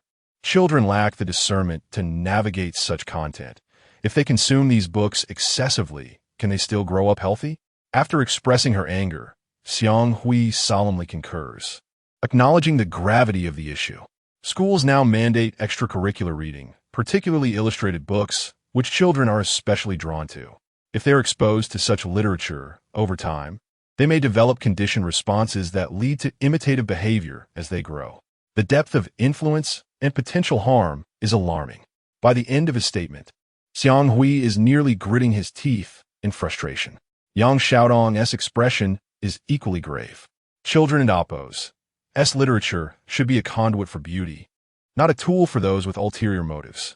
It is utterly reprehensible, and we hope that the relevant authorities will conduct a thorough investigation. Otherwise, the consequences are unimaginable. In the past, when faced with issues, they would often emphasize the dire consequences. However, this time, it is not mere hyperbole. The seriousness of the situation causes even online viewers to become anxious. Oh no, I must check if my son and Oppo's books are like this. What is this? The illustrations depict us as simpletons. Can you believe this is what children are reading? I recall that the storybooks we read in our childhood were not like this. They portrayed individuals in a dignified and lively manner, while these are increasingly indecent. How disgraceful! Targeting children. This is truly inhumane. I had thought they were merely using colorful websites to brainwash adults, but I never expected them to sink so low. Thankfully, this was discovered. Otherwise, they would truly ruin the next generation. Believing this to be a localized issue, a comparison online revealed a troubling prevalence. Most infuriating is that these toxic extracurricular books are purchased by parents who intended to encourage their children to read more, but inadvertently harm them instead. This realization incites parents to fury, with many unable to contain their anger, resulting in an outburst of curses. Strictly speaking, this is not merely a problem. It is an opportunity for the school to compel parents to pay closer attention. When purchasing books for their children, they should scrutinize them and report any issues promptly. Parental cooperation in monitoring, coupled with stringent investigations by relevant departments, is essential to address this issue at its roots. However, since the matter has been raised as a problem, it naturally requires a symbolic response from the children. Thus, the host once again addresses the audience. Children, if someone attempts to convey undesirable messages to us through picture books, literature, or online media, what should we do? The host and Oppo's phrasing is somewhat tactful, refraining from explicitly stating the adversaries and Oppo's intentions. Yet, today as children are astute and perceptive. No sooner had she finished speaking than a senior boy interjected. Are they trying to fool us into becoming traitors? He has likely watched enough war films to make such a comment. Nevertheless, his conclusion is accurate. Is this not precisely the intent behind such actions? Indeed, the host affirmed. Upon hearing those words, the boy, as if awakened to a deeper understanding, began to articulate similar thoughts with great passion. Perhaps influenced by his family's education or his own interest in the subject, he spoke with such knowledge that even the host was taken aback. The audience fell silent, captivated by his narrative, while the children on stage formed a circle, listening intently. Witnessing this scene, Online viewers were equally moved. The phrase "a strong youth makes a strong nation" became vividly tangible in this moment. For reasons unknown, the sight brought a sense of nostalgia to the viewers, as though they were recalling an essential lesson not entirely forgotten. Let those with ill intent see this. Do they still believe they can brainwash our youth? The minor protection law should safeguard individuals like these. Feeling ashamed, I may not compare favorably with the older generation nor with the youth, but I find solace in knowing that I am not alone. With them, I feel fulfilled. I am proud and deeply gratified. As the online audience reflected, the three judges were equally moved. When the topic arose, they were understandably furious, yet this moment perfectly healed their spirits. The more emotional Cheng Shuo discreetly wiped away tears several times, while Xiang Hui and Yang Xiaotong displayed contrasting emotions, one exhilarated and the other glimmering with hope. At that moment, all eyes were fixed on the stage. A radiant boy stood at the center, passionately sharing his thoughts, surrounded by attentive peers. Chung Xiaola sat cross-legged on the floor, resting his chin on his hands, utterly absorbed in the discourse. The scene was so beautiful that even the host refrained from interrupting. The boy indeed possessed a natural talent for teaching, posing questions as he spoke. Is it normal to see a province labeled as a country on a map? The question fell to another younger boy, one who might typically be considered a source of exasperation for teachers due to his mischievous nature, as he had been playing with a girl Esperate at the time. Perhaps it was his playful antics that prompted the question. Yet, unexpectedly, this seemingly mischievous child delivered a thunderous response. How could that be normal? That is our homeland. His voice resonated powerfully, penetrating the hearts of those present. As soon as he finished, applause erupted from the audience. Regardless of his behavior, his stance was unwavering. As long as his convictions remained steadfast, a little mischief was inconsequential. What began as a one-sided lecture transformed into an interactive dialogue. Indeed, as this topic extends beyond children, it addresses the broader public. Just when one might think the child in Amp, Oppo's answer was profoundly significant, a delightful surprise awaited. The audience in Amp, Oppo's cheers grew so loud that they momentarily drowned out the boy in Amp, Oppo's voice. While the question may not have been fully heard, a young girl in Amp, Oppo's answer stunned everyone once again. My mom doesn't let me eat street food. I might sneak a bite behind her back. However, I would never forsake my mom just for a snack. Chapter 64. I study history to understand this. The metaphor was so apt that the school leaders applauded her. Meanwhile, the barrage of comments surged once more. Today's children are truly remarkable. The current generation possesses an unwavering moral compass, entirely unyielding. While some claim that the post-90s generation is a lost one, one glance at the children they have raised reveals a source of immense pride. Do you know why today's youth are so patriotic? It is because they have returned after a cycle of 60 years. Their return is welcome. Let us hope it is a return for the sake of enjoying the fruits of life, rather than a response to the nation and Oppo's need for them once again. Oh, those words brought me to tears, and anyone witnessing my emotional outburst on the bus assumed I had encountered some misfortune. Even a 90-year-old gentleman offered me his seat. I, too, while savoring a plate of egg fried rice, received a complimentary side dish from the owner, who comforted me by saying that everything would eventually pass.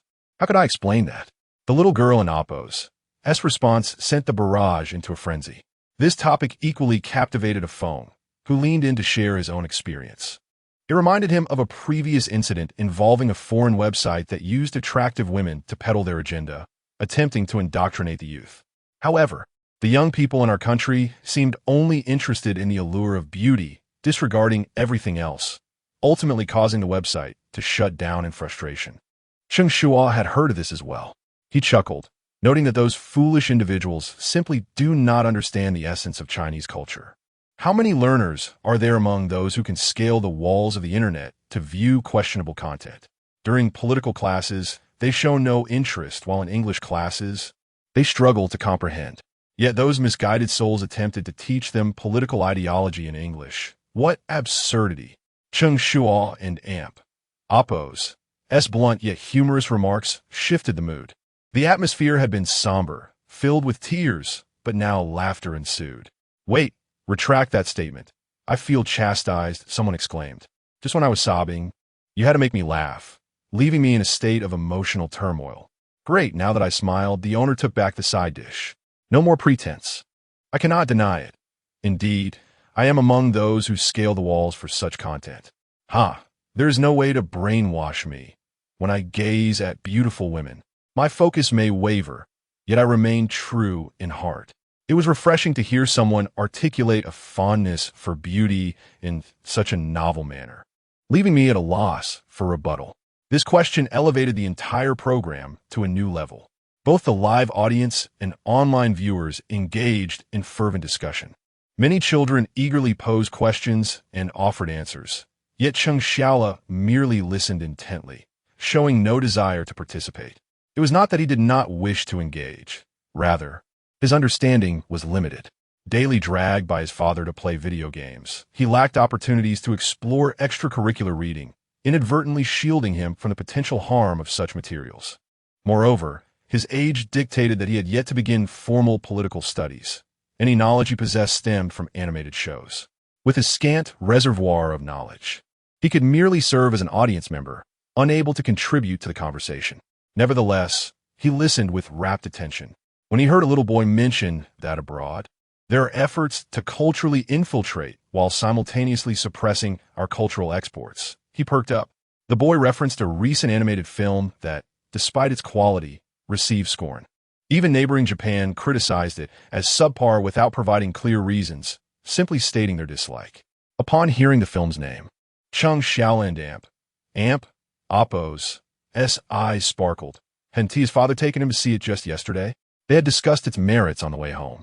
Now, hearing someone mention something familiar, Cheng Shuo could no longer contain himself. He stood up, raising his hand, eager to share his knowledge. However, the boy misunderstood his enthusiasm, asking, "Do you know why they dislike this film?" This question left Cheng Shuo momentarily baffled.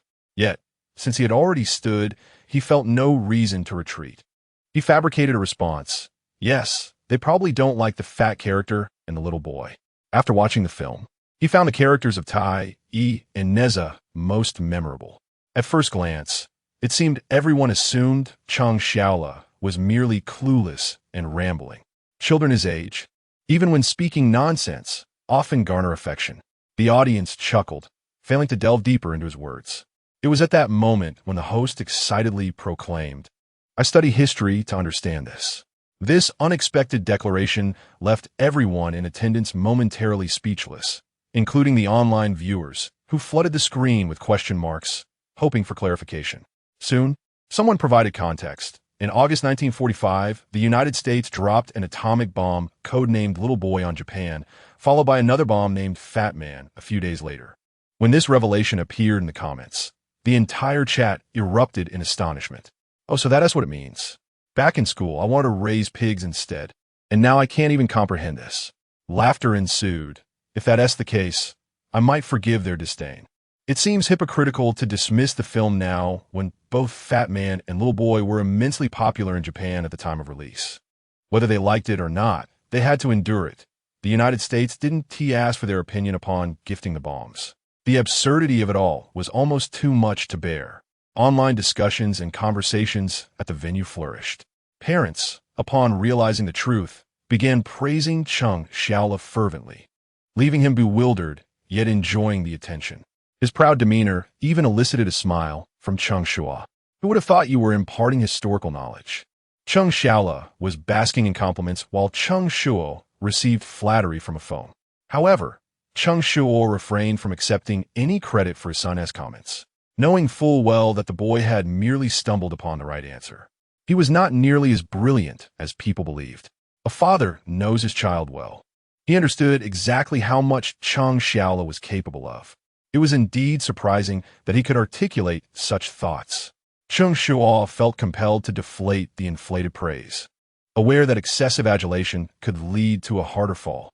As anticipated, when Cheng Shuo spoke, the three judges fell silent. Moments ago, they had been extolling Cheng Shuo's teaching prowess and Cheng Shuo's intelligence. Now, their expressions shifted to one of embarrassment. It was clear that their assumptions were mere coincidences. After all, father and son spent their days engrossed in video games, leaving little time for educational endeavors. A fleeting moment passed, and the judge's gazes towards Cheng Shuo held an edge of resentment. Yet, a Feng appeared skeptical of Cheng Shuo's remarks, questioning the improbability of such luck. It's not a multiple-choice question. You can't just guess. Unfazed, Cheng Shuo stood up and posed a seemingly irrelevant inquiry. What is the abbreviation for Hubei? Caught off guard by such an unexpected question, a Feng momentarily froze. Cheng Shuo continued, this isn't a multiple-choice question. You managed to answer it correctly. Having said that, I pushed him aside. The event has concluded, and I must assist that insufferable lad in moving his belongings. He has garnered quite a substantial haul today. Chapter 65. With so many people in school, why are they only picking on you? Cheng Xiao Lu was exuberantly enjoying himself, his face flushed with joy.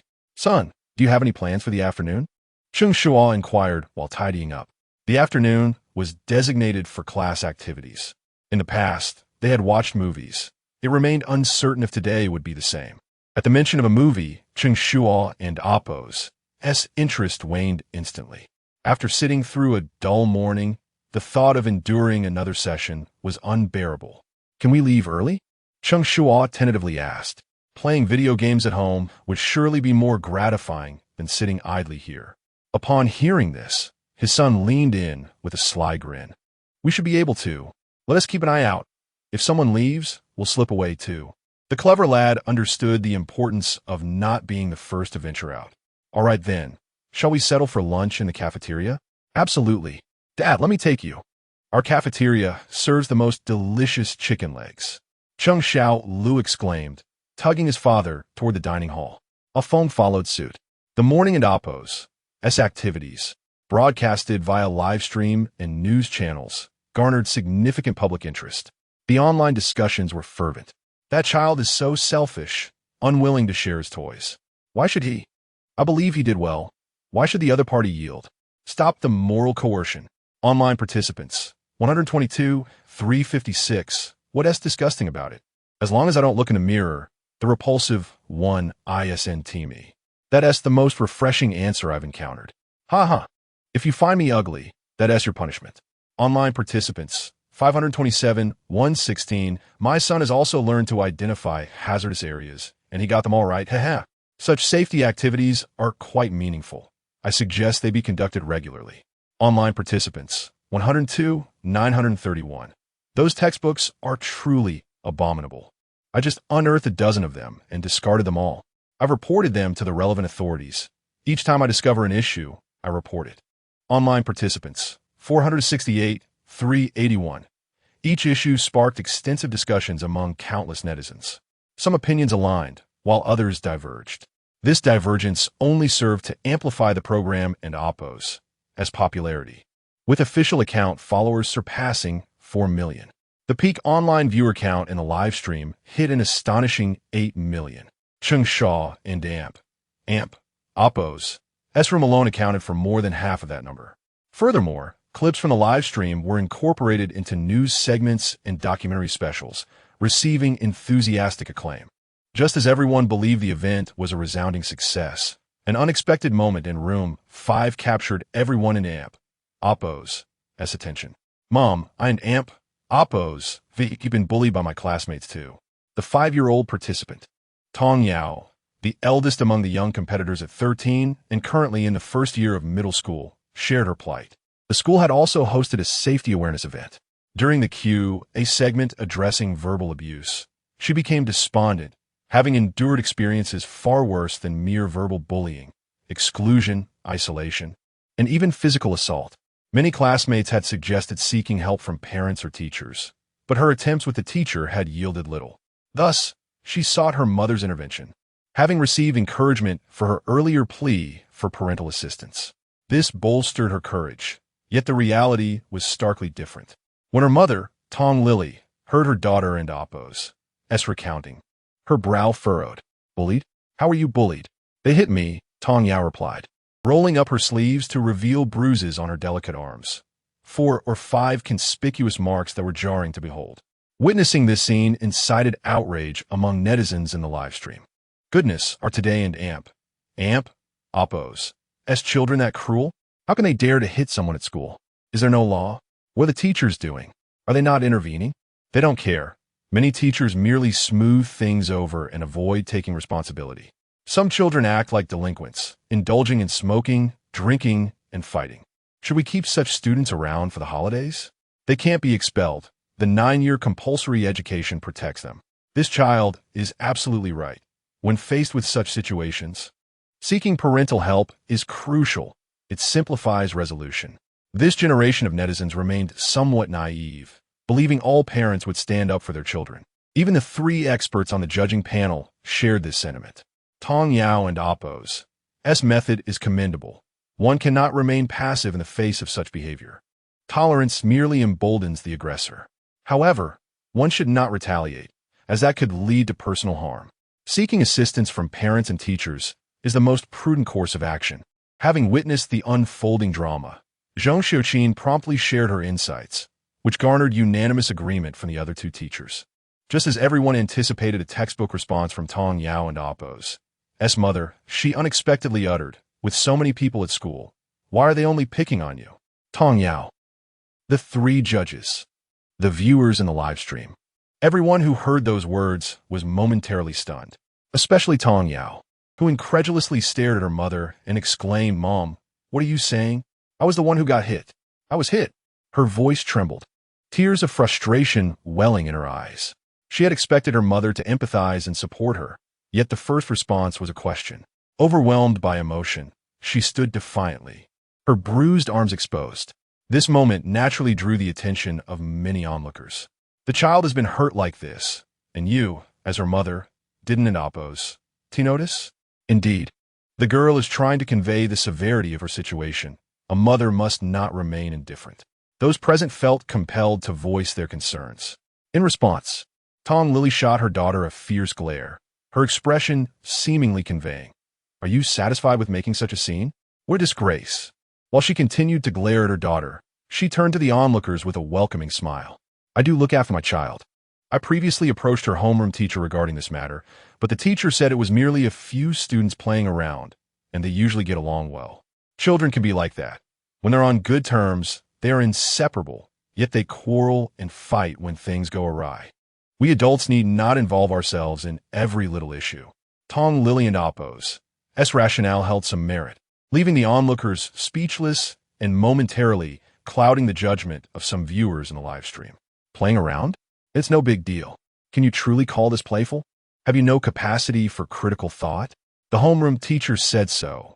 Can it be false? Let me tell you, today as teachers only trivialize matters and oversimplify issues. In our school, a boy once beat another to the point of vomiting blood, and when parents inquired, they merely claimed the 2 were playing around. What? That in Oppo's terrifying? Chapter 66. Heart-wrenching despair. The discussion amongst the audience was fervent. At that moment, the 3 experts seated on the judging panel exchanged glances, taken aback by the unexpected reaction of mother number 5. They had not anticipated such a response. If, as the teacher had suggested, this were merely a jest, it would be one thing, but what if it were not? The 3 experts were filled with unease, and, lacking complete knowledge of the situation, they chose to observe further. Tong Lily and Oppo's narrative managed to deceive onlookers, but it only served to exacerbate the emotional turmoil of the young girl, Tong Yao. "Mom, it's not as the homeroom teacher described. This isn't a joke. Our relationship is strained, and they bully me for no reason," she exclaimed, tears streaming down her face, hoping to convey the gravity of her plight. Yet, the response she received was chilling.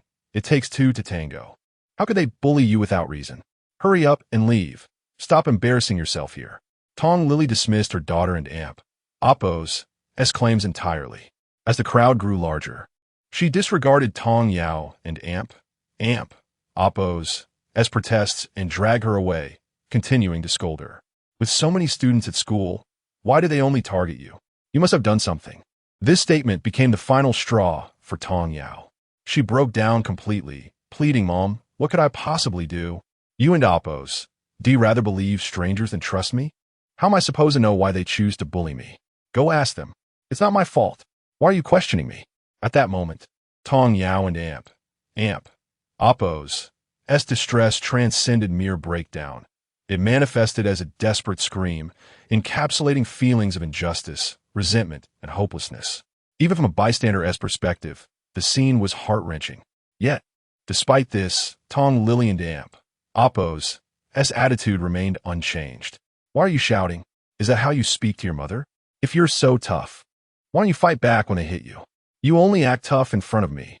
You're worthless. Perhaps feeling humiliated by the onlookers, Tong Lily spat out those words and left, leaving Tong Yao alone, crumpled and weeping on the spot. Witnessing this unfold, the outrage among netizens reached a boiling point. Is she really just going to abandon her child like that? The notion of victim blaming is suffocating. Some parents would rather believe outsiders than their own children. It's no wonder she's being bullied. I once thought that a single parent raising a child was commendable. In a single-parent family, it's no surprise the child is targeted. Bullies often prey on those from such backgrounds. Perhaps it's because there's no man in the house to intimidate them. If there were a father, it likely wouldn't be this way. This has nothing to do with having a father. My daughter is also from a single-parent household, and if she were bullied like this, I would confront them fiercely. It breaks my heart. My mother was just like that. Girls raised in such environments can easily be led astray by the slightest hint of male attention. The netizens were indignant. The expressions of the three experts on the panel mirrored the gravity of the situation. It was outrageous. The child had hoped her mother would be her support, only to find her unreliable. She was unwilling to grasp the specifics of the matter. If parents do not believe their children, what despair must the child feel? If mothers behave this way, it would be better not to have children at all. Zhong Xiuqin, unable to contain her emotions, spoke with fervor. Yet, no one deemed her words excessive. How can you not even stand by your daughter? What kind of parent is that? Is being a parent merely about raising them and ignoring everything else? We always say to seek help from parents and teachers. But what good is it when faced with such parents? The child confided in her because she trusted her, only for her to shift the blame back onto the child. What does it mean that they only bully you and not others? Is that a question a mother should ask? Does she realize how much damage this inflicts on her child? If her child is bullied in the future, will she even dare to speak up? Xiang Hui was equally enraged, venting his frustrations in a torrent of words, panting afterward.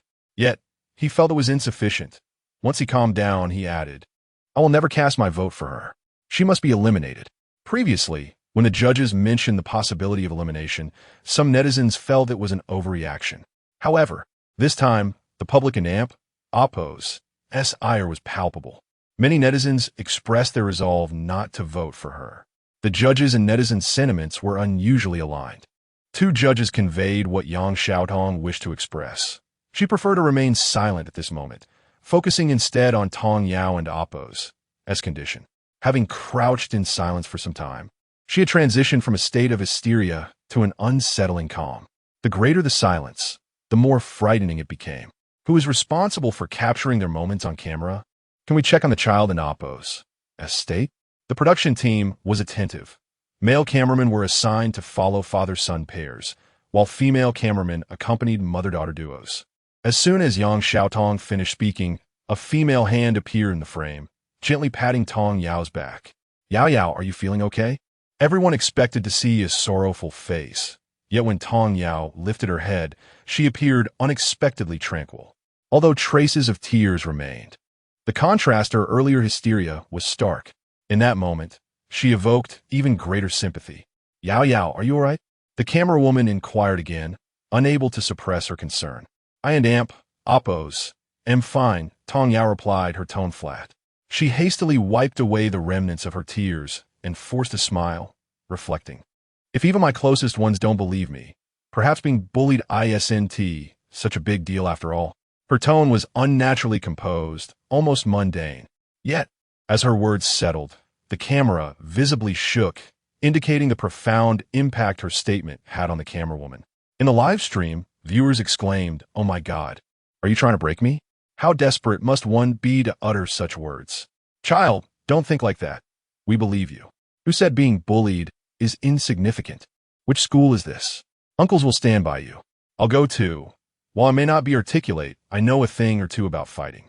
Yes, Auntie. I'm free today. I want to see how those little rascals dare to act so brazenly. I'm too far away to come in person, but I can help report online. The teacher's negligence is also a significant issue. If only everyone were like Cheng Shuo, he wouldn't allow his child to be bullied like this. Indeed, in comparison, Cheng Shuo is incredibly fortunate. Chapter 67. The child has a good mentality, yet lacks decorum. At this moment, Cheng Shuo was also focused on Room 5 of the live broadcast. Upon noticing the comments directed at him, he instinctively glanced towards his son. It seemed that his approach had garnered some recognition, particularly in terms of unconditionally supporting and believing in his child. However, shouldn't and oppose, this be a fundamental responsibility of all parents? Why was he being praised merely for doing what was expected? It became evident that many parents fail to meet even these basic standards. Cheng Shuo couldn't and oppose, help but reflect on the saying, is a terrifying thing that parenting does not require an examination. At that moment, he felt its profundity. Perhaps, from the mother's perspective, she did not believe she was in the wrong. The homeroom teacher had merely suggested it was all in jest, and she considered the school a safe space. Her attitude might also stem from familial influences, preventing her from staunchly supporting her child. This led Cheng Shuo to recall his own experiences. Coming from a less fortunate background, he often heard his parents admonish him to avoid trouble outside, as they could neither afford the consequences nor the reparations. Even when he was not at fault, any conflict that reached his parents would be twisted into a reflection of his immaturity. Consequently, he endured bullying in silence for a long time. Witnessing the current situation filled him with sorrow. Even more disheartening was the realization that, due to the mother's attitude, her daughter would likely never confide in her again, even if she faced severe bullying. Cheng Shuo felt a knot in his chest. While he could not assist the other child, he had his own son. He turned to Cheng Shuo, who was engrossed in his meal, and asked, "Son, is anyone bullying you at school?" "Huh? How are they bullying?" Cheng Shuo looked up. Cheng Shuo pondered for a moment. "They might insult you, speak ill of you, or isolate you by not playing with you." His son was only in the first grade. Such juvenile bullying behavior was to be expected. In Cheng Shuo and Oppo's eyes, this was a serious issue. If a child with poor psychological resilience encountered this, they might already be in tears. Thus, he was particularly concerned about how his son would react to such incidents. "They insult me?" Cheng Shuo chuckled nonchalantly. "I don't oppose, care if they insult me."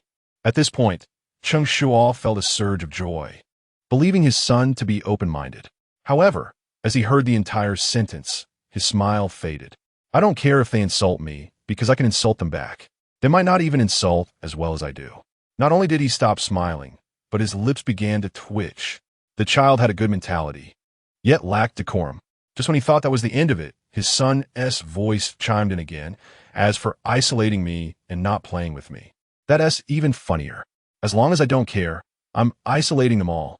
This previous statement sounded rather uncouth, yet this one was profoundly insightful.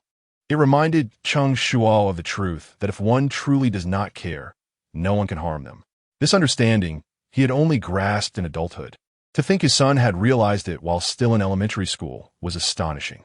At that moment, Cheng Xiaoli's response left the viewers in the live chat astonished. "I can see it now. This child harbors no inner turmoil. Letting go of a thought brings boundless freedom. His clarity is almost frightening. A psychologist would undoubtedly find it challenging to extract money from him. It in Oppo's hilarious. Emotional harm is ineffective against him, and he rebounds with a supercharged retort. When others throw mud at him, he simply slaps them back." The viewers erupted in laughter. Simultaneously, Cheng Xiaoli's response caught the attention of a phone. "Who couldn't and Oppo's help but inquire, do you really feel that way? When others insult you, you truly don and Oppo's feel upset." A phone had no malice. He merely thought the idea seemed simple to express but challenging to embody. Many would feign indifference in the moment, but later feel hurt. Many adults do the same. Why should I feel upset? What kind of good person insults me? If they insult me, It reflects their character issues, Cheng Shuo Lu replied swiftly. However, his answer revealed a significant flaw to a phone. Unable to bear the sight of such confidence from a child, he immediately pointed out, "But you also insult others and claim you do it worse than they do." After saying this, a phone felt a sense of pride, thinking he had trapped Cheng Shuo Lu in a contradiction. However, to his surprise, Cheng Shuo Lu responded, "I am a very obedient child. What kind of good person would I insult? If I insult someone, it undoubtedly reflects their character flaws." Cheng Shuo could hardly contain himself, nearly spitting out his food. This child had masterfully played the double standard.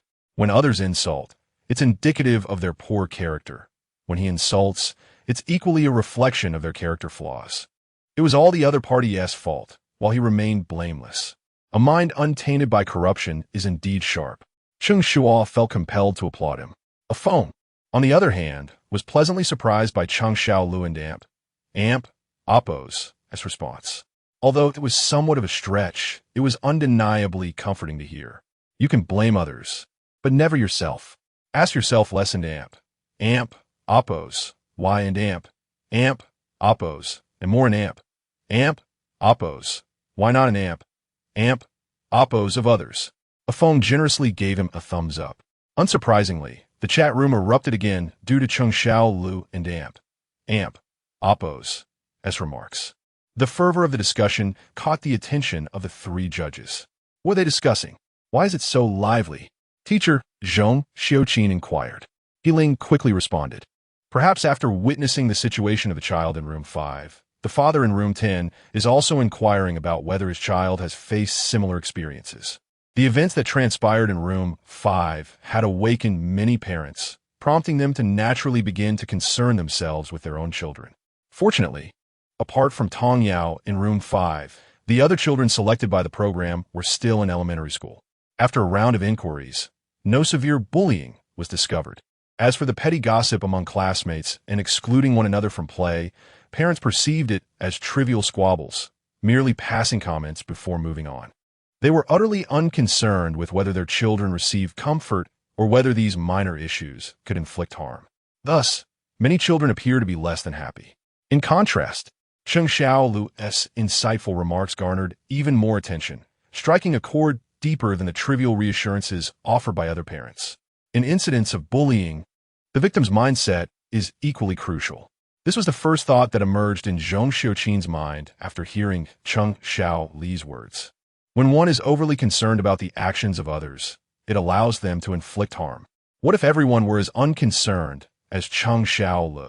Chapter 68. Striving for unity through struggle, unity will persist. Seeking unity through compromise, unity will perish. Zhong Xiaoqin and Oppo's words plunged the other two judges into contemplation. Even host Yiling began to reflect on the matter. Since the emergence of bullying in schools, educational authorities, teachers, and parents have devised countless strategies to prevent and curb it. Yet with little success. The mere mention of the issue causes many to feel overwhelmed. Traditionally, the approach has focused on the aggressors, counseling, reprimanding, educating, and even punishing them. Despite trying various methods, the results have been minimal. Now, they ponder whether a shift in focus towards the victims could be beneficial. This approach does not advocate for victims to endure or retreat. Rather, it encourages them to adopt a different mindset. Much like Cheng Shuo, who, despite facing malicious attacks, discovers a remarkable perspective to defuse the situation. What is wrong with being insulted? They might not even possess the eloquence I do. Their insults reflect their lack of civility. If I retaliate, it merely highlights their inability to engage respectfully. At first glance, such expressions may seem crude and beneath dignity. However, upon deeper reflection, one might find a kernel of wisdom. In essence, it suggests that one should not punish oneself for another Oppo's misdeeds. Cultivating a resilient heart capable of withstanding any assault is paramount. Upon realizing this, Zhong Xiaoqin spoke again. Have we considered that we may be misdirecting our efforts? When issues arise, our initial instinct is to punish the aggressor. Yet, aggressors are not singular. If one is dealt with, another will inevitably emerge. If the cycle of aggression cannot be fully eradicated, the harm will persist. But what if victims refuse to perceive such malicious attacks as injuries? Would the effectiveness of our efforts not be significantly amplified? Zhong Xiuqin and Amp, Oppo's thoughts resonated with the other two educators present. As he concluded, Xiang Hui nodded in agreement, acknowledging it as a sound strategy. While it may not entirely eradicate such behavior, if victims choose not to take it to heart, the resultant harm would diminish considerably, preventing extreme outcomes. Gradually, the frequency of such incidents might decrease. The two teachers appeared to glimpse a glimmer of hope, their eyes sparkling with possibility. However, at that moment, Yang Xiaodong abruptly poured cold water on their enthusiasm, stating, "Yes, but it's challenging." This succinct remark caused the smiles on the two teachers' faces to freeze. The phrase "ideals are bountiful, but reality is stark" seemed perfectly applicable here. Everyone recognized the potential of this method. Yet the difficulty in fostering a mindset akin to Cheng Shuo and Oppo's in children was evident. They realized that he never shouldered the blame for others and Oppo's animosity. If one person disliked him, he attributed it to their issues. If a group disliked him, he believed it was because they all knew each other. Such a mindset is beyond the grasp of many adults. How could one expect children to undergo such a transformation overnight? After extensive discussion, the topic eventually waned. Meanwhile, Cheng Shuo and Oppo's inquiries to his son continued. If verbal bullying doesn't affect you, what about physical bullying? Cheng Shuo pressed. What if someone strikes you without provocation? Cheng Xiaola tilted his head in contemplation before articulating a confident response. Then I would hit back. This answer drew a smile from Cheng Shuo, proud of his son. He typically disapproved of initiating conflict, yet believed one must never be a victim. The adage of enduring in silence brings peace held no weight in his views. He understood that tolerating such behavior often leads to further escalation. Thus, his son and Oppo's response was gratifying. However, Xiang Hui interjected, disapprovingly citing his own theories. But we shouldn't Oppo's teach children to respond to violence with violence. Fighting is not the solution. Immediately following, Yang Xiaodong chimed in, if you don't retaliate, will you simply endure the abuse? Xiang Hui hesitated, intending to suggest seeking help from parents or teachers, but the experience with the fifth parent rendered that advice hollow. He swallowed his words, stubbornly asserting that he did not advocate for fighting. The judges, typically stern, found themselves in an uncharacteristic moment of levity. Cheng Shuo, anticipating their focus on this point, quickly asked his son, have you considered talking to a teacher first? If you retaliate, it becomes mutual fighting, and teachers will reprimand you.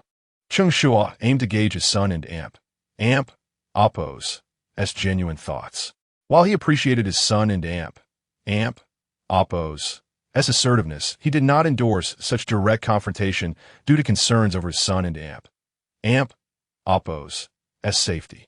If the power disparity was too great, wouldn't he end up getting hurt? Ideally, he preferred to encourage seeking help from parents or teachers. Nonetheless, Cheng Xiaola remained unconvinced, responding, telling a teacher would make it seem like I'm afraid of him. Besides, I can't let fear of reprimand make me a victim. Cheng Shuo felt a flicker of admiration at his son's assertiveness. You can attempt to reason with him, Cheng Shuo continued. Do you think you can reason with someone who hits you without cause? At this point, Cheng Xiaola paused momentarily, seemingly organizing his thoughts. After a couple of seconds, he replied, Dad, I don't like fighting, but if I don't retaliate, it signals to others that I am weak. Then anyone could bully me at will. I must let them know that while I don't bully others, I will not tolerate being bullied. If this were a debate, Cheng Shuo would undoubtedly be on the losing side. His son's words left him profoundly shaken. Could a 7-year-old articulate such thoughts? His reasoning was astute, and his logic impeccable, imbued with a sense of determination. Cheng Shuo felt an overwhelming sense of pride. Likewise, this statement resonated with the viewers in the live stream, who applauded in unison. This is how it should be. Never initiate bullying, but never allow oneself to be bullied either. Strike back to avoid a barrage of assaults. Cheng Xiaola. I stand with you. Dignity rests upon the edge of a sword. Truth lies within reach. Strive for unity through struggle, and it will endure. Seek unity through compromise, and it will vanish. If the cost of wrongdoing is too low, then one must resist and become a brave counterattacker. This child has a boundless future. The comments section erupted in fervor, reaching a crescendo of excitement. Observing this scene, the three experts on the panel fell silent. Intellectually, they recognized the flaws in this reasoning. Yet, instinctively, they acknowledged its potential merits. A deeply entrenched belief within them began to waver.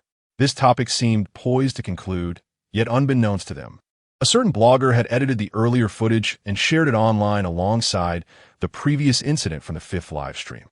Such a sensitive discussion ignited a maelstrom across the internet. Chapter 69, What a Predicament. Nothing seems permissible. I support the child in Oppo's actions, yet I cannot endorse such behavior for my own child. Engaging in fights leads to disciplinary action, which will inevitably tarnish their record. For the sake of my child's future, I would rather they endure a little longer. Endure? If a child is subjected to bullying and develops psychological issues, what future will they have? They're trapped in a dilemma. Retaliate or remain passive. They have been verbally assaulted, so what course of action should they pursue? Although I may lack formal education, if I were to be inexplicably attacked, I would not retaliate. Instead, I would lie down and choose my fate. From a broader perspective, refraining from retaliation is the right approach, yet it is a burden my child cannot bear. If my child cannot bear this burden, then I shall intervene. I refuse to believe I cannot handle those little rascals. Do you think that by dealing with them, you evade responsibility? Having a record will still affect the child. What a predicament. Nothing seems permissible. Perhaps calling the police would suffice. However, minors often find that reporting does little good. It typically results in mere admonitions, and they may even harbor resentment, making matters worse. After much contemplation, it appears that retaliating is the most straightforward and effective solution, albeit one must also bear the consequences. It is truly exasperating. What is deemed legitimate self-defense forces one to bear the same repercussions as the aggressor. Alas, even in society, should you strike back after being assaulted to the point of bleeding, it is considered mutual combat. Does that mean one must simply endure the blows? When this topic arose, it sparked fervent discussion, with participation numbers escalating rapidly. The immense volume of discourse propelled the topic from a modest ranking in trending searches to the pinnacle of the list. Yet, despite this surge, no resolution emerged. Initially, the three experts in the studio had bypassed this topic, moving on to critique the contestants and Oppo's performances. Unexpectedly, a notification arrived from the production team, announcing a connection with relevant field experts for an in-depth discussion on the trending topic in 10 minutes, urging them to prepare. The monitoring staff had detected the trending topic and, after informing the director, hastily organized this online discussion. Rather than allowing them to argue endlessly in the trending section, it was deemed prudent to draw the discourse into the live broadcast. This approach would not only enhance the show and Oppo's popularity, but also offer new insights to perplexed parents. Upon this announcement, the main live stream was once again flooded with viewers. I sincerely hope the experts can provide sound advice. I am at my wit and Oppo's end. I have heard that an experienced officer specializing in bullying issues has been invited. Surely, experts will heed the police and Oppo's insights? That would be reassuring. My wife is pregnant, and these issues cause her great concern. Every household nowadays has just one child, and no parent wishes for their child to endure such hardship. This program is commendable. It genuinely offers assistance in times of need. I attended the previous session on children and Oppo's mental health, and it proved to be immensely beneficial. Is there a recording available? I would like to watch it. You can find it on the platform or the official website. In a mere 10 minutes, the viewership of the main live stream surpassed 6 million. The production team worked diligently, transforming plans into action in under half an hour. When the connection commenced, viewers were surprised to find that the police officer's backdrop was a small noodle shop. Clearly, he had not found a suitable venue in time. As the online discussion commenced, the host, He Ling, welcomed everyone to the live studio of our family and Oppo's children growing up. She introduced herself and proceeded to address the widely discussed bullying issue. The invited expert was Officer Sun Tsinghua from the Shanghai Public Security Bureau. Hello, Officer Sunday. What are your thoughts on such incidents? On video, Officer Sun waved and greeted the audience, expressing his honor in participating in the program. Prior to the connection, he had been following the trending topic and understood the public and oppos as concerns.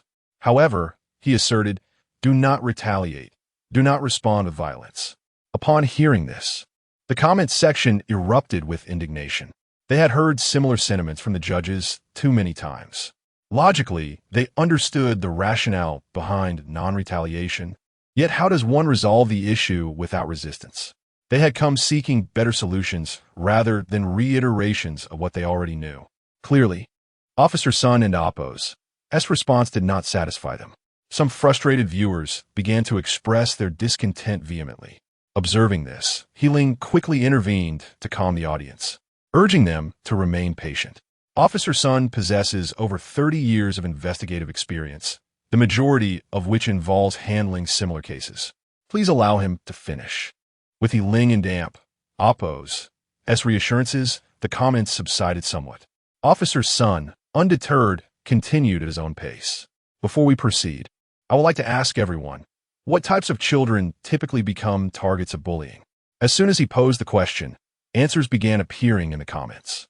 Children from single-parent households, like the mother we just heard from. It's challenging to raise a child alone, leading to a fear of conflict. Many children are left with their grandparents, who may lack the energy to intervene even if their grandchildren are being bullied. Thus, are left behind children even more vulnerable to bullying? That's nonsense. Do those bullies take the time to investigate each child's background before choosing their target? They simply pick on whoever they dislike. Exactly. When I was in school, my parents were always present, yet they still tore up my homework or poured ink on my chair. I was cornered in the restroom simply for wearing new clothes. I hadn't provoked anyone. Even if I refused to help them clean, they would still assault me. Initially, the viewers were providing reasonable answers. Gradually, the comments devolved into a lamentation session. Many were startled to discover that the problem was far more severe than they had anticipated, leaving parents in a state of profound anxiety. They eagerly sought guidance from Officer Sun on how to cope. Yet at that moment, Officer Sun was meticulously reading through each comment, showing no inclination to speak. This left the parents in a state of agitation. Just as the viewers and Oppos, emotions were on the brink of eruption once more, Officer Sun solemnly stated, I have not seen the answers I seek. Upon hearing this, Healing promptly inquired, Officer Sun, what type of child do you believe is most susceptible to bullying? This time, Officer Sun did not keep them in suspense. He confidently replied, children without support. At first, many did not grasp the meaning of his words. It was only when he provided 2 examples that realization dawned upon them. Bullies do not target academically successful children, as those students have teachers to defend them. They also refrain from picking on children with assertive parents, knowing that such parents will confront them if their child is harmed. If your child is being bullied, consider whether they have anyone to stand by them. Chapter 70. Sometimes, magnifying a problem is the path to its resolution. Upon uttering these words, the comment section erupted with fervor. It seems to hold some truth without support. One is indeed susceptible to bullying. Often, those who are bullied have timid and conflict-averse parents. I recall a classmate from elementary school who was rather frail, relentlessly tormented by a group of boys, until his mother stormed into the school, causing quite a scene from the classroom to the principal's office. Following that singular incident, no one dared to bully him again. Support is essential. I once had a classmate from a well-off family who, when bullied, called his father for help. Yet, his father and Oppos, dismissive remarks, and Oppos, just a minor issue, and Oppos, nothing serious, ISN and Oppos, just a trivial matter, only encouraged the bullies to escalate their actions. Ultimately, he ended up in tears, only to be reproached by his father for lacking masculinity. How stark the contrast. If I could intervene, I would not hesitate to raise a ruckus at school. I simply lack the assertiveness. My situation mirrors that of mother number 5, raising a child alone, fearing to offend others. Now I realize that weakness is futile. Even if it means being perceived as a shrew, I will not allow my child to be victimized. Do you hear me, mother number 5? The online community was silent, merely tagging her repeatedly. In truth, there was no need for them to tag her. Tong Lily was already attentively following the live broadcast. Upon witnessing Officer Sun's analysis, she was overwhelmed with distress. Her daughter, Ying Yao, had grown up without a father and inherently lacked a sense of security. She was preoccupied with survival, unable to provide her child with the companionship and love she craved. Raising a child alone is a formidable challenge for a woman, especially when lacking support, leading her to endure hardships in silence.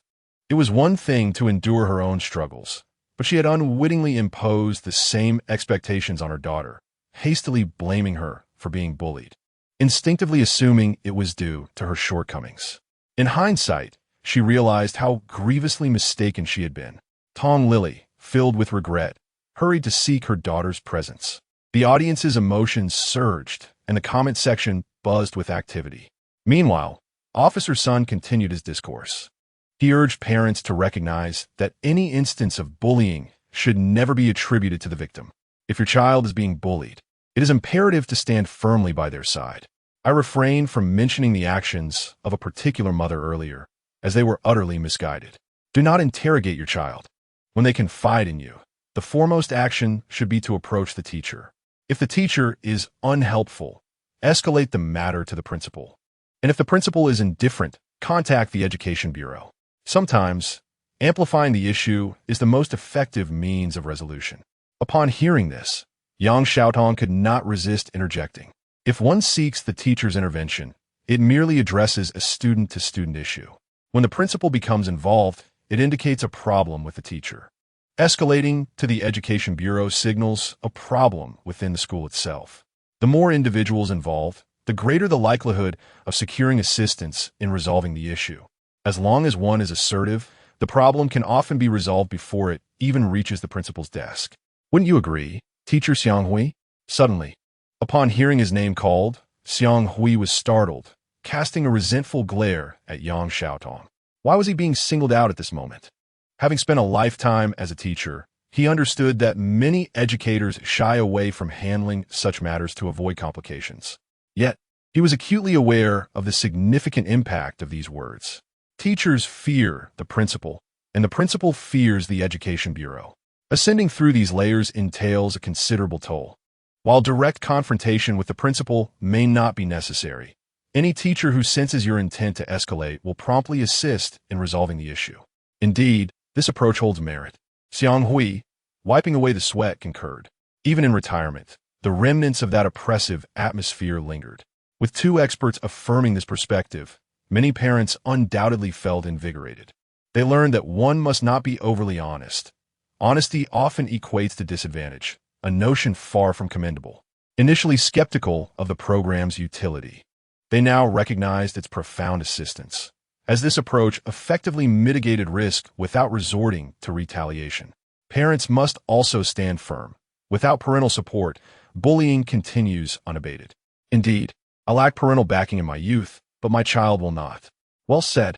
As the tone of the comments shifted, Officer Sun exhaled a sigh of relief.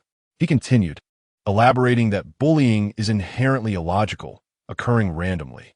I detest the question, why do they bully you and not others? There is no reason. They simply perceive you as vulnerable and thus an easy target. Furthermore, do not harbor illusions of prevention. Such incidents are akin to unforeseen calamities beyond anticipation. Our duty is to steadfastly support our children once an incident occurs.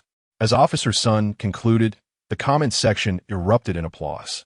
It seemed as though the long-standing issues plaguing them were finally on the verge of resolution, evoking a sense of jubilation comparable to festive celebrations. However, at that moment, Officer Sun pragmatically doused their enthusiasm with a dose of reality. This approach is applicable only in less severe situations, such as toilet blockages, haircutting, tearing homework, or delivering a slap or kick. These do not endanger personal safety. Yet, many contemporary bullying scenarios mirror the gravity of societal malevolence. They may threaten you, extort money or possessions, and if you refuse, resort to physical violence or even worse acts. If confronted with such malevolent behavior, especially when outnumbered, what should one do? The audience in Oppo's spirits dipped once more, their hearts racing with concern. Surely, they thought, incidents like toilet blockages or haircutting were already severe. You are overly naive. Some children now behave like demons, exploiting their status as minors to act recklessly. In such cases, even reporting to the Education Bureau proves futile. Indeed, these children may have been abandoned by their own parents, rendering outreach to their guardians ineffective. Retaliation is impossible. Two fists cannot contend with four hands. It is terrifying. Just days ago, my son mentioned being approached for money. What has become of today and AMP, oppose, youth? The minor protection laws should not extend to such individuals. Officer Sun, please directly tell us what to do. At this moment, many parents felt as though they were on a roller coaster, their anxieties oscillating. Just as they began to feel reassured, their concerns were reignited. Comments flooded in, urging Officer Sun to provide guidance on how to navigate such situations. However, the more they pressed, the more reticent he became. He lowered his head, seemingly contemplating whether to reveal his next course of action. After a prolonged silence of nearly half a minute, Officer Sun finally raised his gaze, stating that his proposed solution was unconventional and should not be implemented until absolutely necessary. Chapter 71. Never have I encountered such a disobedient father. Officer Sun and Oppo's words instantly piqued everyone in Oppo's curiosity. Even the three judges and the host of the judging panel sat up straight, eagerly awaiting his elaboration. Among them, however, Xiang Hui appeared somewhat restless. He was uncertain about what Officer Sun intended to reveal, but was acutely aware of the intricacies within the school. Indeed, while hierarchical approaches can be effective, some schools are obstinate, prioritizing their reputation and opting to suppress matters forcibly. If Officer Sun were to expose such a sensitive issue, would the program even air? How much of a virtuous image could a teacher maintain in such circumstances? In mere seconds, beads of sweat began to accumulate on Xiang Hui and Oppo's forehead. Fortunately, Officer Sun did not intend to delve into that realm. He was genuinely considering the issue from parent and Oppo's perspective. Viewers in the live stream shared this understanding, which heightened their interest in what he was about to say next. However, when they heard the words "call the police" come from Officer Sun and Oppo's mouth, a collective feeling of disappointment washed over them. Would that even be effective? After all, the other party was a minor. With such protections in place, even calling the police would not yield severe consequences.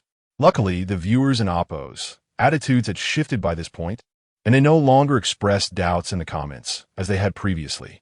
He Ling, the host, timely asked, "It can and Oppo's team merely be about calling the police, right?" "Indeed," Officer Sun replied with a smile. "This is the final strategy one I'm offering you.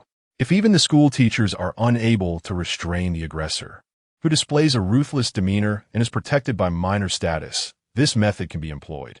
He succinctly explained before transitioning to the core topic. First and foremost, he emphasized the importance of refraining from physical retaliation, as being outnumbered poses a significant risk of injury. If one were to encounter a tiger and receive a stab, the consequences would be dire. Our primary principle is to prioritize self-protection while ensuring that the aggressor pays the ultimate price. Upon hearing this, Yang Xiaotong began to grasp Officer Sun's intentions, but she remained uncertain about the specifics of execution. Unable to contain herself, she inquired, "Endure it first, and then what?" "Then we require the cooperation of our parent friends." Officer Sun replied with a smile. "Nowadays, every home has surveillance cameras, right? Place some money at home, a few thousand, or more if possible. If the child is approached for money again, simply say they need to go home and retrieve it. The moment they step into your home, a substantial chain of evidence is established. If they do not take the money, it constitutes violent coercion and illegal entry. If they take the money, it adds robbery to the violent coercion. At that point, parents can call the police and refuse any mediation. The amount is significant. Even minors can face imprisonment. Without weapons, the sentence ranges from 6 to 8 years. With weapons, it starts at 10 years. After hearing Officer Sun's account, even host He Ling felt compelled to applaud him. It was indeed unconventional, bordering on entrapment. Yet, this was a desperate measure born out of necessity. If the aggressors approach with malice, they must bear the consequences. If it weren't and oppose, T for the urgency of the situation, such a method would not be proposed. If greed did not drive them, they would not have fallen into this trap. It can only be said that evil begets evil. Everyone listened intently, yet Officer Sun fell silent once again after concluding. Had the severity of such issues not escalated without effective means of resolution, he would not have articulated this strategy. Officer Sun felt a sense of sorrow. Yet the comment section buzzed with excitement due to his words. Incredible. This strategy is truly remarkable. The police can be trusted. Their approach is a trump card. Isn't this a bit too harsh? After all, they are just children. Once they dare to threaten for money, they no longer deserve sympathy. No one is forcing them. These children might have a chance at rehabilitation if sent away. If left unchecked, they could cause even greater harm. Indeed, from another perspective, it is also for their own good. The discussions in the live stream exploded with diverse opinions. Although there was controversy, everyone understood that this was simply a last resort. If the aggressors were not thoroughly corrupt or could be corrected with timely intervention, matters would not have escalated to this point. Overall, the consensus remained that the strategy was feasible and the discourse remained relatively civil. However, some viewers raised additional concerns. Now that an amp, oppose, as so explicitly stated, one in amp, oppose, T'd alert the wrongdoers to be cautious? What if they force the child to return home and retrieve the money? When this comment appeared, many expressed their agreement. If the aggressors are not deceived, no matter how effective a strategy, it would be futile. Anticipating such a question, Officer Sun smiled and countered, if they retrieve the money. ISN and amp, oppose, T that's still considered robbery? Moreover, preventing crime is more crucial than merely apprehending criminals. With this statement, the viewers grasped the essence. Yes, indeed, that is robbery. Correct. Showing them the consequences will serve as a warning. Awareness leads to caution. When they contemplate committing violence, they will think twice, pondering whether it might be a trap. Achieving this effect would signify success. Isn't this another form of legal education? Making them aware that they are committing a crime, even the minor protection laws cannot shield them. Those children act recklessly precisely because they are oblivious to the consequences. Once illuminated, they will undoubtedly restrain themselves. After all, no one wishes to face imprisonment. Understood. This plan is profoundly insightful. The discussion on this topic ignited a flurry of comments. Countless parents eagerly participated, and even Cheng Shuo was no exception. He was so engrossed in seeking knowledge that he forgot to eat. Dad, hurry up and eat. Your food is going to get cold. Cheng Shuo had already devoured most of his meal, but upon seeing his father and amp, oppose, as plate still full, he could not help but remind him. Observing the scene, a foam, seated nearby, could hardly suppress his laughter. While others had parents urging them, here was the child admonishing the father. All right, I know, Cheng Shuo replied, though his eyes never strayed from his phone. This scenario resonated with many viewers who began to jest. Tell him to put down the phone. One cannot play with their phone while eating. Can a phone substitute for food? Hurry and discipline him. If he can act like this now, what will he be like in the future? Never have I seen such a disobedient father. How old is he? Yet he cannot part with his phone during meals. Just wait. He'll go blind. Are you installing surveillance in my home? I've heard every single word. Cheng Shuo lamented. For this father, I am truly exasperated. Seeing that his father remained unfazed, Cheng Shuo directly approached and picked up his father and oppose as food container. If you want an oppose, eat, I and oppose. LL pour out. Let's see how you'll manage when you're hungry this afternoon. The child, in appearance, spoke with the authority of an adult. Even those around, who were eating, could not help but chuckle. Cheng Shuo, exasperated, said, Fine, I'll eat. He set down his phone, snatched the plate back, and muttered, You're even managing your father now. Tonight, I'll take you on a little adventure. Chapter 72. So you look down on people, huh? In my day, I also scored a 211. This statement proved more effective than anything else. Cheng Shuo immediately became subdued, remarking that one should speak properly without resorting to threats. After saying this, he returned to his seat to focus on his meal. Before long, the father and son finished dining and made their way to the classroom, hoping to gauge the situation in order to make an early exit. It was evident that many parents shared their sentiments, as the corridor was packed with people, and they had not even entered the classroom. Upon returning to his domain, Cheng Shuo swiftly disappeared from sight. Cheng Shuo, feeling somewhat aimless, wandered outside the classroom. Even during lunchtime, the place was bustling with activity. The influx of parents made the school particularly crowded. After wandering for a while, Cheng Shuo eventually found a quiet spot to rest. He took out his phone, glimmering with anticipation. Suddenly, an online discussion was scheduled, occupying the time originally reserved for a safety drill. This was a decision made by the production team, not a fixed segment of the campus safety event, leading to a final consensus to cancel it, anticipating an early dismissal that day. Consequently, the production team arranged an alternative task, assisting children with their homework. This decision was driven by two considerations. Firstly, it was a request from the parents. Although snippets of homework assistance had been included in previous live streams, they were merely fleeting glimpses rather than dedicated recordings. It is widely acknowledged that many parents struggle with helping their children with homework, often leading to chaotic scenes when they attempt to do so. Given that several parents among the 10 participating teams have high educational backgrounds and their children excel academically, many parents were eager to glean insights. For the sake of the children, the production team had no reason to decline. The second reason was that after today, the weekend would commence. The production team planned to gather the 10 teams for a 2-day, 1-night offline event.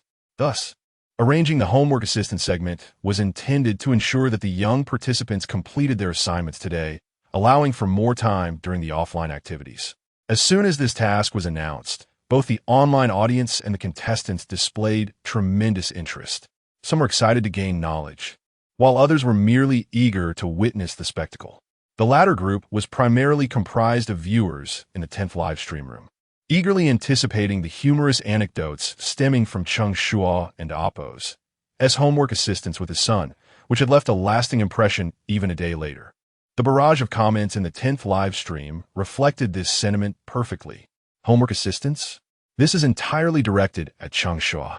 Haha, I'm here to supervise, ensuring he doesn't assist his son anymore. Even if he wishes to, the son would likely refuse, considering the assignments he helped with yesterday are now being sent to a special school. If he were to write it himself, it likely wouldn't be such a disaster. Given Cheng Shuo and Appo's educational background, it's doubtful he could provide effective guidance anyway. Why not let me take a turn? My scores once exceeded the admission scores for Tsinghua University. Oh, you're quite impressive? What score did you achieve back then?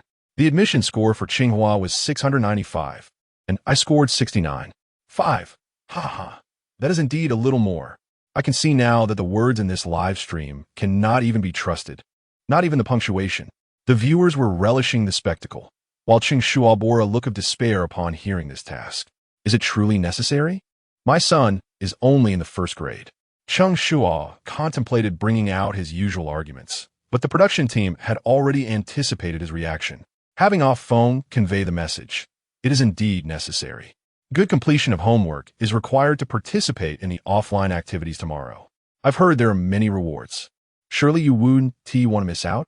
The production team expertly exploited Cheng Shuo and Appo's tendency to feel that not seizing a bargain is a loss.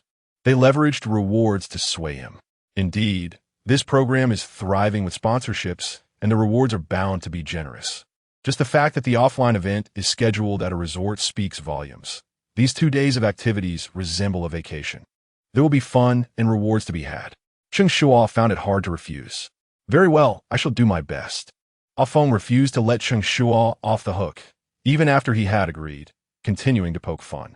You ought to cherish this opportunity to assist your child with homework. Once your child advances to a higher grade, you may find yourself lacking the capability to do so. No, you currently lack that capability as well. Afeng's comment struck deep. Cheng Shuo's mouth twitched in response, while Afeng's words had the viewers in the live stream erupting with laughter. How utterly relatable. I can roughly categorize the stages of parental homework assistance into 4 phases. The first phase occurs during grades 1 to 3, where parents feel most confident, as they can solve any problem. The second phase, in grades 4 to 6, sees parents becoming more reserved, as they struggle with most problems.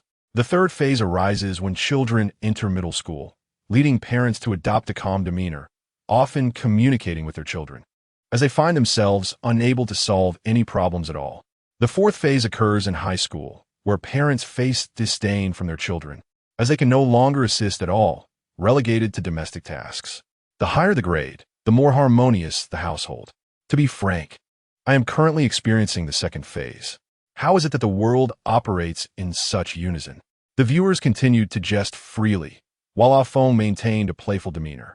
This exasperated Cheng Shuo, who remarked on a condescension. In my day, I also scored a 211. Upon hearing this, Ah Feng expressed surprise, remarking, "Oh, you scored a 211? I wouldn't oppose. To have guessed. Apologies, I assumed I had misjudged your caliber," and Ah Feng quickly offered a flurry of compliments.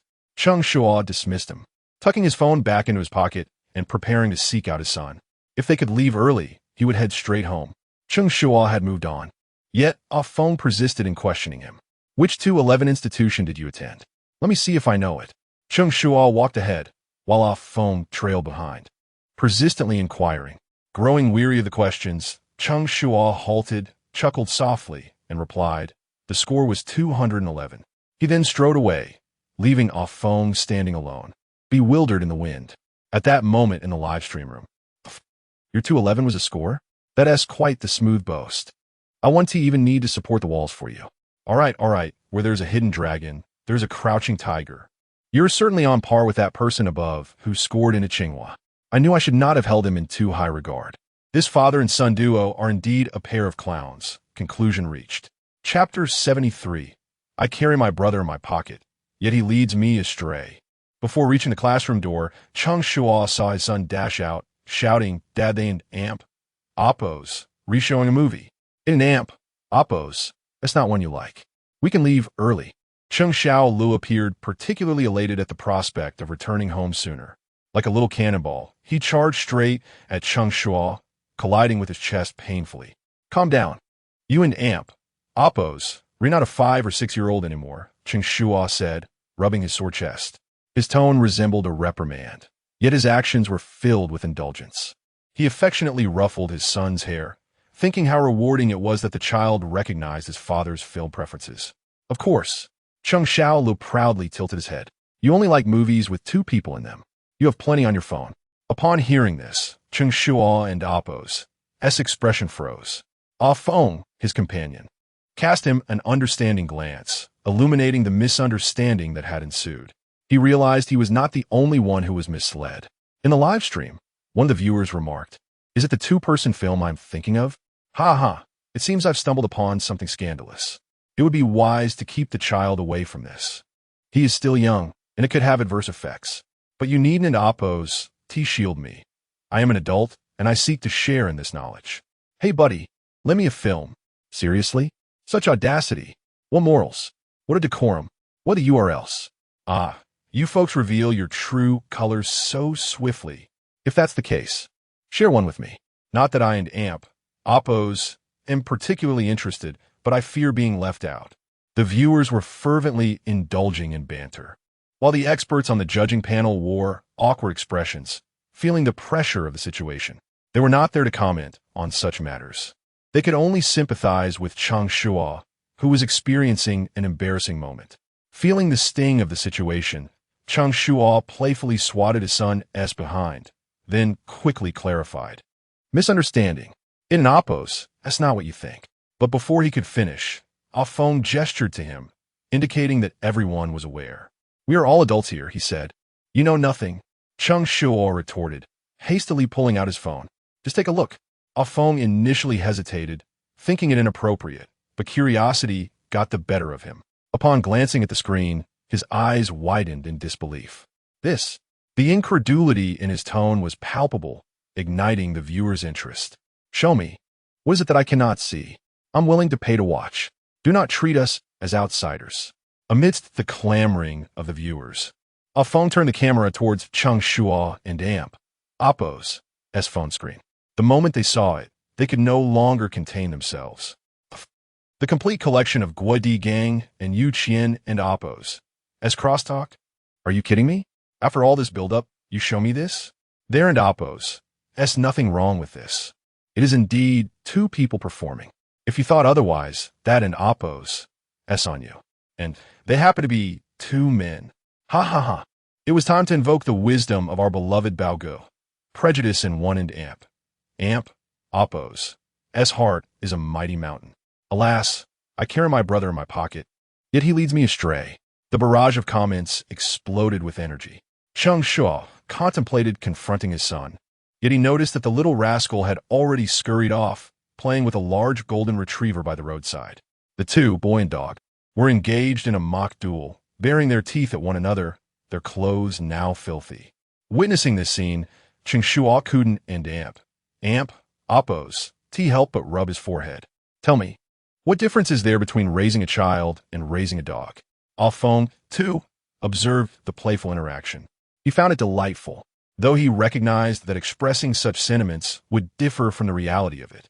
Everyone expected him to extol the virtues of parenting, highlighting the myriad joys and assistance it could bring. No one anticipated his next comment. At least raising a child doesn't involve shedding fur. This peculiar line of reasoning evoked laughter from Cheng Shuo, who couldn't suppress the grin that spread across his face. The viewers in the live stream erupted in joy. Ha! Since when did not shedding hair become a merit of parenting? You must agree he is spot on. Absolutely. The humor is so dense, I can hardly catch my breath. Can absurdity become contagious? I find myself envious of the cameraman, who seemed so joyful at work. This commotion lightened Cheng Shuo and Oppos' mood, dispelling any lingering resentment towards his son. Cheng Shuo and Oppos' time to get in the car. They boarded the same old three-wheeler, rumbling back home. As contestants made their way home, discussions online drew to a close. The program had just concluded, yet the online chatter surged once more, undoubtedly enhancing the show and Oppos' visibility. Not only did the official account attract a plethora of followers, but some contestants also garnered their own fan bases, the most popular being the Cheng father-son duo. Meanwhile, in the backstage area of the production team, Chun Bo finally found a moment of respite, only to be surrounded by staff. Director Chun, should we set up personal accounts for the contestants? I've noticed a significant call from viewers for it. Some sponsors are also interested in having contestants promote products through their accounts, claiming it would yield better publicity. If the contestants have personal accounts, it would facilitate interaction and increase the show's popularity. Though we currently have no shortage of attention, every little bit counts, right? If they have personal accounts, viewers can voice their opinions directly rather than flooding the official account. In truth, Chun Bo had considered this issue previously but deemed it unnecessary, believing the show scale was too small for such measures. However, he no longer held that view. The show's popularity had far exceeded his expectations, with each contestant creating memorable moments. Even if their parenting philosophies were criticized or their actions scrutinized, many viewers remained willing to engage. Who says there is no such thing as bad publicity? Hearing the staff and Oppos' suggestion, his stance shifted. All right, let them create their own accounts, and we will assist in promoting them. The success of this show is a collective effort. The accounts will belong to them. They should manage them well. Even if they do not participate in future shows, they can still earn some pocket money through these accounts. Chun Bo's words were noble, yet the staff backstage understood the underlying motives behind his decision. Chapter 74. The security question. The security question is designed to protect adults. But now that you are an adult, naturally, you may not remember it. Chen Dao, are you concerned that maintaining the contestants' accounts will require more manpower? A staff member bluntly exposed his concerns. Upon hearing this, Chun Bo chuckled and shot him a playful glare. You know too much. His arrangement indeed had its own rationale. Maintaining an account is not merely about posting a few photos and responding to comments. It entails a profound understanding. Consistent updates are fundamental, and the content must be innovative and of high quality. Although materials can be provided by the production team, to truly stand out, one must invest personal effort. These are minor issues. The main challenge lies in the current traffic of the program, as contestants will receive numerous comments and private messages. If the production staff were to manage this, The workload for 10 contestants, each with their own account, would be overwhelming. They were already exhausted from handling online criticism. If they had to manage the accounts as well, they would likely rebel. After careful consideration, it is better for the contestants to take charge themselves. If they can seize the opportunity to accumulate followers, their accounts will become valuable. This can also be seen as a form of reward for the contestants. Shall I notify them to prepare their accounts now? Yes. Upon returning home, Cheng Shuo and his companions received a notification from the production team. An account. I believe I have one with over 1,000 followers. Naturally, Cheng Shuo would not refuse such an opportunity. He had originally intended to start live streaming, and nurturing the account now would save him considerable effort in the future. However, when he attempted to log in, he encountered some difficulties. Incorrect password. Dad, if you enter the wrong password 3 times, it will lock you out. Cheng Shuo was quite concerned, watching his father struggle to log in. Seeing his father enter the wrong password 3 times made him more anxious than Cheng Shuo himself.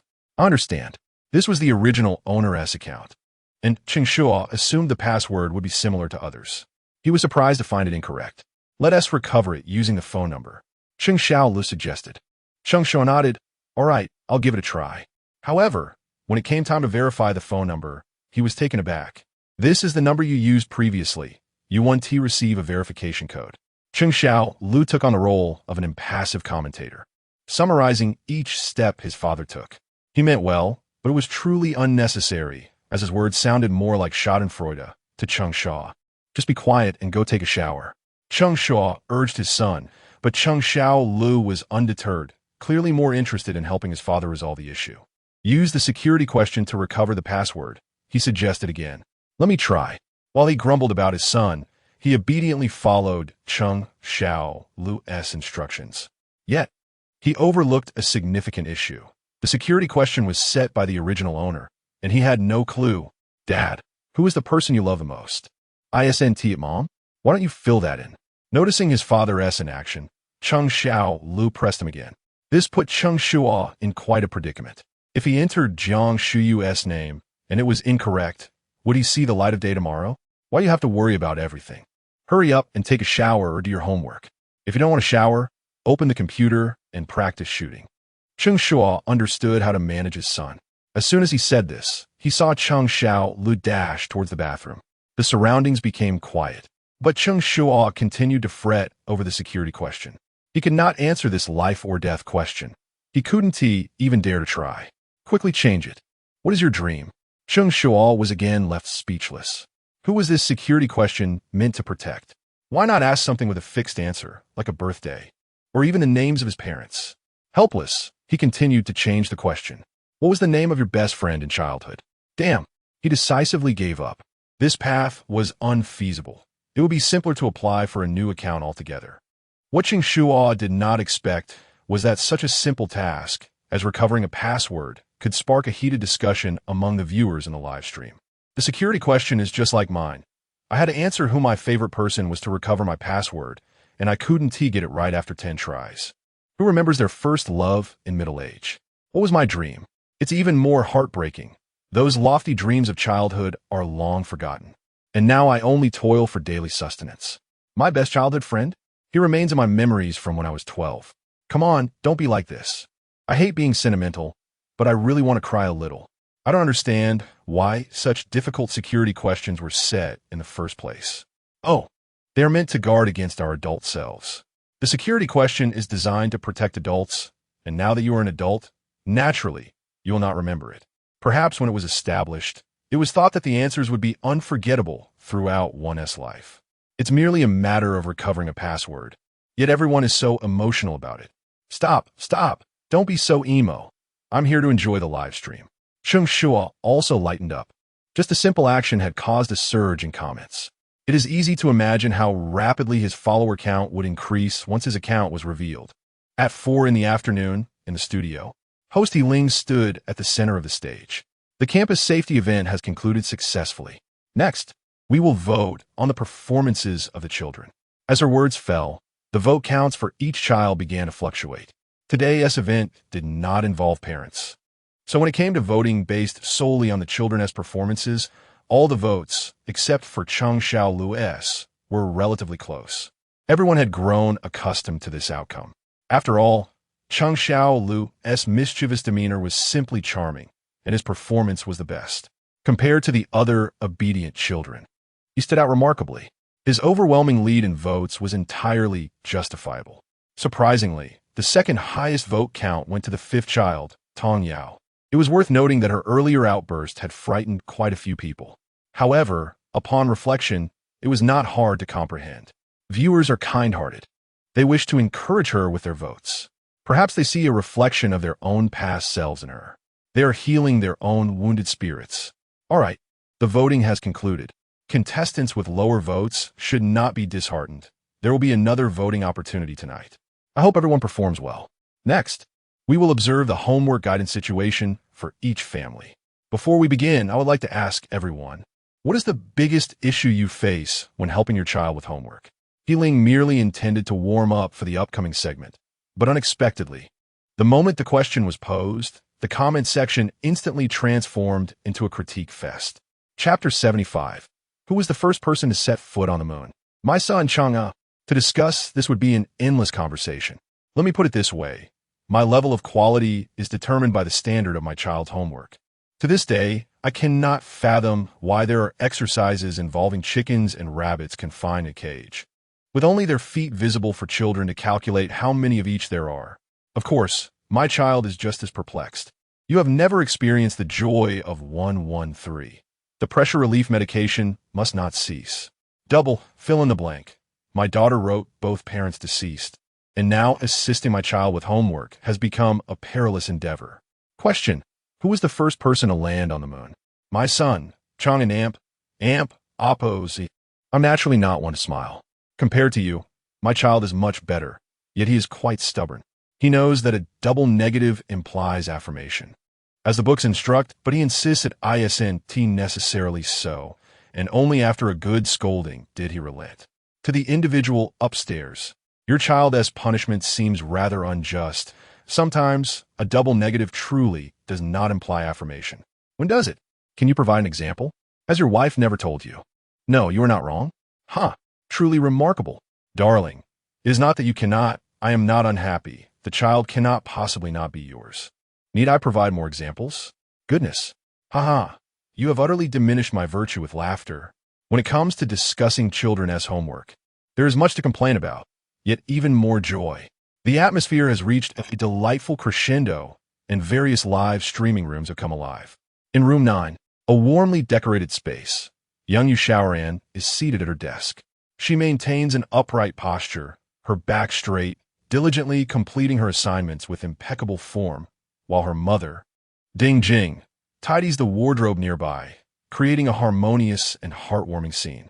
Observing this moment, viewers are profoundly moved. Such images belong solely to television programs. In reality, it is often a struggle for one to guide another. The only household that rivals this warmth is the first family, yet theirs lacks this charm. This scene could easily be likened to a world-renowned painting, suitable for a screenshot as a template. Glancing at my son, who appears to have a disease of the bones, it is truly disheartening how comparisons can evoke such feelings of inadequacy. Children who are self-disciplined are indeed more endearing, requiring no distractions from their parents while completing homework. How is this achieved? Could the mother of room 9 share her insights? With just a glance, viewers showered praises upon the 9th family. Numerous parents sought to learn from their parenting experience. Had this idyllic scene continued, the 9th family would have undoubtedly garnered substantial support. However, the twist came swiftly. Perhaps due to prolonged sitting, Yu Shaoran suddenly relaxed her posture. This gesture is universally understood. It indicates a desire to rest. There is nothing inherently wrong with this. Yet, just as her back slouched, she was struck on the back by a balled-up sock. Straightening up, she exclaimed, "Are you blind?" This remark astonished the viewers. How harshly the mother spoke. Despite her good intentions, why could she not express herself kindly? Indeed, resorting to throwing socks at a child is rather excessive. Only those who have experienced parenthood comprehend that gentle words often fail, and the impact of a firm approach becomes evident. Moreover, the pain inflicted by a sock is minimal, serving merely as a reminder. Am I the only one who finds the act of throwing objects at children to be alarmingly proficient? This mother must frequently resort to such methods.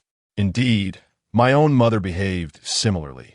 Whenever I erred during my childhood, she would strike me with whatever item was at hand. I still bear the scars from an incident when she was mowing the lawn and struck my calf. How terrifying! Just imagine if the mother of room 9 had been cooking or sweeping the floor at that moment. I would be utterly shocked. It is not so dire. This mother does not appear to be devoid of propriety. Right? Let us not interpret this maliciously. It is too frightening.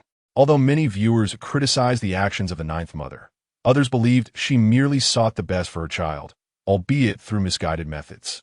Upon deeper reflection, many expressed understanding, as such situations arise in numerous households.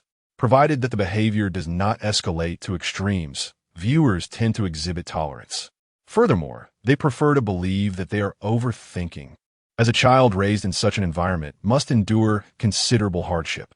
Even the 3 experts on the judging panel shared this sentiment, thus refraining from commenting on her actions. Nevertheless, Ding Jing's behavior has caused a decline in the public's fondness for their family. Yu Xiaoran resumed her upright posture, intent on completing her assignments. Right, well, you must finish your homework today, Ding Jing chided as she picked up the socks, her gaze still fixed on her daughter's work. The camera followed suit. Although Yu Xiaoran is only in the 4th grade, her workload is considerable. Exercise books, practice sheets, after-class assignments, and test papers pile high on the desk. A miniature mountain of tasks. The workload was already substantial, but due to today's school activities, the teacher assigned an additional task requiring a written reflection. With the workload increasing and time constraints looming, Yu Xiaoran felt a sense of urgency. In her haste, her handwriting became less meticulous. However, many parents would view this as commendable. Aside from a few corrections, the overall presentation appeared satisfactory. Were their own children to achieve such results, they would surely receive praise. Yet upon seeing her daughter's work in this state, Ding Jing was incensed. What is this you have written? How many times must I tell you that you must write each character carefully without erasures? The neatness of your work is crucial. Your handwriting is the first impression for the examiner. If they cannot decipher what you have written during the college entrance exam, they will deduct points without hesitation. You will have no place to express your grievances. Ding Jing, known for her fiery temperament, tore the page in frustration, demanding a rewrite. Yu Xiaoran, witnessing her hard work being discarded, was on the verge of tears. Ma, I was almost done. And what of it? If it is not done well, it must be redone. Ding Jing's stance was unwavering. Upon seeing her daughter's defiance, she raised her voice.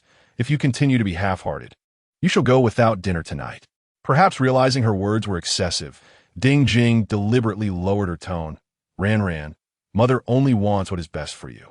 Only by holding yourself to high standards can you become exceptional. When I was your age, I had no opportunity for education. I spent my days feeding pigs and herding cattle. Look at you now, attending the best school and enjoying the finest clothing and provisions. I have never even made you wash your own socks. I only wish for you to devote yourself to your studies. Must you bring disappointment upon your mother? Chapter 76. I knew it. Who wouldn't go mad while tutoring homework? In the past, Ding Jing's remarks would have garnered unanimous applause from netizens. Yet, after witnessing countless such scenes, viewers now feel a suffocating sense of despair. Here comes yet another instance of outsourcing effort. Must one always bring up the circumstances of one's education? If you regret not having the conditions to study in the past, why not enroll in one of the many adult universities available today? I believe that young girl was just about to finish her reflections on a campus event before her work was torn apart. What a pity! If my paper were to be abruptly ruined at the final stages, I would feel the urge to retaliate. It appears exhausting. Sitting improperly leads to potential injury, and poor handwriting results in tearing and rewriting.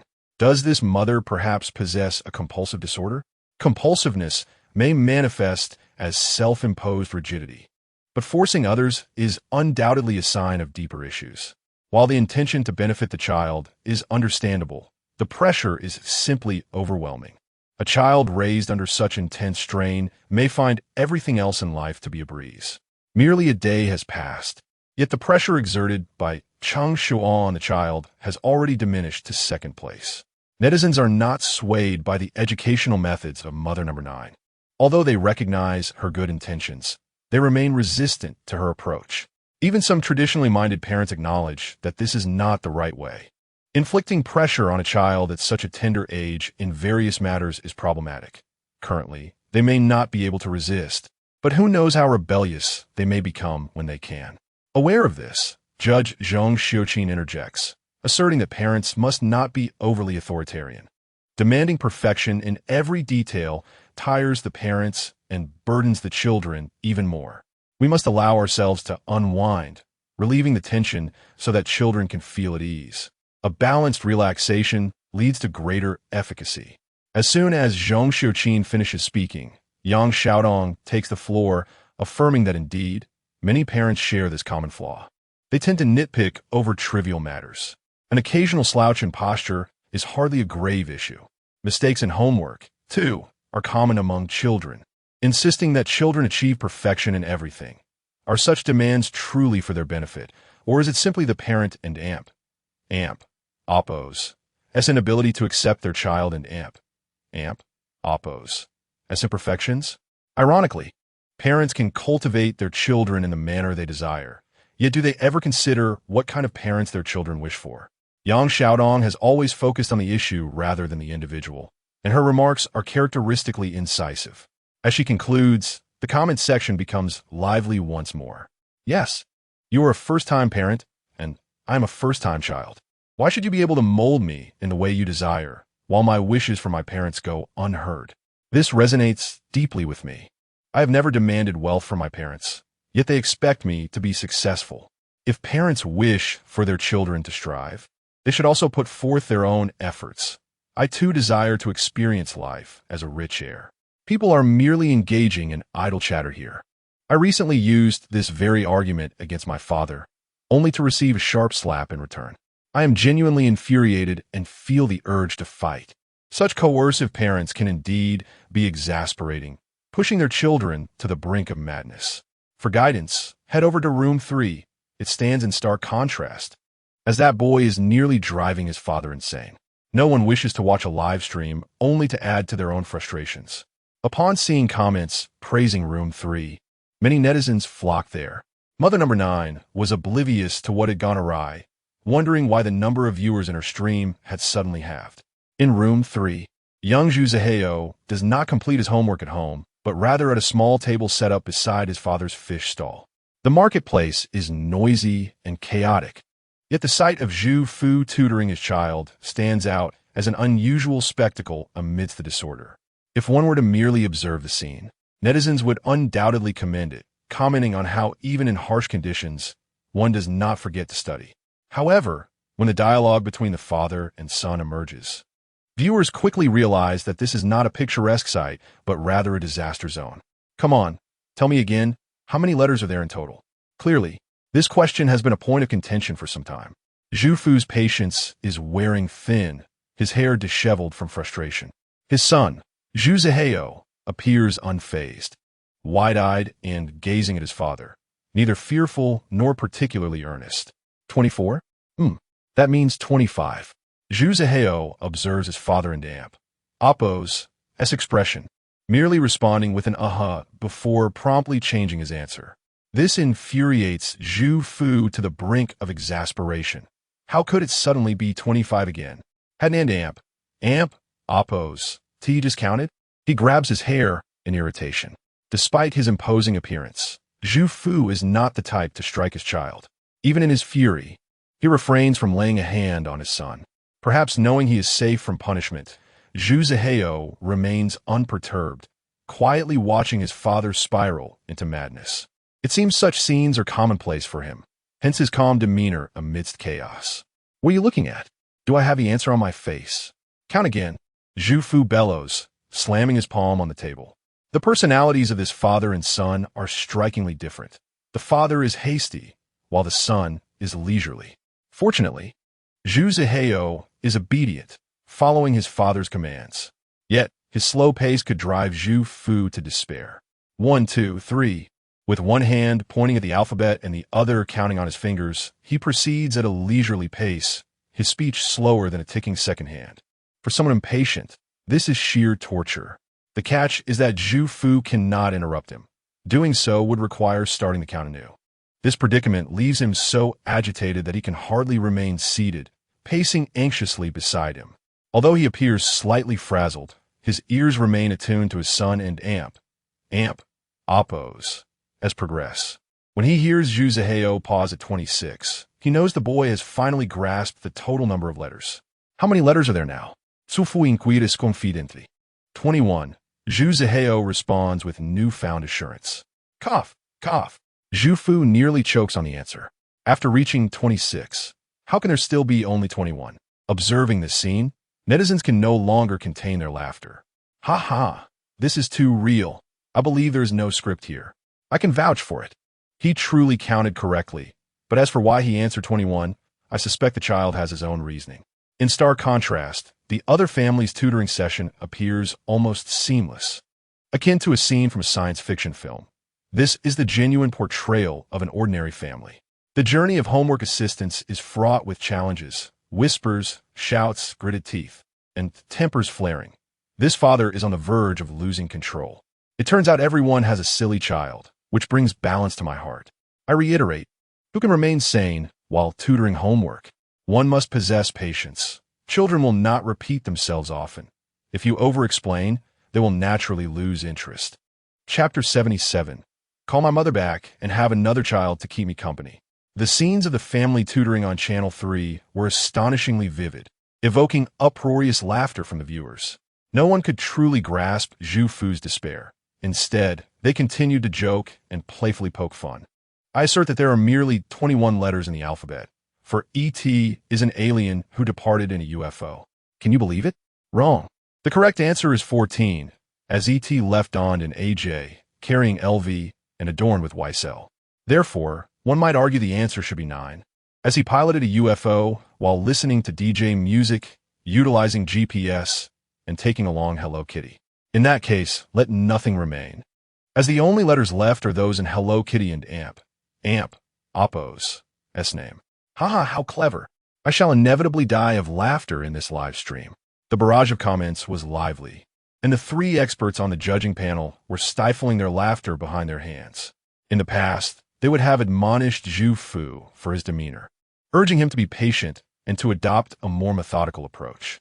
However, they gradually realized that the audience had little appetite for lectures. Those parents seeking guidance began to understand that the chaotic nature of homework assistance was commonplace, largely independent of the parents' and Oppo's educational background. It was more a test of patience. The 10 contestants acted as mirrors, reflecting myriad parents' and Oppo's realizations about their own shortcomings. Were they inadvertently undermining their child and Oppo's as self-esteem? Were they exhibiting sufficient patience? Were they imposing their own unmet expectations upon their children? Piece by piece, they reflected on their actions through the observations of others' daily lives. This introspection proved far more valuable than any sermon. It must be said that the 3 experts had adopted an increasingly zen-like demeanor. Now, as long as the behavior was not excessively outrageous, they refrained from speaking out. Moreover, such situations were not isolated incidents. Numerous live streams shared similar dynamics, making it impossible for them to critique every instance. At that moment, the 6th live stream was embroiled in a father-son conflict. Father Zhou Jun pointed at his son and Oppo's homework and inquired, "Son, are you certain that 5 refers to a bed and the unit is decimeters?" His tone carried an undercurrent of irritation.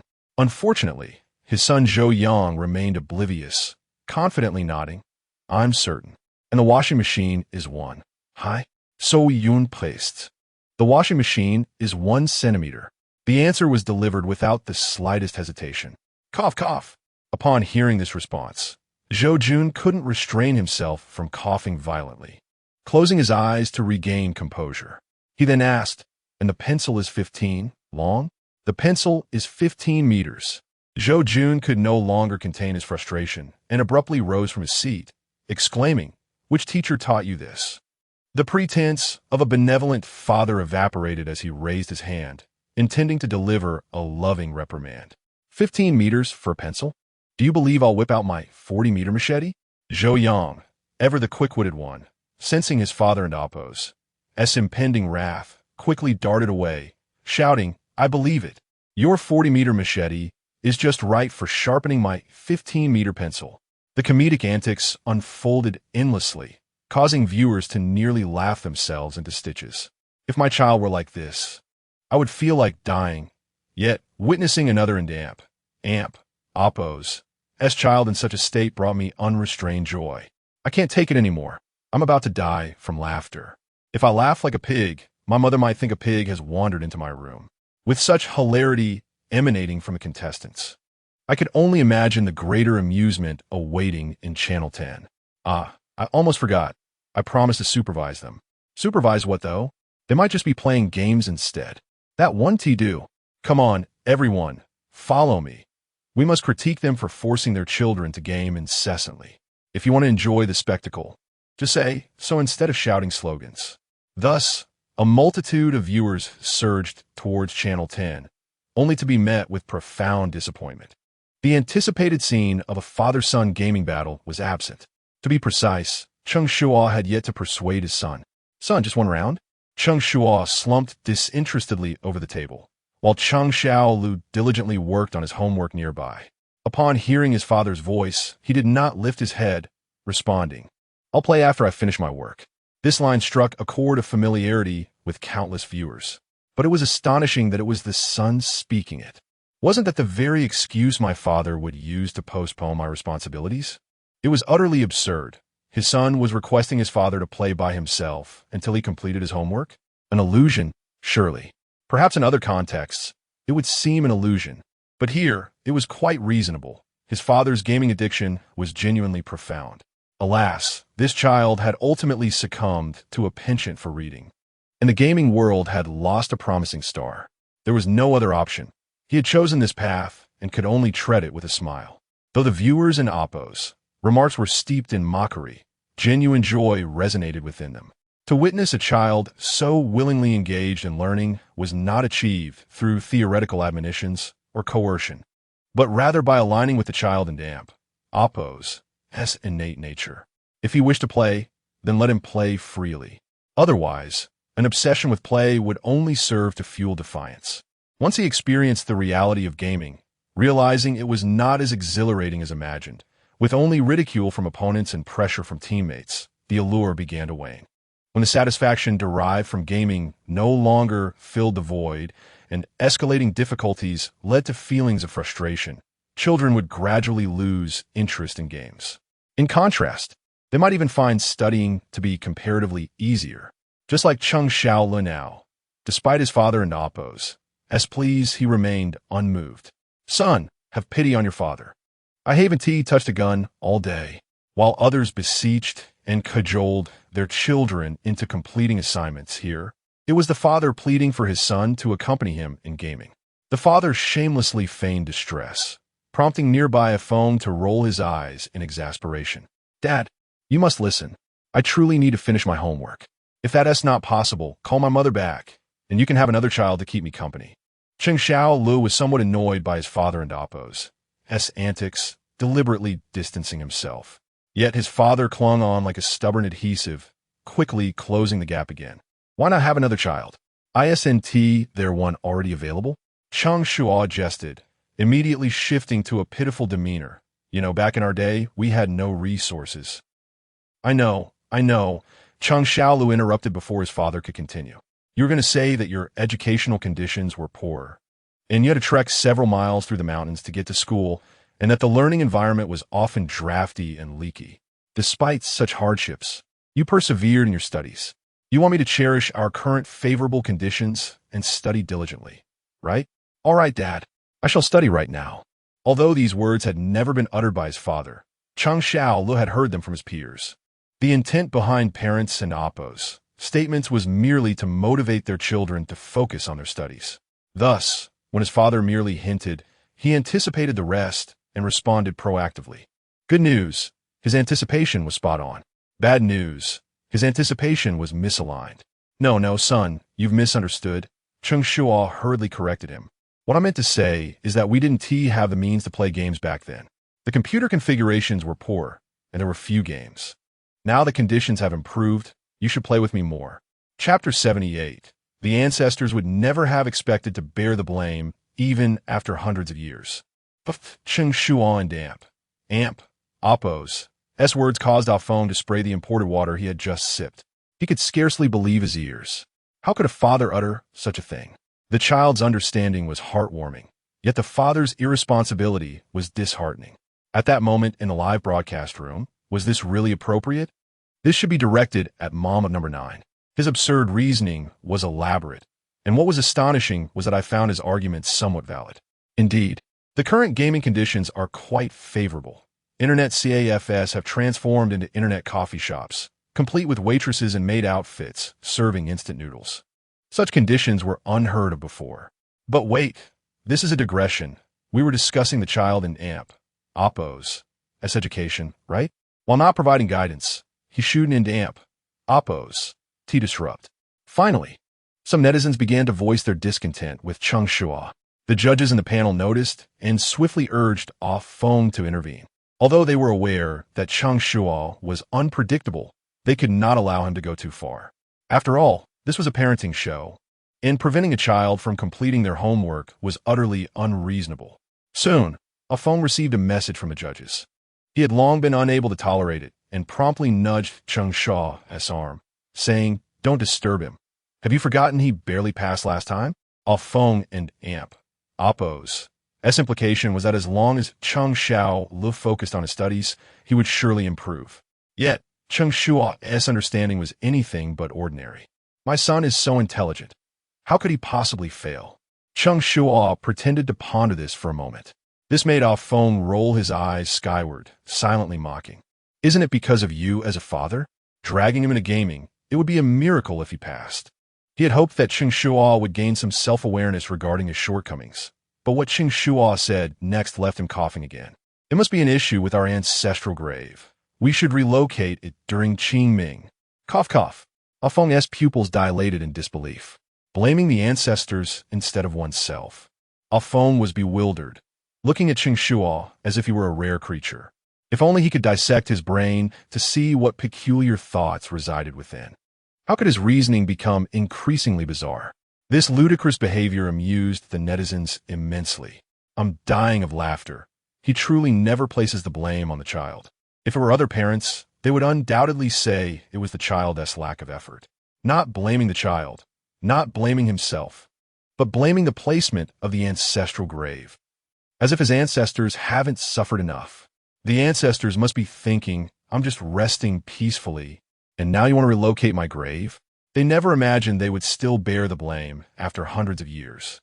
Haha, the consequences of Cheng Shuo and Oppos' reckless remarks were swift, as he received a text from the director warning him that further nonsense would result in a monetary deduction. Cheng Shuo's greatest virtue lay in his reverence for money. Having it was one matter, but having it deducted was another. Money could be spent, but it cannot be taken away. All right, son, you focus on your homework, and I shall not disturb you. While he left his son in peace, Cheng Shuo still had an obsession with gaming. As soon as he stepped out of the room, he turned to Afong. Come play a couple of rounds with me. Afong was taken aback and replied, I don't know how to play your game. He had witnessed Cheng Shuo and Oppos' antics as a teammate and would not be foolish enough to subject himself to that ordeal. Furthermore, he would rather chat with a girlfriend during his free time. He even pulled out his phone and opened a chat window. There was no way he would play games with him. Play Honor of Kings. I saw you had that game on your phone.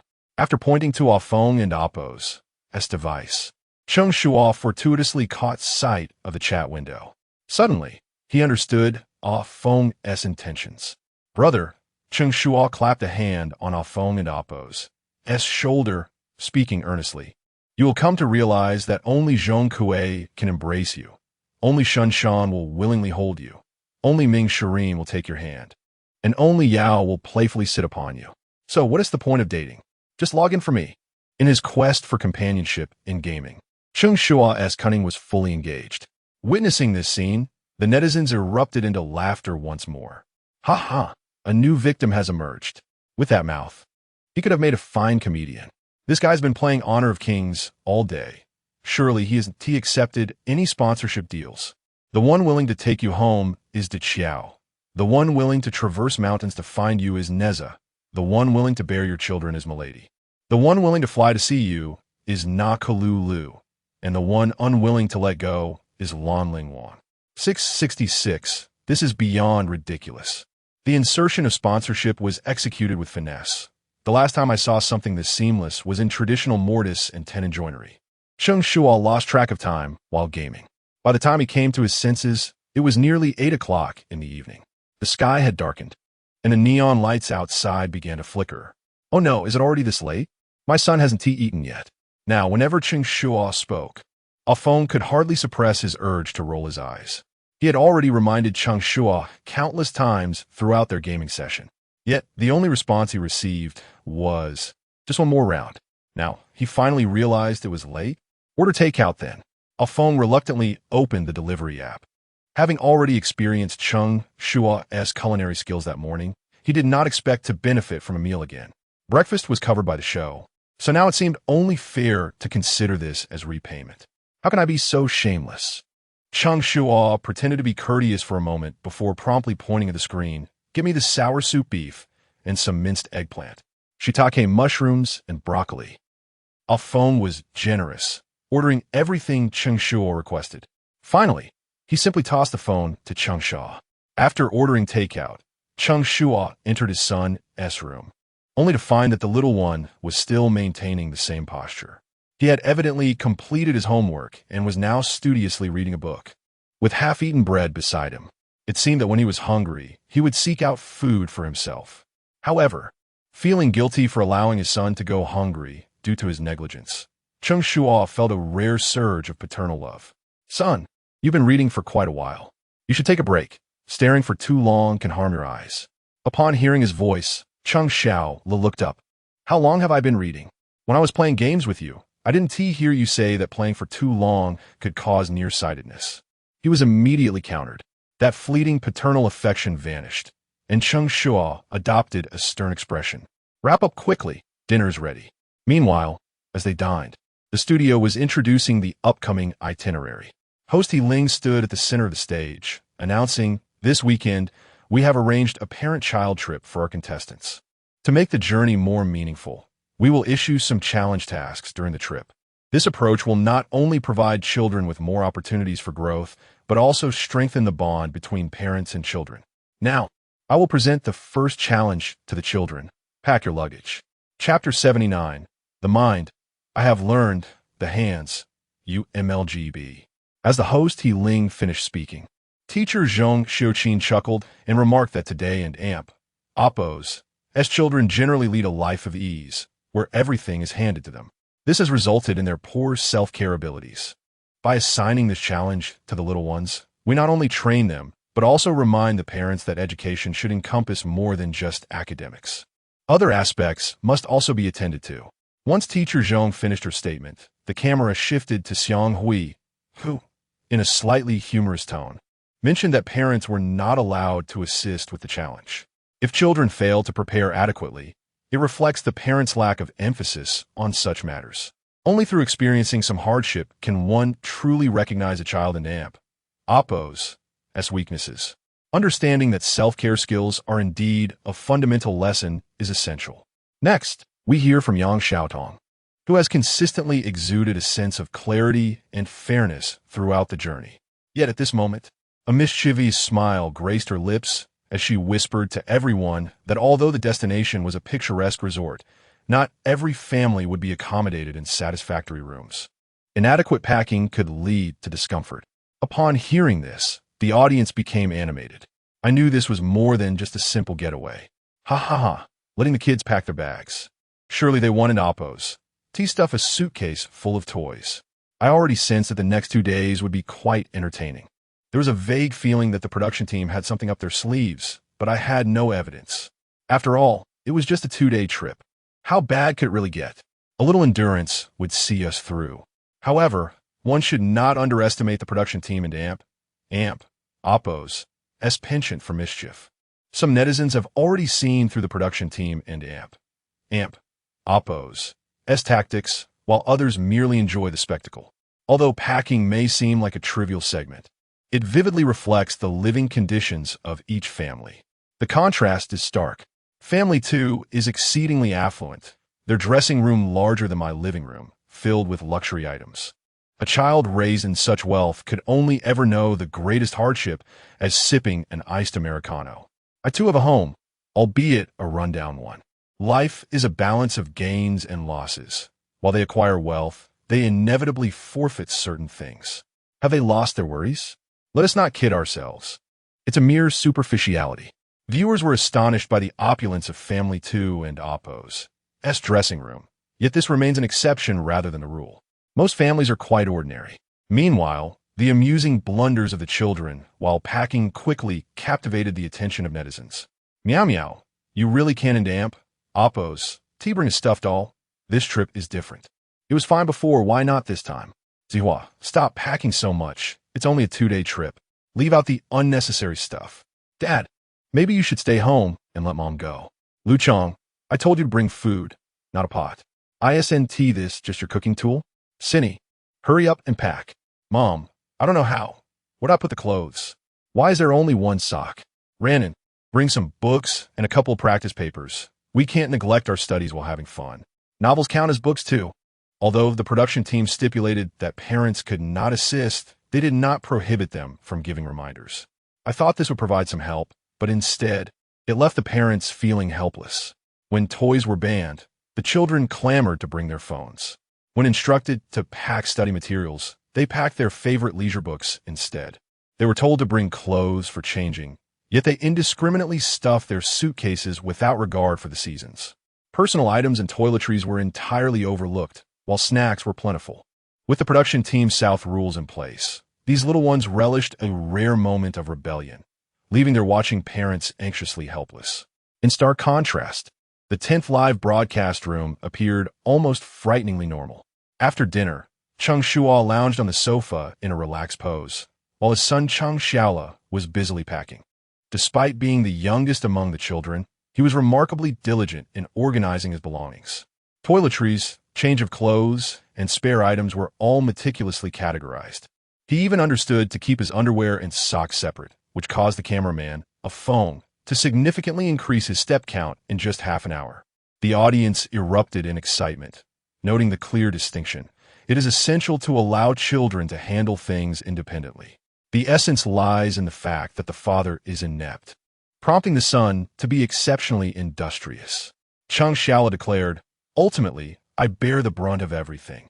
I hereby announce that in this segment, Cheng Shuo is the undisputed champion. There is no competition, absolutely none." After locating the necessary items, Cheng Shuo commenced packing them into the suitcase. Everything was manageable until he began folding clothes, at which point A Feng's attention was utterly captivated. "Shuo, can you do magic? You fold a shirt in just a few swift motions. Your technique surpasses that of many professional organizers." A phone could not help but admire the neatly folded shirt, knowing that such garments are the most challenging to manage. Improper folding leaves unsightly creases. He had previously learned how to organize clothes, but had never achieved Cheng Shuo and Oppo's level of finesse. Not only did it occupy minimal space, but also looked aesthetically pleasing. It is worth mentioning that a phone is notoriously meticulous. Any flaw would prevent him from offering such high praise. This clearly illustrates Cheng Shuo and Oppo's exceptional prowess. Would you like to learn? I can teach you, a phone exclaimed, astonished, while for Cheng Shuo, this was merely routine. His mother's penchant for organization had naturally influenced him.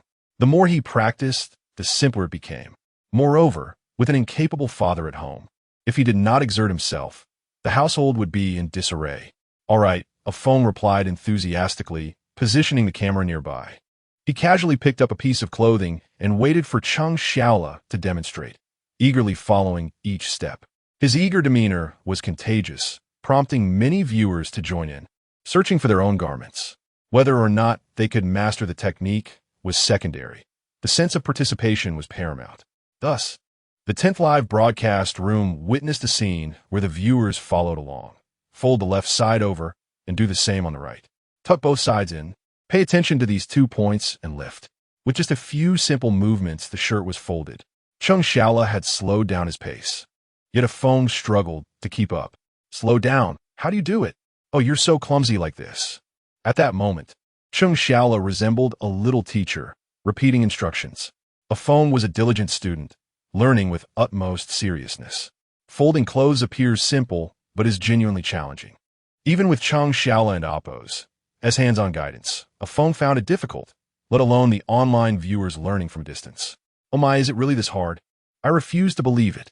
The mind, I have learned, the hands, UMLGB. Having been outdone by a primary school student, I am hesitant to insult any more elementary schoolers. Today, as students are remarkably capable. A resilient woman of China, once again, Chapter 80, Father. If you had 100,000 yuan, would you spend it on me? The atmosphere in the live stream of Room 10 has always been vibrant. Now, with the interaction between Cheng Shuo, Lu, and a phone, an increasing number of netizens are joining in. Who understands? I have rummaged through all the clothes in my wardrobe. Whatever he teaches me to fold, I fold. To be honest, I have never been this diligent in my studies. My mother was utterly astonished to see me taking the initiative to fold clothes. It was hilarious. It is quite practical. I previously attempted to learn the 1-second folding technique online, but failed. Today, however, this little teacher has taught me well. Hee. I have also mastered it and just showcased my skills in front of my mother, who is still praising me. Hands on hips, proud expression. I told you, one can indeed learn from the internet. Your motivation is simply formidable, inspiring me to completely organize my wardrobe. Although our clothes are folded by a housekeeper, watching others fold is immensely relieving. Hey, upstairs, did I ask you? Just say it. The barrage of comments is lively, and Cheng Shuo is also busy, observing that his son has gained such popularity merely by teaching people how to fold clothes. He immediately contemplates how to maintain his own account. While others flaunt luxury cars and mansions, he showcases his son, taking an unconventional route. Moreover, this aligns perfectly with the theme of the program. Who says that raising a child is solely about academic performance? Being able to fold clothes so well is also indicative of an exceptional child. Thus, while Cheng Shuo Lu assists in teaching, Cheng Shuo immerses himself in video editing. Everyone is quite occupied. Cheng Shuo Lu and Amp, Appos, S actions have also astonished the 3 experts on the judging panel. This is truly remarkable. Teacher Zhong Xiuqin finds herself at a loss for words, astonished that a child can perform so exceptionally. In her understanding, a 6 or 7-year-old child would typically only be capable of retrieving necessary items. Yet, he not only considers everything comprehensively, but also organizes it so well that even she cannot find a single flaw. Indeed impressive. It is practically a boon for those with obsessive-compulsive tendencies. Xiang Hui does not hold back in his praise. His gaze towards Cheng Shuo Lu now radiates admiration.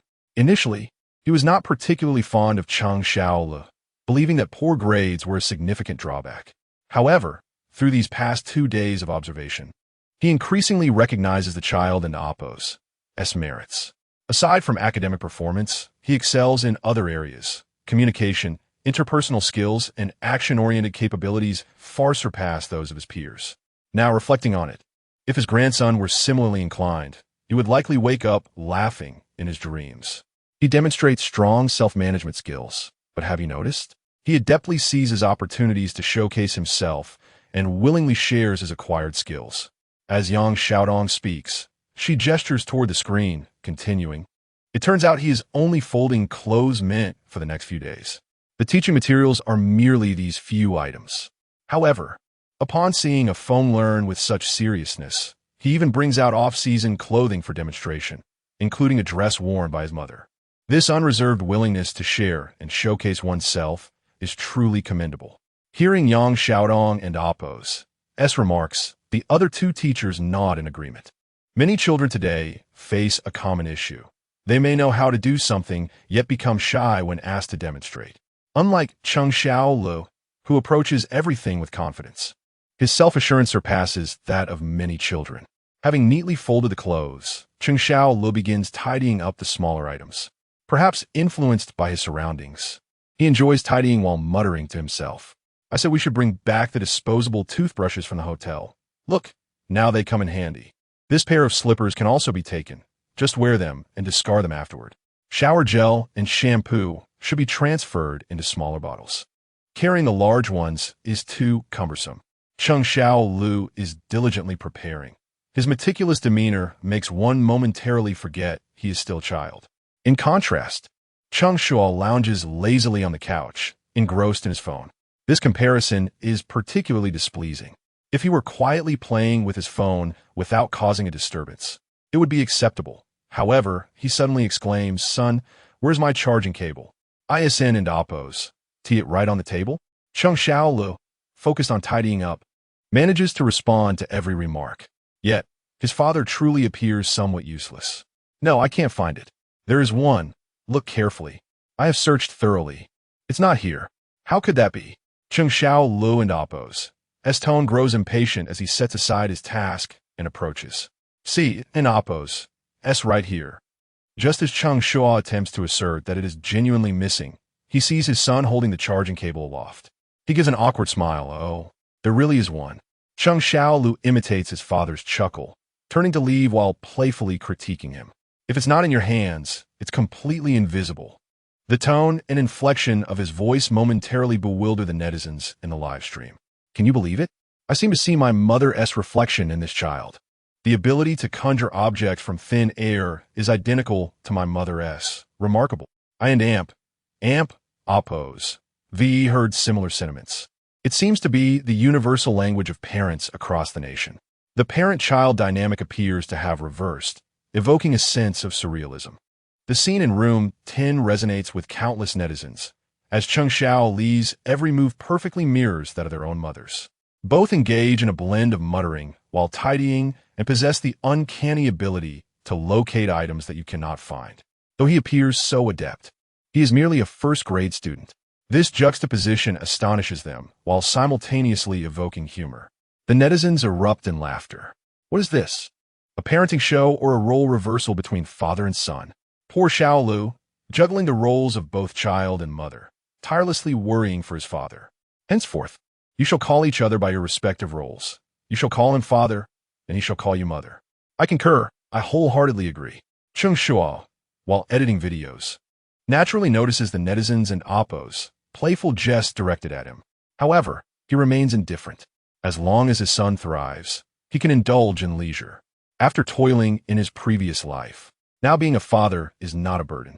Cheng Shuo perceives the netizens and Amp, Oppos' banter as mere amusement, believing this state will persist until the challenge concludes. Yet at that moment, Cheng Shuo unexpectedly approche. "Father, if you had 100,000 yuan, would you spend it on me?" At that moment, Cheng Shuo, still basking in the pride of having such a son, responds without hesitation, "Of course. And if you had 1 million, I would spend that on you as well." Cheng Shuo cradles his son's face, adopting an expression of immense affection. "Not just 1 million, even 10 million, or 100 million. I would spend all on you." Then, Cheng Shuo swallows hard, asking again, "What if you had 1,435 yuan and 40 cents? Upon hearing this, Cheng Shuo's fingers freeze, his voice involuntarily rising. "Where did you find my secret stash?" Chapter 81. This is how it should be. He almost allowed his father to lead a comfortable life. Witnessing this scene, the barrage of comments became lively. "Secret savings? Hahaha. I told you to pack your bags, yet you rummaged through your father and Amp, Oppos' house." What one presumed to be a heartwarming father-son bond unexpectedly transformed into a battle over private funds. Millions could be offered, but this modest sum of over 1,000 is off-limits because it is genuinely his. Even the small change raises concerns about family finances. The leather jacket is both heartwarming and vexing. Having unearthed the hidden stash, it certainly leaves no room for his father to breathe. One can only hope his mother does not catch the show, or his father might soon be contemplating where to bury himself. When he heard that his son had discovered his hidden savings, Cheng Shuo and Amp, Oppos' heart raced. However, he quickly calmed down.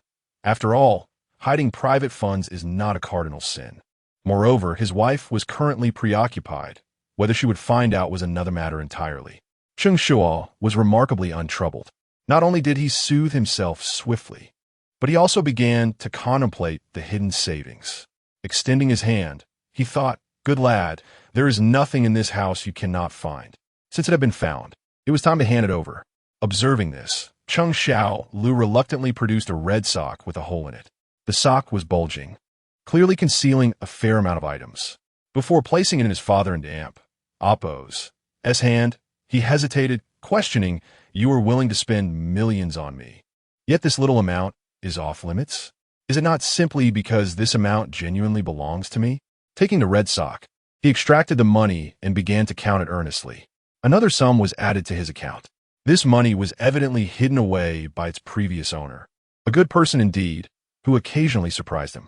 As Cheng Shuo counted the money, Cheng Shuo watched eagerly beside him, softening Cheng Shuo and Appo's heart further. Remembering the meager allowances of his own childhood, he recalled the embarrassment of wanting something he could not afford and the envy of having less than others. With a flourish, he pulled out 2 bills and said, "Here, take this and spend it, my son, but do not squander it." To Cheng Shuo, this gesture was simply magnificent. He seized the money before his father could finish his sentence. "Thank you, Dad. Now I can buy books." Well, this child does not require concern over reckless spending. Nevertheless, money is not given freely. At this moment, he must impart some wisdom akin to other parents. "Son, you see, if Dad has 1,000, he gives you 200. Doesn't that show how much I love you?" Upon hearing this, Cheng Shuo nodded vigorously, affirming, "Absolutely." Mere words were not enough. He thumped his chest and pledged, "In the future, if I earn 1,000, I will give Dad 200. I love Dad too." Such words could nearly move Cheng Shuo to tears. However, at that moment, Ah Feng interjected, "Xiaolu, when you grow up, you will not just earn 1,000. You might earn millions or even tens of millions. If you earn that much, how much will you give to your dad?" Ah Feng meant well, always intent on amplifying the child and Appo's future.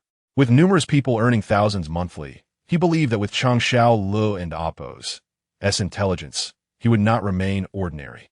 Yet, that single remark caused Cheng Shuo and Appo's unshed tears to transform into bitter sorrow. "I will still give Dad 200.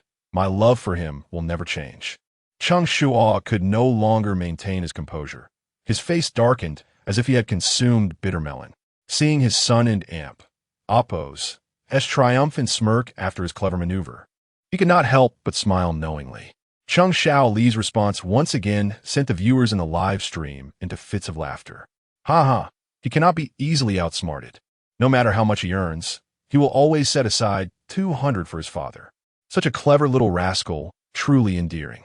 In one moment he was grinning, and in the next, he was not. His father certainly knew how to change his expression. This is how it should be. He almost allowed his father to lead a comfortable life. The barrage of comments surged with excitement. The 3 experts on the judging panel were equally entertained, laughing heartily. Initially, they may have restrained themselves for the sake of decorum, but now they were completely unrestrained. Zhong Xiuqin covered her face, her shoulders shaking with laughter. Xiang Hui did not even bother to hide, reclining back in his chair, laughing uproariously. Yang Xiaodong was not faring much better, although she turned her face away. Her flushed ears betrayed her amusement. The one who suffered the most was Teacher He. While the judges could laugh freely, he could only bite his lip in restraint. His face flushed red, afraid to emit even a chuckle. He could only rely on deep breaths to regain composure. Countless viewers were amused by the interaction between Cheng Shuo and his son, enviously admiring their father-son relationship. In a luxurious villa in the metropolis, Old Gu watched the interaction between Cheng Shuo and his son on television, joyfully amused.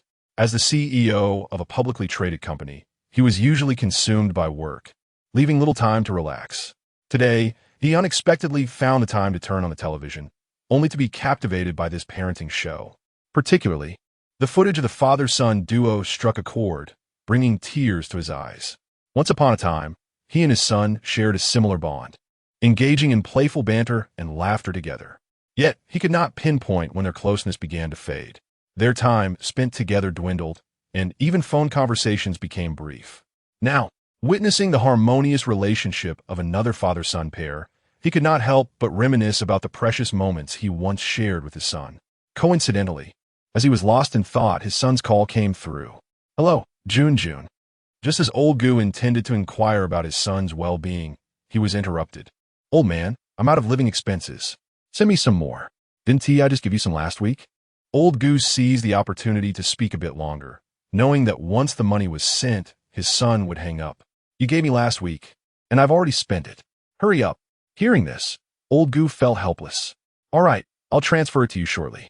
After saying that, he hesitated, contemplating whether to tell his son that next week was his birthday, hoping he could come home to spend time with him. Yet, in that brief moment of hesitation, he heard the busy signal on the other end. Staring at the hung-up phone, old Gu remained in a daze for quite some time. All his mixed emotions ultimately culminated in a deep sigh. What is the use of earning so much money? As he muttered to himself, he transferred his son's living expenses. Their relationship had become so distant that even a simple notification of the transfer went unacknowledged. Looking back at the television, old Gu's eyes grew misty. He longed for such a father-son relationship, filled with laughter and playful banter. As a father, he would give anything his child desired. As a child, he could care for his father with utmost diligence despite his tender age. Even in moments of disagreement, the profound bond between them was evident in countless details. It seemed as though they had endless conversations. This was what old Gu envied most. At that moment, many fathers like old Gu secretly envied Cheng Shuo and his son. Chapter 82. You wish to become a stepmother to Cheng Shuo, but his mother would never consent. The and Oppos, packing challenge and Oppos, has concluded, and the performances of the children are distinctly evident. The judges and online viewers are all acutely aware, eagerly awaiting the final voting. At this moment, host He Ling strides once more to the center of the studio. Surely everyone has been anticipating this moment. Without further ado, let us commence the voting. As expected, the 10th contestant, Cheng Shuo and his son, have garnered the highest votes. Even the 3 judges cast their one daily vote for Cheng Shuo. There is unanimous agreement regarding this outcome. In terms of performance during the campus activities, Cheng Shuo is the most outstanding. He also excelled in the homework segment. Furthermore, during the packing challenge, he showcased abilities that far surpassed those of his peers. His top vote count is indeed well-deserved. Although the result was predictable, the judges adhered to convention and offered some commentary. The camera focused on Yang Xiaodong. With poise, she remarked, "I shall refrain from discussing the children who performed well in the and Oppos, packing challenge and Oppos. That is evident to all. However, I wish to address why, despite parental guidance, the children managed to pack so poorly. The root cause lies in 2 primary factors. First, the overbearing control of parents has ignited a spirit of rebellion in the children. Second, excessive pampering has led to children disregarding instructions. Regardless of the reason, these are failures in educational methods. I trust you're aware of the issues at hand. Therefore, timely correction is imperative." Yang Xiaotong merely hinted at her points without reprimanding each individual. Yet her words resonated with the parents. Indulging children with snacks and toys.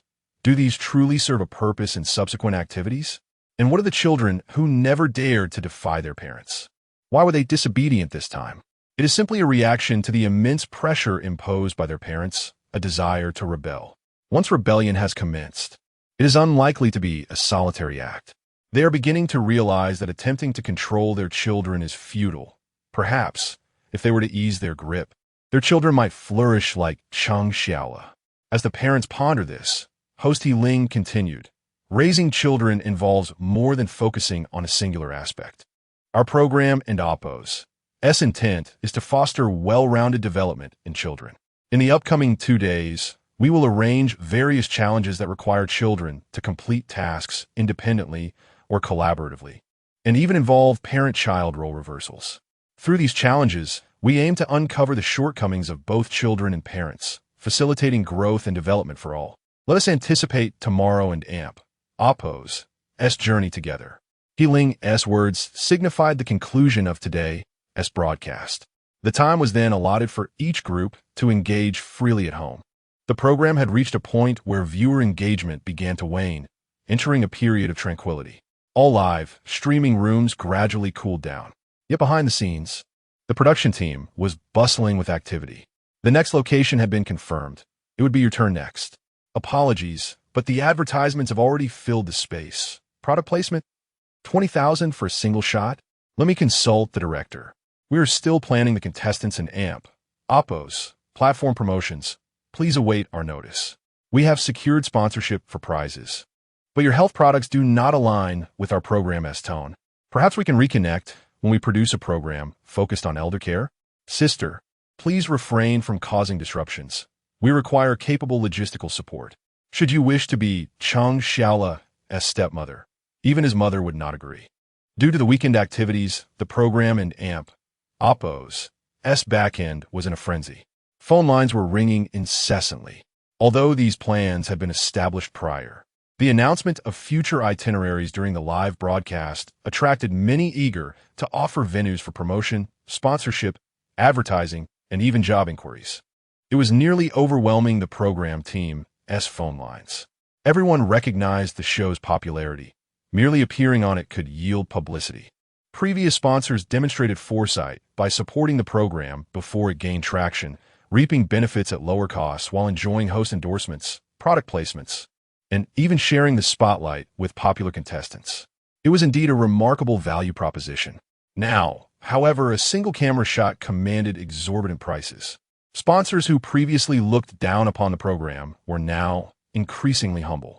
Initially, they requested screen advertisements, but now merely mentioning their desire sufficed.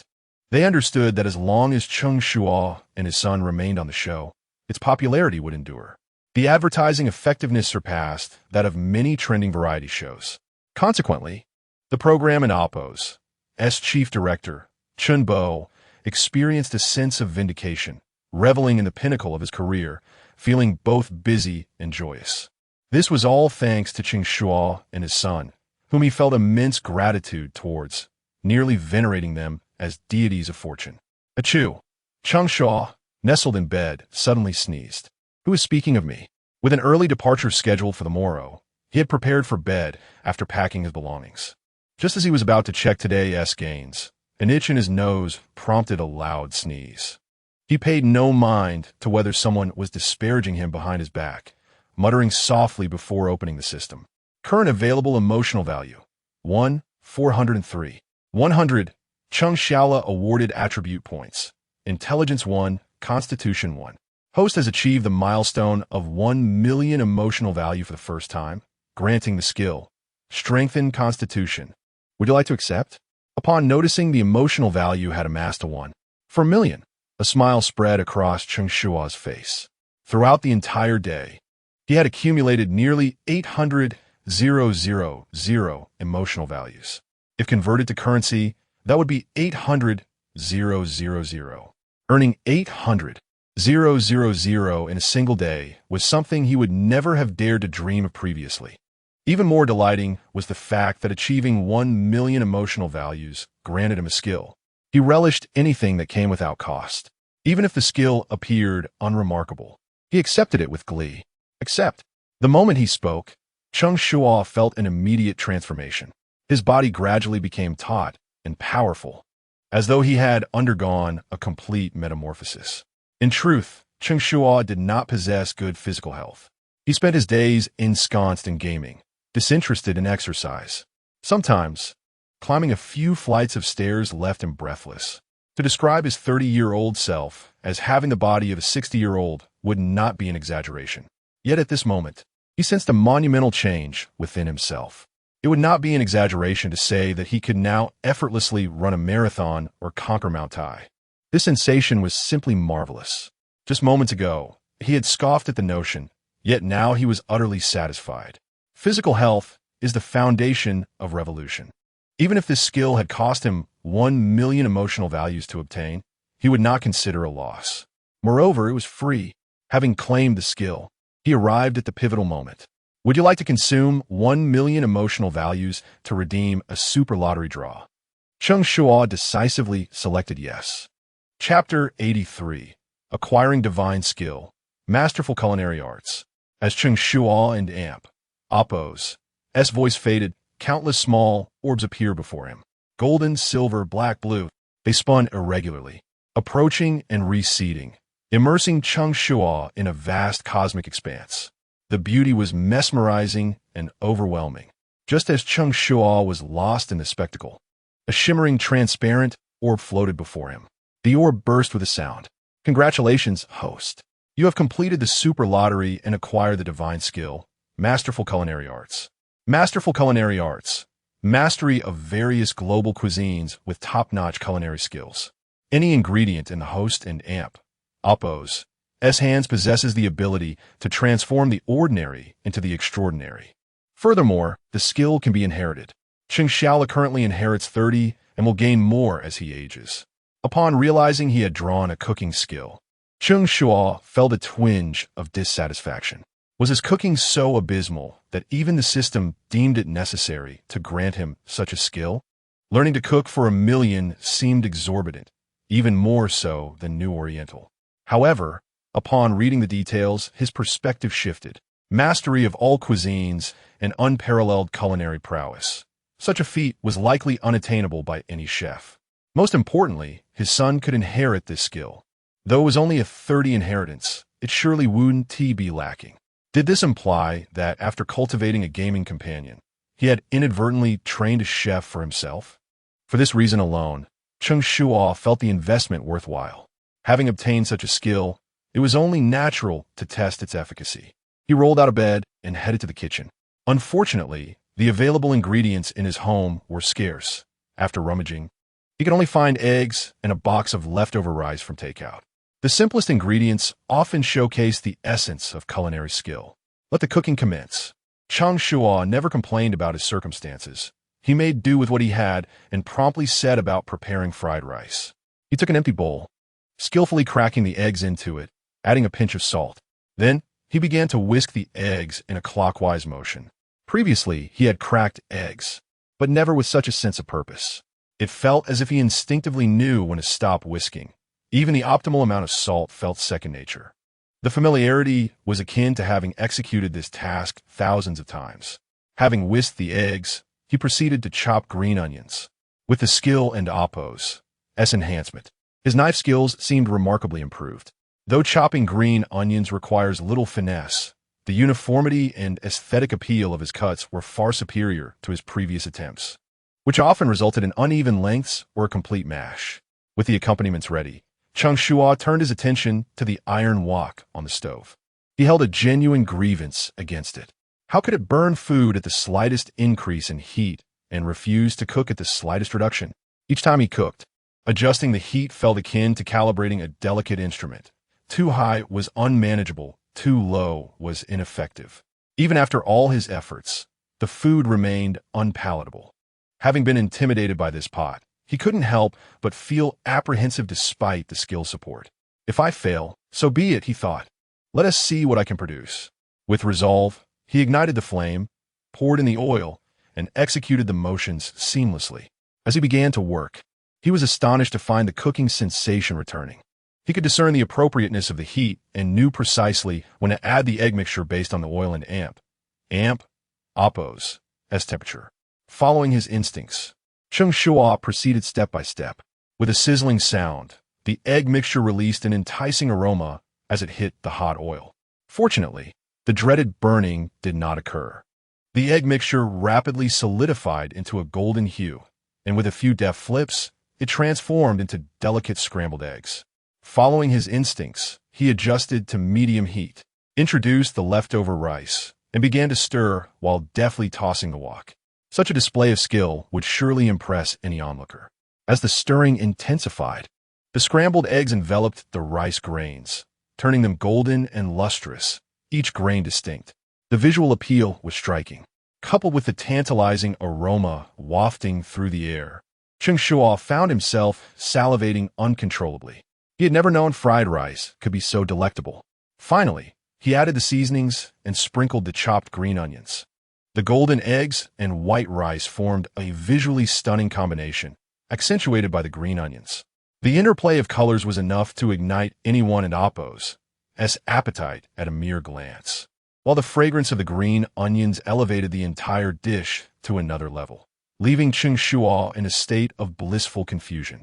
Turning off the heat and plating, a bowl of fried rice, replete with color, aroma, and flavor, presented itself before him. The golden hue mingled with white and green, a sight to behold. Cheng Shuo eagerly scooped a spoonful and brought it to his lips. Wow, this is incredibly delicious.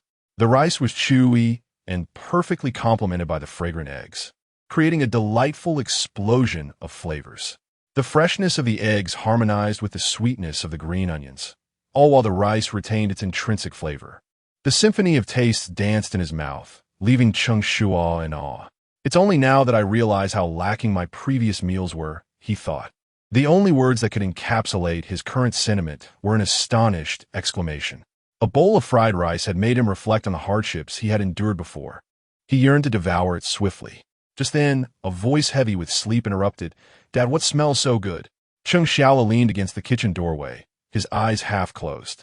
Overwhelmed by drowsiness, he struggled to keep his eyes open, yet the irresistible aroma drew him closer with undeniable honesty. Cheng Shuo felt as though he had been caught indulging in a guilty pleasure. Though he longed to relish his creation, the arrival of his son compelled him to share. "Would you like to try the fried rice Dad made?" The keywords, "Dad made," immediately piqued Cheng Shuo and Appo's interest, and he quickly waved his hands. No, I don't amp. Appo's, T want it. He was all too familiar with his father and amp, Appo's, as culinary skills. If fried rice could be turned into charred rice, then the delightful aroma he had just encountered must surely be a figment of his imagination. Cheng Shuo turned to leave as if resolved in his decision. However, Cheng Shuo would not permit it. "Son, just give a taste. I promise it's delicious."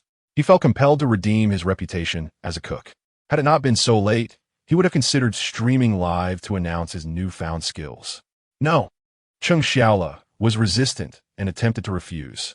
But before he could voice his protest, he saw his father presenting the golden, glistening bowl of fried rice before him, fanning the aroma towards his nose. The enticing fragrance enveloped him, and he couldn't resist inhaling deeply. In the next moment, he felt a cool sensation at the corners of his mouth. Upon touching it, he realized he was drooling. Cheng Shuo stared incredulously at his father. "Did you really make this?" The mere scent was enough to make him salivate. He couldn't amp. Appo's, helped but slap his face, hoping he wasn't amp. Appo's, dreaming. Seeing his son amp, Appo's reaction, Cheng Shuo couldn't amp.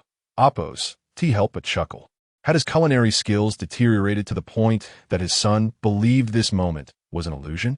Observing his son, who seemed unable to distinguish between reality and dreams, Cheng Shuo teased, "If you don't eat it, I will." He too was tempted. This boy was completely ungrateful. Before he could act, the bowl was snatched from his hands by Cheng Shuo. "I'll have it." Chapter 84. This generation of netizens is truly affluent. They really step up when needed. Though the psychological scars from his father and Appo's cooking still linger, the aroma wafting through the air is simply irresistible. To indulge would lead to momentary regret. To abstain would result in a lifetime of remorse. Cheng Shuo is quite discerning in this regard. However, he remains cautious. After snatching the bowl away, he refrains from immediately devouring the food. Instead, he carefully samples a bite. Upon tasting it, he closes his eyes in satisfaction, reveling in the delightful flavor. Gradually, his pace quickens, and he consumes more voraciously. "Dad, this is really what you made?" He inquires between bites, his curiosity seemingly insatiable. "Of course," Cheng Shuo replies, his confidence soaring.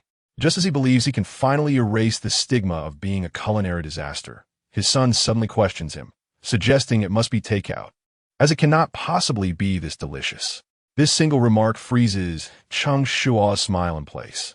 How can this little rascal not have a shred of faith in his father? Initially, Cheng Shuo considers arguing his case, even contemplating preparing another dish to prove himself. However, the thought of being tasked with cooking more often after revealing his true capabilities dissuades him. After all, he is rather lazy. Thus, he reluctantly nods, acknowledging, "Yes. You know your dad and amp, Appo's, cooking. I'll be relying on you to cook for me in the future." Cheng Shuo and Amp. Oppo's calculations are astute.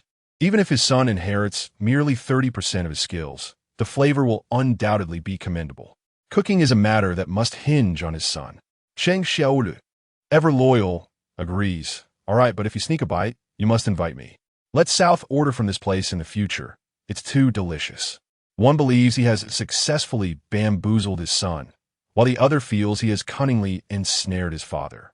Once again, a mutually satisfying agreement is reached. Cheng Shuo reclines back on his bed well past midnight. He is quite pleased with the day and Amp, Oppo's outcomes, 2 highly practical skills acquired. And his son has gained 2 additional attribute points. Intelligence has reached 96, and physique stands at 95. While the ratings remain average, it is undeniable that Cheng Shuo is flourishing under his care. He was once a naive and bumbling child, but now he is sharp and astute. His newfound love for learning is evident. If left undisturbed, he can occupy himself at the desk for 3 to 4 hours. At this rate, academic concerns are a thing of the past. Cheng Shuo himself has also reaped considerable rewards daily, with his emotional well-being remaining stable. His performance on the show suggests that not only might he secure the grand prize of 10 million, but elimination seems a distant worry. The longer he endures, the more steady income flows in. Perhaps by the end, the grand prize will be within easy reach. The mere thought excites Cheng Shuo to the point of insomnia. Unable to sleep, he retrieves his phone to scroll through some videos. Upon opening his phone, he is taken aback. The video he posted at 9:00 and Amp, Oppo's clock has garnered over 200,000 likes, 50,000 comments, and 30,000 shares in just 3 hours. This achievement is remarkable, especially considering the production team had not engaged in any deliberate promotion. His follower count has surged from 0 to over 100,000. Although this pales in comparison to the millions who tune into live broadcasts, it is noteworthy that most viewers were attracted through paid promotions by the show. While he has drawn some audience with his personal charm, the majority are more captivated by the program itself. Few would go out of their way to follow a contestant's personal account. Those who do are primarily die-hard fans. Moreover, this account has only been active for 3 hours, and the growth rate is astonishing, even surpassing many celebrities. Cheng Shuo is immensely satisfied with these results. The comments and private messages are overwhelmingly positive. However, this phenomenon surprises Cheng Shuo. In the age of the internet, it is commonplace for individuals who suddenly gain fame to have their flaws scrutinized and ridiculed. Yet, it seems that he and his son have become exceptions. Thanks to their supportive fans, any doubts raised in the comments are swiftly countered. When someone accuses him of gaming with his child, fans clarify that it is a means to combat internet addiction. When he is labeled as lazy and irresponsible, fans explain that he is fostering his child's independence. If it were merely a matter of explanation, it might not hold much weight, but they back their claims with images and videos. Cheng Shuo's love for reading, quick wit, and excellent verbal skills, even extending to household chores, are all readily available online. This undoubtedly validates Cheng Shuo and Oppo's methods, gradually silencing the critics. Truth be told, had it not been for the fans and Oppo's interpretations, he would never have realized how to so eloquently defend his perceived laziness. Thanks to them, he has managed to sidestep online vitriol. Thus, in such an environment, it is exceedingly difficult to find fault with them. If one were to pinpoint a flaw, it would be that Cheng Shuo tends to speak without restraint. However, for a 7-year-old, this is hardly a significant issue. Many find him amusing and clever, endearing him to his grandparents. The contestant's account has achieved remarkable success, while the official program's social media presence is even more astounding. Whenever they post interactions between Cheng Shuo and his son, the follower count skyrockets. In the afternoon, it stood at just over 4 million. Now, it is approaching 6 million and continues to rise. As the number of followers increases, issues begin to arise. How can such a popular show have no membership options? My go-to show cannot be so lacking. I must subscribe. If the production team is unresponsive, then I, as a devoted fan, will have to take action. Even the musical notes have an account now. Surely the social media should be organized too. After all, we are a program with 5 to 6 million fans.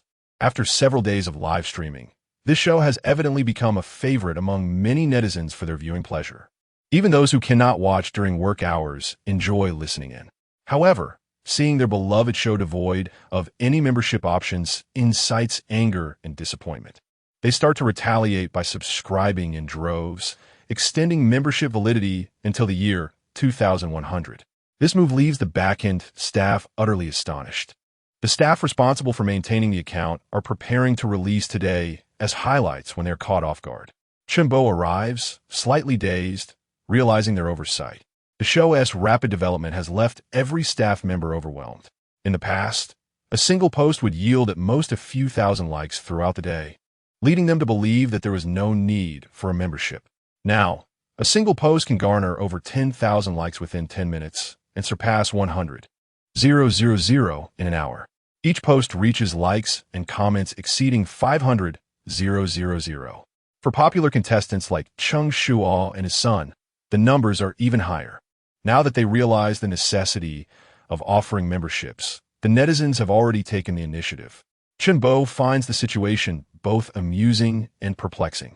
As he understands the audience's preferences, he promptly suggests that they create expression packs featuring the contestants, particularly Cheng Shuo, whose clever antics captivate viewers. Chapter 85. Immersive script murder, playable solo. After a restless night, Cheng Shuo was jolted awake by the shrill cry of his alarm clock. How maddening! Participating in a program had inadvertently instilled a sense of office routine in him. Any awakening that was not of the natural sort prompted Cheng Shuo and oppose as complaints. Yet he dutifully rose after venting his frustrations. The vehicle from the production team would soon arrive, and he certainly could not afford to keep them waiting. It must be said that Cheng Shuo possessed commendable qualities in his dealings with others. Swiftly shedding his sleepwear, he prepared to dress and call for his son. However, before he could fully disrobe, his son barged in with wide eyes. "Dad, are you awake? Uncle He has brought breakfast."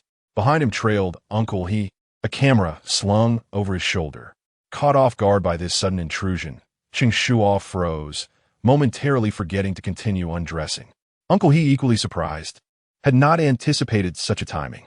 Although all present were men, the awkwardness was palpable.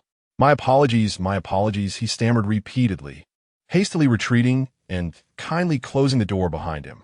This brief interlude, lasting merely seconds, ignited a fervor in the live stream. "Good gracious, is this a morning treat?" exclaimed viewers. "Huh, what a generous display indeed." One viewer remarked on Cheng Shuo and Oppo's impressive six-pack abs, while another lamented, "I've been working out daily, yet can barely boast a single one." Amidst the banter, a cheeky comment emerged. "Please refrain from flaunting your physique online. Mornings are better spent studying." I pose a geographical question. Where is your home located? The lively chatter transformed the stream and amp Oppo's atmosphere, with viewership skyrocketing from 500,000 to an astonishing 1.5 million. Anticipation for the upcoming two-day trip reached fever pitch. By the time Cheng Shuo emerged from his room, freshly attired and groomed, his son Cheng Shuo had already finished breakfast and tidied himself. A suitcase, neatly packed, awaited at the door, ready for their departure. "Dad, hurry and eat." There are buns and multi-grain porridge on the table. The buns, renowned crab roe variety, were evidently a thoughtful gift from Uncle He, who had promptly acquired them upon hearing Cheng Shuo's casual mention. "You're too kind." "Thank you," Cheng Shuo replied, though his hands were already reaching for a bun, which he promptly devoured, savoring the delightful taste. Once they finished their meal, the vehicle to collect them arrived downstairs. Cheng Shuo instinctively grabbed the suitcase, but was taken aback by its weight. "What on earth is in here?" he wondered aloud.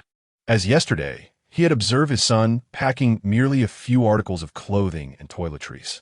Now lifting it revealed a significant burden. "Just a few books," Cheng Shuo replied, a hint of defensiveness in his tone, hastily urging his father to leave, wary of him inspecting the contents of the suitcase. Cheng Shuo merely chuckled, dismissing the child's anxiety. They boarded the bus destined for their location.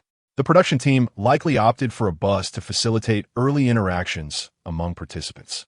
Cheng Shuo's group seemed to be the last to board, and upon entering, they found the vehicle already filled with people.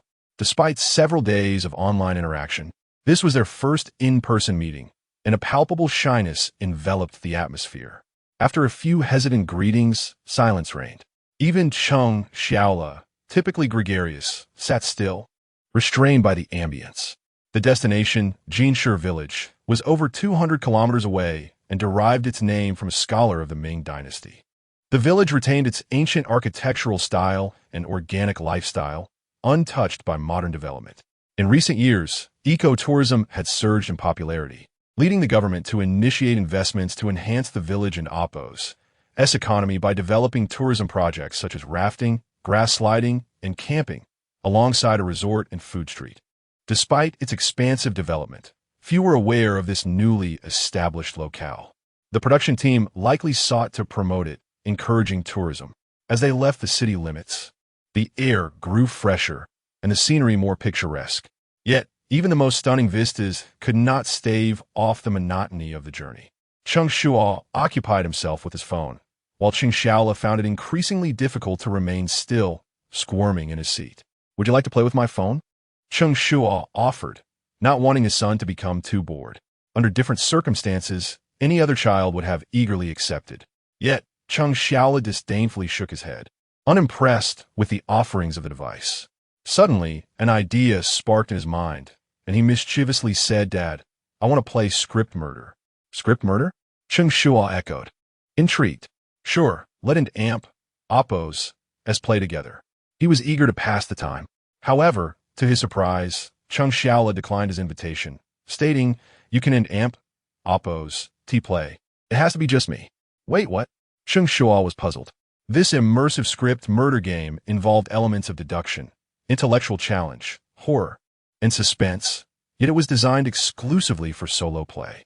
Cheng Shuo and amp, Oppo's earnest description piqued not only Cheng Shuo and amp, Oppo's interest, but also caught the attention of nearby participants. "Then I'll watch you play," Cheng Shuo conceded. If his son found it so captivating, observing would surely be entertaining. But when he saw Cheng Shuo extract a set of worksheets from his small backpack, he instinctively shielded his eyes, unable to bear the sight. Oh dear, how unanticipated. Originally, the journey to their destination lacked any planned activities or points of interest. Even the accompanying cameraman had set his equipment aside, opting to relax instead. Participants appeared drowsy, and viewers in the online stream were equally bored. Yet, no one anticipated Cheng Shuo's sudden outburst, which revitalized the audience and ignited lively commentary. "Little juice. Don and Oppo's, overdo your act," one viewer remarked. This game indeed combined deduction, mental challenge, horror, and suspense, requiring full immersion. It was undoubtedly the most challenging reasoning game. Whether it was thrilling or terrifying remained to be seen, but the stakes were high. Chapter 86. Who has an amp, Oppo's? He provided a few absurd answers while studying. Haha, I genuinely thought it was a murder mystery game. What a waste of my emotions. This game is solely cherished by Cheng Shuo. Haha, this show is truly a constant source of amusement. One cannot help but be entertained. The viewers in the live chat were in fits of laughter. The atmosphere within the vehicle was significantly enlivened by Cheng Shuo and Oppo's antics. The parents nearby were also able to join in the conversation. "This child is wonderful. He willingly completes his homework, unlike mine, who takes ages to write a single word. It's all the same. Today, as children exhibit a poor sense of initiative, and if not monitored, they tend to become lazy. Convincing them to read feels like asking for their lives, as if books are meant solely for my benefit." Several parents began to lament about their children. Although their words were not particularly harsh, Cheng Shuo could clearly perceive the discontent on the faces of those children. He never understood why parents found pleasure in criticizing their offspring in public. Children deserve dignity as well. Initially, Cheng Shuo did not grasp this concept until he discovered that his son's murder mystery game was tailored for third graders. It included not only mathematics, but also Chinese and English, an absolute hodgepodge. For a first grader to tackle a third grader's exam seemed rather pretentious. Cheng Shuo could not help but scoff. "Stop pretending.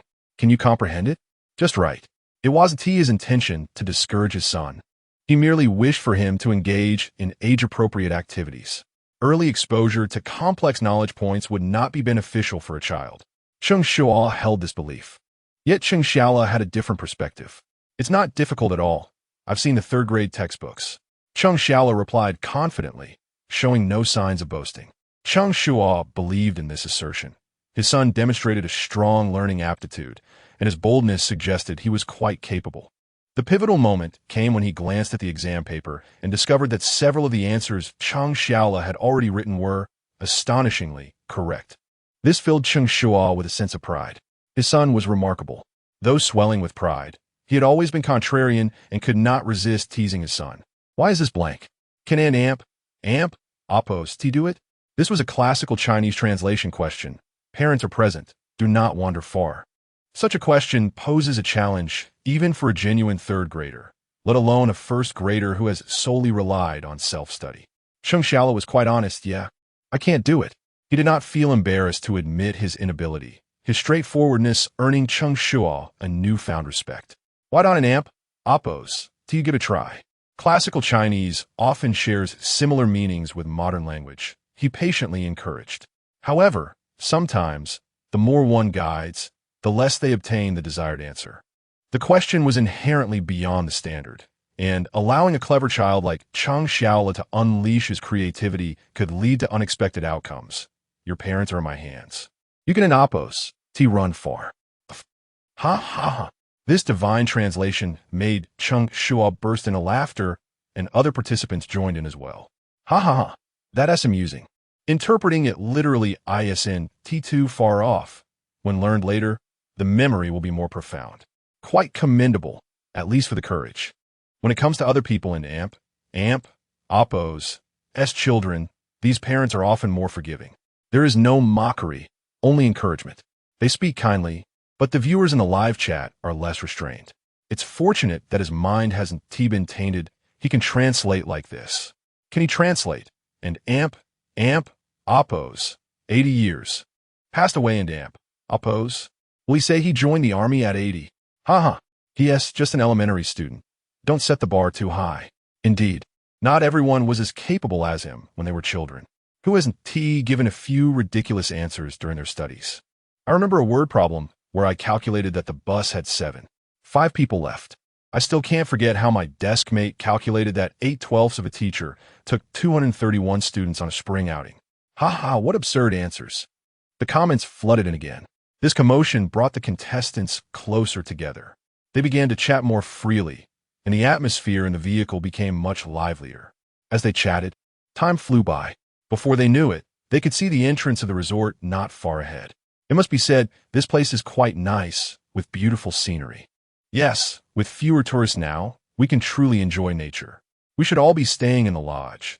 Judging by the decor, it must be quite upscale. Will 2 days be enough to explore? There should also be plenty of delicious food. The production team has certainly splurged. With such a lovely place to visit, the children must write an excellent essay. Take lots of photos. Trust me, they will come in handy for future assignments. Even before reaching their destination, the contestants were already filled with anticipation. Cheng Shuo, however, refrained from joining the discussion. From his understanding of variety shows, he knew full well that these 2 days would not be a vacation. Sure enough, when the bus arrived at the resort's entrance, it did not stop. Instead, it continued straight on. The crowd was left dumbfounded. What is happening? We're still driving in? It's undeveloped inside, not a soul in sight. Oh no, the production team isn't planning to sell us. Are they? Selling is impossible, but I have a feeling these 2 days will be quite challenging. Please no. Gradually, everyone began to realize the gravity of the situation. Believing the circumstances were already dire, they still underestimated the production team, especially when the smooth asphalt road transformed into a muddy mountain path. The road became increasingly rugged, and they fully comprehended that these 2 days were indeed a trial. Yet, this was not the worst of it. The production team relentlessly pushed the contestants' psychological limits. When there was no path ahead, the contestants disembarked from a vehicle. A drone flew before them, and the familiar voice of teacher He Ling echoed through the air. Welcome to the foot of Jinsher Village, S Mountain. As long as we climb this mountain, we will reach our destination. The journey is approximately 5 kilometers. Contestants, give it your all. Upon hearing that they had to climb 5 kilometers, a few parents were so frightened they sat down on the ground. The desolate environment also caused many children to become restless and start crying. The scene instantly descended into chaos. Each one expressed their despair, while the viewers in the live chat reveled in the unfolding drama. Haha, the hellish adventure is about to commence. I knew the production team wouldn't be so kind as to let them enjoy a vacation. It's fine, 5 kilometers is nothing, just a little exercise, right? Let us consider a workout. The production team has gone too far. You all climb ahead while I go sternly reprimand them. Others participate in shows to earn money. You're here risking your lives. Chapter 87. Exercise is a delight, yet I am not one to seek delight observing the athletes with expressions of utter despair. The 3 experts who had arrived at the summit early were laughing heartily. In response to the current advocacy for nationwide exercise, we too have heeded the call. It was rare to see Cheng Shuo display a playful side. Although the conditions in Jinshe village were subpar, the air was fresh and the melodies of birds filled the air with floral fragrances. Everything retained a quaint, primitive lifestyle, which provided a tranquil haven for an elderly individual who had toiled throughout her life. She relished the environment here, and even the necessity of rising early to make the journey posed no objection. Upon finishing her statement, Xiang Hui chimed in, noting how many parents relentlessly pursued academic achievements, neglecting the physical well-being of their children. Children were often transported to and from school, relying solely on 2 physical education classes a week, rendering it nearly impossible for them to achieve any substantial fitness. Many students struggled to run 800 meters as if their very lives depended on it, their physical condition a cause for concern. This initiative, however, served a dual purpose. It not only provided exercise for the children, but also prompted parents to take notice. Both teachers spoke eloquently, while Yang Xiaotong, yawning, nodded in agreement. The intention of facilitating exercise for the children was merely incidental. The true aim was to challenge the contestants. Every program requires a spectacle to captivate the audience, and subjecting the contestants to trials became the most economical method. A slight torment here, and there was palatable, and audiences relished it. People often find gratification in witnessing the tribulations of others, a psychological insight deftly wielded by the production team. They would first subject participants to hardship, followed by a narrative of struggle, illustrating how the children in the mountains persevered under dire conditions to achieve excellent results, thereby motivating them to appreciate their own favorable circumstances and study diligently. This intricate interplay elicited applause from her, and even Yang Laosher joined in the clapping, suggesting a consensus on the merits of this method of exercise, which should be embraced more frequently. Yang Xiaodong's applause, however, misled Xiang Hui into believing her words were validated, and she chose not to clarify. Encouraging both parents and children to engage in exercise bore no negative implications, provided she was not required to participate. The fervor in the comments section intensified, with viewers even contributing dubious suggestions. Yes, exercise must be emphasized. After a 2-day itinerary, they should be made to walk back. Not only that, but they should also run a marathon, for life thrives on movement. They should carry children in one arm while lugging luggage with the other. True strength entails never complaining about one and oppose, as circumstances. Are you treating the contestants like this? One commenter questioned. The participants shared a bond with the audience, yet the latter seemed to toy with their minds. The first lesson imparted to the children by the online commentators was that human intentions are often inscrutable. Your words are quite intimidating. Do you not realize that exercise is a joy? Neglecting it will only deteriorate one and oppose, as physical condition. Indeed, exercise is a joy. Yet I am not one to pursue pleasure. This generation of netizens appeared somewhat impervious to reason. They spoke with conviction regarding others, yet when faced with their own circumstances, they declined to comply. Their principle was to be lenient with themselves while imposing strict standards on others. They found joy in complicating the lives of others while sparing themselves from hardship. In stark contrast to the lively commentary, the atmosphere on site grew somber. It was evident that everyone was somewhat bewildered, Having expected to disembark and check into a hotel, luxuriate in a refreshing shower, and indulge in delightful cuisine, smoothly navigating through a splendid 2-day escape. However, they were unexpectedly transported to this remote and impoverished locale, far removed from civilization. Fearing potential defections, the bus had dropped them off and departed immediately, leaving them stranded, caught in a dilemma. "What now?" inquired Dad number 1, Dang Bo. "What else can we do but walk?" Respunda Dad no. Said Li Aimin. He himself was a fitness enthusiast. The 5-kilometer mountain trek posed no challenge for him. His son, Lu Chong, could also manage to keep pace without much concern. Indeed, there was no alternative but to ascend the mountain. The path was too narrow for vehicles, and to remain behind would signify withdrawal from the recording of the show. Having come this far, none wished to abandon their journey. "Then let us set off." The fathers concurred, yet this decision left the mothers in a predicament. "This is impossible. Our luggage is far too heavy," they protested. Generally, fathers traveled light, perhaps with merely 2 suitcases. The mothers, however, tended to be more thorough in their preparations. Even if their children had neglected to pack properly during the previous segment, they would discreetly supplement their belongings. Mom number 2, Yulan, had nearly filled a suitcase with cosmetics, skincare products, and massage devices, coupled with change of clothes, daily essentials. And her daughter's toys, she had 3 large suitcases in total. Her excessive packing drew disapproving glances, yet she was the one with the least luggage among the mothers. Mom number 4, Zhao Mei, was the most outrageous, possessing a staggering 6 suitcases. She even brought her own bedding, fearing the cleanliness of the hotel linens. Had they been checking into a hotel, everyone would have praised her meticulousness. However, they were about to embark on a 5-kilometer hike. Her attention to detail had become a burden. Perhaps a more minimalist approach is in order. Let us discard unnecessary items and only bring what is essential. Time was of the essence. They had set out at 7 o'clock and had already spent over 2 hours on the road. Ascending the 5-kilometer mountain path, while carrying children and luggage, would take at least another 2 hours. Although the production team had not mandated a specific arrival time, everyone recognized that prolonging their delay was impractical.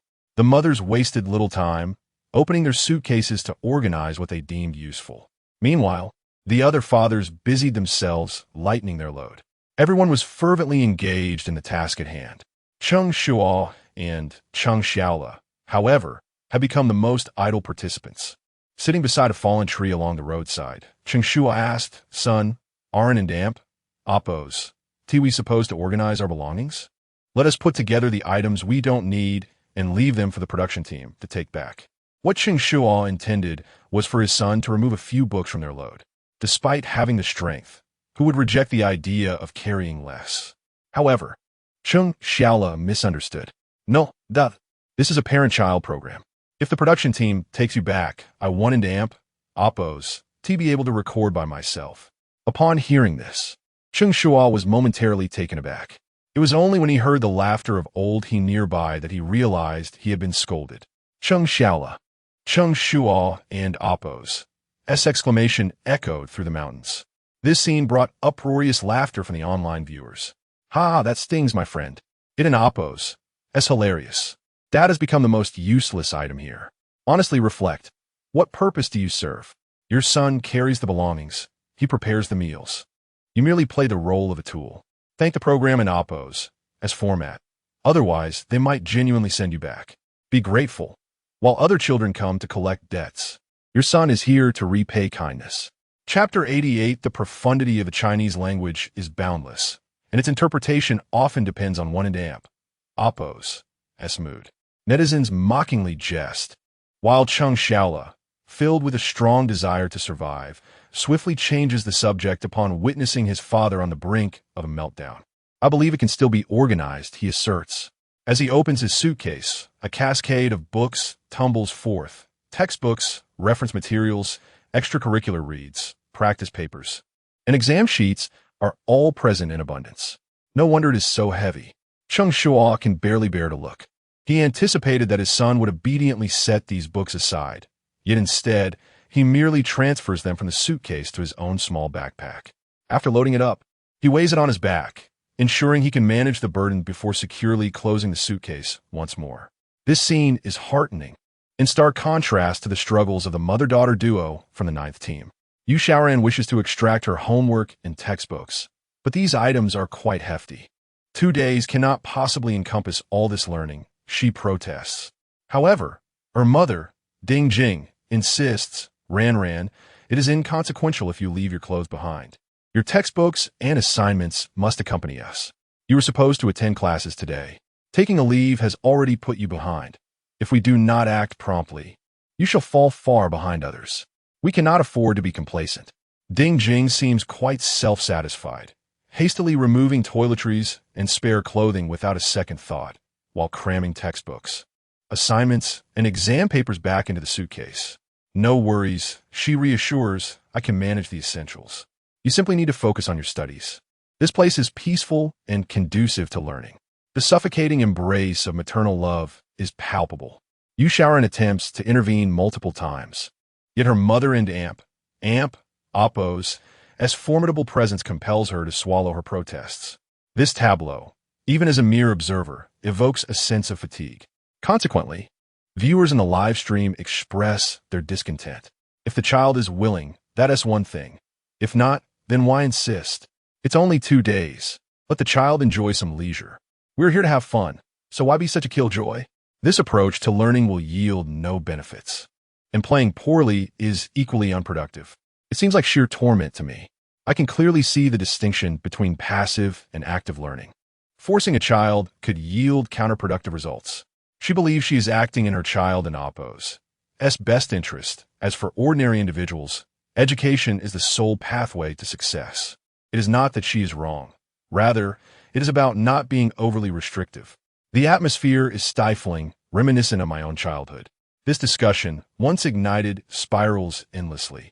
Even amidst a flurry of comments, no consensus emerges regarding right or wrong. From the perspective of the 9th team's mother, her fear of her child falling behind in their studies is purely protective. Yet, for the child, the obligation to complete assignments while on an outing feels disheartening, especially when surrounded by peers at play. The inevitable outcome of this standoff is a victory for the mother.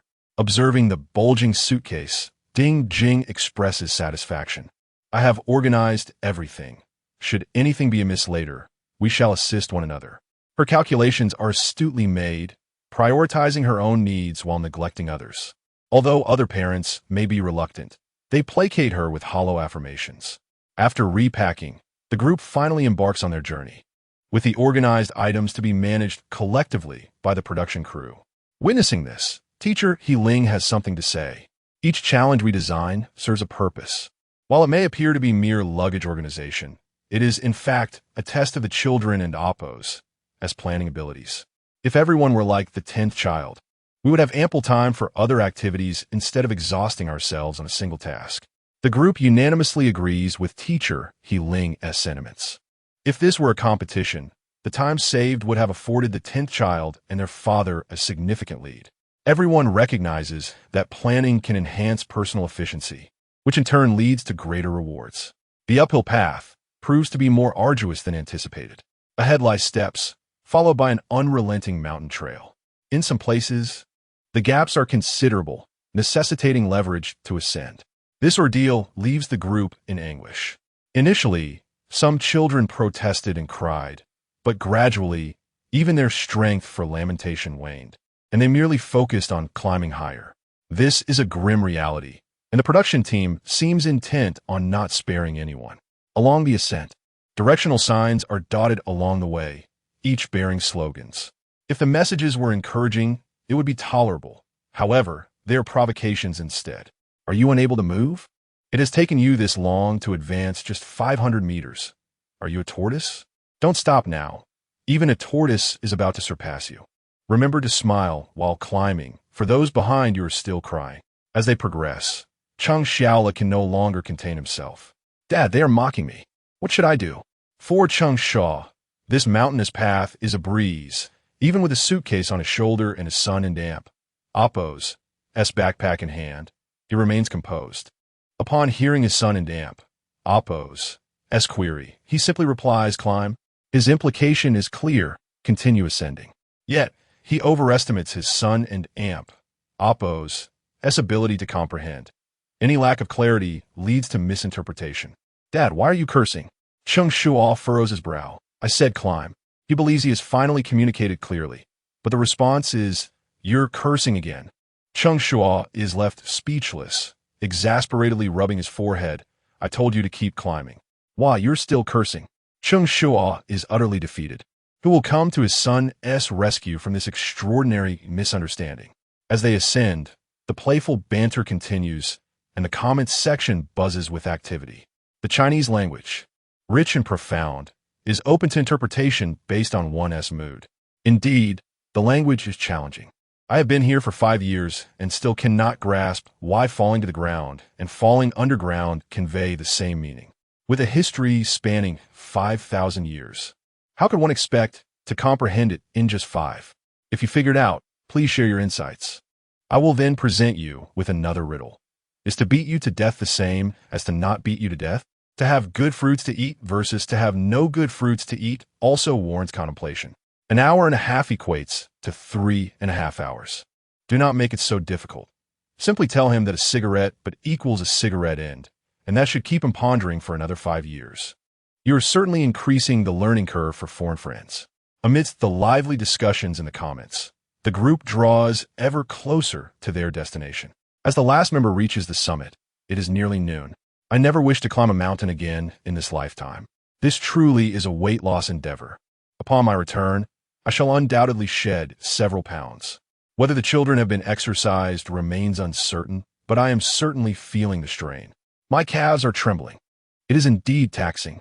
Upon arrival, everyone disregards their appearance, some sitting, others lying down. Fortunately, the production crew demonstrates a modicum of humanity, promptly providing water to quench their thirst.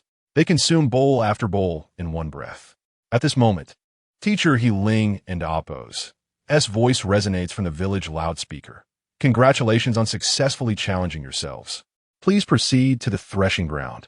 We have prepared a sumptuous lunch for you all. Enjoy. Chapter 89. The Sense of Oppression from the Village Information Station. The voice of Teacher He Ling undoubtedly served as a powerful stimulant for the contestants. What had been exhausted bodies were suddenly revitalized. Thankfully, they were spared the ordeal of cooking for themselves, or they might have truly succumbed here. Having experienced the program and Oppo's tricks, everyone was hesitant to place their trust in them again. Just when they had braced themselves for the worst, the production team immediately offered them a sweet reprieve.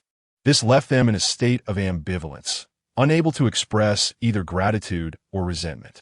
Regardless, their priority was to fill their stomachs first. After a brief respite, the group marched onward following the signs towards the threshing ground as indicated by Teacher He Ling. Along the way, they took in a general view of Jinshu village. The village comprised approximately 100 households. As the production team had claimed, Jinshu village retained an undeveloped state, with many structures still wooden. After enduring the elements, they appeared aged and substantial.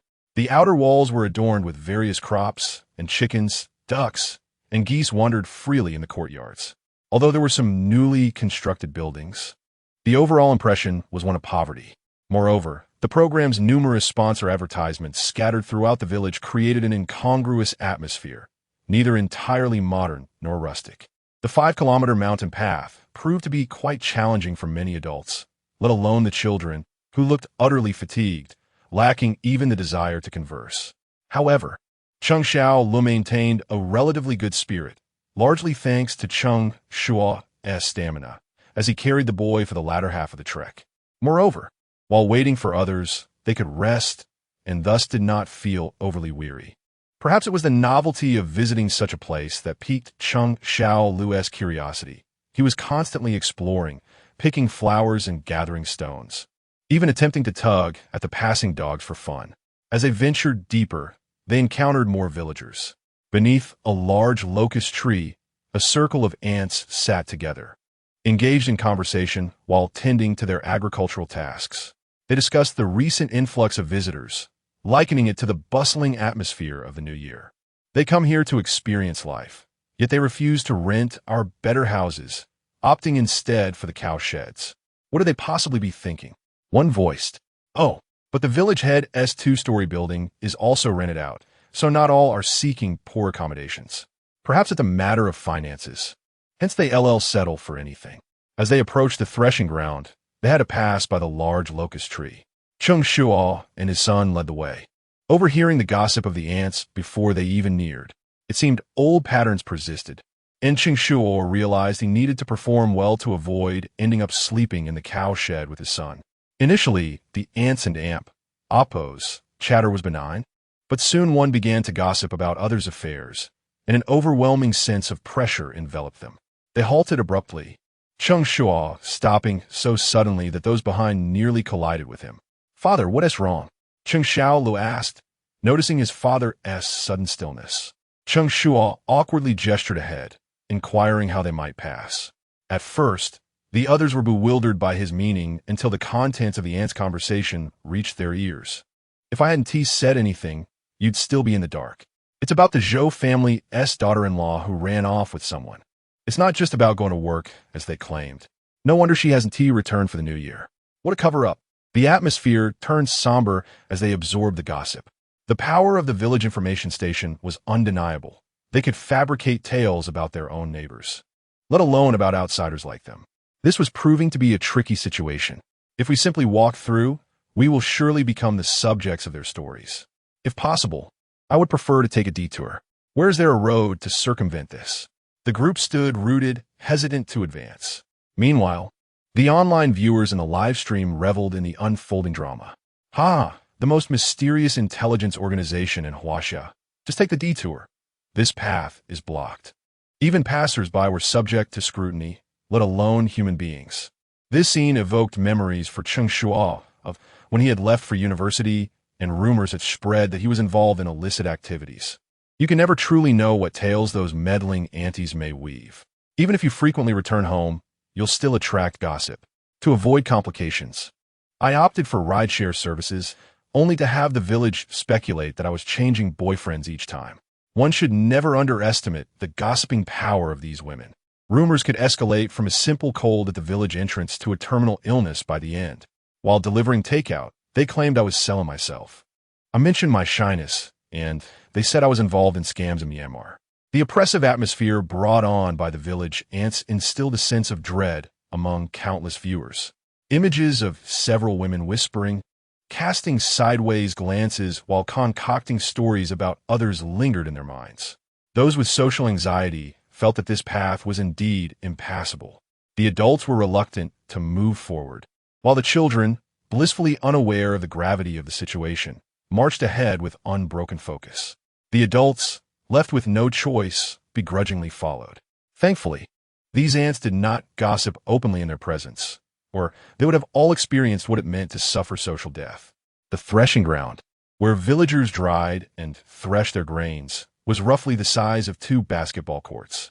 Upon reaching the threshing area, they found it encircled by villagers eager to witness the spectacle. Meanwhile, host He Ling and 3 judges awaited on a raised platform, patiently anticipating their arrival. Upon spotting the contestants, He Ling rose with a smile. "I am delighted to see you all. Thank you for your hard work." He Ling was a beloved host, and since the program's inception, interactions had been virtual. Now, encountering her in person, accompanied by such warm greetings, washed away the fatigue from their mountain trek. The contestants excitedly engaged with her. At that moment, they also noticed 4 tables laden with a feast at the threshing ground. As the aroma of the dishes wafted through the air, the contestants' stomachs instinctively rumbled in response. Observing this, He Ling beamed and announced to welcome our contestants. "The villagers of Jinshi have prepared a sumptuous lunch for you all. Please take your seats." Chapter 92 hours ago. The meat dishes on the table were still being enjoyed alongside the vegetarian offerings. Without any pretense, the invitation to sit was extended directly. The contestants were left in disbelief. Under normal circumstances, wouldn't they be subjected to some form of challenge first? It must be said that the contestants felt a bit overwhelmed and could hardly believe that the production team would show such kindness. Witnessing this scene, He Ling suppressed her impulse to laugh and once again encouraged everyone to take their seats and relish the culinary delights. These dishes were homegrown by the villagers, free of pesticides, and the chickens and ducks were naturally raised. Such delicacies could not be purchased in the city. So she urged everyone to finish their meals and not waste the villagers' and Appo's goodwill. Indeed, Heling was quite eloquent, ensuring the contestants understood there were no tricks involved and they could indulge freely. She effectively conveyed the villagers' heartfelt intentions, ultimately delivering the clincher: pure, natural, and harmless food. Who could possibly refuse that? Therefore, they decided to dig in without hesitation. Father Zhou Jun, accompanied by his child, led the way to a seat. With someone taking the initiative, the others naturally followed suit. Famished, everyone began to feast heartily upon sitting down, oblivious to any semblance of decorum. The flavor of the cured meat was exquisite, the chicken soup fresh and delightful. The pesticide-free vegetables were simply unparalleled. Hunger indeed enhances the taste, my little rascal, who is typically quite picky, was relishing every bite. My daughter, who usually eats sparingly, was seen devouring 2 bowls of rice for the first time. The atmosphere during the meal was harmonious. No one seized the opportunity to preach or impose additional tasks on the children. The only piece of advice offered to them was to eat cleanly and not waste the villagers' kindness. Observing this, the 3 judges nodded in approval. This was indeed the essence of a communal meal. Everyone was enjoying their food, with Cheng Shuo particularly indulging, her mouth glistening with grease, a sight that stirred envy among countless viewers. As the diners savored their meals, the production team refrained from any antics, and the contestants were thoroughly satisfied. Just as they were nearing the end of their feast, Heling suddenly inquired, "Did everyone enjoy this meal?" The chorus of enthusiastic affirmations filled the air, each response loud and clear, oblivious to the underlying tension of the question. Sensing the moment, Heling shifted her tone. "Then surely we cannot enjoy your hospitality without giving something in return?" At this juncture, some began to feel a sense of unease. After all, one cannot accept without offering something in return. Even as they recognized the shift, they all chorused in agreement.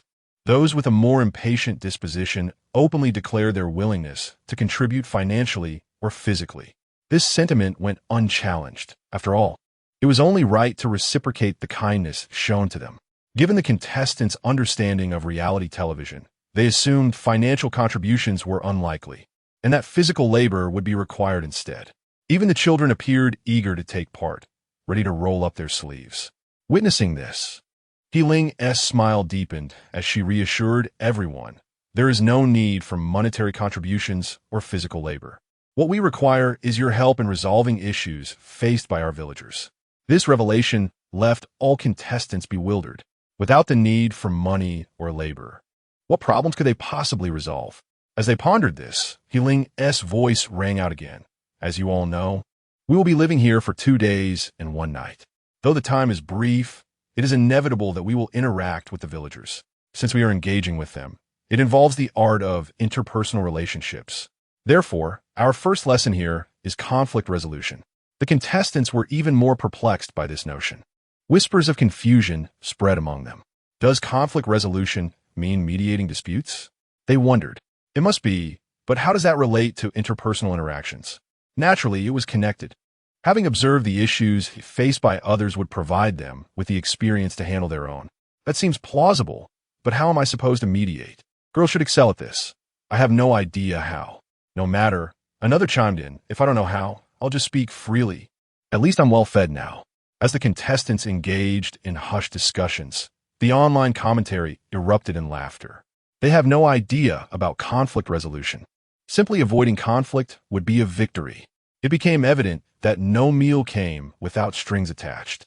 The task at hand was akin to a verbal battle among meddlesome relatives. I would rather excuse myself. This segment was bound to challenge those with social anxiety. Good luck to them. The viewers were thoroughly entertained. The camera then shifted to the judges' table. Teacher Zhong Xiuqin adjusted her microphone and stated, "This segment serves as a test for the parents." In truth, a parent's approach to problem-solving significantly influences the children. The manner in which parents handle issues is also a reflection of their character, patience, and attitude. If packing up is about discovering the children's issues, then this segment aims to uncover the parents' challenges. As soon as Zhong Xiuqin finished speaking, Xiang Hui took over. In our daily lives, we inevitably encounter various conflicts. A slight misstep can escalate tensions. This segment is designed to help others resolve their issues while also allowing participants to gain relevant experience in handling such situations. Furthermore, it sets a precedent for the children, ensuring they won't be at a loss when faced with similar challenges in the future. The insights shared by the two teachers illuminated the production team's thoughtful intentions, emphasizing that interpersonal skills are an essential aspect of growth. This prompted those parents who intended to coast through to reconsider and prepare to engage earnestly. The parents' attitudes had already shifted positively. At this moment, He Ling provided them with yet another compelling reason to give their utmost effort. In this segment, should the villagers find your solutions effective, you will receive a support vote. The number of votes will determine the contestants' living arrangements for the next 2 days.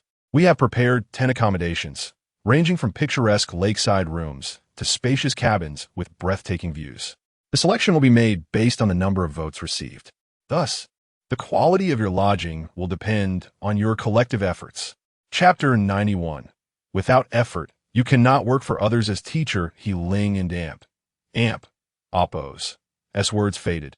The display board was unveiled, revealing photographs of 10 residences.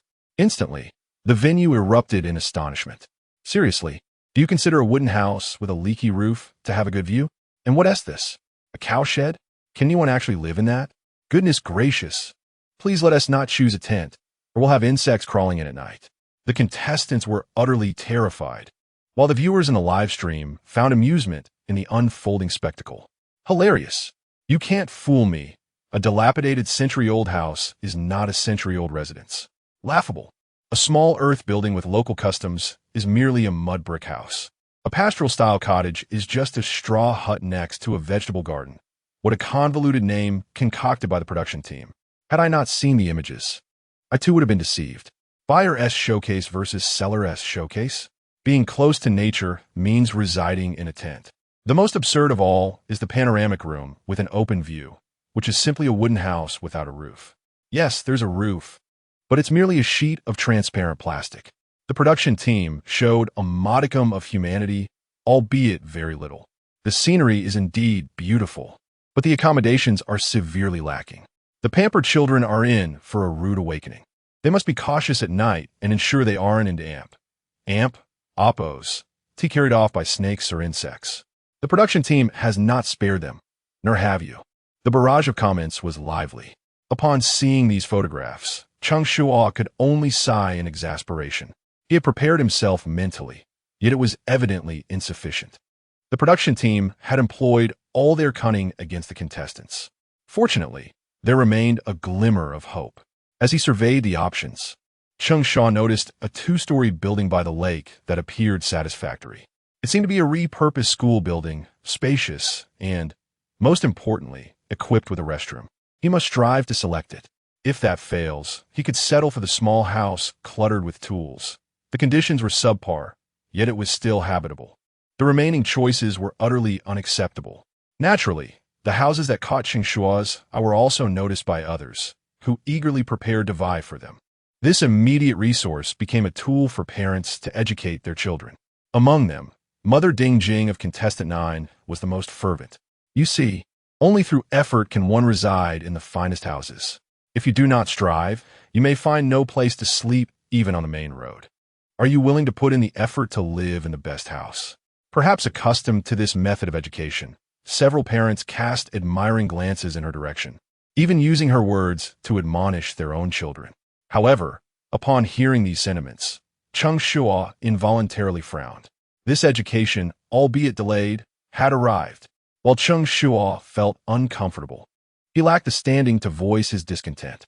Unbeknownst to him, whether intentional or not, Mother Yulan, seated to Cheng Shuo and Oppos' left, received a phone call at that moment. The conversation appeared to pertain to recruitment. She deliberately lowered her voice, and while Cheng Shuo could not discern the rest, 2 phrases struck him profoundly. Masters and PhDs are everywhere now. Just pick the best. They must strive, or they cannot work for you. These words were painfully resonant, causing discomfort whenever heard. Yet, At that moment, Cheng Shuo earnestly wished for Mother Ding Jing to overhear. The era where effort alone could yield all has long since passed. Education is no longer the only pathway. Without parental support, all endeavors are in vain. Regrettably, Ding Jing was too preoccupied with imparting various grand principles to her child to notice the conversation around her. She avoided the blow from Yulan, but could not escape her daughter's soul-searching inquiry. After Ding Jing concluded her statement, her daughter looked up at her. "Mom, it seems this segment is meant for the parents. Why must I strive?" What appeared to be confusion completely unveiled her mother's intentions. The task clearly belonged to the parents, yet they habitually imposed it on their children. Their own desires were projected onto their offspring, expecting them to fulfill their inflated aspirations. Wasn't this absurd?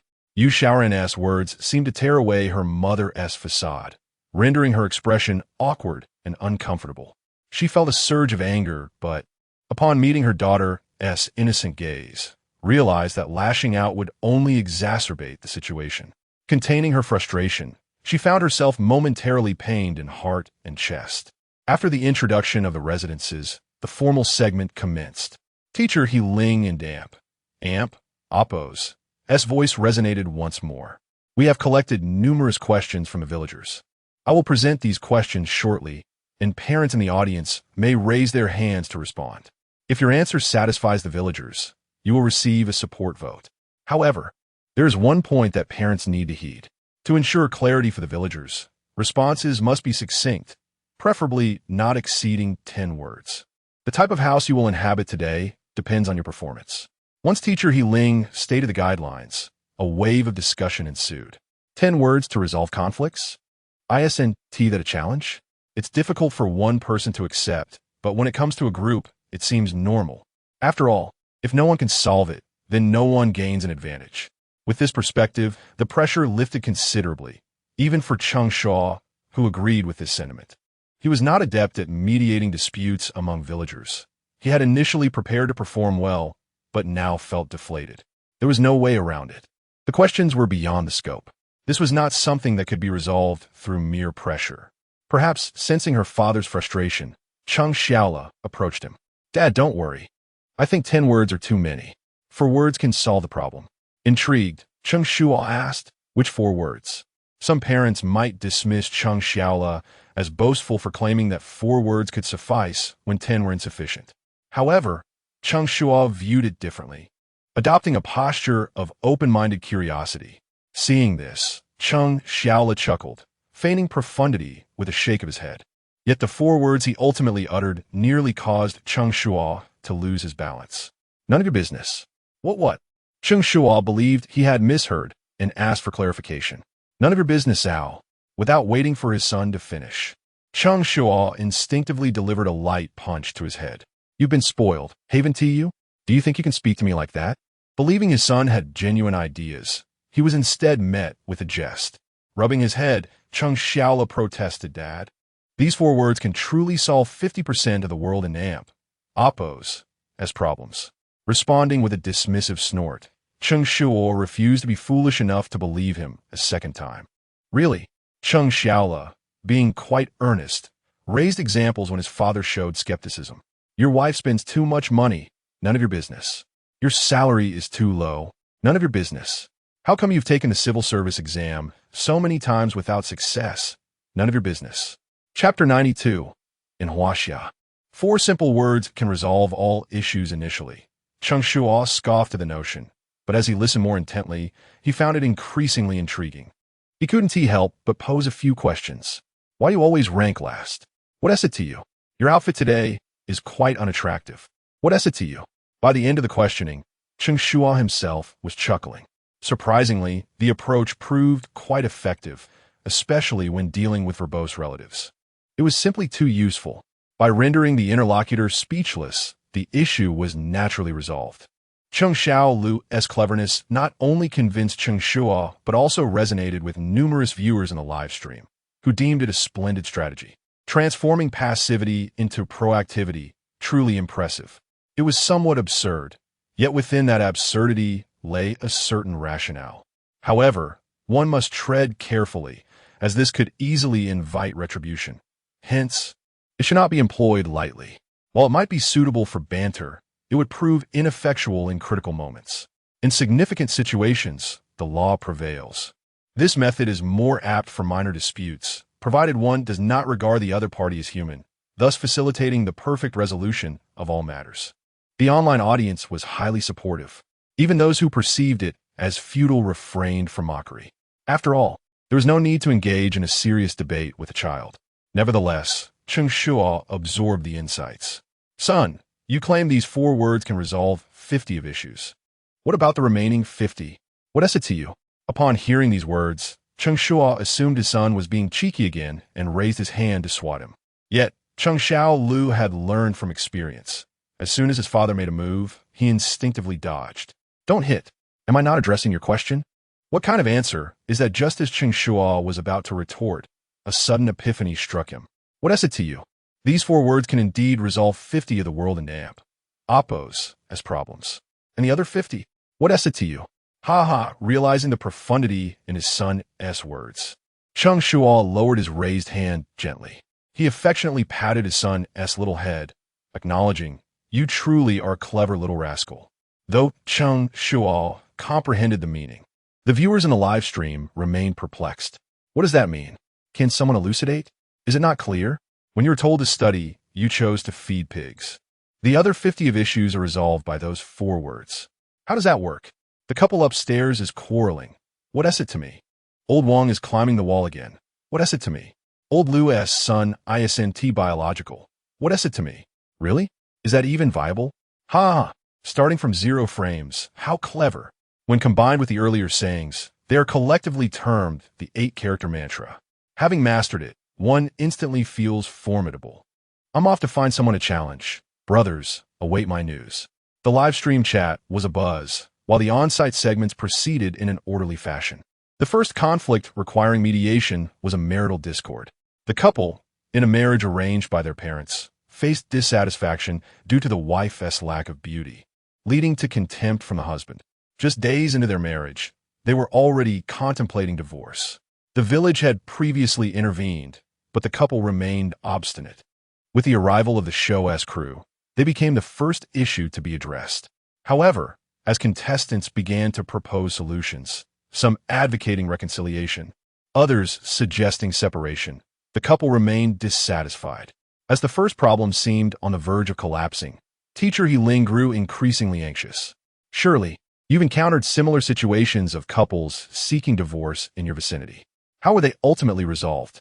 With remarkable patience, He Ling attempted to guide the discourse. Yet to little effect. No contestant offered any constructive suggestions. Meanwhile, Cheng Shuo sat resolutely, showing no inclination to speak. Although he found merit in his son's forward aphorism, he did not believe it applicable here. The parents present were at a loss, and the online audience felt equally challenged. Such private matters between couples were notoriously difficult to mediate. One misstep could easily offend. I can relate. Once, when the couple upstairs was arguing, I remarked that they might as well separate. They stopped arguing, but turned to berate me instead. Even conciliatory remarks were met with disdain, as they would retort that standing on the sidelines was easy. Haha, how brutally honest. Those truly seeking divorce wouldn't be quarreling. Hence, it is wise to refrain from meddling in such affairs, lest you find yourself in a precarious position. No wonder the parents fell silent. They were all astute individuals. As the viewers noted, outsiders should refrain from commenting on family matters. No matter how much teacher He Ling guided, everyone remained resolutely silent, akin to abstaining from casting their support votes, knowing full well they would be in vain. With everyone quiet, the show could not progress. Just as teacher He Ling pondered whether to find an excuse to skip ahead, Cheng Xiaolu's hand shot up. I'll handle it. I know how to resolve this. Everyone understood this segment was designed for parents, leaving no room for children's involvement. Cheng Shuo assumed his son would not participate. However, in this pivotal moment, he unexpectedly sprang forth. Cheng Shuo was caught off guard, unable to intervene in time. Cold sweat began to bead on his forehead. Those 4 words might be a source of amusement, but using them to address a neighbor's issues would undoubtedly invite scorn. Don't act recklessly, son. Cheng Shuo attempted to restrain him, yet Cheng Xiao was as slippery as an eel, evading capture effortlessly. Observing his obstinacy, the viewers began to voice their concerns. Look at how spoiled this child has become, acting without regard for the occasion. A little mischief in daily life is one thing, but this is excessive. Truly unaware of the world's complexities, if every conflict could be resolved with 4 words, what need would there be for the courts? He needs proper guidance. This cannot continue. Often, viewers were quite forgiving of Cheng Shuo. Even when he occasionally misspoke, no one escalated the criticism. But the situation was different now. The locals had graciously welcomed their arrival and hosted them with warmth. Now, faced with a problem, they were being treated as a source of amusement. How could they endure such a slight? Not only the audience, but also the surrounding parents shared this sentiment, all wishing to dissuade him. However, the more they tried to stop him, the more determined he became, ultimately climbing onto a stool. His conspicuousness made it impossible to ignore. Cheng Shuo's actions undoubtedly posed a dilemma for the host and the 3 judges. Undeniably, he was intelligent. Yet, when it comes to handling such issues, intelligence holds little relevance. To put it bluntly, this situation tests one's understanding of human relationships. Those who have navigated the complexities of society for decades find it challenging to provide satisfactory answers. Yet here was a 7-year-old boldly asserting that 4 words could solve everything. This was clearly disruptive. At that moment, many began to form a less favorable impression of Cheng Shuo. Yet, he remained blissfully unaware, still eagerly raising his hand. Teacher He Ling had no choice but to say, "All right, Shuo, please share your thoughts." Chapter 93. The Nuances of Human Relationships as a mandatory course in the University of Society. When Cheng Shuo finally mentioned himself, an exuberant joy surged through him, causing him to stand tall and proud. He confidently extended 4 fingers, asserting that all contradictions within Huaxia could be resolved with just 4 words.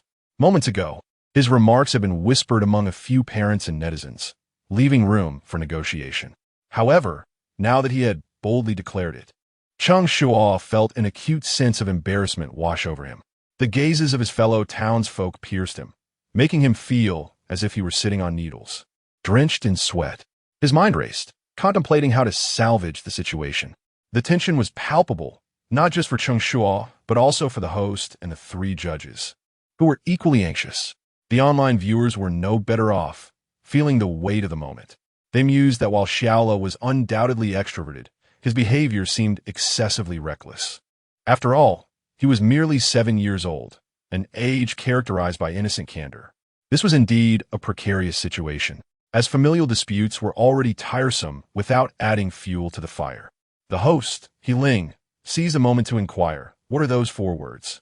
In such a scenario, most children would have succumbed to stage fright, yet Shuo stood firm, his chest puffed up with determination. Ignoring his father's attempt to intervene, he calmly articulated, "No return of the betrothal gifts." Cheng Shuo's eyes widened in disbelief. Those were not the anticipated words. His thoughts shifted from how to mitigate his son and Oppo's blunder to pondering whether those words could indeed hold any merit. At that moment, the atmosphere shifted to silence. He Ling, rather than dissecting the implications of Shuo and Oppo's statement, was more concerned about the young couple embroiled in their marital discord. Several previous responses had failed to appease them, and their patience seemed to be waning. He Ling feared an escalation, knowing how heated the argument had already become. To his surprise, both parties fell silent. The young man appeared lost in thought, while the young woman, who had been discreetly wiping her tears moments before, now seemed visibly more composed. After a brief silence, someone in the crowd remarked, "That's insightful. It hits the nail on the head." Others quickly joined in, expressing their agreement. "Indeed, those 4 words hold true," one exclaimed. "We either wish for them to make it work or encourage a timely separation." Nobody expected this. The woman's desire for harmony clashed with the man's disdain for her appearance, leading to this impasse. The notion of not returning the betrothal gifts was clever, offering the woman compensation should they part ways. Cheng Shuo had not contemplated the depth of his son and Oppo's words until he overheard the discussions around him. Suddenly, clarity dawned upon him. He recalled that his son had acquired a hidden skill termed the nuances of human relationships. Could it be the influence of this skill? While the skill may have played a role, It was undoubtedly Xiaola's intelligence and quick wit that shone through. At last, Cheng Shuo felt a wave of relief wash over him and affectionately patted his son and Oppos S back, saying, "Well done, my boy." Meanwhile, the online viewers shared a collective epiphany upon hearing the response. "I underestimated him. That answer was quite remarkable. It was more than commendable. It was a masterstroke." The implication was clear. If one is dissatisfied, they must be willing to part with the betrothal gifts. Otherwise, they should strive for a harmonious life together. This scenario presented a win-win situation. The viewers acknowledged the wisdom of youth, recognizing that age does not equate to wisdom. The judges, too, exhaled in relief, particularly Xiang Hui, who had been so anxious that he struggled to breathe. Witnessing this exchange, he could not help but praise such comprehensive consideration, striking at the core of the issue. Today's children are indeed remarkable. They even understand the intricacies of betrothal gifts. His words carried a tinge of regret, but were largely filled with pride, reflecting the generational progress. Yang Xiaodong chimed in, "The nuances of human relationships are indeed a mandatory course in the University of Society. Mastery in this subject greatly benefits one's personal growth." With such endorsements from the two educators, the parents in attendance recognized the importance of this lesson. However, they understood that this knowledge could not solely be acquired through experience. It also required innate talent. The parents had always taken pride in their children's academic achievements, but witnessing Cheng Xiaola's understanding, they began to realize that true brilliance transcended mere grades. Cheng Shuo found himself under newfound scrutiny, with several parents expressing a desire to forge deeper connections with him. He Ling, now more relaxed, turned to the quarreling couple and asked, "You both heard the response from young Cheng Xiaola. Do you find it helpful?" The couple continued to exhibit signs of discord, albeit with a noticeable shift. The young man, attempting to reach for his wife's hand, faced resistance.